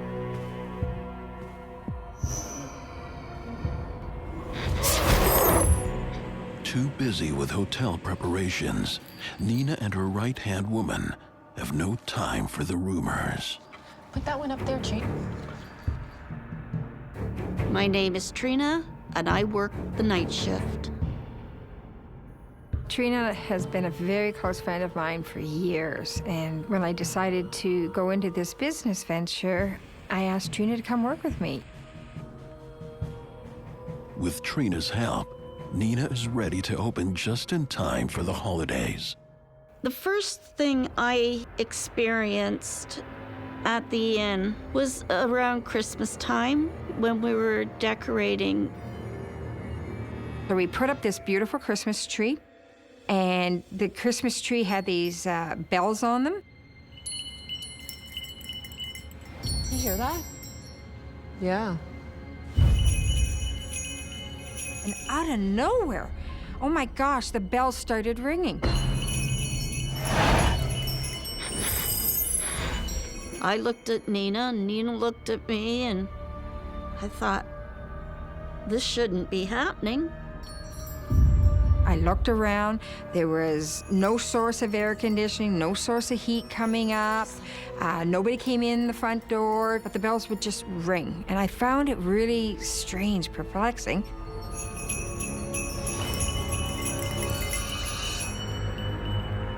and then they just stopped out of nowhere. But then, something else grabs their attention. The garland on the stairs that we just put up 10 minutes earlier, it started swaying in, out on the balustrade.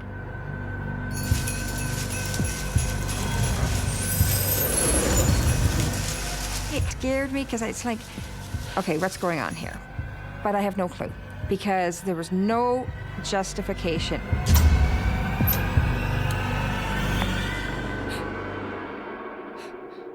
It was the first experience that something just wasn't right in the building or something just wasn't right, period. With every passing night, nowhere in the hotel is safe from the strange behaviors.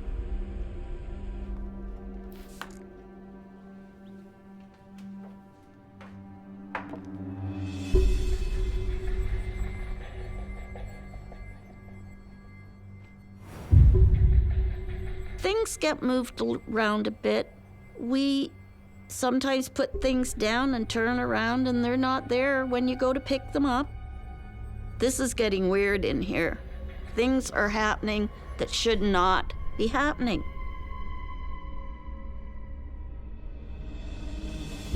When you work a night shift, you are much more likely to experience a haunting because it's late and you're tired and you are revisiting the same location every night.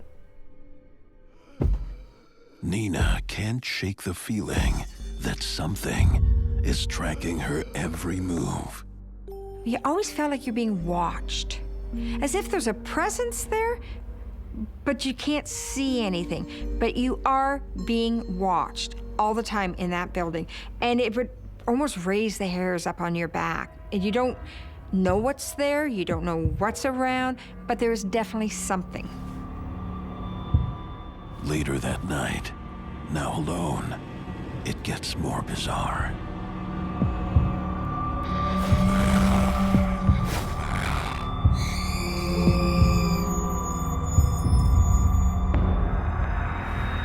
Hello? On occasion, I would hear high-pitched rills throughout the building.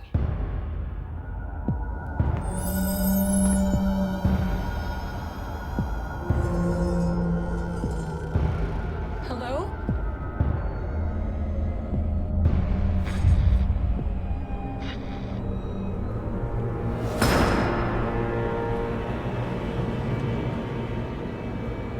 Doors slamming, as if someone is walking around in the building. But at this time of night, everybody's out like a light.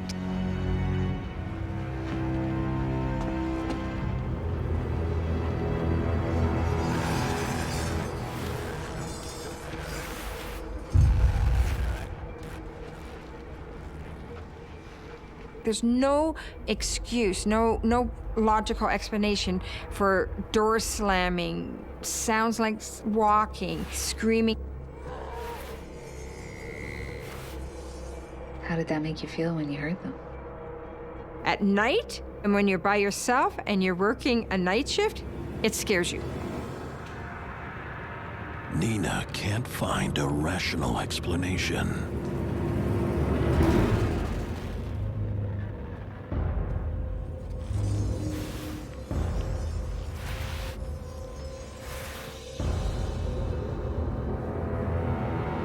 All the activity that's happening definitely signifies that this is a haunted location.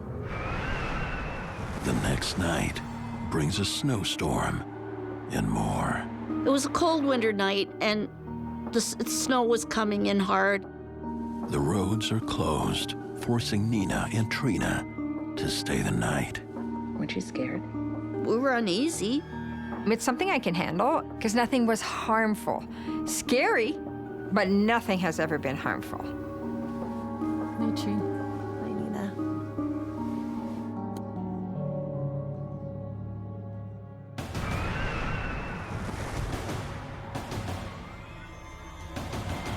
I'm in a sound sleep in the middle of the night.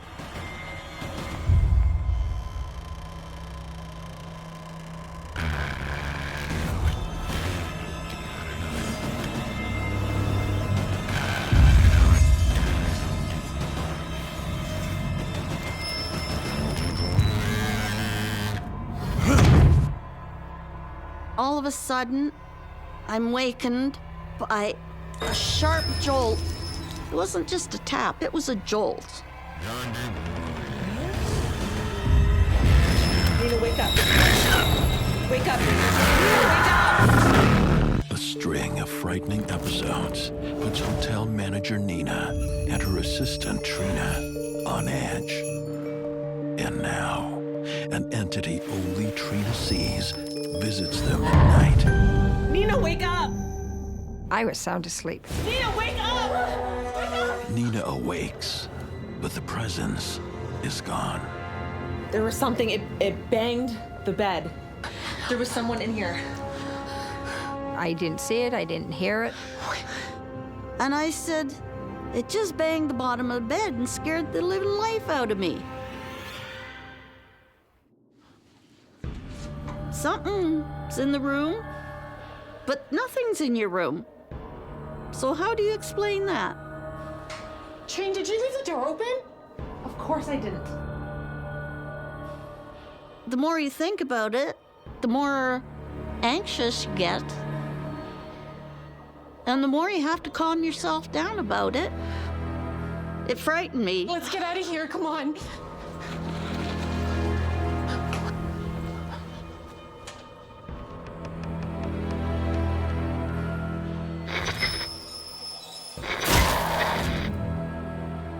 Nina believes her friend, so they search for an intruder on the security cameras. And I told myself that there was logical explanation. But after reviewing the security footage, Nina doesn't know how to explain it. When I watched those videos, nothing. Nobody entering, absolutely no movement of anybody coming in or out. I don't see anything. I can't justify what was going on.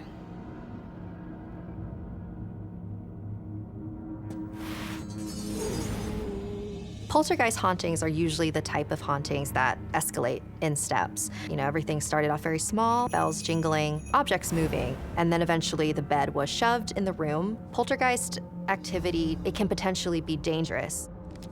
I did not think anything would escalate.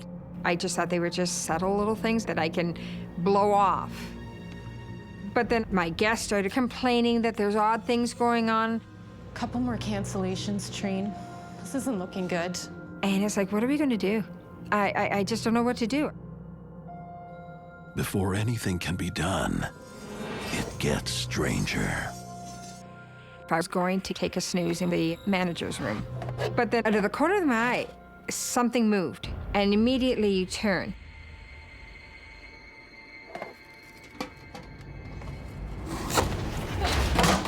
I saw the tin fly right at her head.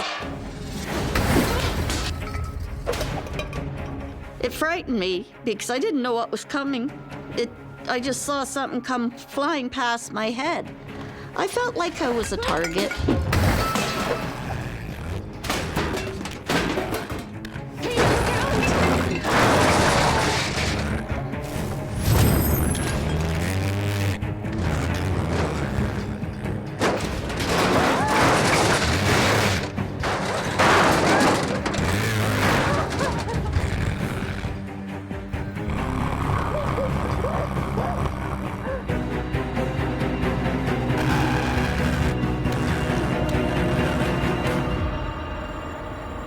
Something did this to her and directed it right at her head. And it freaked me out. I'm telling you, it was like, oh my God, something's going on here. What do you do about it? Nothing. There's nothing I can do about it.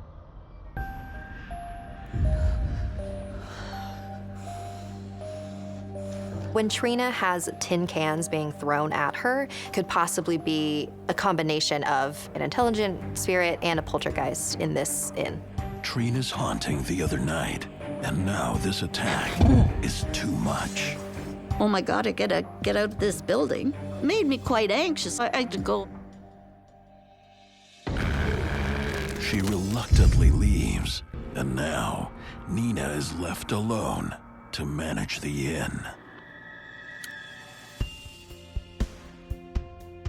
I just want to close the door, get out, you know, because it's just too much. But I put out so much money, like my entire life savings. And, you know, it wasn't just my life savings. You know, my staff depended on me for employment. If I close, I'm going to lose big time. Nina has no choice but to retire for the night. I had just finished closing up the inn for the night, and I was tired. I went upstairs, time to go to bed, and I went into a good sleep.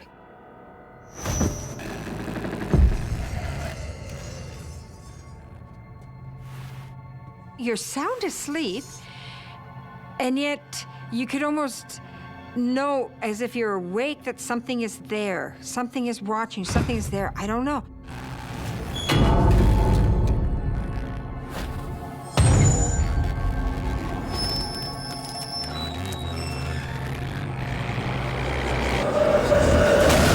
I remember laying on my back, and I woke up, and right at the end of my bed, something is standing there.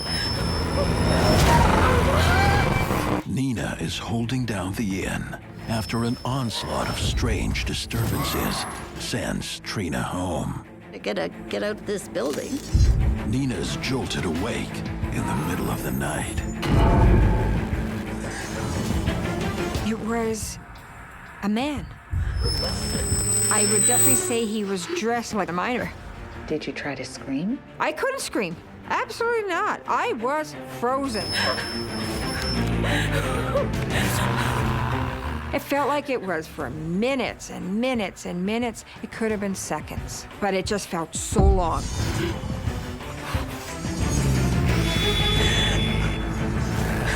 It really scared the hell out of me. I now know something is in my building.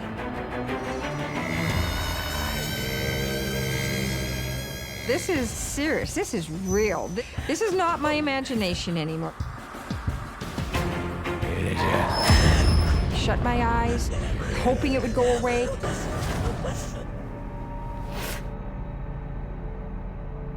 And when I opened it, it was gone. And that was the ultimate experience for me. This scared me.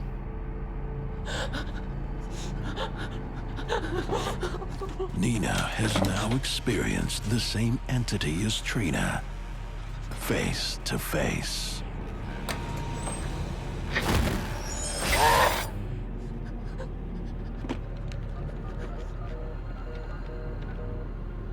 I get a phone call from Nina. She is very agitated.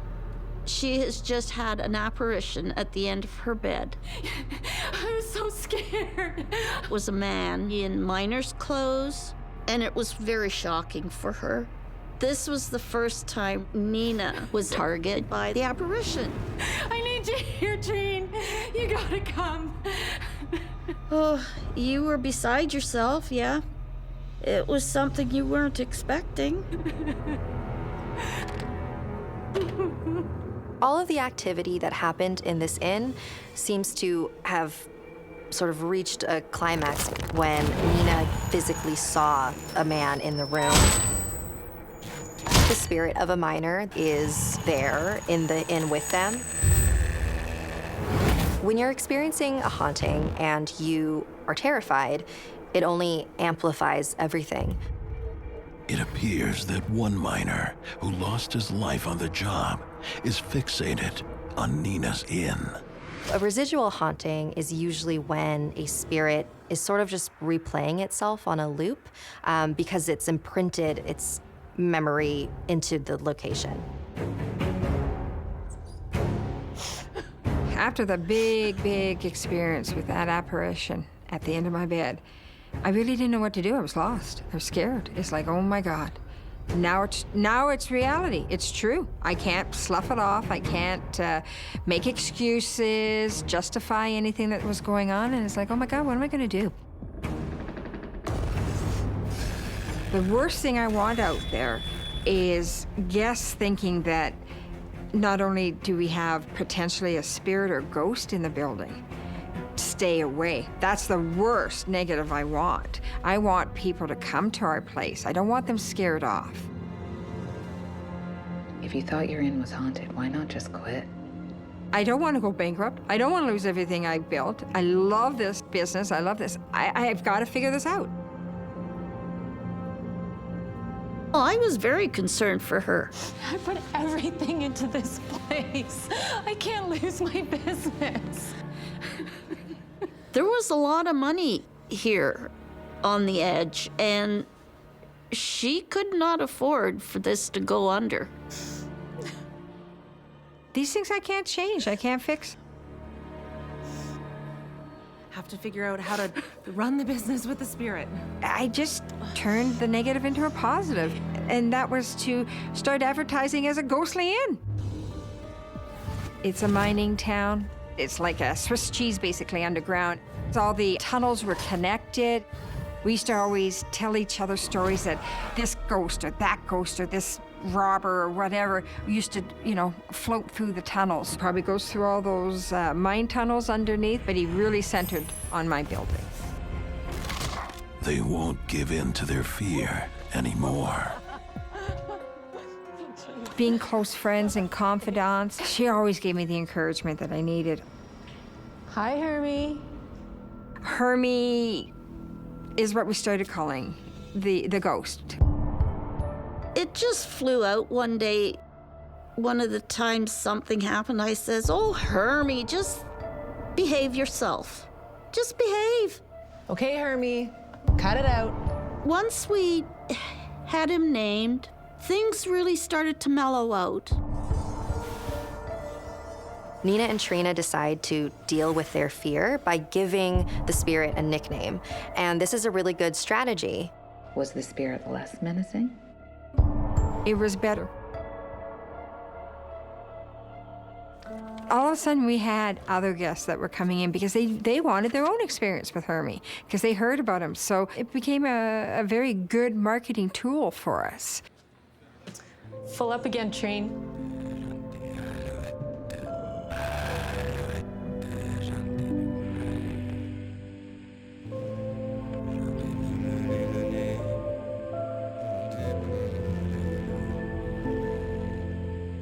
I asked the new owner if she has heard of or experienced any strange situations, and she said she hasn't experienced anything. So I think maybe when I left, Hermie left.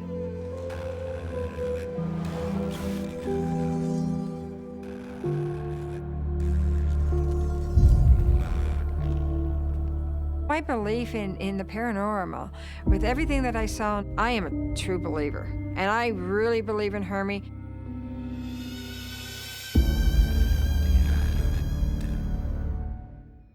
My name is Hector, and I work the night shift.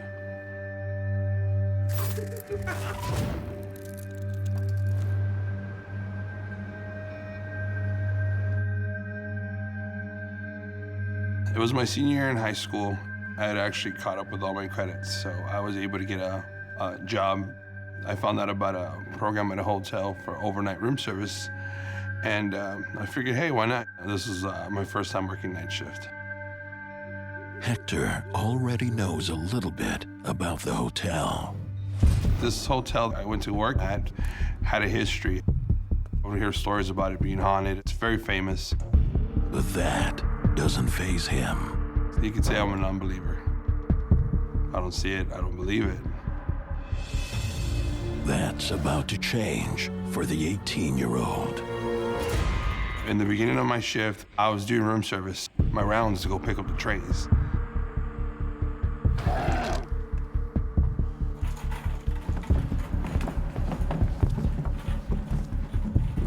The maintenance guys kept going on about it, what they experienced. Be careful. I'm cool. And I kind of, shrugged it off, just kept walking.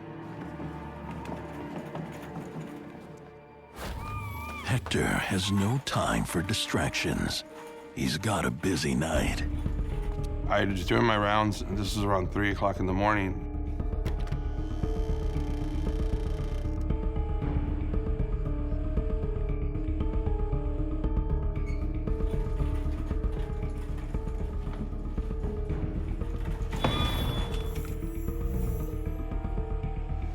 get a little eerie sense. A sense like somebody was behind me. Didn't see nothing.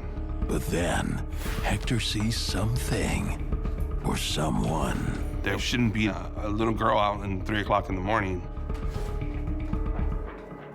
So as I ended up running down the hallway, and I looked down the hallways, didn't see her. Security, do you see a little girl walking around on the 2nd floor? They're like, no, we just see you. How do you explain this happened? I was freaked out.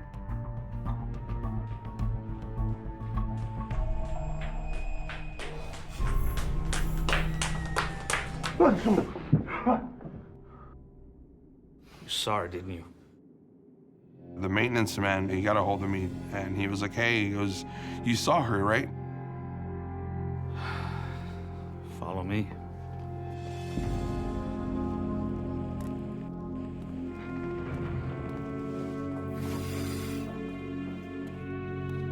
The maintenance man leads Hector to a room that's hidden from the other hotel guests. You gotta see this.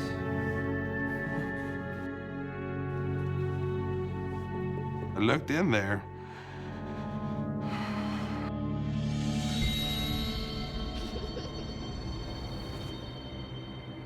It was a little girl's room.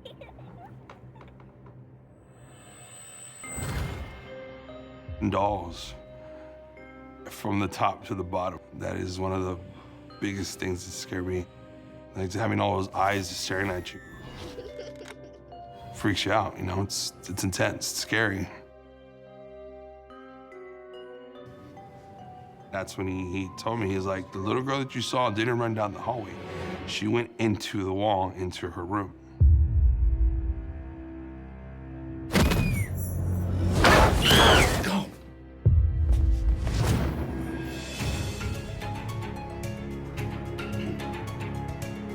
She's the daughter of the former owner. She died in the 1920s. Only his little girl's room with the dolls is still originally intact because that's where she passed away in. She died because she was sick. That's where she was comfortable. That room, that hallway, that was her place.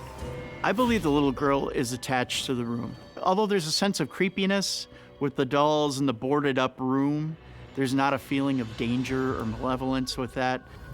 I don't think physically she could harm it. For one reason or another, spirits do stay around, and I think she chose to stay in a place where she was happiest. The hotel is haunted. Although the maintenance man believes in the paranormal, Hector has mixed feelings. I knew what I saw was real, but the spirit stuff, is it true? Is it not true? At that moment, I figured, you know, hey, I gotta do my work. So I went back down to that 2nd floor. I'd heard giggles. Again, I figured, hey, you know, again, being young, foolish, I didn't want to walk away.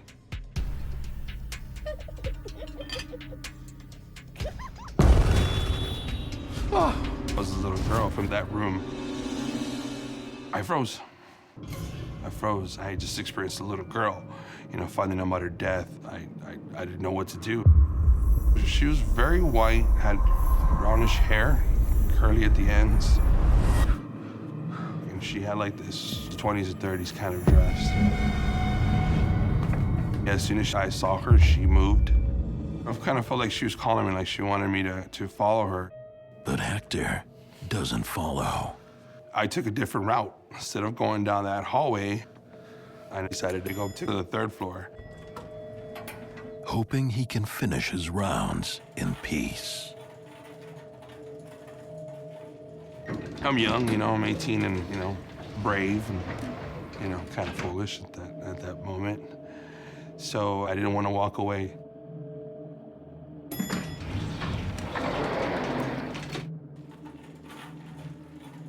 The 3rd floor, it was quiet. Although he tries to put on a brave face, Hector's on edge. You get that creepy sense of feeling where you got the chills. At that moment, I hear a ding.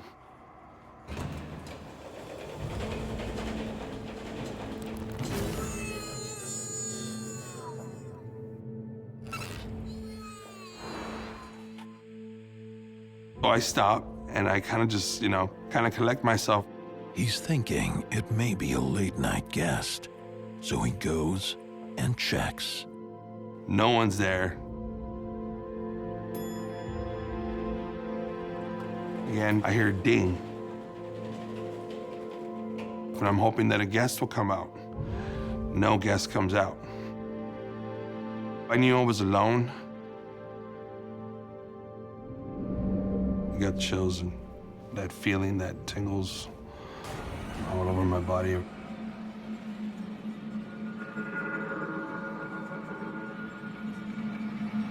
I remember just standing in front of that mirror and just seeing this woman behind me. Well, this is terrifying. Teenage Hector is a skeptic when he starts his shift, until he sees the spirit of a dead girl. But it gets worse. A different entity manifests. God, I'm just sorry. I got chills and... This spirit is much angrier.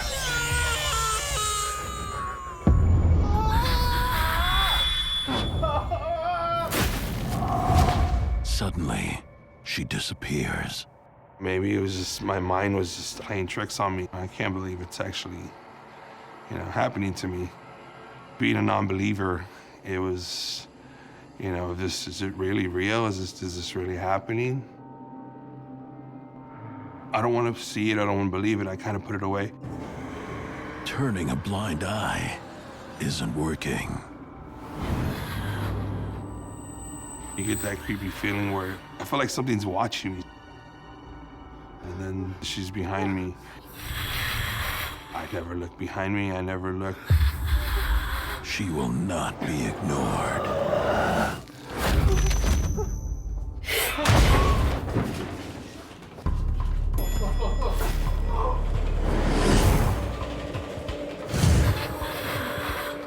She was just piercing into my soul.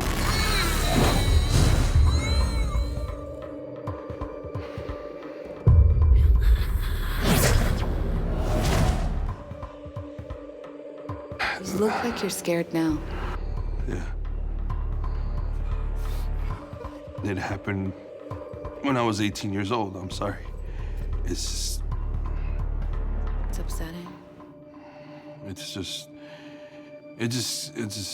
something that I can't deal with, but I do it.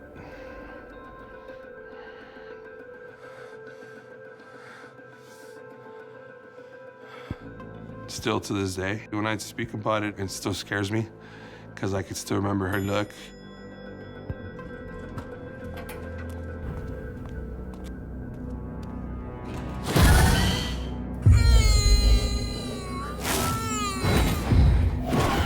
Did it feel like she wanted to hurt you? Yes. That night, Hector manages to escape, physically unscathed. And at that moment, I left. But the emotional scars still run deep. It happened. I had to face the truth. I had to face the fact that it happened to me. So I still went on as a non-believer, but inside, deep down inside, I knew it was real. Did you want to quit at this point? I was still contemplating, should I quit? Should I leave? But something kept me there. His desire to know the truth is greater than his fear, so he returns to the hotel looking for answers. He seeks out the maintenance man. The real kicker for me was I didn't tell him what I saw. I never told him about the woman. He asked me, he goes, did you ever experience the woman in the mirror? Let me guess. You saw the maid.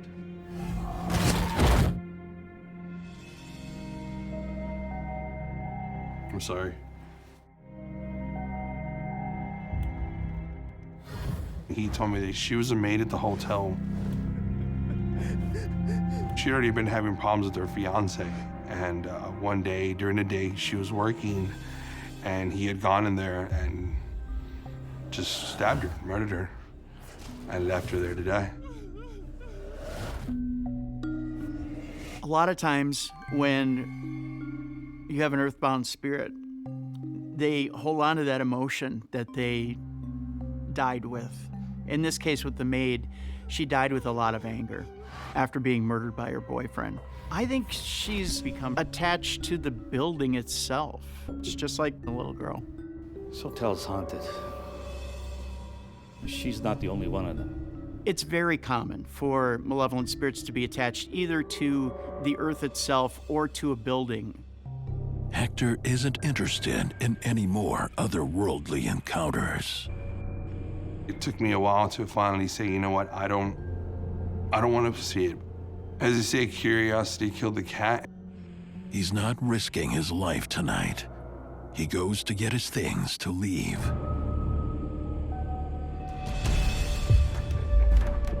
But as he tries to open the door, I could hear like a tapping on the door. I kept staring at that door. Finally, I have the courage to open that door.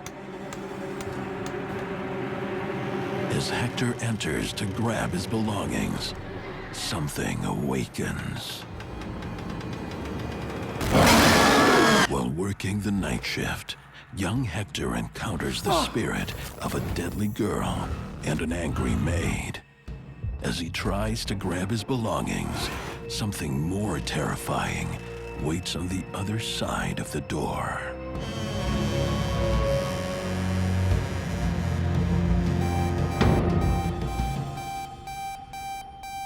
I kept hearing like a loud, kind of like a beep noise. I couldn't really tell you what it was. And then another strange sound follows. The breathing that just kept getting harder and harder, louder and louder. He can't make any sense of it. It felt like a man's breathing, but it felt like something that wasn't man. It's freaky, gives you the chills. All Hector wants to do is escape, but something won't let him.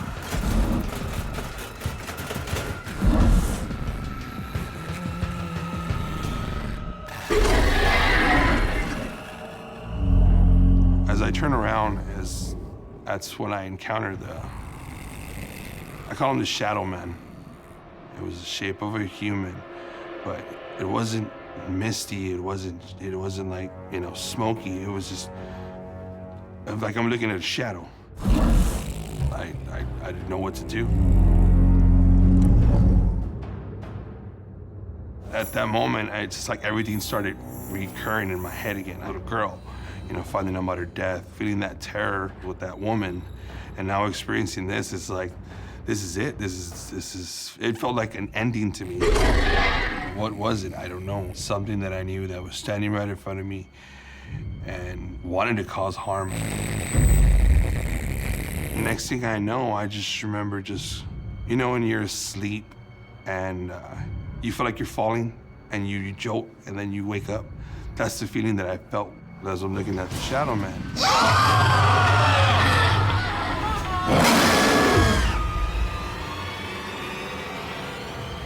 And next thing I know, it knocked me down. I fell on my back and, I was out.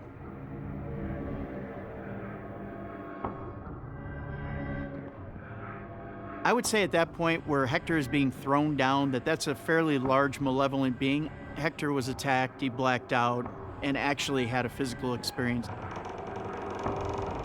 You could call it an extreme haunting. Hey, you all right? What brought me back was the maintenance man. You okay, pal? I got knocked out and I was out for about 2-3 hours. What happened, I have no idea. To me, it felt like I just fell down about a minute. What did you see? Was the shadow man still there? I don't know where it went, if it went behind me, where it was at.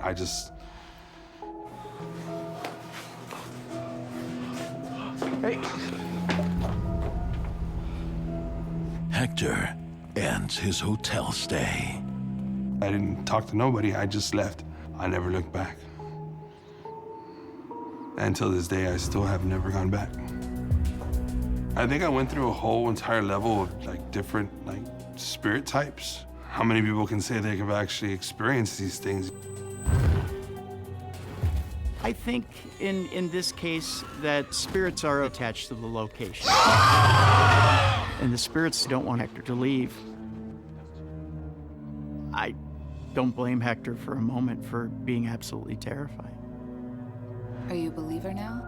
How do you explain to somebody? How do you tell somebody that you know your friends, your family, they're gonna look at you like you're crazy? It was always better just to lock it away and wait for the right time for it to come out.